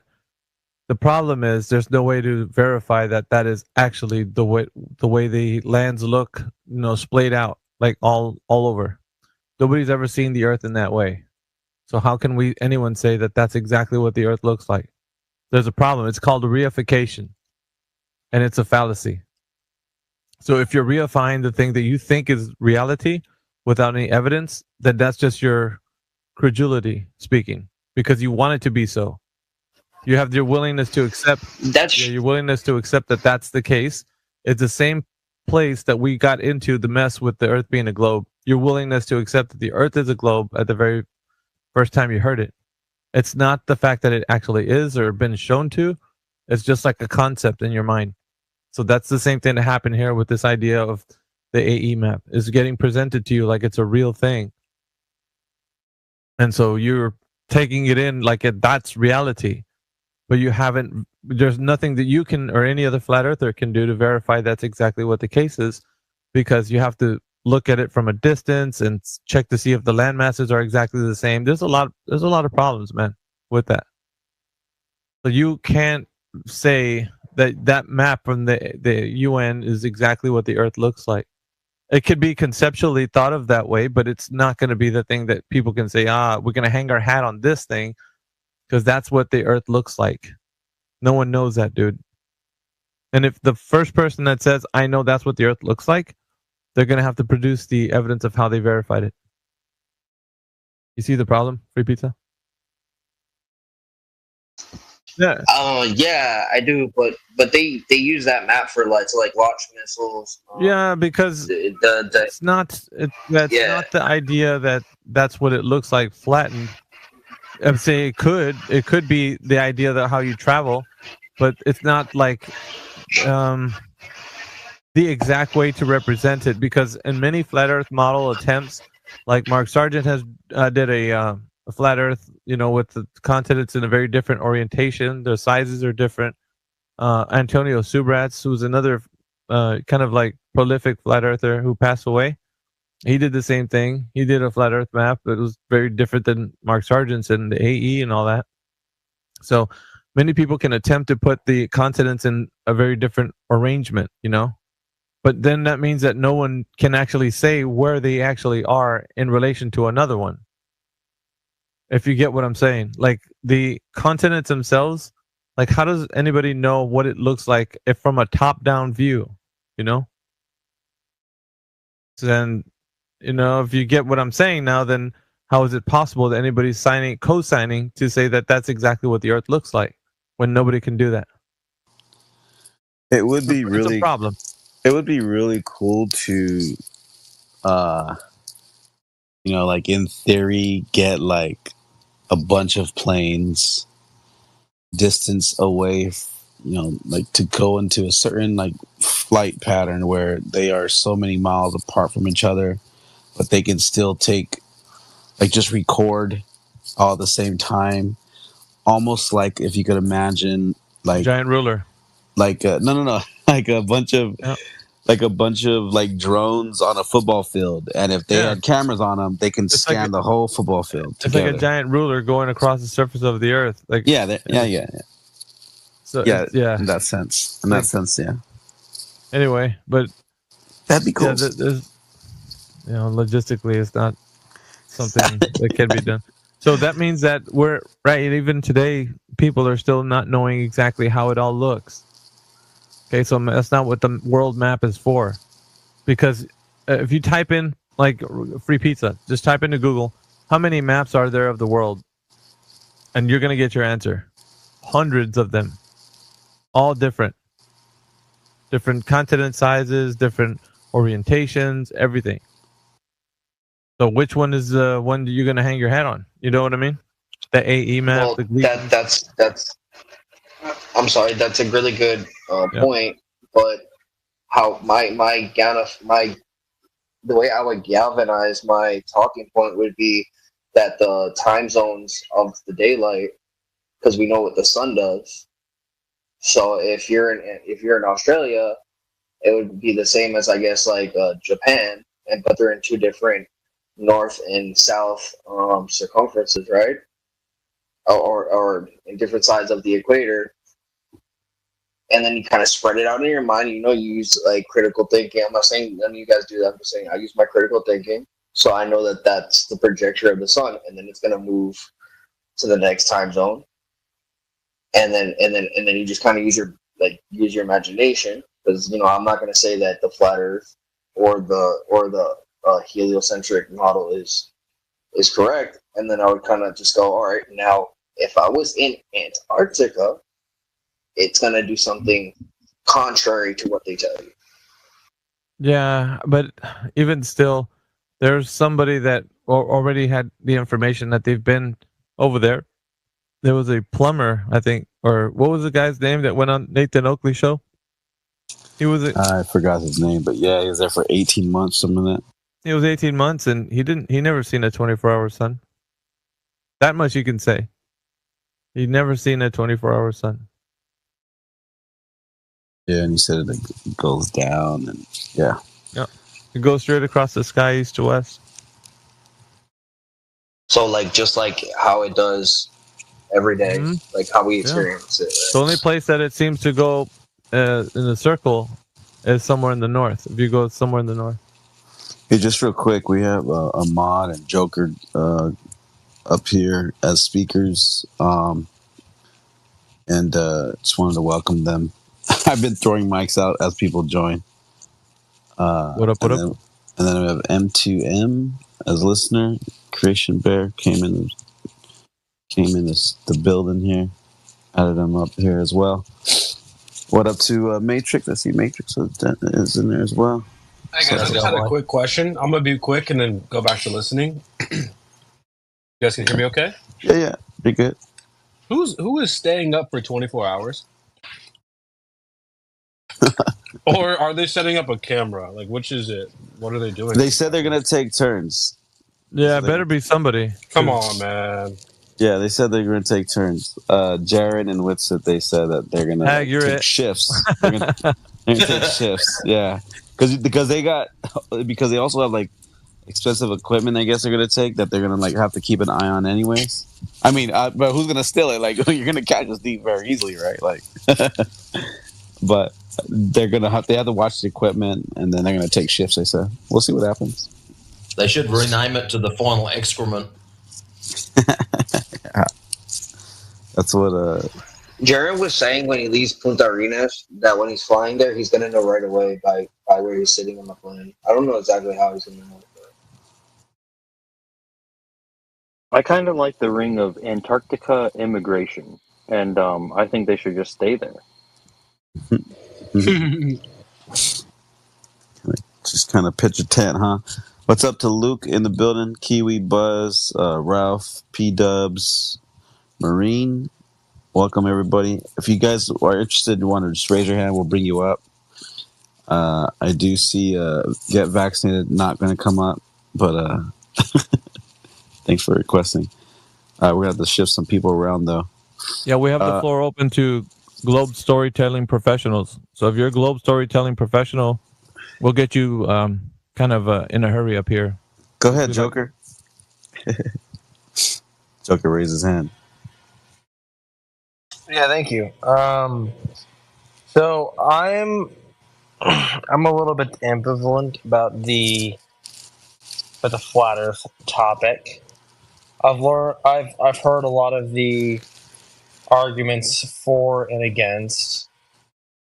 What I'm kind of wanting to hear is, you guys may have a lot of arguments that prove that the flat Earth is true. What is one topic or one central question that you guys raise that you think kind of proves flat Earth or shuts down the heliocentric ideology? The lack of curvature is a quick one. Right? Direct level flight. Yeah, so like Matrix is saying, the obvious direct measurement of drop over distance on the surface of the Earth. Pretty simple. Can you explain that a little bit more? Yeah. On the surface of a Earth that should be a ball, like the way they think it is, the only way they understand that the surface is curving is if they put a tangential line on top of the point where they're standing, and put that line, a deviation from that line would be how much drop there would be over the distance. And depending on the drop is how much the Earth is curving away from that tangential line. Follow me? Joker? Yes, I am. Yes. Right. So if the Earth is curving at a specific rate according to the geometry, the geometric shape of the Earth, being that it is an oblate spheroid, would be curving away at a drop rate that would be consistent with the radius value of the Earth. Yeah? Yeah. Pretty much, man. That's what we're looking for. Drop over distance. Pretty easy. Just real quick, anybody want to rotate for the speakers? Because I got some requests, but we don't have no room. Anybody want to drop down? I'm happy to drop there, man, if you want to put me down. Okay, cool. Yeah, you can drop me down too if you want. Who was that? Taylor. Taylor. Okay, yeah, well, just make some room for more people. And then if they drop down or they leave, then you guys could come back up. I'm going to add we got P-dubs. Anybody else? Just raise your hand. I'll bring you up. Except get vaccinated. Go ahead, Joker. He has his hand up again. Or is it just my screen? Well, so yeah. So another question that I had. Do you guys know who Zerka is? Yeah. Yeah, he's cool as fuck. He's based. Do you guys agree with his take on the geocentric versus heliocentric? I'm not sure what his take is, but 24/7 is a group of individuals who there's a lot of randoms that are going to be in this chat room right now with us. They don't speak for us, so hopefully, I don't know what this guy's arguments are, like per se. But if they're anything in line with what we say, then I'd say okay. But if they're deviate from it some way because he thinks, I don't know, some crazy conspiracy theorist ideas, then yeah, would disagree. So I don't know what what his take is. So would you mind answering me this, which would be when you go into a high IQ, it's someone that really knows the geocentric and the heliocentric type arguments. What do you think is the best argument that the spherical, what is it, that the geocentric argument is, to where most flat earthers are not able to debate? But maybe it's not a really good point, but there's always some type of good debate tactic that they have. What do you think is that best point that they have? And they don't, well, maybe not tactic, but like well, no, I think you're right. I think you're right, Joker, and that's why I'm gonna give it to you, man. They don't have, their arguments are weak in the form of the argument. It's weak. What makes it strong is how the interlocutor is addressing the room, because it's all about optics, right? In an argument, it's how the person interacts with the other one. So the interlocutors are going to be debating with each other, right? So then, if the person knows that it's a no-win scenario, right? There's nothing of evidence they can produce. What they're going to do is make it seem like the opponent is unable to be able to postulate their the premise. So they'll make it sound like the person is inadequate, Well, that person is too stupid to say that they don't know anything. What's your education level? Or they'll demean them, and they won't address the topic. So there's sophist sophistry, right? That they'll start using from the moment they know that they're in a no-win scenario. So they avoid direct questions because they can't answer them. So they use their tactics, like you were mentioning. I know you might have not meant to say that, but that's exactly what they do, and that's the only thing that they have an upper hand for the flat earther who's trying to ask honest questions. Now in here we don't, of course, it's a whole different ball game, but in the out there, you just in the the interwebs, that's what you're going to find. You're going to find the flat earthers trying to ask them questions, and then they reverse the burden of proof onto them, and it makes it sound like the flat earther is being grilled instead of the glober. And that's what happens. It's all tactics. They don't have, like I said, their arguments are weak and feeble because there's no substance. So whenever they are in here, you'll find out like the reason why they have to do that, because they don't have an answer. And so it's a tactic. That's the only way they get the upper hand. If they're in a conversation with someone who's very inexperienced in having conversations. So that's. Have you seen the video that's been going around Instagram? It's pretty viral, and it's been going around TikTok for a couple of years. It's where, I mean, obviously you guys can probably just say, well, no, that's completely fake. It's not real. But they purport the test to be it's done by flat earthers, and the flat earthers are setting up. It's like a 5x10 foot portrait with like a hole cut in it, and if I think he's talking about the one on Netflix with journalism. I mean, if they cut out the same size hole on the same scale at the same exact spot within the portrait that they cut, and they spread it out within 8 miles, they should be able to shine a light through the hole that they cut out and be able to see it. Yeah, but let's put that into perspective though, because I think the big picture is getting missed. And yeah, even, go ahead. When that test was being done, it's not an experiment, first of all, because that word is bastardized in this forum. Observation. Yeah, it's just a test. They were testing some things out. Now, whenever they done that, and let's say, for example, if the person who thinks the Earth is a globe, if the argument stands that he's proving that the Earth is curved, how big do you think the Earth is with the curvature that would be that small? Like, think about it. The boards, how far away were they apart? Not very far, right? Now, you have to think about it. If that was the case, and the middle one was higher than the two ones on the either side, then how big do you think the Earth is with the curvature that small? Now think about it. The whole Earth would have to be curving if the middle part would be the hump. You get what I'm saying?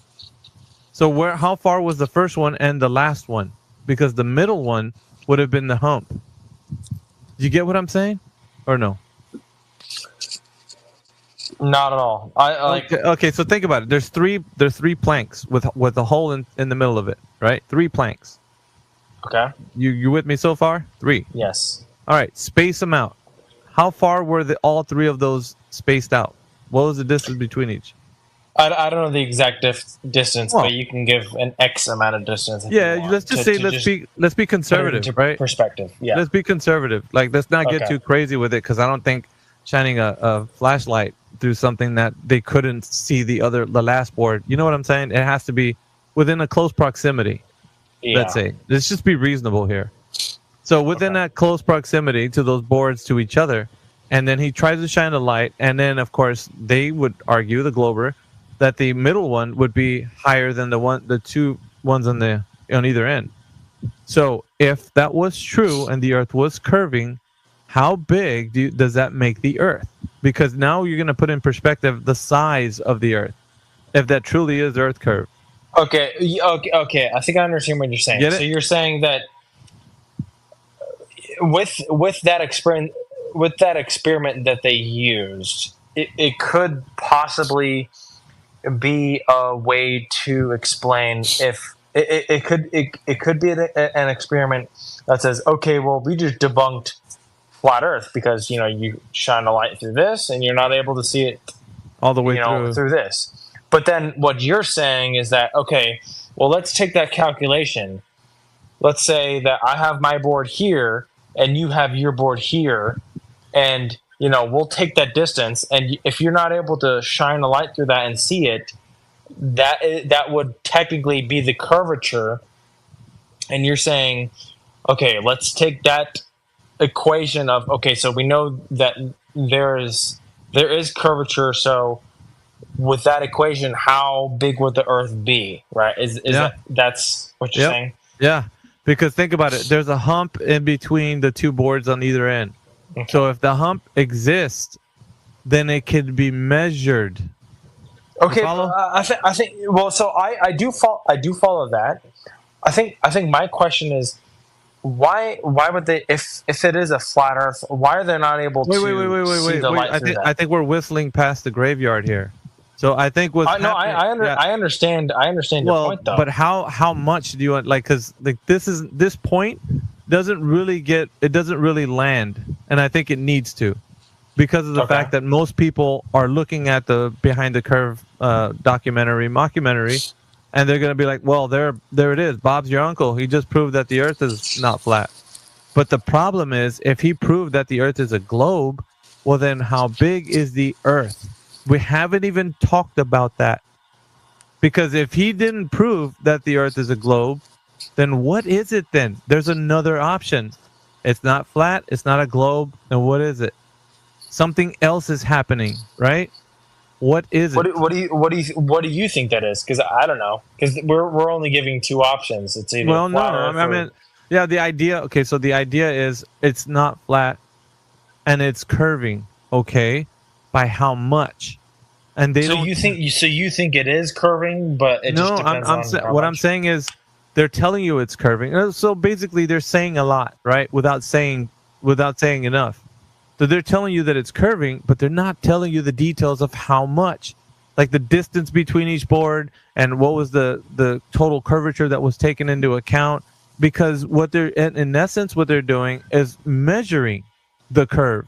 Because between those three planks, as far apart as they were, you'd have to take into account what's the distance between each plank, and then how much curve between all three of them would be pronounced, right? What's the curve? And then we're going to get into some real juicy stuff, like how much curvature has been pronounced, so we could know what the curvature of the Earth is. But they did not. Here's the old 23 skidoo, is that they didn't tell you any of that. But you believing that the Earth is a globe are just going to readily accept it without any evidence. So basically what you're getting down to is you don't even think that the whole experiment that they did is it's in bad faith. It's not even real. It's a farce. So whatever was done and however they were saying that they came up with this and that, I don't think that there's any numbers to any of that. I think what's happening here is that they're trying to inflate some type of narrative. And I don't know what angle they're going for, but if it was genuinely about the Earth being a globe, there would definitely be some numbers there to back it up. And then for you to say, like, you know what, that's interesting. So if they got three planks and they spaced them out, and all three planks were at a specific distance, I'm going to put some math to this. I'm going to know how much curvature there would be. So when I do my observation, my test, I'll be able to replicate this and then find out for myself the curvature of the Earth is definitely there. It is absolutely 100% unequivocally there. There's a difference between, I mean, you can either totally reject the experiment, or if the experiment says, okay, so we're not able to see the flashlight through each plank that we put up. All right, so the Earth isn't flat, but now let's go ahead and find the curvature. Yeah, how much curvature is there? So the thing is, the problem is that we're getting into the realm of like, okay, well, the Earth isn't flat. We're getting into the realm of, okay, so how much curvature is there? Like, that's the only thing that we're trying to find out. No, what I'm trying to find out is that if it wasn't flat, like the way they were portraying it, that it would definitely be measurable curvature of some kind. So, well, I mean, I guess they just didn't care to do that. Though, no, wait a minute. Right? What do you? The whole thing about what's happening here is that people that think the Earth's a globe are using this as some springboards for their belief, and it's not. It should be. I would say this should show off some like red flags whenever you think about it, because if you're wholeheartedly accepting, oh, God, they proved that it wasn't flat, so we're good. No, we're not. That's the beginning. Now you're going to have to find out what a math they use to determine the distance between each plank, and then figure out how much curvature there would be between the first and the last plank. And if you're not doing that, you're basically bypassing an opportunity to then figure out how much curvature they did find out is there between all three of those planks. So I actually totally agree with that. I think they Right. should have. I think they should have extended the experiment that they did, and within those calculations, within each plank, they can find out the curvature of the Earth. But this is what I would like to say: Sure. is there any experiment that flat earthers have done within modern age, right, within the last 10 to 15 years, that is like basically the exact same experiment where they have, at the same sea level, planks, cut out holes, flashlight. They've done that experiment where you can shine a flashlight through We have that. commercial air flight. Yeah, we do things on the daily, but I would say the best thing that has been done already to solidify the point is understanding how we know elevation profiles on land. So how they get mean sea level, a vertical point from the rise and fall of tides off into any distance onto land. See, the horizontal plane that extends out into every portion of the Earth that we exist on is known to be garnered from the rise and fall of tides, and the mean of those tides is how we draw a horizontal plane from that point off into the distance. So any place that we land on, go to on land, there would be a specific profile that it could be arbitrary, just anything, 150 feet above sea level or whatever, right? Anything that you put that number to would be above that vertical point that you got from the rise and fall of tides at the vertical point from where you got that, right? That mean sea level. And so you draw a horizontal plane from there and to the other place where you're standing at on land to know how much above mean sea level you are. So we do this daily to verify that the Earth is not curving anywhere. Because check this out. If it was curving in a specific direction, right, away from you, then that drop over distance would be able to be measured, and you couldn't go from a vertical point like mean sea level off into the distance, because that would be a tangential line that you'd have to go from that point that you're standing from mean sea level off into the distance.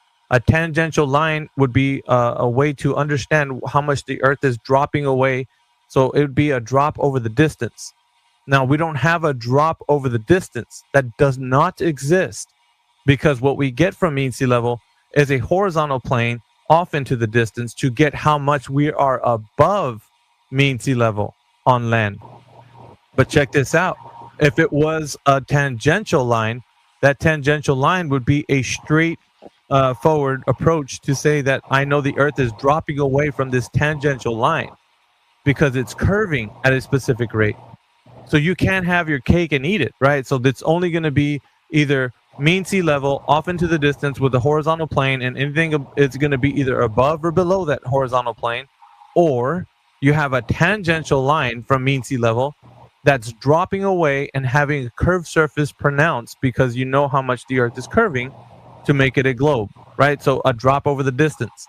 So you got one of two things. You're going to either have to settle on that mean sea level is garnered from the rise and fall of tides, and from that point off into the distance is a horizontal plane, or you're going to say I have a tangential line from that vertical point on mean sea level, and it's actually dropping away from at the distance, so drop over the distance. So you're going to have to choose one or the other. You can't have both. So that's how come we know that it's been done every single day. So go ahead, Apop. Hey, Alpha, I just want to jump in real quick. I wanted to do a whole, I don't know, like if he didn't watch the rebuttal, or about everything about that mockumentary that happened. But before I do that, Free Pizza has had his hand up the longest, and then we have a new speaker. Yeah, that guy left. I think. I think he left. He's still on my screen, so I don't know. It's probably he like a left glitch or something. over here. Who Go left? ahead. Free Pizza did? No, I think Free Pizza. Were you? You're not the one I was speaking to. Oh no. Oh, the other guy left. Okay.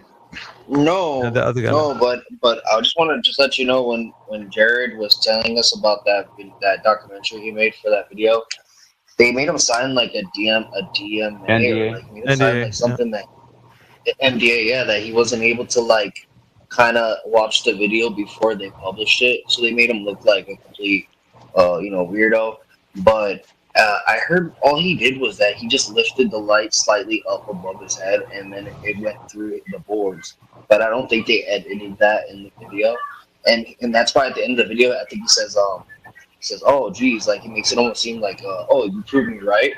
But he was actually like insinuating that he couldn't explain it either way. So like they were kind of. That's what I was saying. That's exactly what I was saying. That he couldn't explain it. But the problem is, like, if it was showing curve, that all the information would be supporting it for the data. Anyway, I just want to let the speaker that has, I don't know what your name is. You have a moon? Speaker with no name. You have a moon for. Go ahead, man. It's Keon. But yeah, thanks for the mic. Yeah, I want to ask, what do you guys think are the implications of the flat Earth? Like, let's say you guys are right; it's flat. What does that mean for the world? Well, that changes. Yeah, his emblem is a black Earth. Sorry. He has a black Earth. That's his name. Okay. Yeah, that changes your perspective on how you consider the cosmos, because everything you think of right now is based on the heliocentric notion. So you think that you're a planet that's going around the sun, along with other planets that are going around the sun. So if that wasn't the case, then your existence on this earth would be something very different. You would approach life differently because you would think differently. Your epistemology for the world, your worldview would be changed. But that only happens if you can contemplate the implications, not if you just say like, well, nothing would happen. I still put on one leg at a time and go to work. Like, yeah, of course, that the necessary things still occur, but you would at the very least, change your epistemology and the way you perceive the world around you. It wouldn't be the same. So truth does change your life, sir.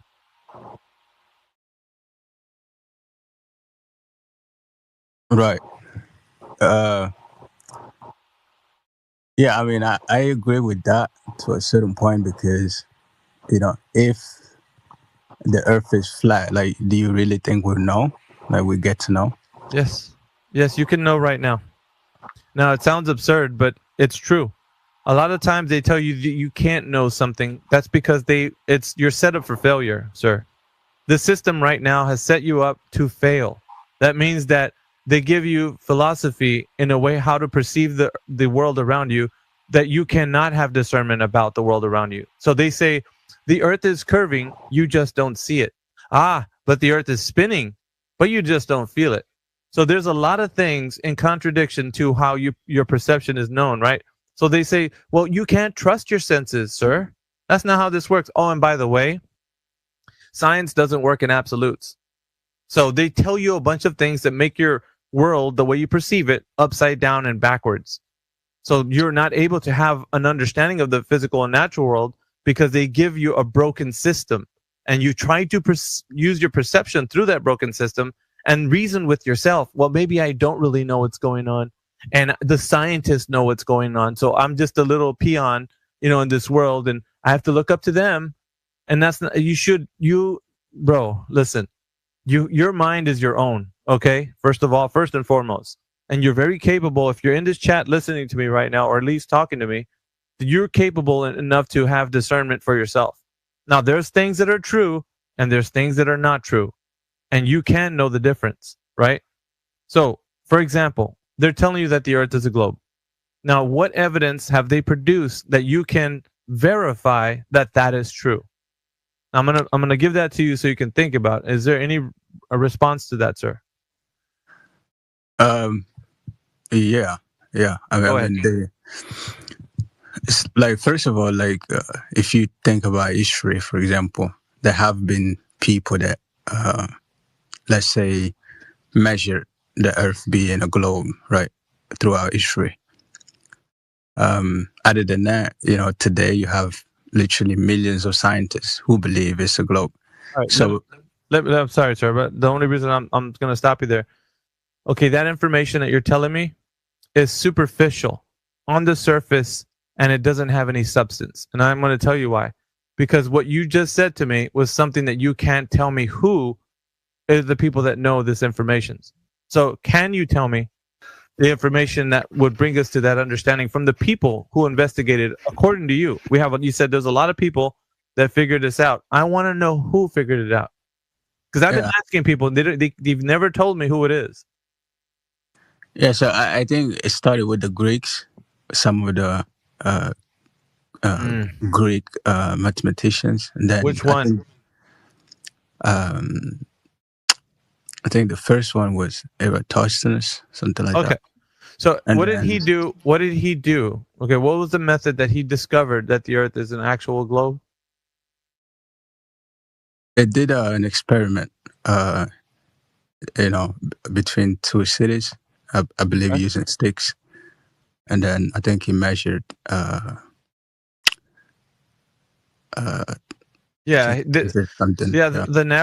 narrative is incorrect. It was one well, and it was either a stick or an obelisk. But either way, from Alexandria and Syene, there was 500 stadia in between there. So the important thing is that what he was demonstrating there was measuring shadow angles. So the well was actually shown to 90 degrees. The sun was shining into the well all the way to the bottom. So knowing that he could see all the way to the bottom of the well was showing that the sun was right above that location. Now, in another place, geographically 500 stadia away, according to the way they were saying, the shadow length was diverging at 12 o'clock noon, I think it was. So if that is the case, that the shadow was diverging and the other one was the well being seen all the way to the bottom, they were saying this can only happen on a surface that's curved. Problem is that this can happen on a surface that's flat. Now, I'm going to give you a demonstration to think about, sir. Now, do you have a light in your room right now, sir? I don't know your name, so I can't call you by your name. Okay, so do this for me. Put two objects, one underneath the light, one far away from the light. Put it on your flat floor, because I want to demonstrate to you what he done was not an evidence that the Earth is curving. Now, where the instance that you're going to see is one of the objects that's underneath the light is not going to have a divergent shadow because it's right underneath that light. The one that's farther away, however, will have a divergent shadow. And you could measure that divergent shadow by how much is diverging. And it could probably give you an approximation as to how far away from the proximity to the light because of the fact that you're measuring that angle. Now, you understand something very simple. What Eratosthenes did was exactly the same thing that I'm showing you right now. He had two things. One, not showing a divergent shadow. The other, yes, showing a divergent shadow. But on this case, you're seeing it happen on your flat floor, which means that he was thinking of the Earth's surface as curved. So he didn't perform something to show a demonstration of the curved surface. He was assuming it was curved, just like you would be doing if you say, well, my floor is curving. Yeah, but you're doing it on a flat surface, so you can't assume because you can see the floor. You know it's flat. So if that's the case, now you've provided evidence to yourself that Eratosthenes he only assumed and he did not show a demonstration of the curved surface. He's assuming it was curved. Even by measuring the shadow lengths. Because you can do the measuring of shadow lengths right now in your room right now on a flat floor. So what I'm showing you is this is a demonstration of the surface not having a conclusion if it's either flat or curved, because it can happen on both surfaces. You can have a curved surface, you can have a flat surface, but it doesn't give you a demonstration of which one it is, because on both it works. So he would have to have a conclusive option to where it doesn't allow for the other one to be. But because I just showed you it can happen on a flat surface, I've just debunked his conclusion. It's now inconclusive, meaning that it could either be one or the other. Do you see where I'm going with this, sir? Yeah. So you're saying the experiment can be done both on a flat plane or on a globe, right? Because all it took was his assumption. That's all. He had an assumption prior to even doing it. He knew that the surface was a sphere in his head, but he just didn't know.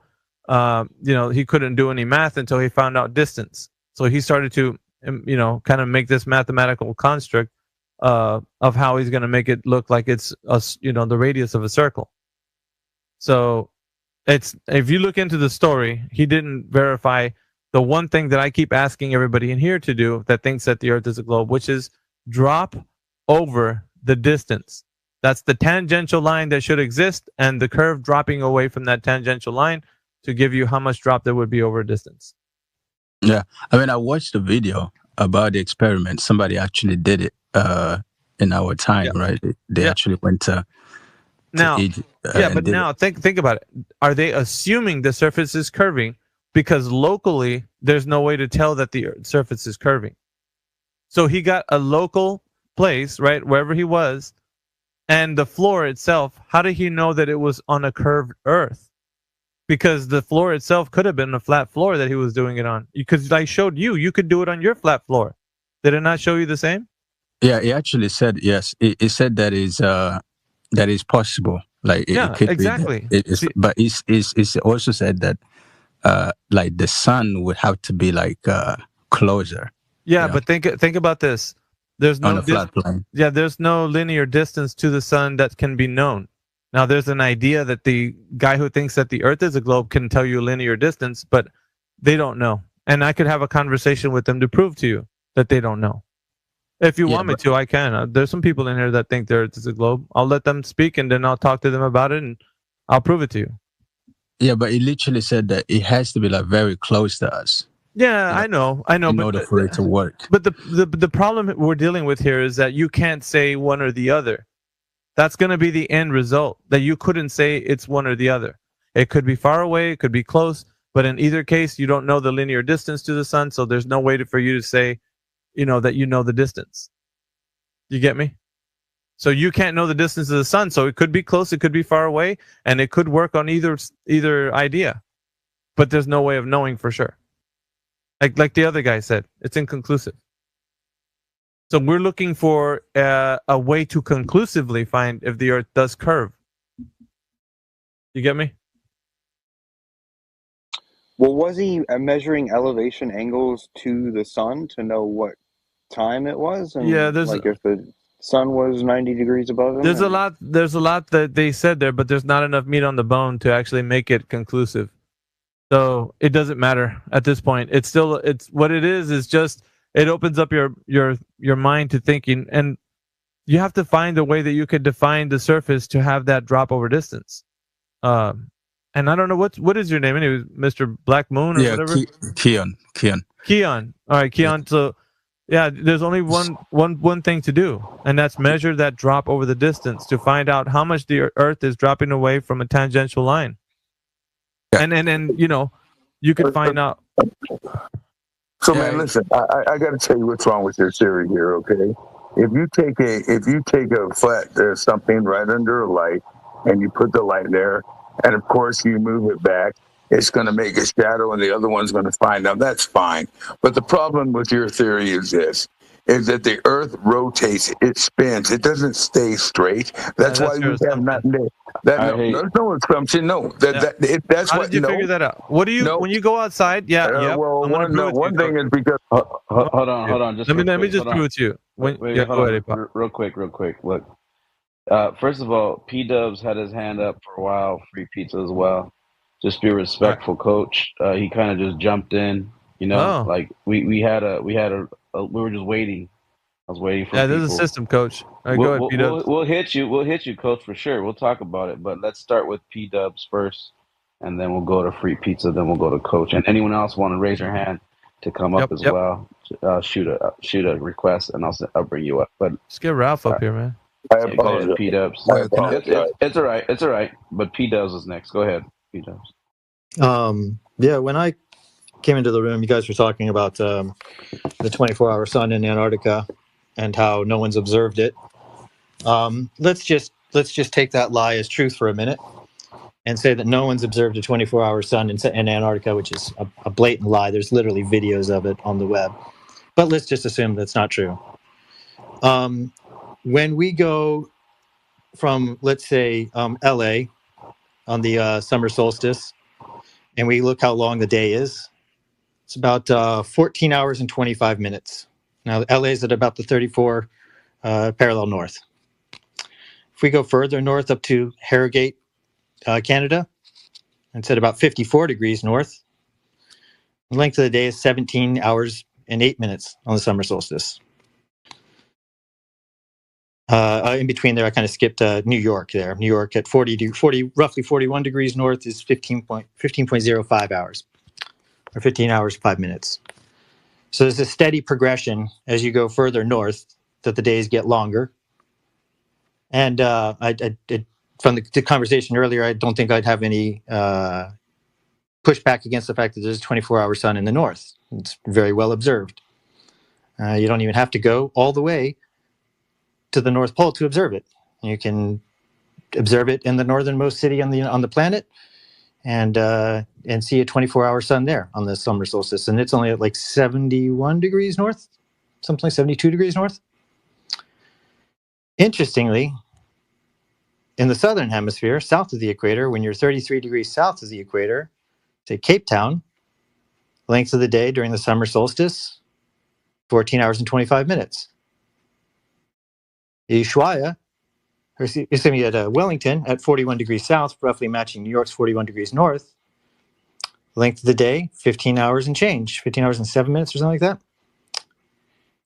And then when you go further south to Ushuaia at 54 degrees, matching Harrogate's 54 degrees north, you get 17 hours and 20 minutes for the length of the day instead of 17:08. So these, and they're not exactly the same distance from the equator.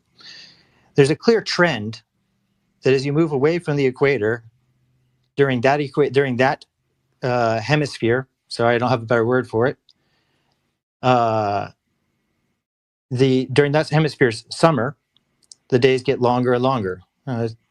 And as we observe in the northern hemisphere, it results in a 24-hour day once you get to 70 degrees or further north around the solstice. There's no reason to think this very clear trend wouldn't continue in the south. Between the actual video evidence of a 24-hour sun, which is contestable, sure, and the not contestable length of days for the summer solstice in these cities, because there's thousands of people that live in these cities. I think somebody would report an inconsistency in the length of day. I think that they're a trustworthy source. The thousands of people that live in Ushuaia or Longbarrian or wherever you want to go to. It's a pretty clear trend that you're going to get a 24-hour sun in the southern hemisphere as well. So I'll just leave that there. I just think that's a decent, interesting piece of information. And then in regards to showing a curve or showing how an observation of the sky can show curve, as Keon brought up, all that's really needed, and this is a Euclidean, non-Euclidean kind of geometry thing here, is a third stick. So on a flat plane with a sun at a specific height, or a specific time of day, you could put out 3 sticks or use a well and 3. It doesn't really matter. You can use 3 sticks or a well and 2 sticks, however. The main thing is measuring the angle of that, or the length of that shadow. You would see a difference. This is just pure geometry, not flat earths or round earths right now, just pure geometry.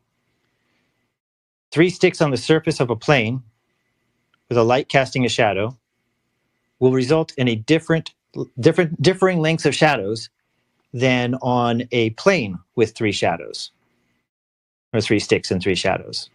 There will be a difference in the length of those 2 systems. Keeping everything else the same, the distance to the sun or whatever, or the angles of the sun or whatever, you will have a different result on a flat plane versus a spherical plane. Now, do I know anyone that's done that particular example of an experiment? No, I don't know. But it would be an interesting one. And since I'm not the one contesting the commonly accepted model, the commonly accepted model could be completely wrong, right? The idea that the Earth is spherical is the commonly accepted model, could be completely wrong. However, it is not that model's. It is not on that model to provide the burden of proof. In logic, in a debate like this, the person who is challenging the commonly accepted truth, even if it's wrong, bears the burden of proof. So the person who says that the Earth is flat is challenging the commonly accepted mantra, saying, understanding, belief, false belief, whatever it may be. They still bear the responsibility of putting those 3 sticks in the field and making the observation to show that the Earth is actually flat. There should be a linear relationship between the length of the shadows on a flat plane and the sun. It's a basic geometry. I put up in the nest a way that can be tested. This is a very straightforward observation. When you look north, you can count the number of degrees above the horizon that Polaris is. That's not contestable. That is a reality.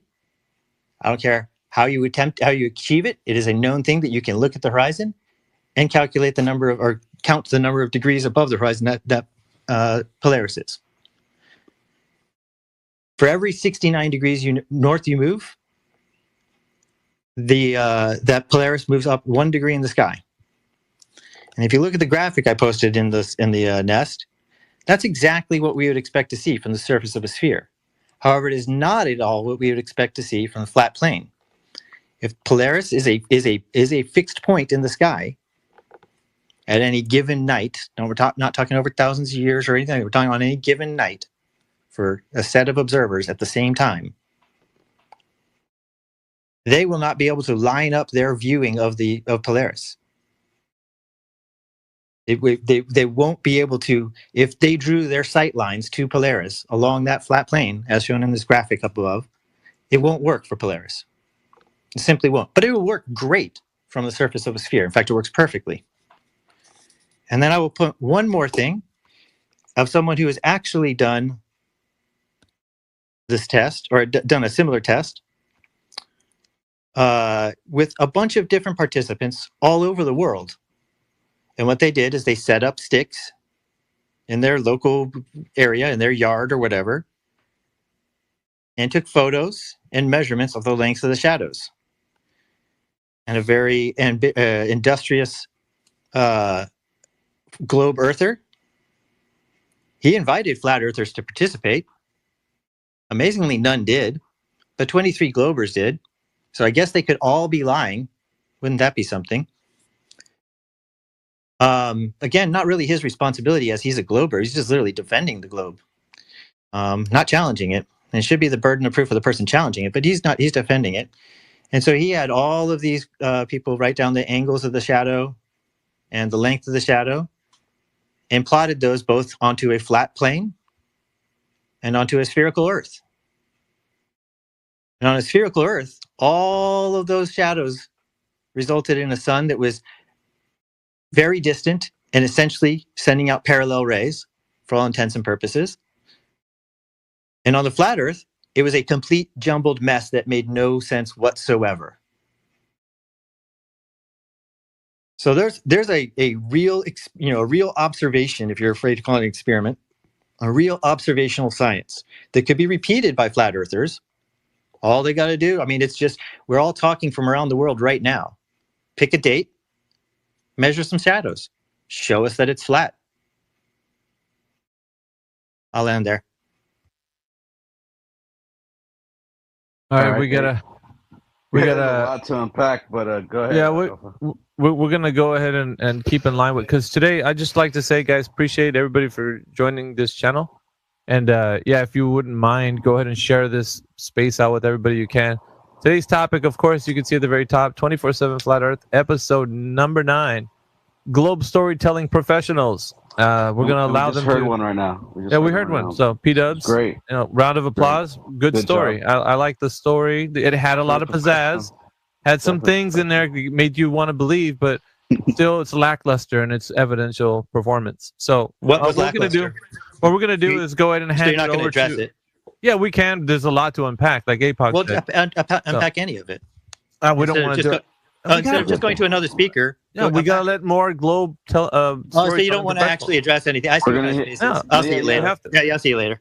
Yeah, we'll unpack it. But we're gonna let all the stories be. No, you won't. You'll forget it. You'll forget it as you talk to another bunch of people. No, we gotta. We'll remember it. No, you won't.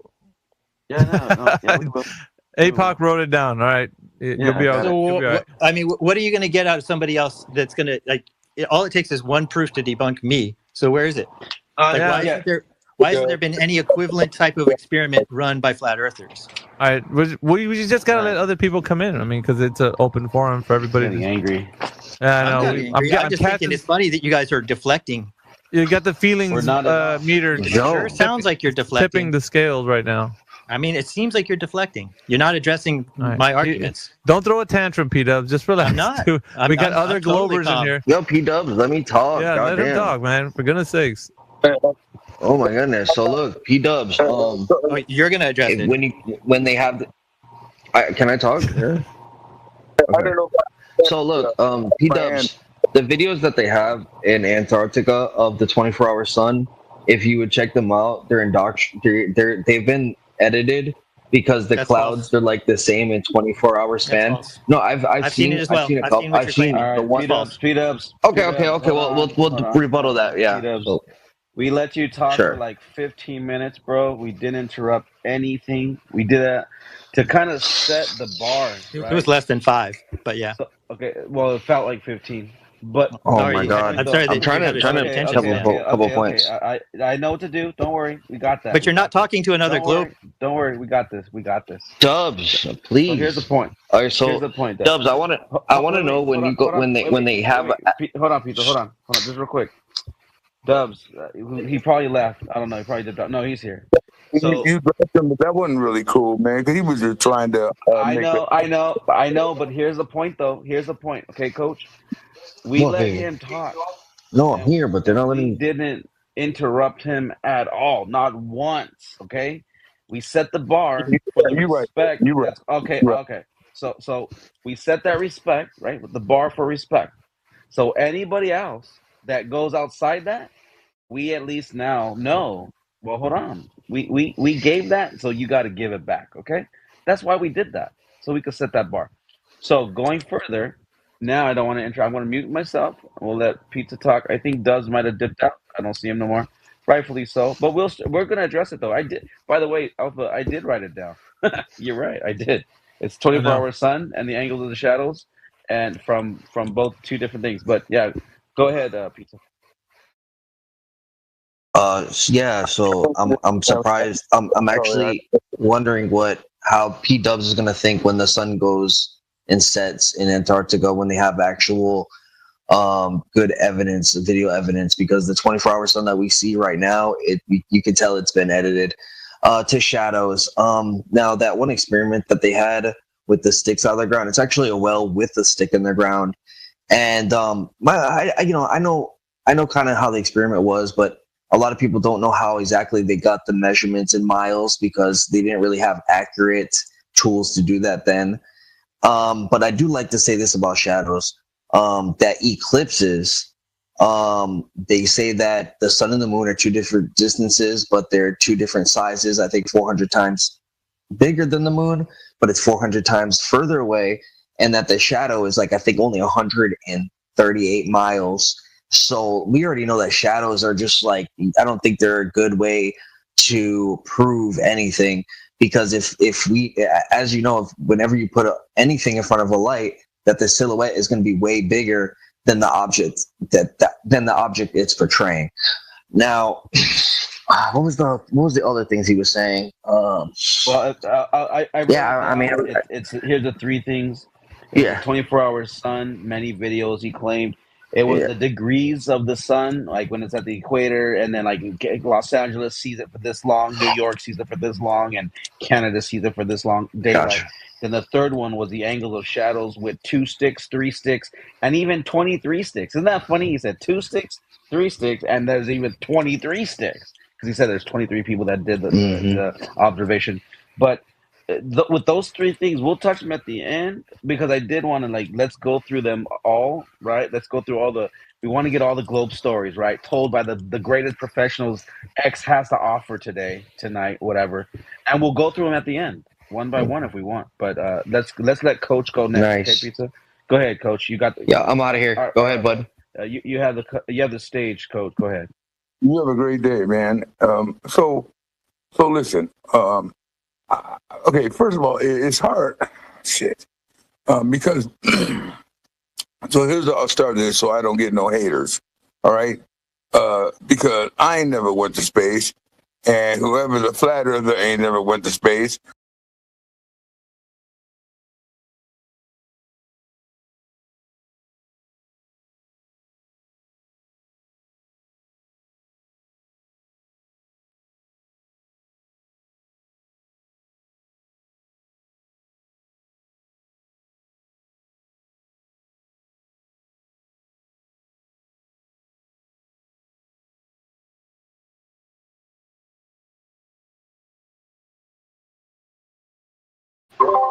Photography I've seen on this Discord is really good, though. I've seen some really good photography that makes you go, wow, shit looks flat.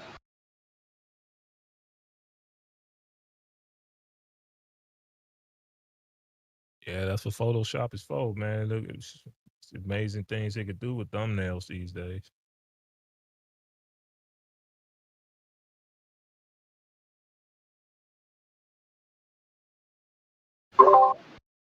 You think the flat Earth pictures are Photoshop, CGI, NASA's lying, and the flat Earth lying? We're all being trolled. Everybody's trolling. Stability. Now the flat Earth pics you can go and take yourself.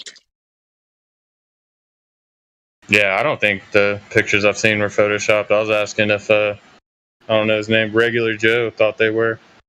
No, I thought you were just talking about pictures in general. Yeah, like you can Photoshop doesn't mean like fake, just means you've altered. Like you can change the levels and all sorts of shit.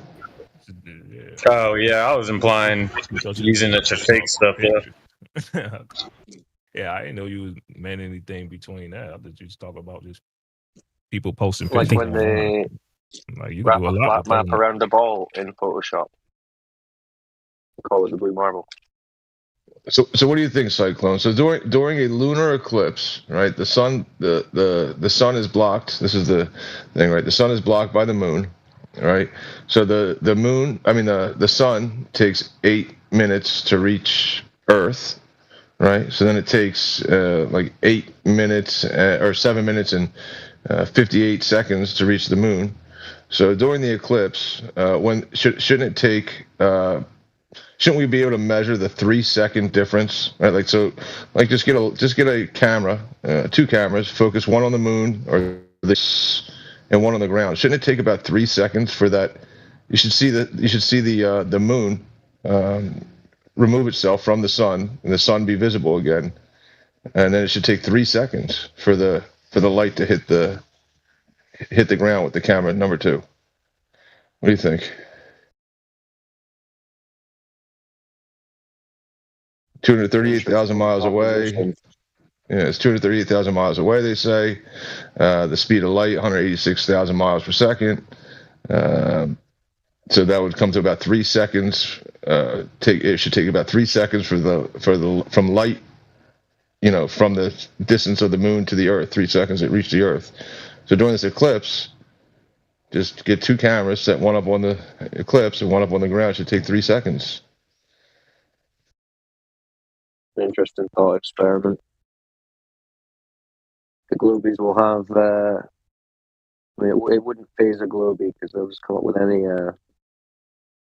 idea to rationalize the traveling of light. They'll say, "Oh well, it just all travels together anyway, so you wouldn't be able to tell the difference. It'll all be coming at the same time, regardless." Yeah, that's what they. I mean, I asked this question like 5 years ago, and that's what they said. They said something like that we see. Our perception of the light is instantaneous. Yeah, because they don't with think it. you can. Yeah. They don't think you can witness like a delay. They just think that the light we're seeing is delayed, but it wouldn't be anything that they could actually see a lag of or an actual traveling of. Yep, that's what they say. They believe that we wouldn't see it because we're seeing it in that moment, so we wouldn't see the lag. We would see it in the 3 seconds would be like somewhere in the past. I don't know how they do it because I can't remember. But doesn't mean it's true what they're hand waving away with this. No, it's funny when they go on about the 8-minute delay or whatever it is, though. Like, how would you know that? Well, because of the distance and the speed of light. Yeah. Well, that's what they think they know. Yeah.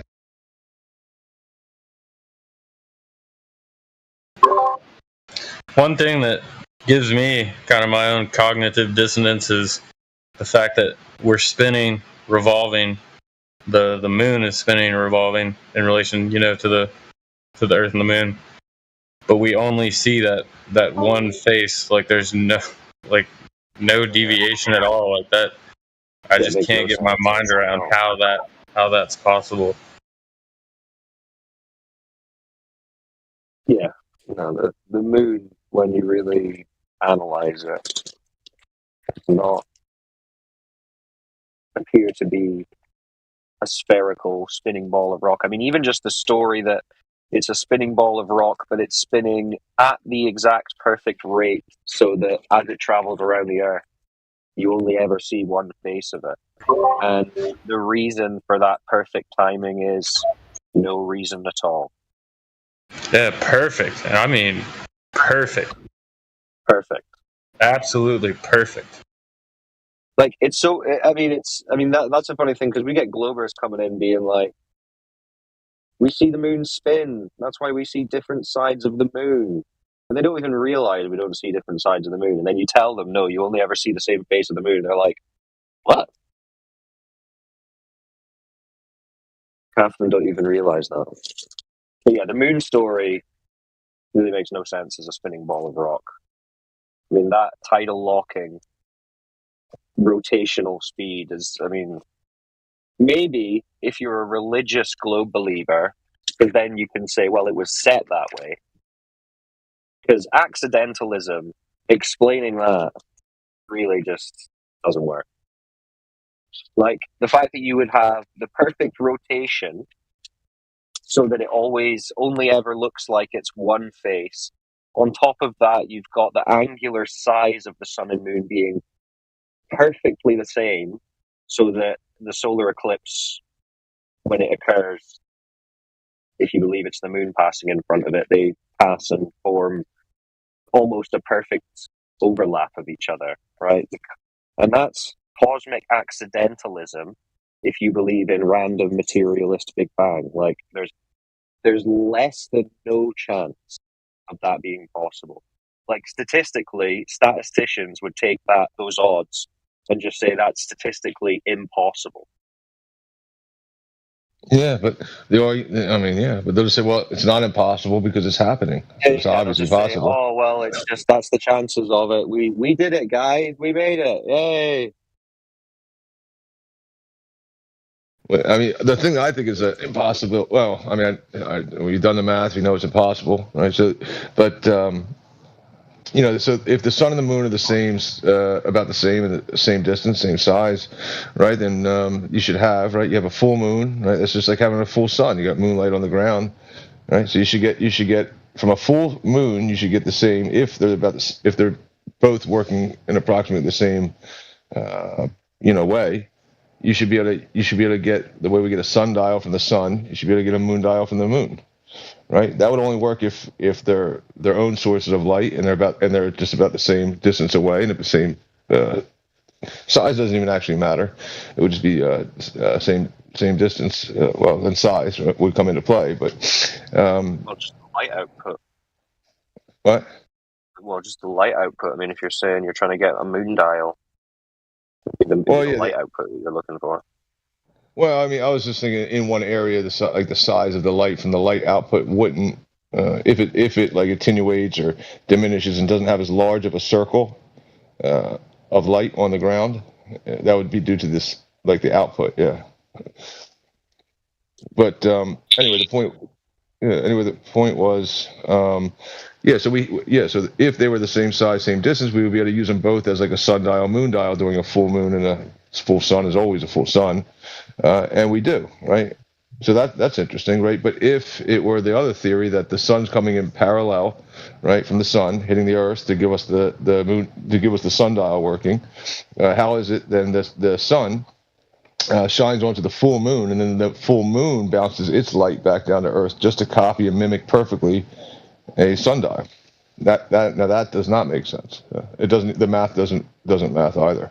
Like the sun, if it was hitting a spherical object, then the way the light would somehow radiate and reflect from the spherical object, which it wouldn't really even do in that way, wouldn't align with the sundial.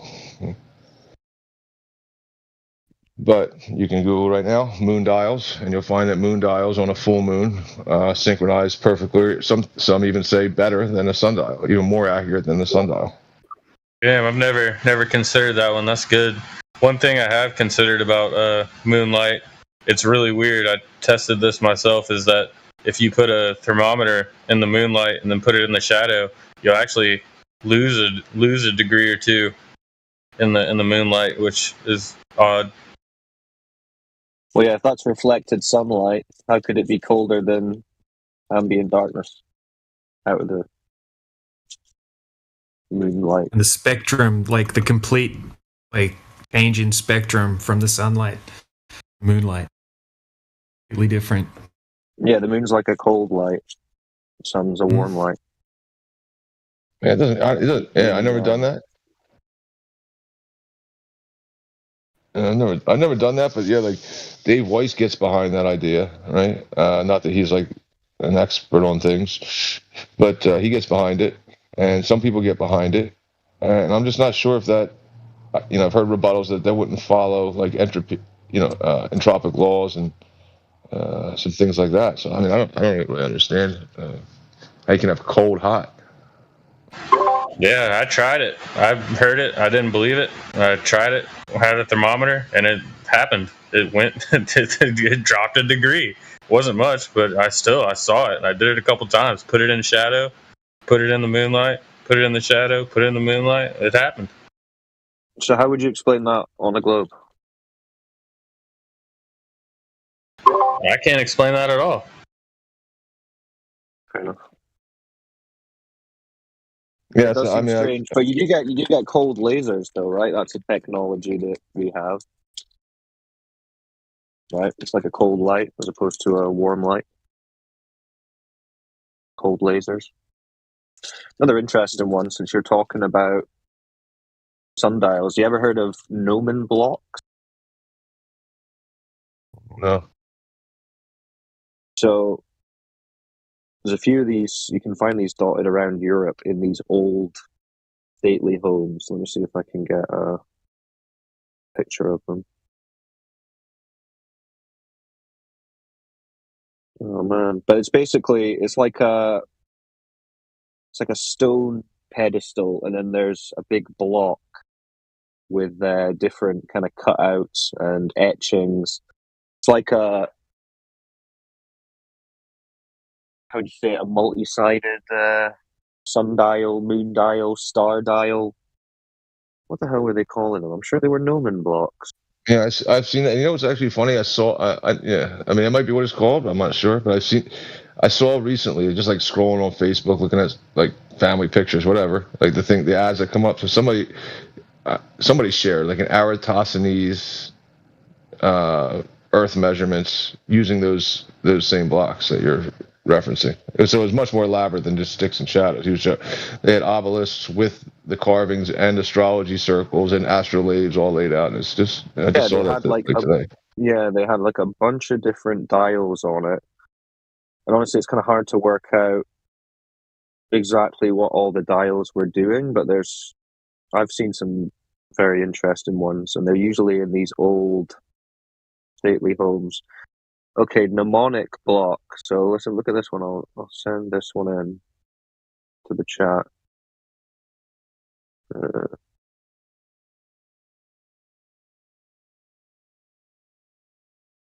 Let's see.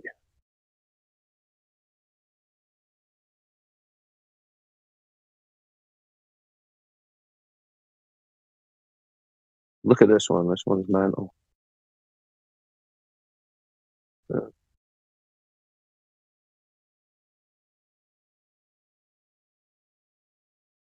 So that's what they're called, mnemonic blocks.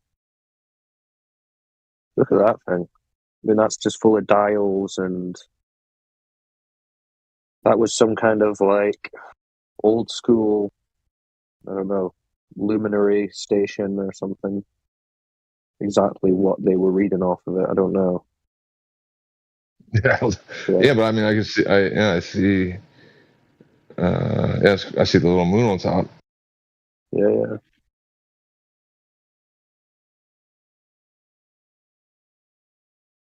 Yeah, there's people who argue that the lunar calendar is much more accurate, and they have a different day than us. They say it's a different day right now, and it's much more accurate than Gregorian calendar and whatnot.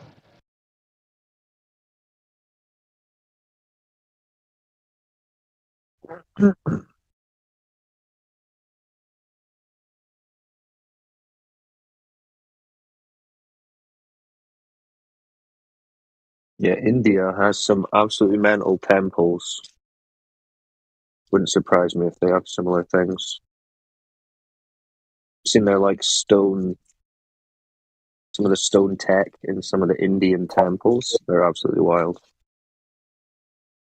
How to basics wants to know how a compass works. That's what he was trolling with yesterday, and he's still continuing it. It's like a little it's like a globe crusade. What do they call it? A globe gangster troll. It's a current troll. Oh, he's a gangster for the globe. Wow. I like how he doesn't know how a compass story works. about Elon. That's cool. That's cool.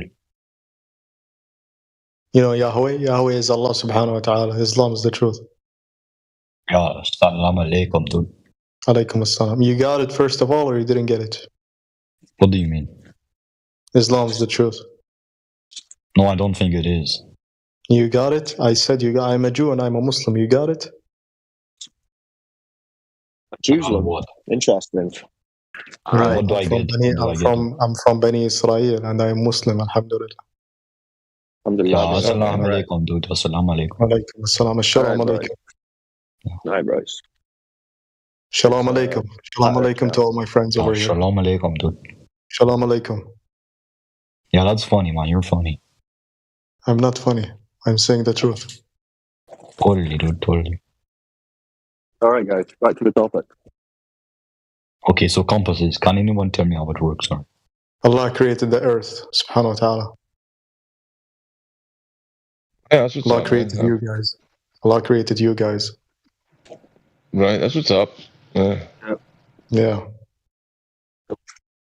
Just saying what's up and whatever. It's just, Allah created you guys, all of you. Yeah, that's what I'm saying. That's cool. Like, that's all good. There's like nobody's. That's no a good issue thing. with that. Yeah. We're all into that. Don't worry. That's a good thing, right? We're all Muslims. We're all Jews. We're all Muslims and Jews. Don't worry.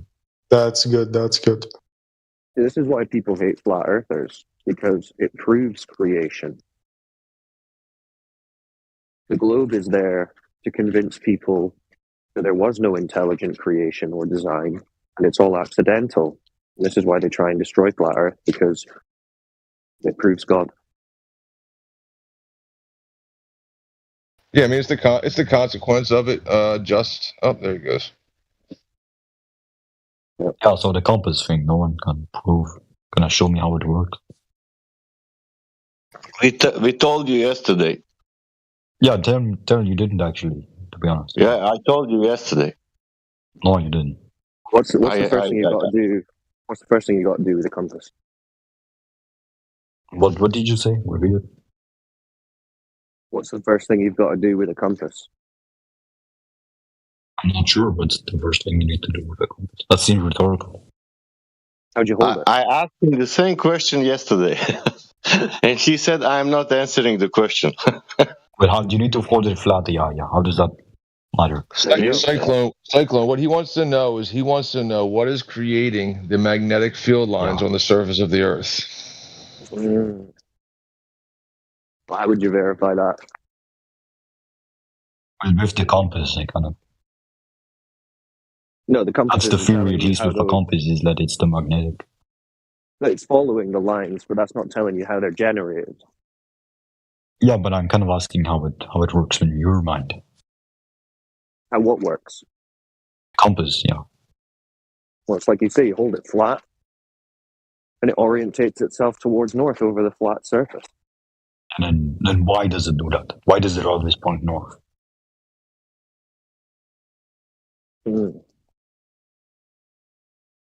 Something magnetic in the north.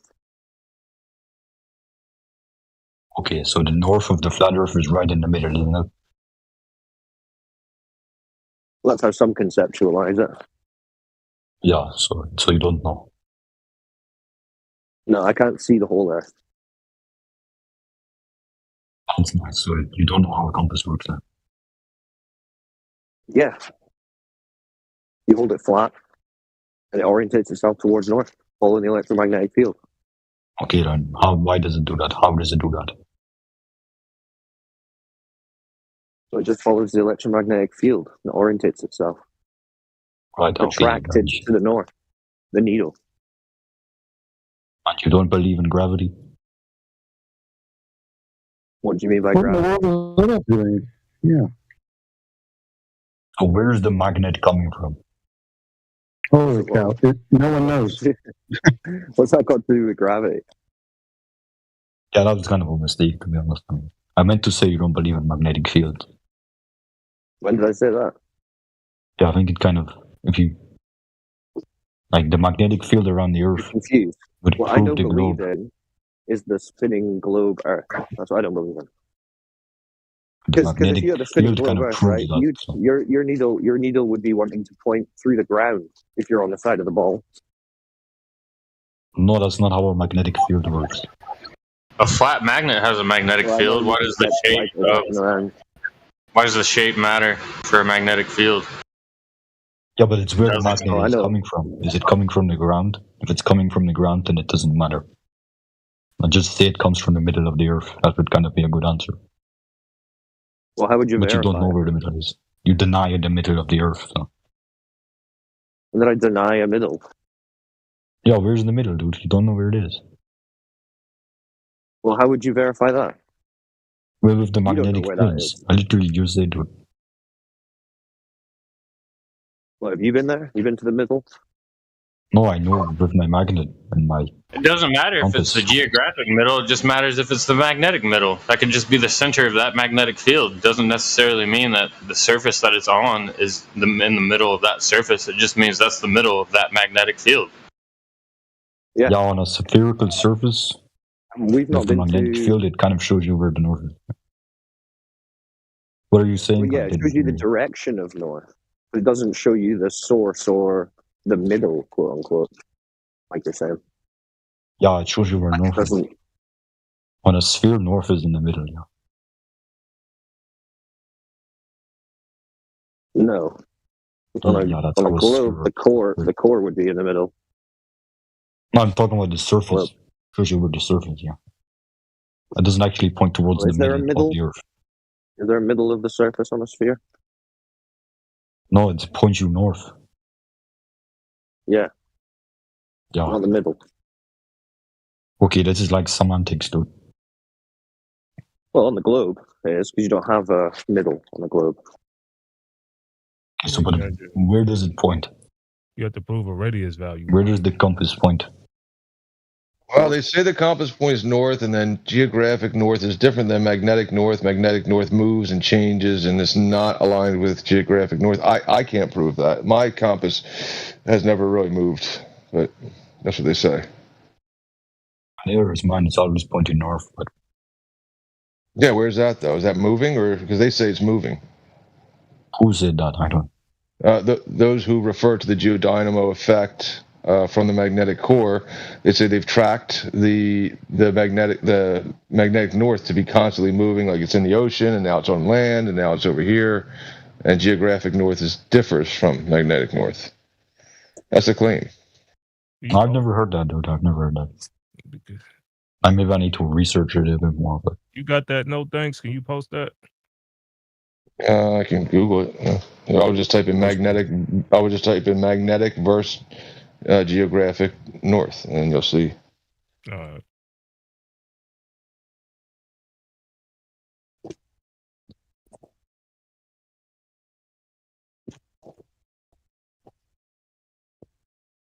But I feel there's a lot of holes in the flat Earth thing. At least with the globe Earth, they kind of make an attempt to answer everything. Yeah, but with the globe Earth, you don't even have curvature. So that's like the biggest hole you can have. What do you mean making an attempt? Anybody could come with At least they tell him a story. Doesn't matter if it's true or not. He just likes the story. What he's saying. Yeah, thanks for saying what I like and don't like. That's nice. I mean, Ernest Mach has given. Ernest Mach gave the reasoning that the sky is moving, transferring an energy from the sky, right? The North Pole being like the center of the vortex, which also it doesn't actually stay perfectly there. So, have you ever seen like a pivoting? I don't know what the term would be for it, right? But like if you tried to what would be the term? What would be the good description for it? So if you get for like a car, for like a motor, for like a fan, right? If it's off center, you get like perpetual motion. But if it's on center, you have to keep on putting motion into it. But due to the so I can't remember what that term would be called. But like a fan, the fan for your car, that's on the front of your car. It's off center, so you keep getting that motion. But yeah, so like that center point, the North Pole, kind of moves around just a little bit, right? So Ernest Mach gave this theory about. Yeah, that's the geographical North moving, though, isn't it? What is? Like when the North Pole moves, that's the geographical magnetic North. The geographic. I'm not quite understanding this. I'm not quite understanding. Can't move. I mean, the geographic one can't move. I mean, it can move relative to what? I could spin. The geographic is the place on the surface of the Earth. The magnetic is the source of the magnetic field. Oh, the magnetic the magnetic pole is all over, it's like above you, basically. Yeah, so it's above you. Yeah, so then we have a North. It's not actually in the center. It's like. Yeah, so how does a geodynamo effect of a core account for that? So again, Mach says something in regards to the North Pole being the center pole, North Pole star, right? The pole, and then the rotation of the sky transfers an energy through the air to give us like a gradient, a vertical gradient, right? And that's like when these two, when these electrons or this energy field aligns, that's what gives you magnetism, right? You have to have like this perpendicular relationship to get the magnetism. So caused by energy, caused by electron flow, et cetera, et cetera. So I mean, there's theories that you can go jump on. You can go check out. You can check out Ernest Mach. He's dead, but you can check out some of his theories on magnetism. Who's the other? Who's the guy who's not dead? I think he's retired. Big name. You'd probably know it if I said it. Who's the guy that's not dead? Hey, who's the not dead guy? Who's the guy? He's like the leader in magnetism. I can just type in who's the greatest mind in magnetism. That's a lie. I believe it's the ICP. Yeah, I stay away from that nonsense. Wait, are you guys talking about like scientists or flat Earth people? I don't. What is you talking about, bro? You got James Clerk Maxwell. You can check in Maxwell's. Check him out for the source of magnetism. He alive? Are these real scientists or just conspiracy theorists? James Clerk Maxwell. He's a conspiracy theorist. Yeah, Ernest Mach is a renowned scientist. James Maxwell's a renowned scientist, but they're gone. They're not with us any longer. Let me keep looking.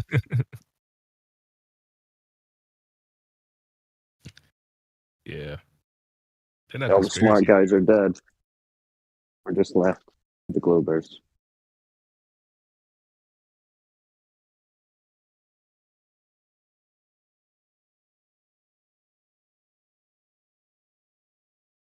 Yeah, I kind of stay away from that stuff. I mean, there's no way you can validate any of it, so I'm just go around chasing rabbit holes for. I just know the Earth is flat because that's the way it's measured, and that's that. Yeah, that's what I was saying to How to Basics yesterday, right? You can't really prove one without the other. Like if it's electrical charge or magnetism, like which one comes first? You can't actually you can't remove those things from each other, except for in the instance of a supermagnet. A supermagnet puts those two theories together. That's I don't want to go through the whole thing again, but you can't derive which one is. You can't really remove one from the other. They're like intrinsically tied together. Yeah, that's chicken and the egg shit. Yeah.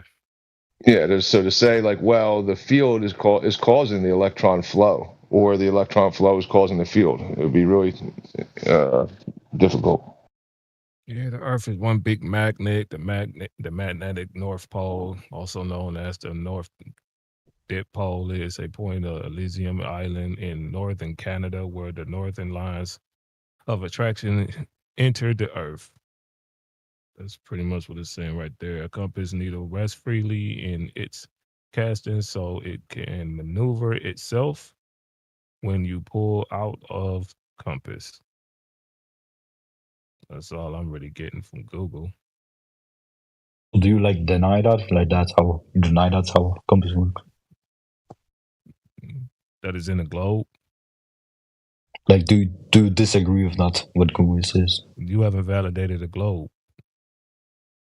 Google isn't saying What? anything. It's You haven't yeah, but it was kind of explaining how a compass works. Like, do you disagree with that, or do I disagree that the compass is in a globe? do you disagree that a compass uses magnetic fields or whatever? I don't know what it does. Why doesn't a magnetic field work on a flat surface to you? What about a flat surface? Right. Well, I think it's because like where's the magnet? Is it in the ground? It has to be flat. You have to hold the compass horizontally. Yeah. Yeah, that still doesn't. Yeah, you can look into Ken Wheeler, who gives you like the explanation of a dielectric plane of acceleration. The acceleration is the magnetism matching the speed of light, and then there's an inertial plane, or two Gaussian surfaces that are required to get the field. You really have to look into it a little more. What shape is a magnetic field? It seemed like you're trying to put us in the position of that we denying magnetism or something. Yeah, I'm asking if you do. I'm not denying magnetism. No.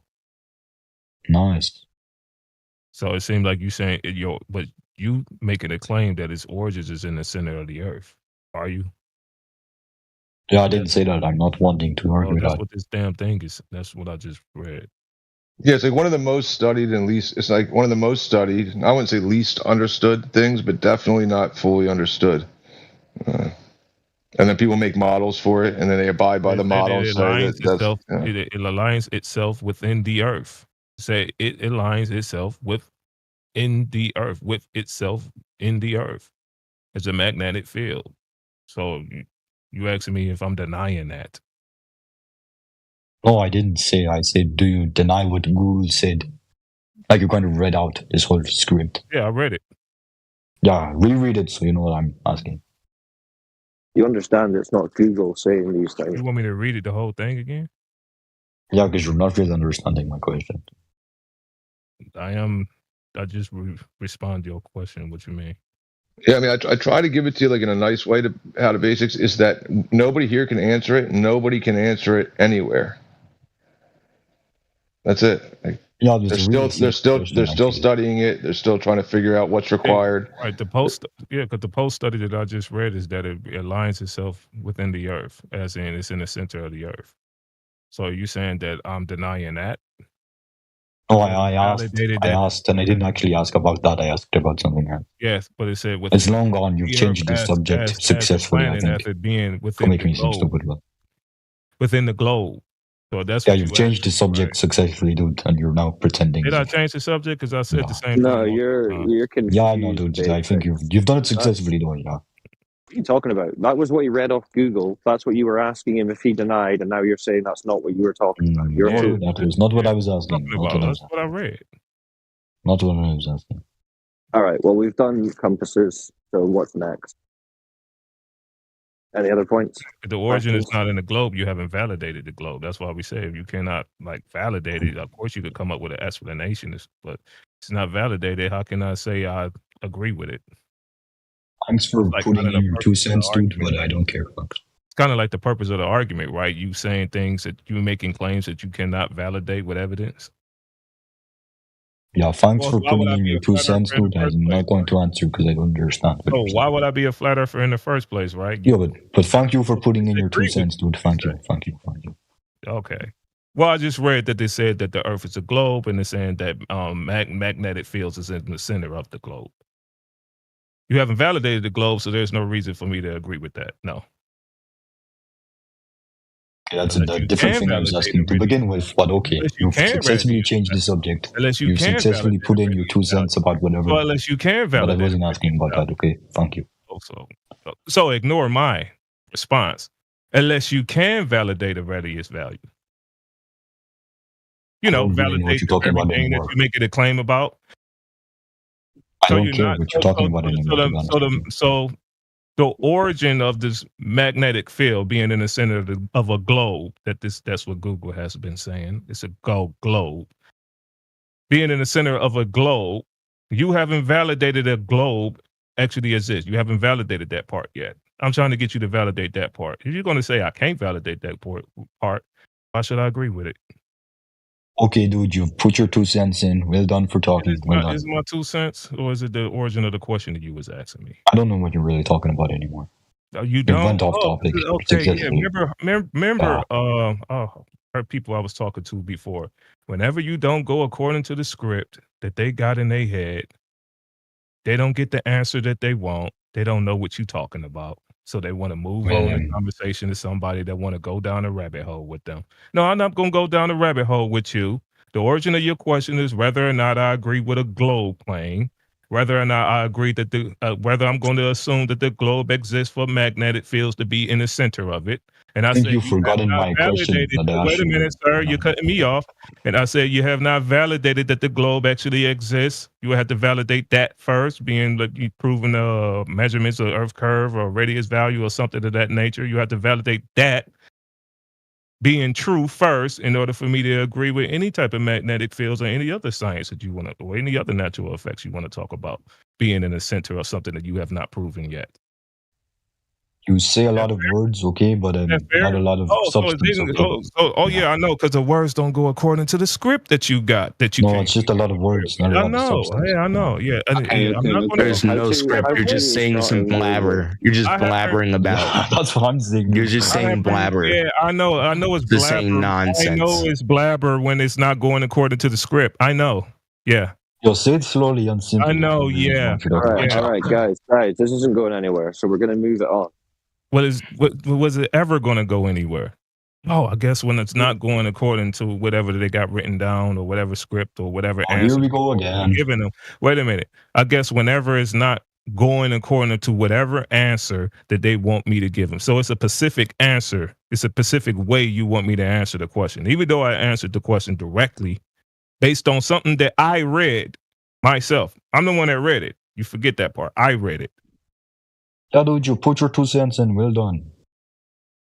Yeah, that's the purpose of me reading it, yes. Well done, man. Well done. And you put your 2 cents in it, too. Didn't you just ask me a question about the very thing that I read?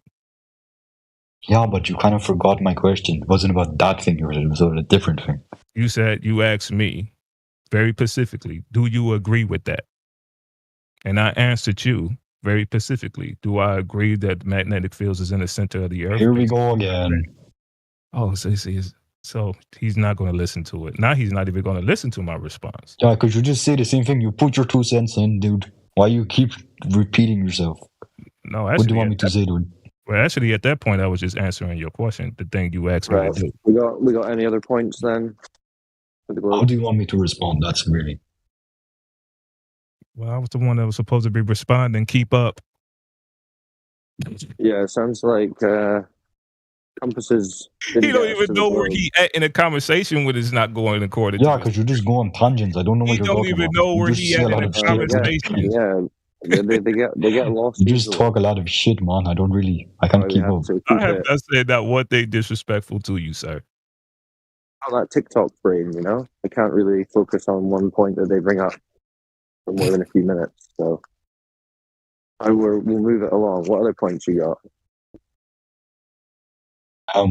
What do you want me to say? I'll say something.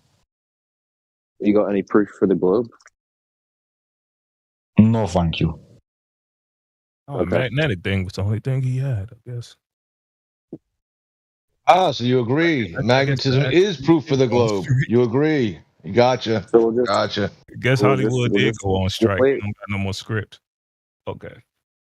So is there any other globers in the chat that have anything for the globe? Or just no? Was there any flat earthers who have anything for the flat earth? I mean, we need to learn both ways. The globers don't have any evidence for the globe. There you go. Wait, no. Did you hear what I said? Or? It's kind of the point. Yeah, you said, what's the proof for the flat earth? And I said, well, there's no evidence for the globe, as the globers are proving. So let's watch the clip. Let's watch the clip then, I think. Because I didn't say that. What are you talking about, bro? You're lost. Isn't it live streamed or something? You know? He's lost. Bro, we already asked you, and you said you don't have any evidence for the globe. I said, fine. I said no thank you. I didn't say that. Yeah, you said no thank you, meaning I don't have any evidence for a globe. Yeah, that's that means I don't want to answer. It doesn't mean I don't have evidence. It's because that means you don't have any evidence. No, it means I don't want to answer, basically. That just means no thank you. Why wouldn't you want to answer? Respectfully way to decline a question. Then it's conceding. By its very definition, it's non-responsive. So I'm saying the globe doesn't have any evidence. No, it's just conceding a question. I don't care about your question. Yeah, it doesn't matter whether or not you care about it or not. It's non-responsive. Conceding. Okay, is there any flat earthers in here who want to prove flat earth? Now he want to move on from Cyclone. What do you want me to say, man? He's just literally misquoting me, man. He's just misquoting me. We've already done this. You're just misquoting me. Let's be real for a minute. The lack of evidence for a globe is proof of the flat earth. No, thank you. Yeah, every single measurement in reality is measured in the vertical datum, right, which is referencing a horizontal, and a vertical datum, right, is established with a weight. Wait, what are you talking about? I'm giving you a proof of flat Earth, right? So, so a vertical datum is established from the beginning. I wasn't listening. Let him. A vertical datum is established with a weight, which gives you down, right? And all practical measurements done in reality are measured in the vertical datum, right, which is perpendicular to horizontal. So it gives you the relationship between horizontal and vertical established by down being the same vertical parallel to prior verticals for everybody. So, I mean, it's an all-encompassed one. Now, you would have to prove, right, that that's false. You would have to falsify what's been proven repeatedly and over again for your model of reality to be true. Yeah. And until you can do that, all of the proof is on the quote-unquote flat earths. There you go. You happy? You happy now? Yeah. What? Yeah, I'm always happy, dude. I'm a happy man.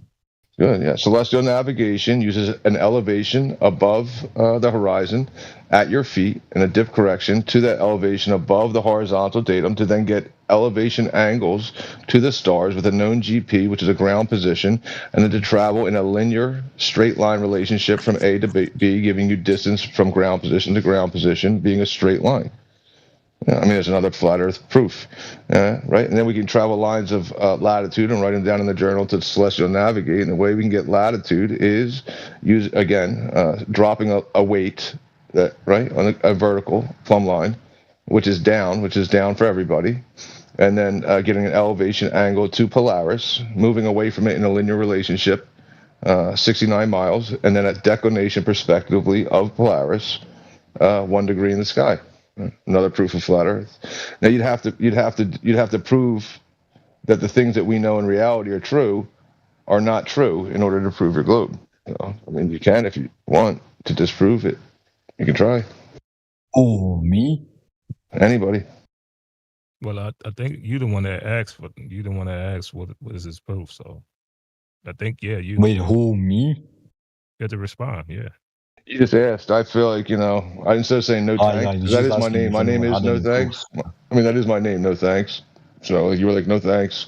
What's your proof of the, flat Earth? Oh, I didn't say to you specifically. But that's my fucking name. No thanks. That's my name. Yeah, I didn't say no thanks. No, that's who I am. That's his name. That's why he's saying he thought you were saying like no thanks.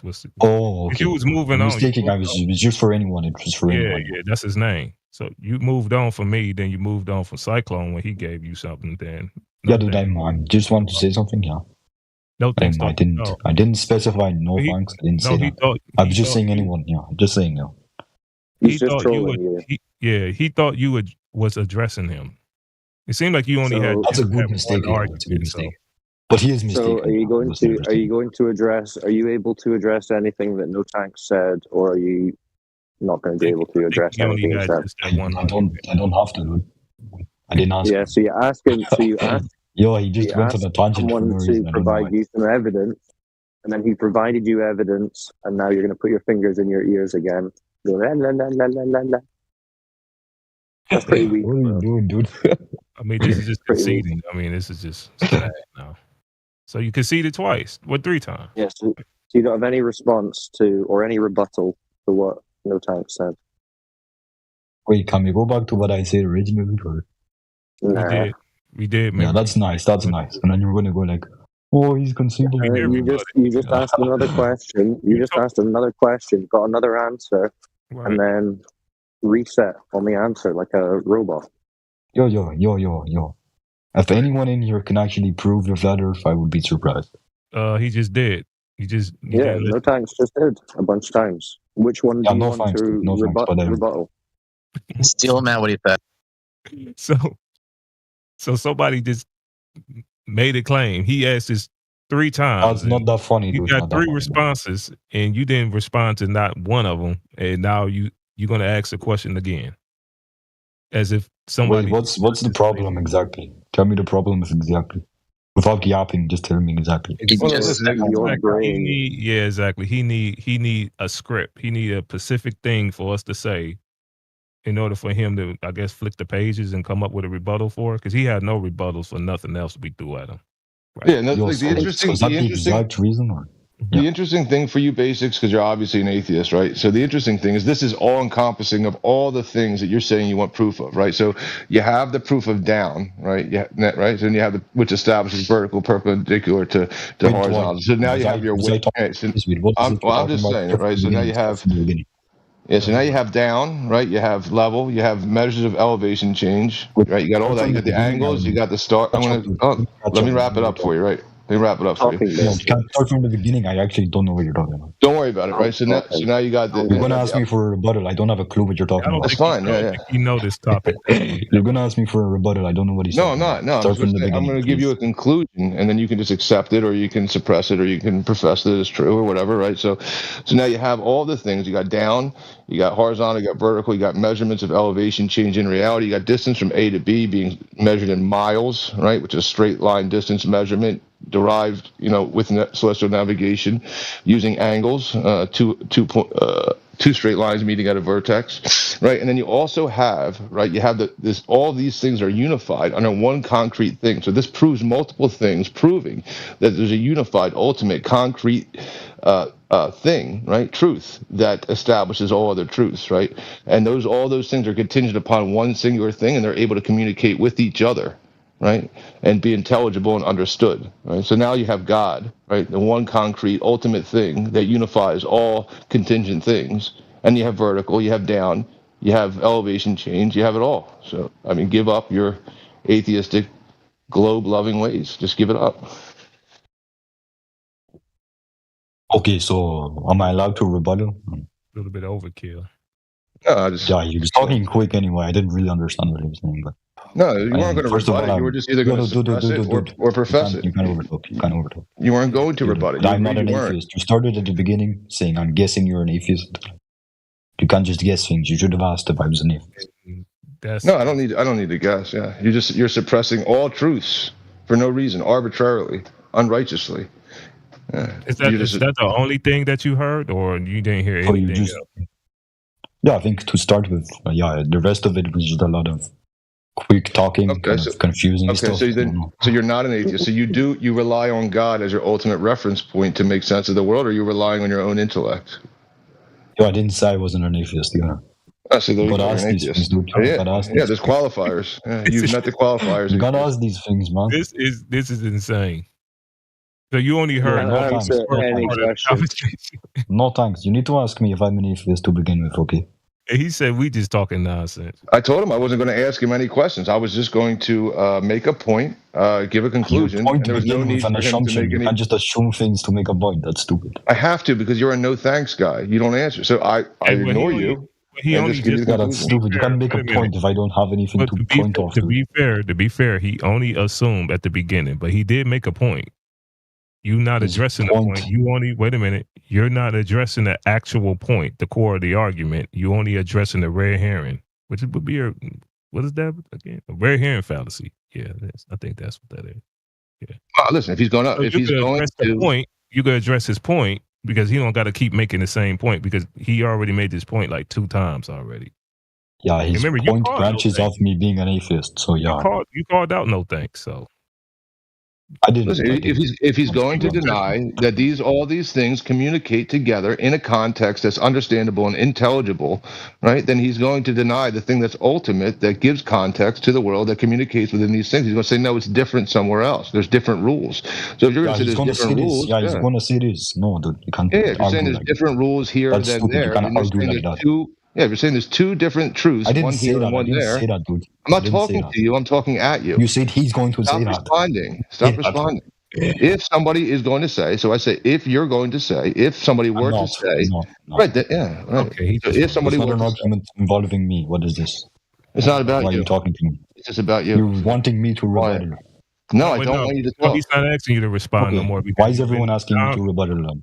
Well, you've been non-responsive this whole time. We're not even suspecting you to respond anymore. He said he's done talking to you.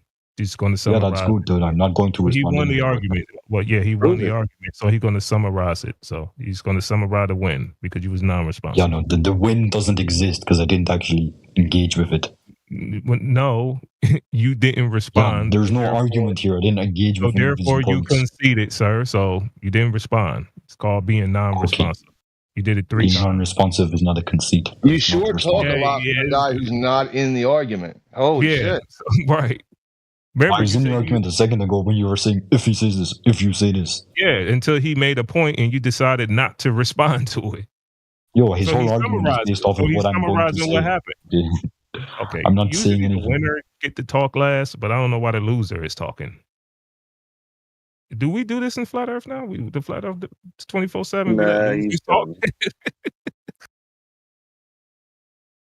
Go ahead, no thanks. Summarize your win. Nah, it's fine. I think to understand that there's this kind of TikTok dude, and I think he's a YouTube dude now named Matan. He's like really big with the younger crowd. He's like a 17-year-old, and he just trolls these people. He's really smart about it, though. I think this guy's a big fan of him. Oh yeah. Well, he just got wrecked. I hope he didn't record that.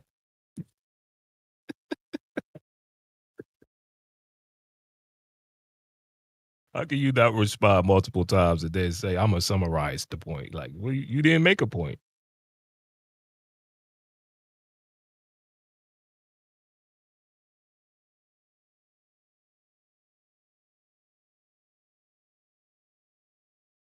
It's a pretty funny show he does. Don Kid. He's had some pretty funny guests on.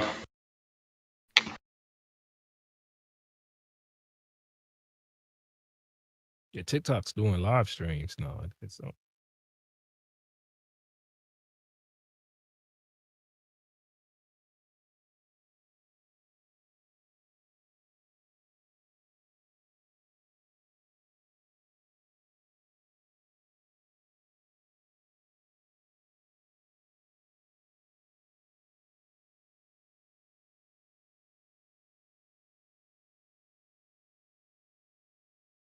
Yeah, that guy just plays too many weird games. Yeah, I think me and Cyclone tried to keep him on track. I think he just wasn't keeping up. Honestly, you probably don't really. Listen, it's only like my fifth. You don't really know too much about that, Yeah, it's only like my fifth encounter with him. But every time he's doing like this Ed Freeze troll bullshit where he just, he just wants to argue. It's almost like flirting. It's like he wants to flirt with guys or something. I don't know.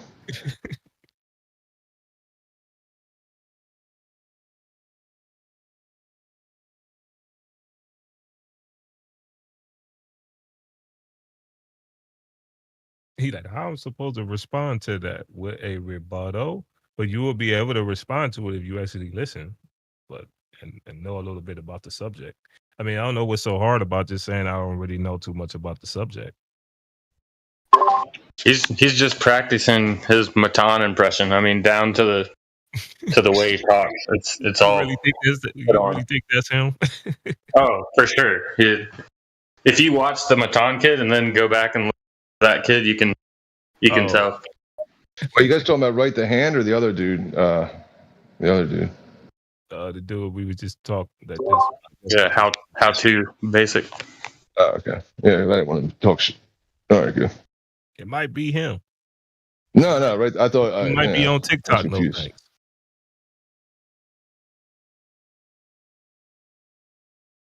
Well, it's not him. It's a good impression. It's a good impression, but it's not perfect. And that Matan kid's probably like a millionaire by now anyway, without he being here doing that.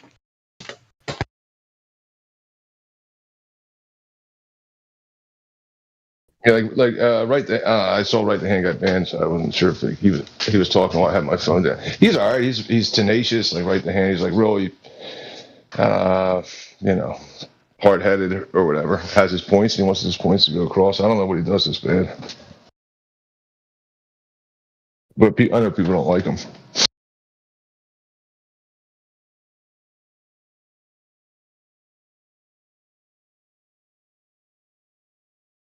Man, people just become millionaires on the internet by just doing regular stuff. Imagine becoming a millionaire on the internet, just going in rooms, trolling people. Oh, is that what the video? Is that what you guys are talking about? Somebody does that? Yeah. Yeah. I mean, it's really entertaining, so I guess I can see why.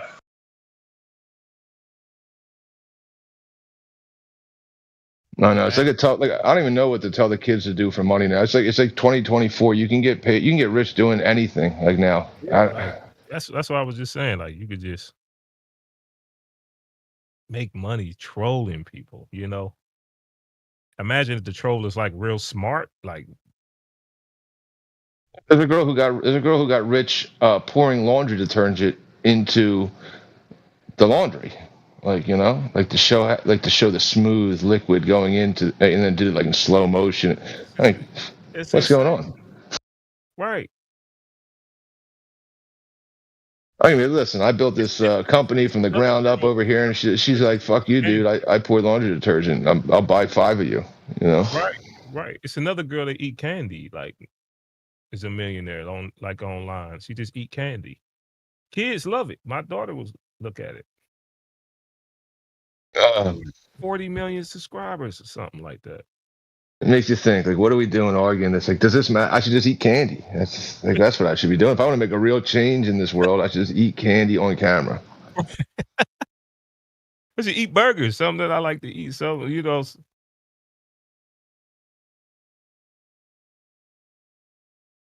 Yeah.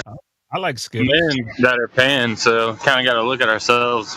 Like, what's going on? What's going on there? Hell, why not me? That's what it make you look in the mirror and go, why not me? Like, why I ain't think of that? Crazy. And it's like one of the chicks that's doing it is not all that attractive neither, but his kids looking at it anyway. So it's like, you don't have to be. So, hey Joe, there's still a market for that, right? If you really wanted to, you could jump into that. Eat candy? Just anything, man. What I'd say like this, man. Whatever it is that you like to do, just there's a market for it online. Somebody's willing to watch. Somebody's willing to watch whatever you're passionate about. And it doesn't even have to. It doesn't have to be that. Like, especially kids, man. Like, yeah, because my grandkids, when they're scrolling through like their feed or whatever, it's filled with all of that kind of stuff, like what you just mentioned, like people eating candy and just regular workaday people just on their spare time, just making videos. Like, it's weird. And then their viewership is like really high. It's in the hundreds of thousands, man. Yeah, man. Man, the girl that eat candy, man, like all of them, multi-millions of subscribers. And they're making their bread, man. So it's like, I mean, I ain't even hating on that. Because they're getting it some kind of way. The one girl just played Roblox, but she only played like the I'm pretty sure whoever got a daughter seen her, but she only played like the girly part. Yeah. Like you just she basically just playing a Barbie game. Like everything got to be pink, and like she literally just playing Barbie. There's subscribers. I'm like, there's a market for everything, man. That's all I gotta say. So I wonder. There's a market for everything. So you can do whatever you think. I mean, I don't know what you like doing, but play with G.I. Joes or something. I play with G.I. Joes. Yeah, do something, man. Like make all the sound effects. Who knows, man? Somebody will watch it. Right. Oh, and don't forget, man, AI is out there too, but it'll help you get get your stuff straightened out so you can do it properly.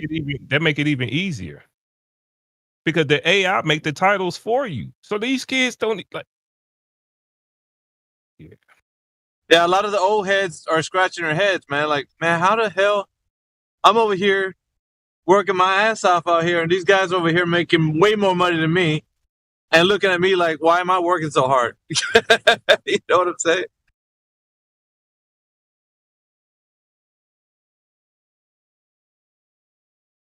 Yeah, man. Get creative. Yeah, like, why? Yeah.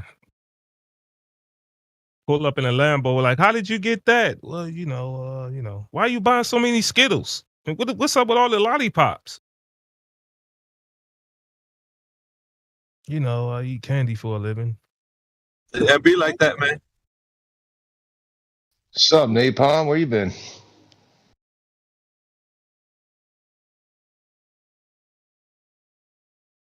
Good to see you, man. Napalm's in the building? Oh, shit. Napalm. I haven't seen Napalm for a minute. What's up, man, Apoc, you've been missing out the last X shows we've been doing. Dude, they're crazy. Yeah, really? we was talking about it before everybody got in the room. That's where we thought all of y'all was at. Now, Joe, have you poured yourself over the material we've been doing? Like, it's X people on X coming through, like, because it's the algorithm catches people just like in the open. Like over here in Discord, they have to come in intentionally. Over there, it's just people just see it and then they get curious. Because let's say a person goes into our space that has like, I don't know, 5,000 followers. Any one of those 5,000 followers could see them in the space and get curious and want to jump in. If that makes any sense. Yeah, so. Yeah, you can see if you follow somebody, you can see what room they're in and you can go check out the room that they're in.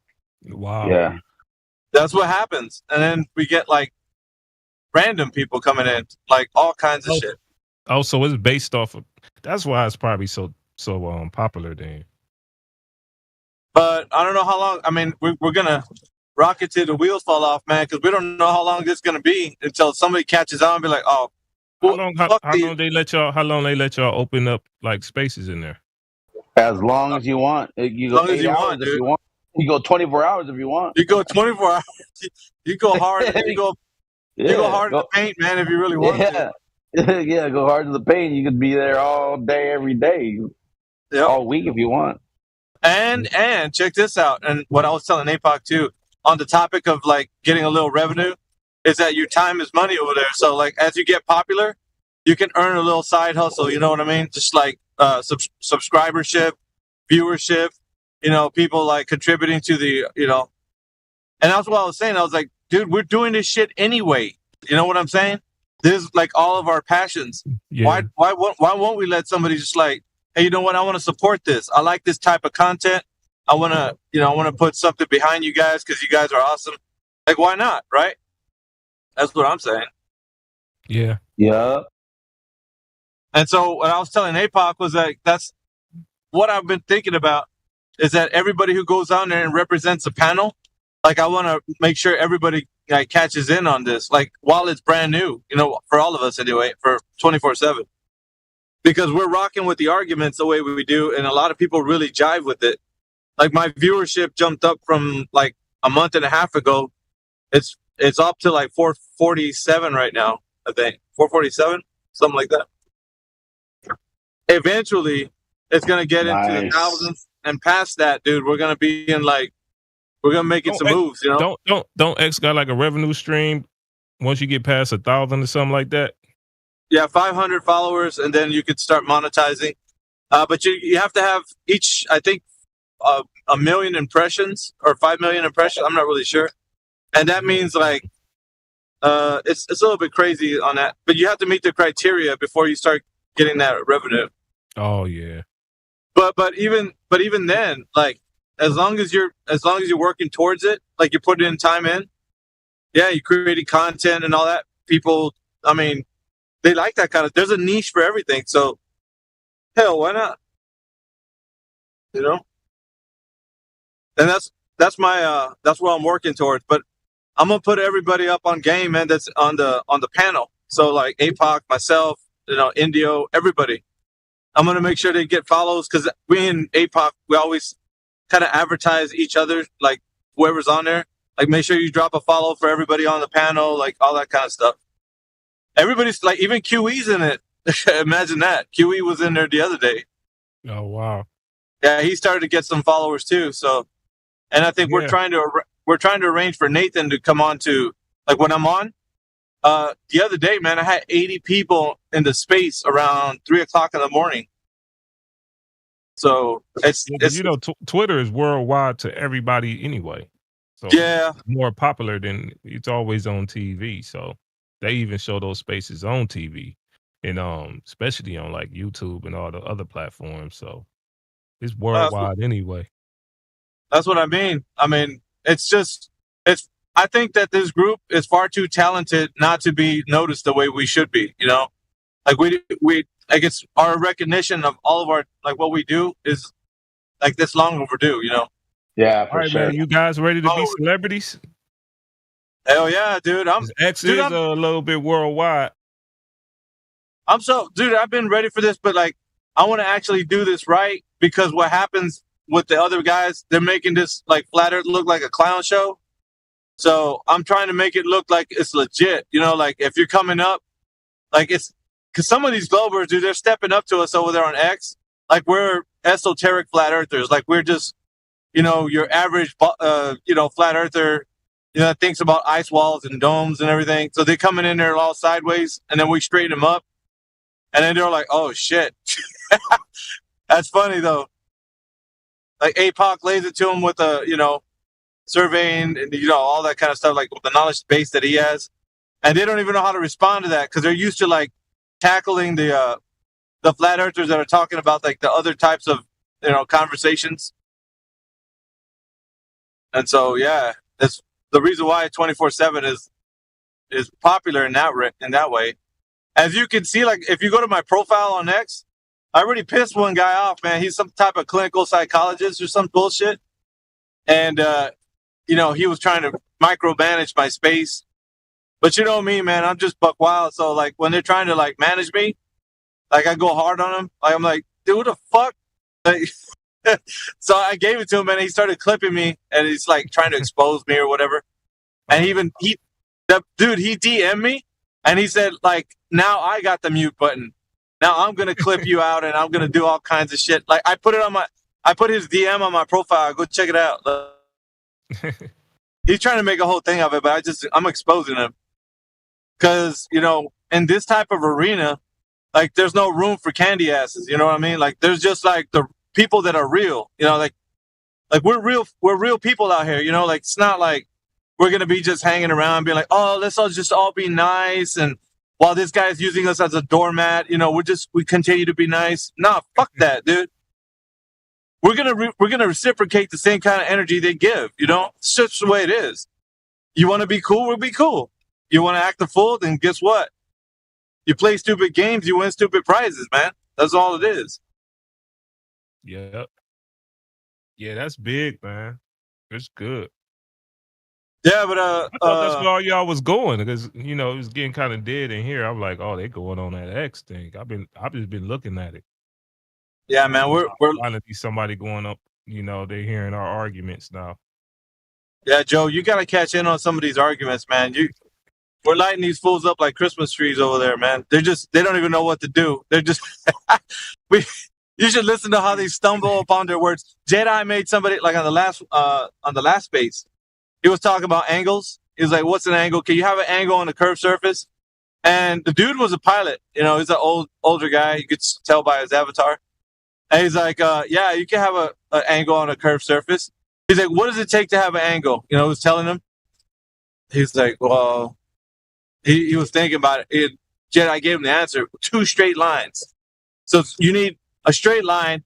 So can you have a straight line on a curved surface? He's like, "Oh yeah." And he was like, "Oh shit!" No, I started like I was just like, "Damn." I was like, "So you can have a straight line? So you need a straight line for an angle, not a curved line?" No, you guys are twisting my words. He started getting defensive. So we're like just dogging him. And then he got all in his feelings and shit. And it was like, yeah, you could hear him. He spiraled hard. But that's just one example, man. Like, shit, dude, there's like the whole night, man. When they try to tell somebody that you can pull an angle off a curved surface, that's when you know they're fucking. That's brain rot right there, bro. That's brain rot. Like, dude, they're so far up in the fucking indoctrination. They're now brain rot to believe that you can have an angle, curved baseline, and a straight line. Like, come on, bro. Like that's a wrap, dude. Yeah, that's not possible. It's a great point, Apoc. Yeah. That's not possible, but they continue to be persistent. So I think what it is that they don't be suspecting those arguments. They already, they already know what they want to talk about. They already have it in their mind what you're going to say to them, so they already have a response. So that's why I say it's a script. It's just basically they got a script in their head. They know what argument they want to bring up, and they know what argument they want you to bring up for them to have a rebuttal for. And whenever you go off the script and you still making the point, right? They go crazy because they got to put you back on the script because they're not doing nothing but rinsing and repeating. It's not their fault, man. That script is planted into. I've had the argument with people like who I know, who I'm friends with, and the script. In the beginning, it was like amazing. I thought it was fun, like a magic trick. Like watch them go with the script they were given, and they just follow it every time unknowingly. They don't know like they're robots, like. Yeah, the thing is we are telling them like we're kind of in a way at the beginning, like with the conversations with these guys, we are sympathetic. We're like, look, man, we've been through this, we know what it's like, but they get really like up in their feelings about it. They're like, nah, man, you guys are stupid, you flat earthers, like, and that's when we're like, oh yeah, bitch, like that's then we just take the gloves off, start smacking them around, like.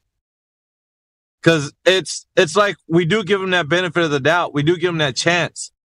But they toss it away when they start coming at us, So it's like, all right, fuck it then. Like, you just want to go that way with it. Well, what happens is you have idiots like McToon that are telling their audience you can easily get an angle off a sphere. And then they have and then they show the 9 degrees from the tangent line on the sphere. But what they're not grasping is, then that's not a fucking 90-degree baseline from one point to another, and that's the way we utilize it. That's the way we treat it. So they're all fuckered up. Yep. But yeah, X has a different crowd because, like I was saying, they're just pulling from everywhere, from either people that are following or the algorithm just has our space up and people can just see it, like so they just join and shit. Yeah, normal people. That's like refreshing to talk to normal people who aren't just anti-flat earthers who accept information and change their minds. You know, normal people, like everyday people, you come to find out that they way nicer, they way better about it, they way less judgmental about it. Yeah. Like they're not, like when you look at like the internet on YouTubers, you just think like normal people just gonna look at you like an idiot. But when you really interact with like normal everyday people, like especially face to face, they is not like calling you an idiot or just being yeah. stuff like that. So I like every time that myth is killed. Like when we kill that myth, like normal people act this way. This is how you act towards a flat earther. I like when that myth is killed. Like normal people don't be doing that kind of stuff. Hey, Alpha. Yeah. What's up, Yeah, man? I have my buddy here that proved flat Earth. He did the forced. What is it called? Force the line. Force the line. He did the force the line at JFK. He's right here, still in denial. He did it too. It was funny. Yeah, we were talking about that the other day. I don't know. Is he listening? Yeah, he's right here. I got you on speakerphone. Yeah, so he was talking about that the other day, that you guys were having a conversation about forcing the line, how you measure, with the distances that you guys were using to, I guess in the project that you had with JFK. And it was crazy because we were actually having a conversation. Wait. I have to correct you. It's not JFK. That's New York. It's John Wayne Airport. John Wayne Airport? Okay. Yeah. Just remember that. It's not JFK. Just for, just to be accurate. Yeah, I know that you mentioned JFK. Why did you mention JFK in the first place? What was that in regards to? I was probably drunk. It's John Wayne. It's John Wayne Airport. John Wayne Airport. All right. Anyway, he said that you were actually utilizing like surveying methods that didn't include like accounting for the curvature. So exactly, that was important for us. That we're making a point to the people that come through here that it's not being taken into account. And I think some of them were like, well, it's so minuscule that we don't need to. But that almost sounds like the cop out for the reason why it doesn't happen. And so we're trying to point out that it doesn't need to be accounted for at all. Exactly. Not that it's minuscule, but that it doesn't need to be accounted for, not even a little.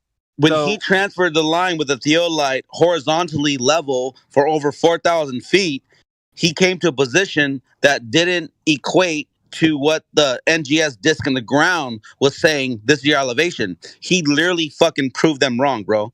That's what he did. Yeah. Well, and I think that's important when we're dealing with these guys online who are these amateur like surveyors and whatnot. Like they're not surveying, but they're using theodolites and total stations to kind of say that we're incorrect, that you have to take the curvature of the Earth into account. And they're trying to argue with us. They're trying to argue with us about that topic. So it's good to hear. It's kind of refreshing to hear that people like that do it professionally aren't taking that into account. Exactly. When you use the equipment the way you're supposed to fucking use it, you're gonna 100% always transfer that line horizontally. That's why I said before, Alpha, when you transfer horizontal lines, how many horizontal lines you have to transfer to make it curve? Fucking. Does your friend know? Does your friend know that it's really important in this arena to have that knowledge that he has? It's almost like if he was to speak out about it, like he would make a lot of these people that think that the Earth is a globe like really upset. Exactly. He would. Yeah, he would. Like a lot, dude. We're talking about big name globers, that are actually saying that there's what's his name? Main surveyor. What does the handle does he go by these days? Jesse? Is it Jesse Kozlowski? Yeah, Jesse Kozlowski. Yeah. He's not a main surveyor though. He just uses the equipment. And then you have Shoebill. You have Shoebill in Globe Gangsters. He's a fucking 35-year-old or 35-year surveyor. He's been in 11 countries, and he did like this island. I don't know, Guatemala or fucking Philippines. I don't know what hills he did, but all they're doing is they're taking a theodolite or a total station, and they're shooting something that's like miles away from their position, and then saying, well, we calculated it, so that's why it's curving. Like, get the fuck out of here, bro. That's going to always have a drop, bro. Refracted curvature. Yeah, it's dropping optically, but not physically. And my boy right here, my buddy, he proved that when you transfer it locally, 4,000 feet, what was it, 3/4 of an inch? He was 3/4 of an inch off.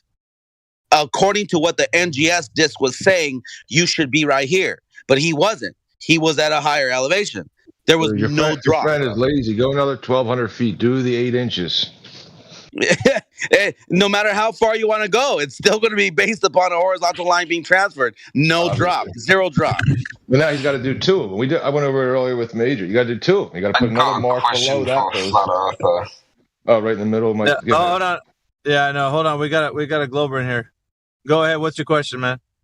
Yeah. So I was wondering, how flat is the Earth versus how round? Yeah, hold on, man.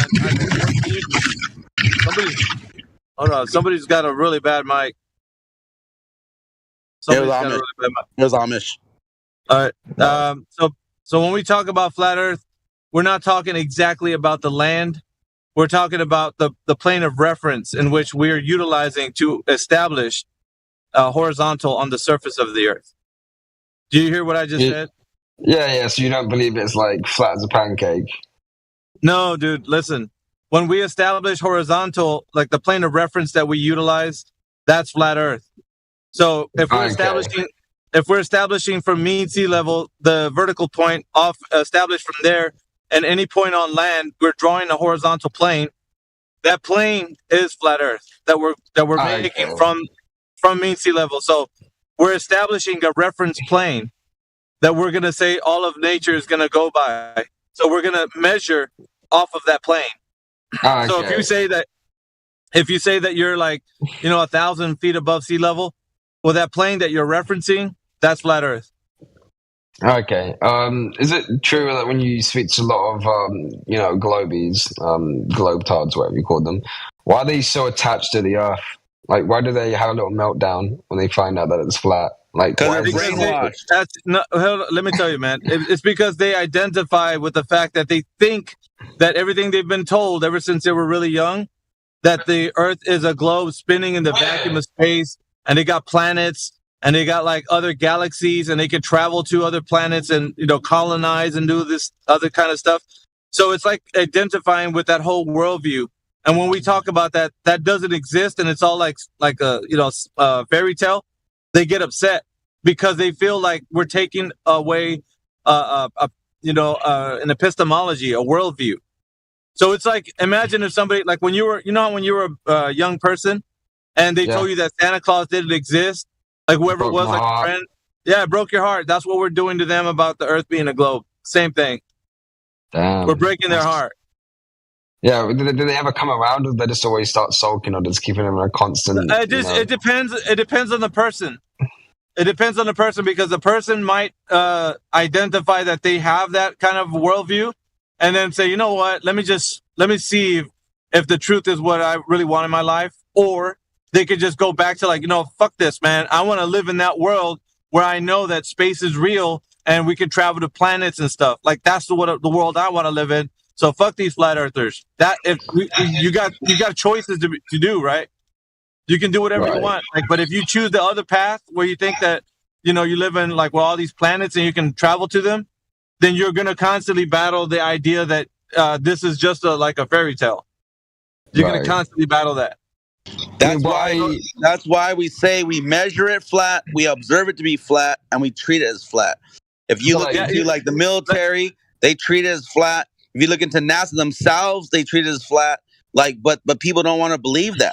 It's weird. Yeah, I'm gonna tell you, it's called. You can look this up. It's called an identity crisis. That's what they're having whenever we talk about it. Just like Santa Claus, when you found out he wasn't real, it broke your heart. That's what they're doing. It's an identity crisis. So, like, my understanding with this conspiracy is that they think, if we can get these dipshits to believe the Earth is a fucking ball, then they'll believe anything. They'll eat the bugs. They'll believe man, like, 6 million died in the Holocaust. Man. Bro, check this out, man. That paradigm is attached to a lot of other shit, like limited resources on this planet. The planet is dying. There's climate change, overpopulation. there's killer asteroids coming from space that's gonna kill us one day or some shit. There's always this like type of fear mongering that they use to capitalize on the fact that people believe that the Earth is a globe, and they're using that to their advantage. Like whether or not we can tell where the money's going, where they spend all the space projects, for the millions of dollars that are getting spent to these space agencies. We don't know where that money goes, man. That's government funded type of things. We don't know where the money paper trail is. For all we know, it could be funded some kind of black ops, operations. Exactly. We don't know. We don't fucking know. Like for us to tell you like it goes here and it goes there, nobody knows, man, because that stuff, there's no receipts. And if the receipts that are shown are like something they can prove, it's to some other shit, like a $50,000 toilet seat or some shit. Like you don't fucking know where the fucking money's gonna go, like in whose pockets. Yeah, and the people who do this, I've heard that they have pointy nose and funny little hats. Is that true? No, I mean, there's a lot of boogeymen that are out there, dude. I'm gonna tell you that right now. There's a lot of boogeymen. You got conspiracy theorists will tell you the Illuminati, the Bilderberg Group, the Masons, the pointy hat people, like all these other people. Like it doesn't matter who it is, man. There's got to be a boogeyman around every corner.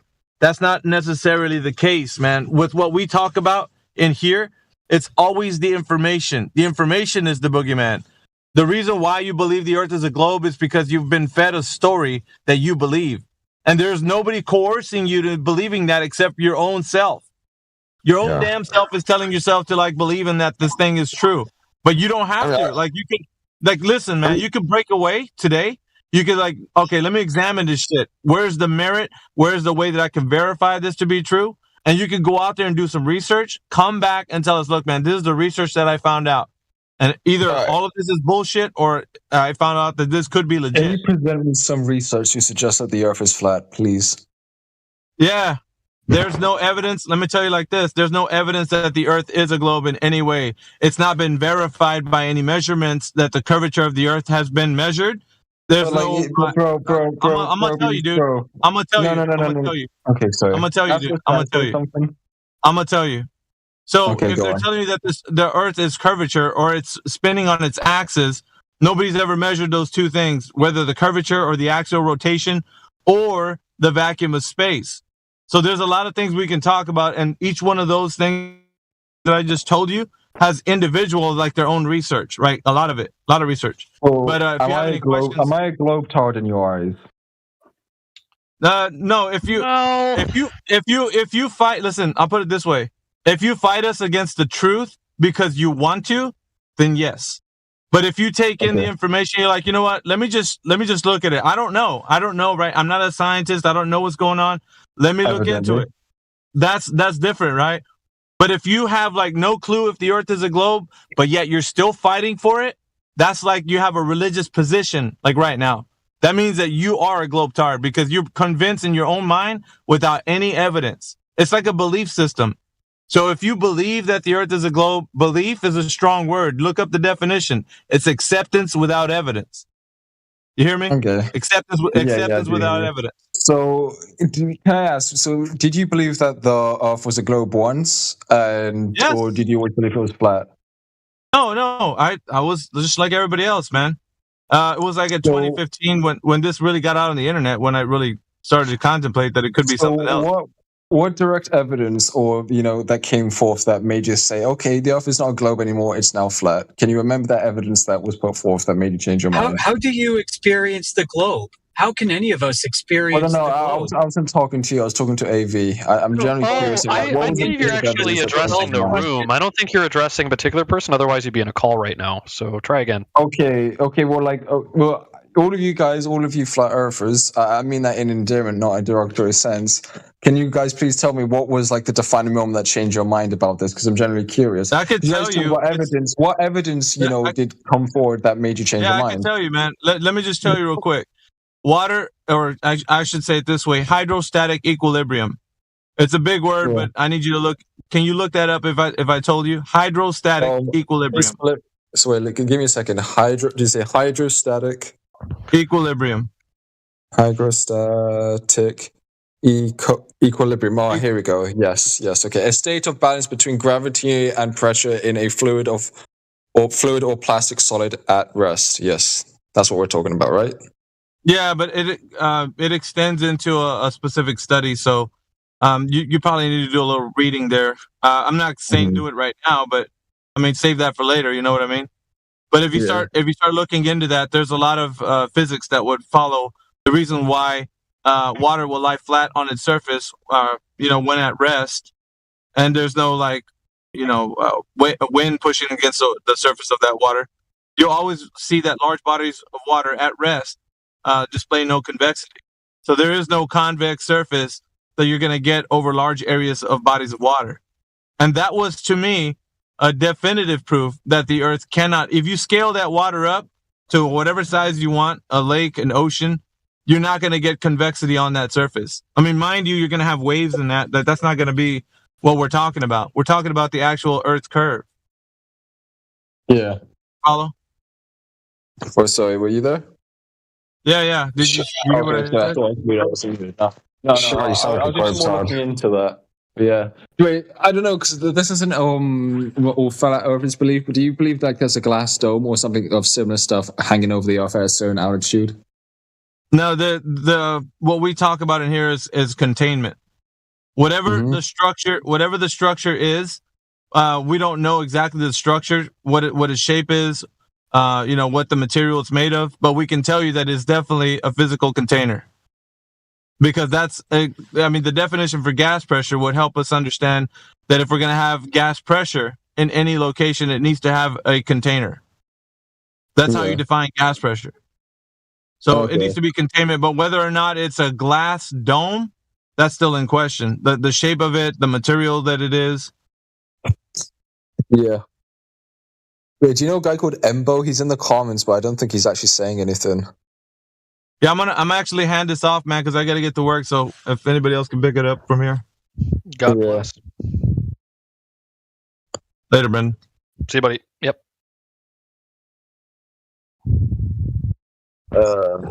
So I mean, I've been talking to to people. So I'd be kind of upset. I feel like my world would be shattered if I found out the world was flat and it wasn't a globe and I couldn't go to space, because I've always wanted to go to space. Like Elon Musk is my hero. A bit? This is a bit. No, it's not a bit. No, it's not a bit. No, it is. Yeah, I can hear you smirking through the mic, dude. Come on. I'm not smirking. I'm just saying. I know you are. You don't have to lie. See, I can hear you. Come on now. So would you like to make an argument here, or do you want to engage in conversation or not? Yeah.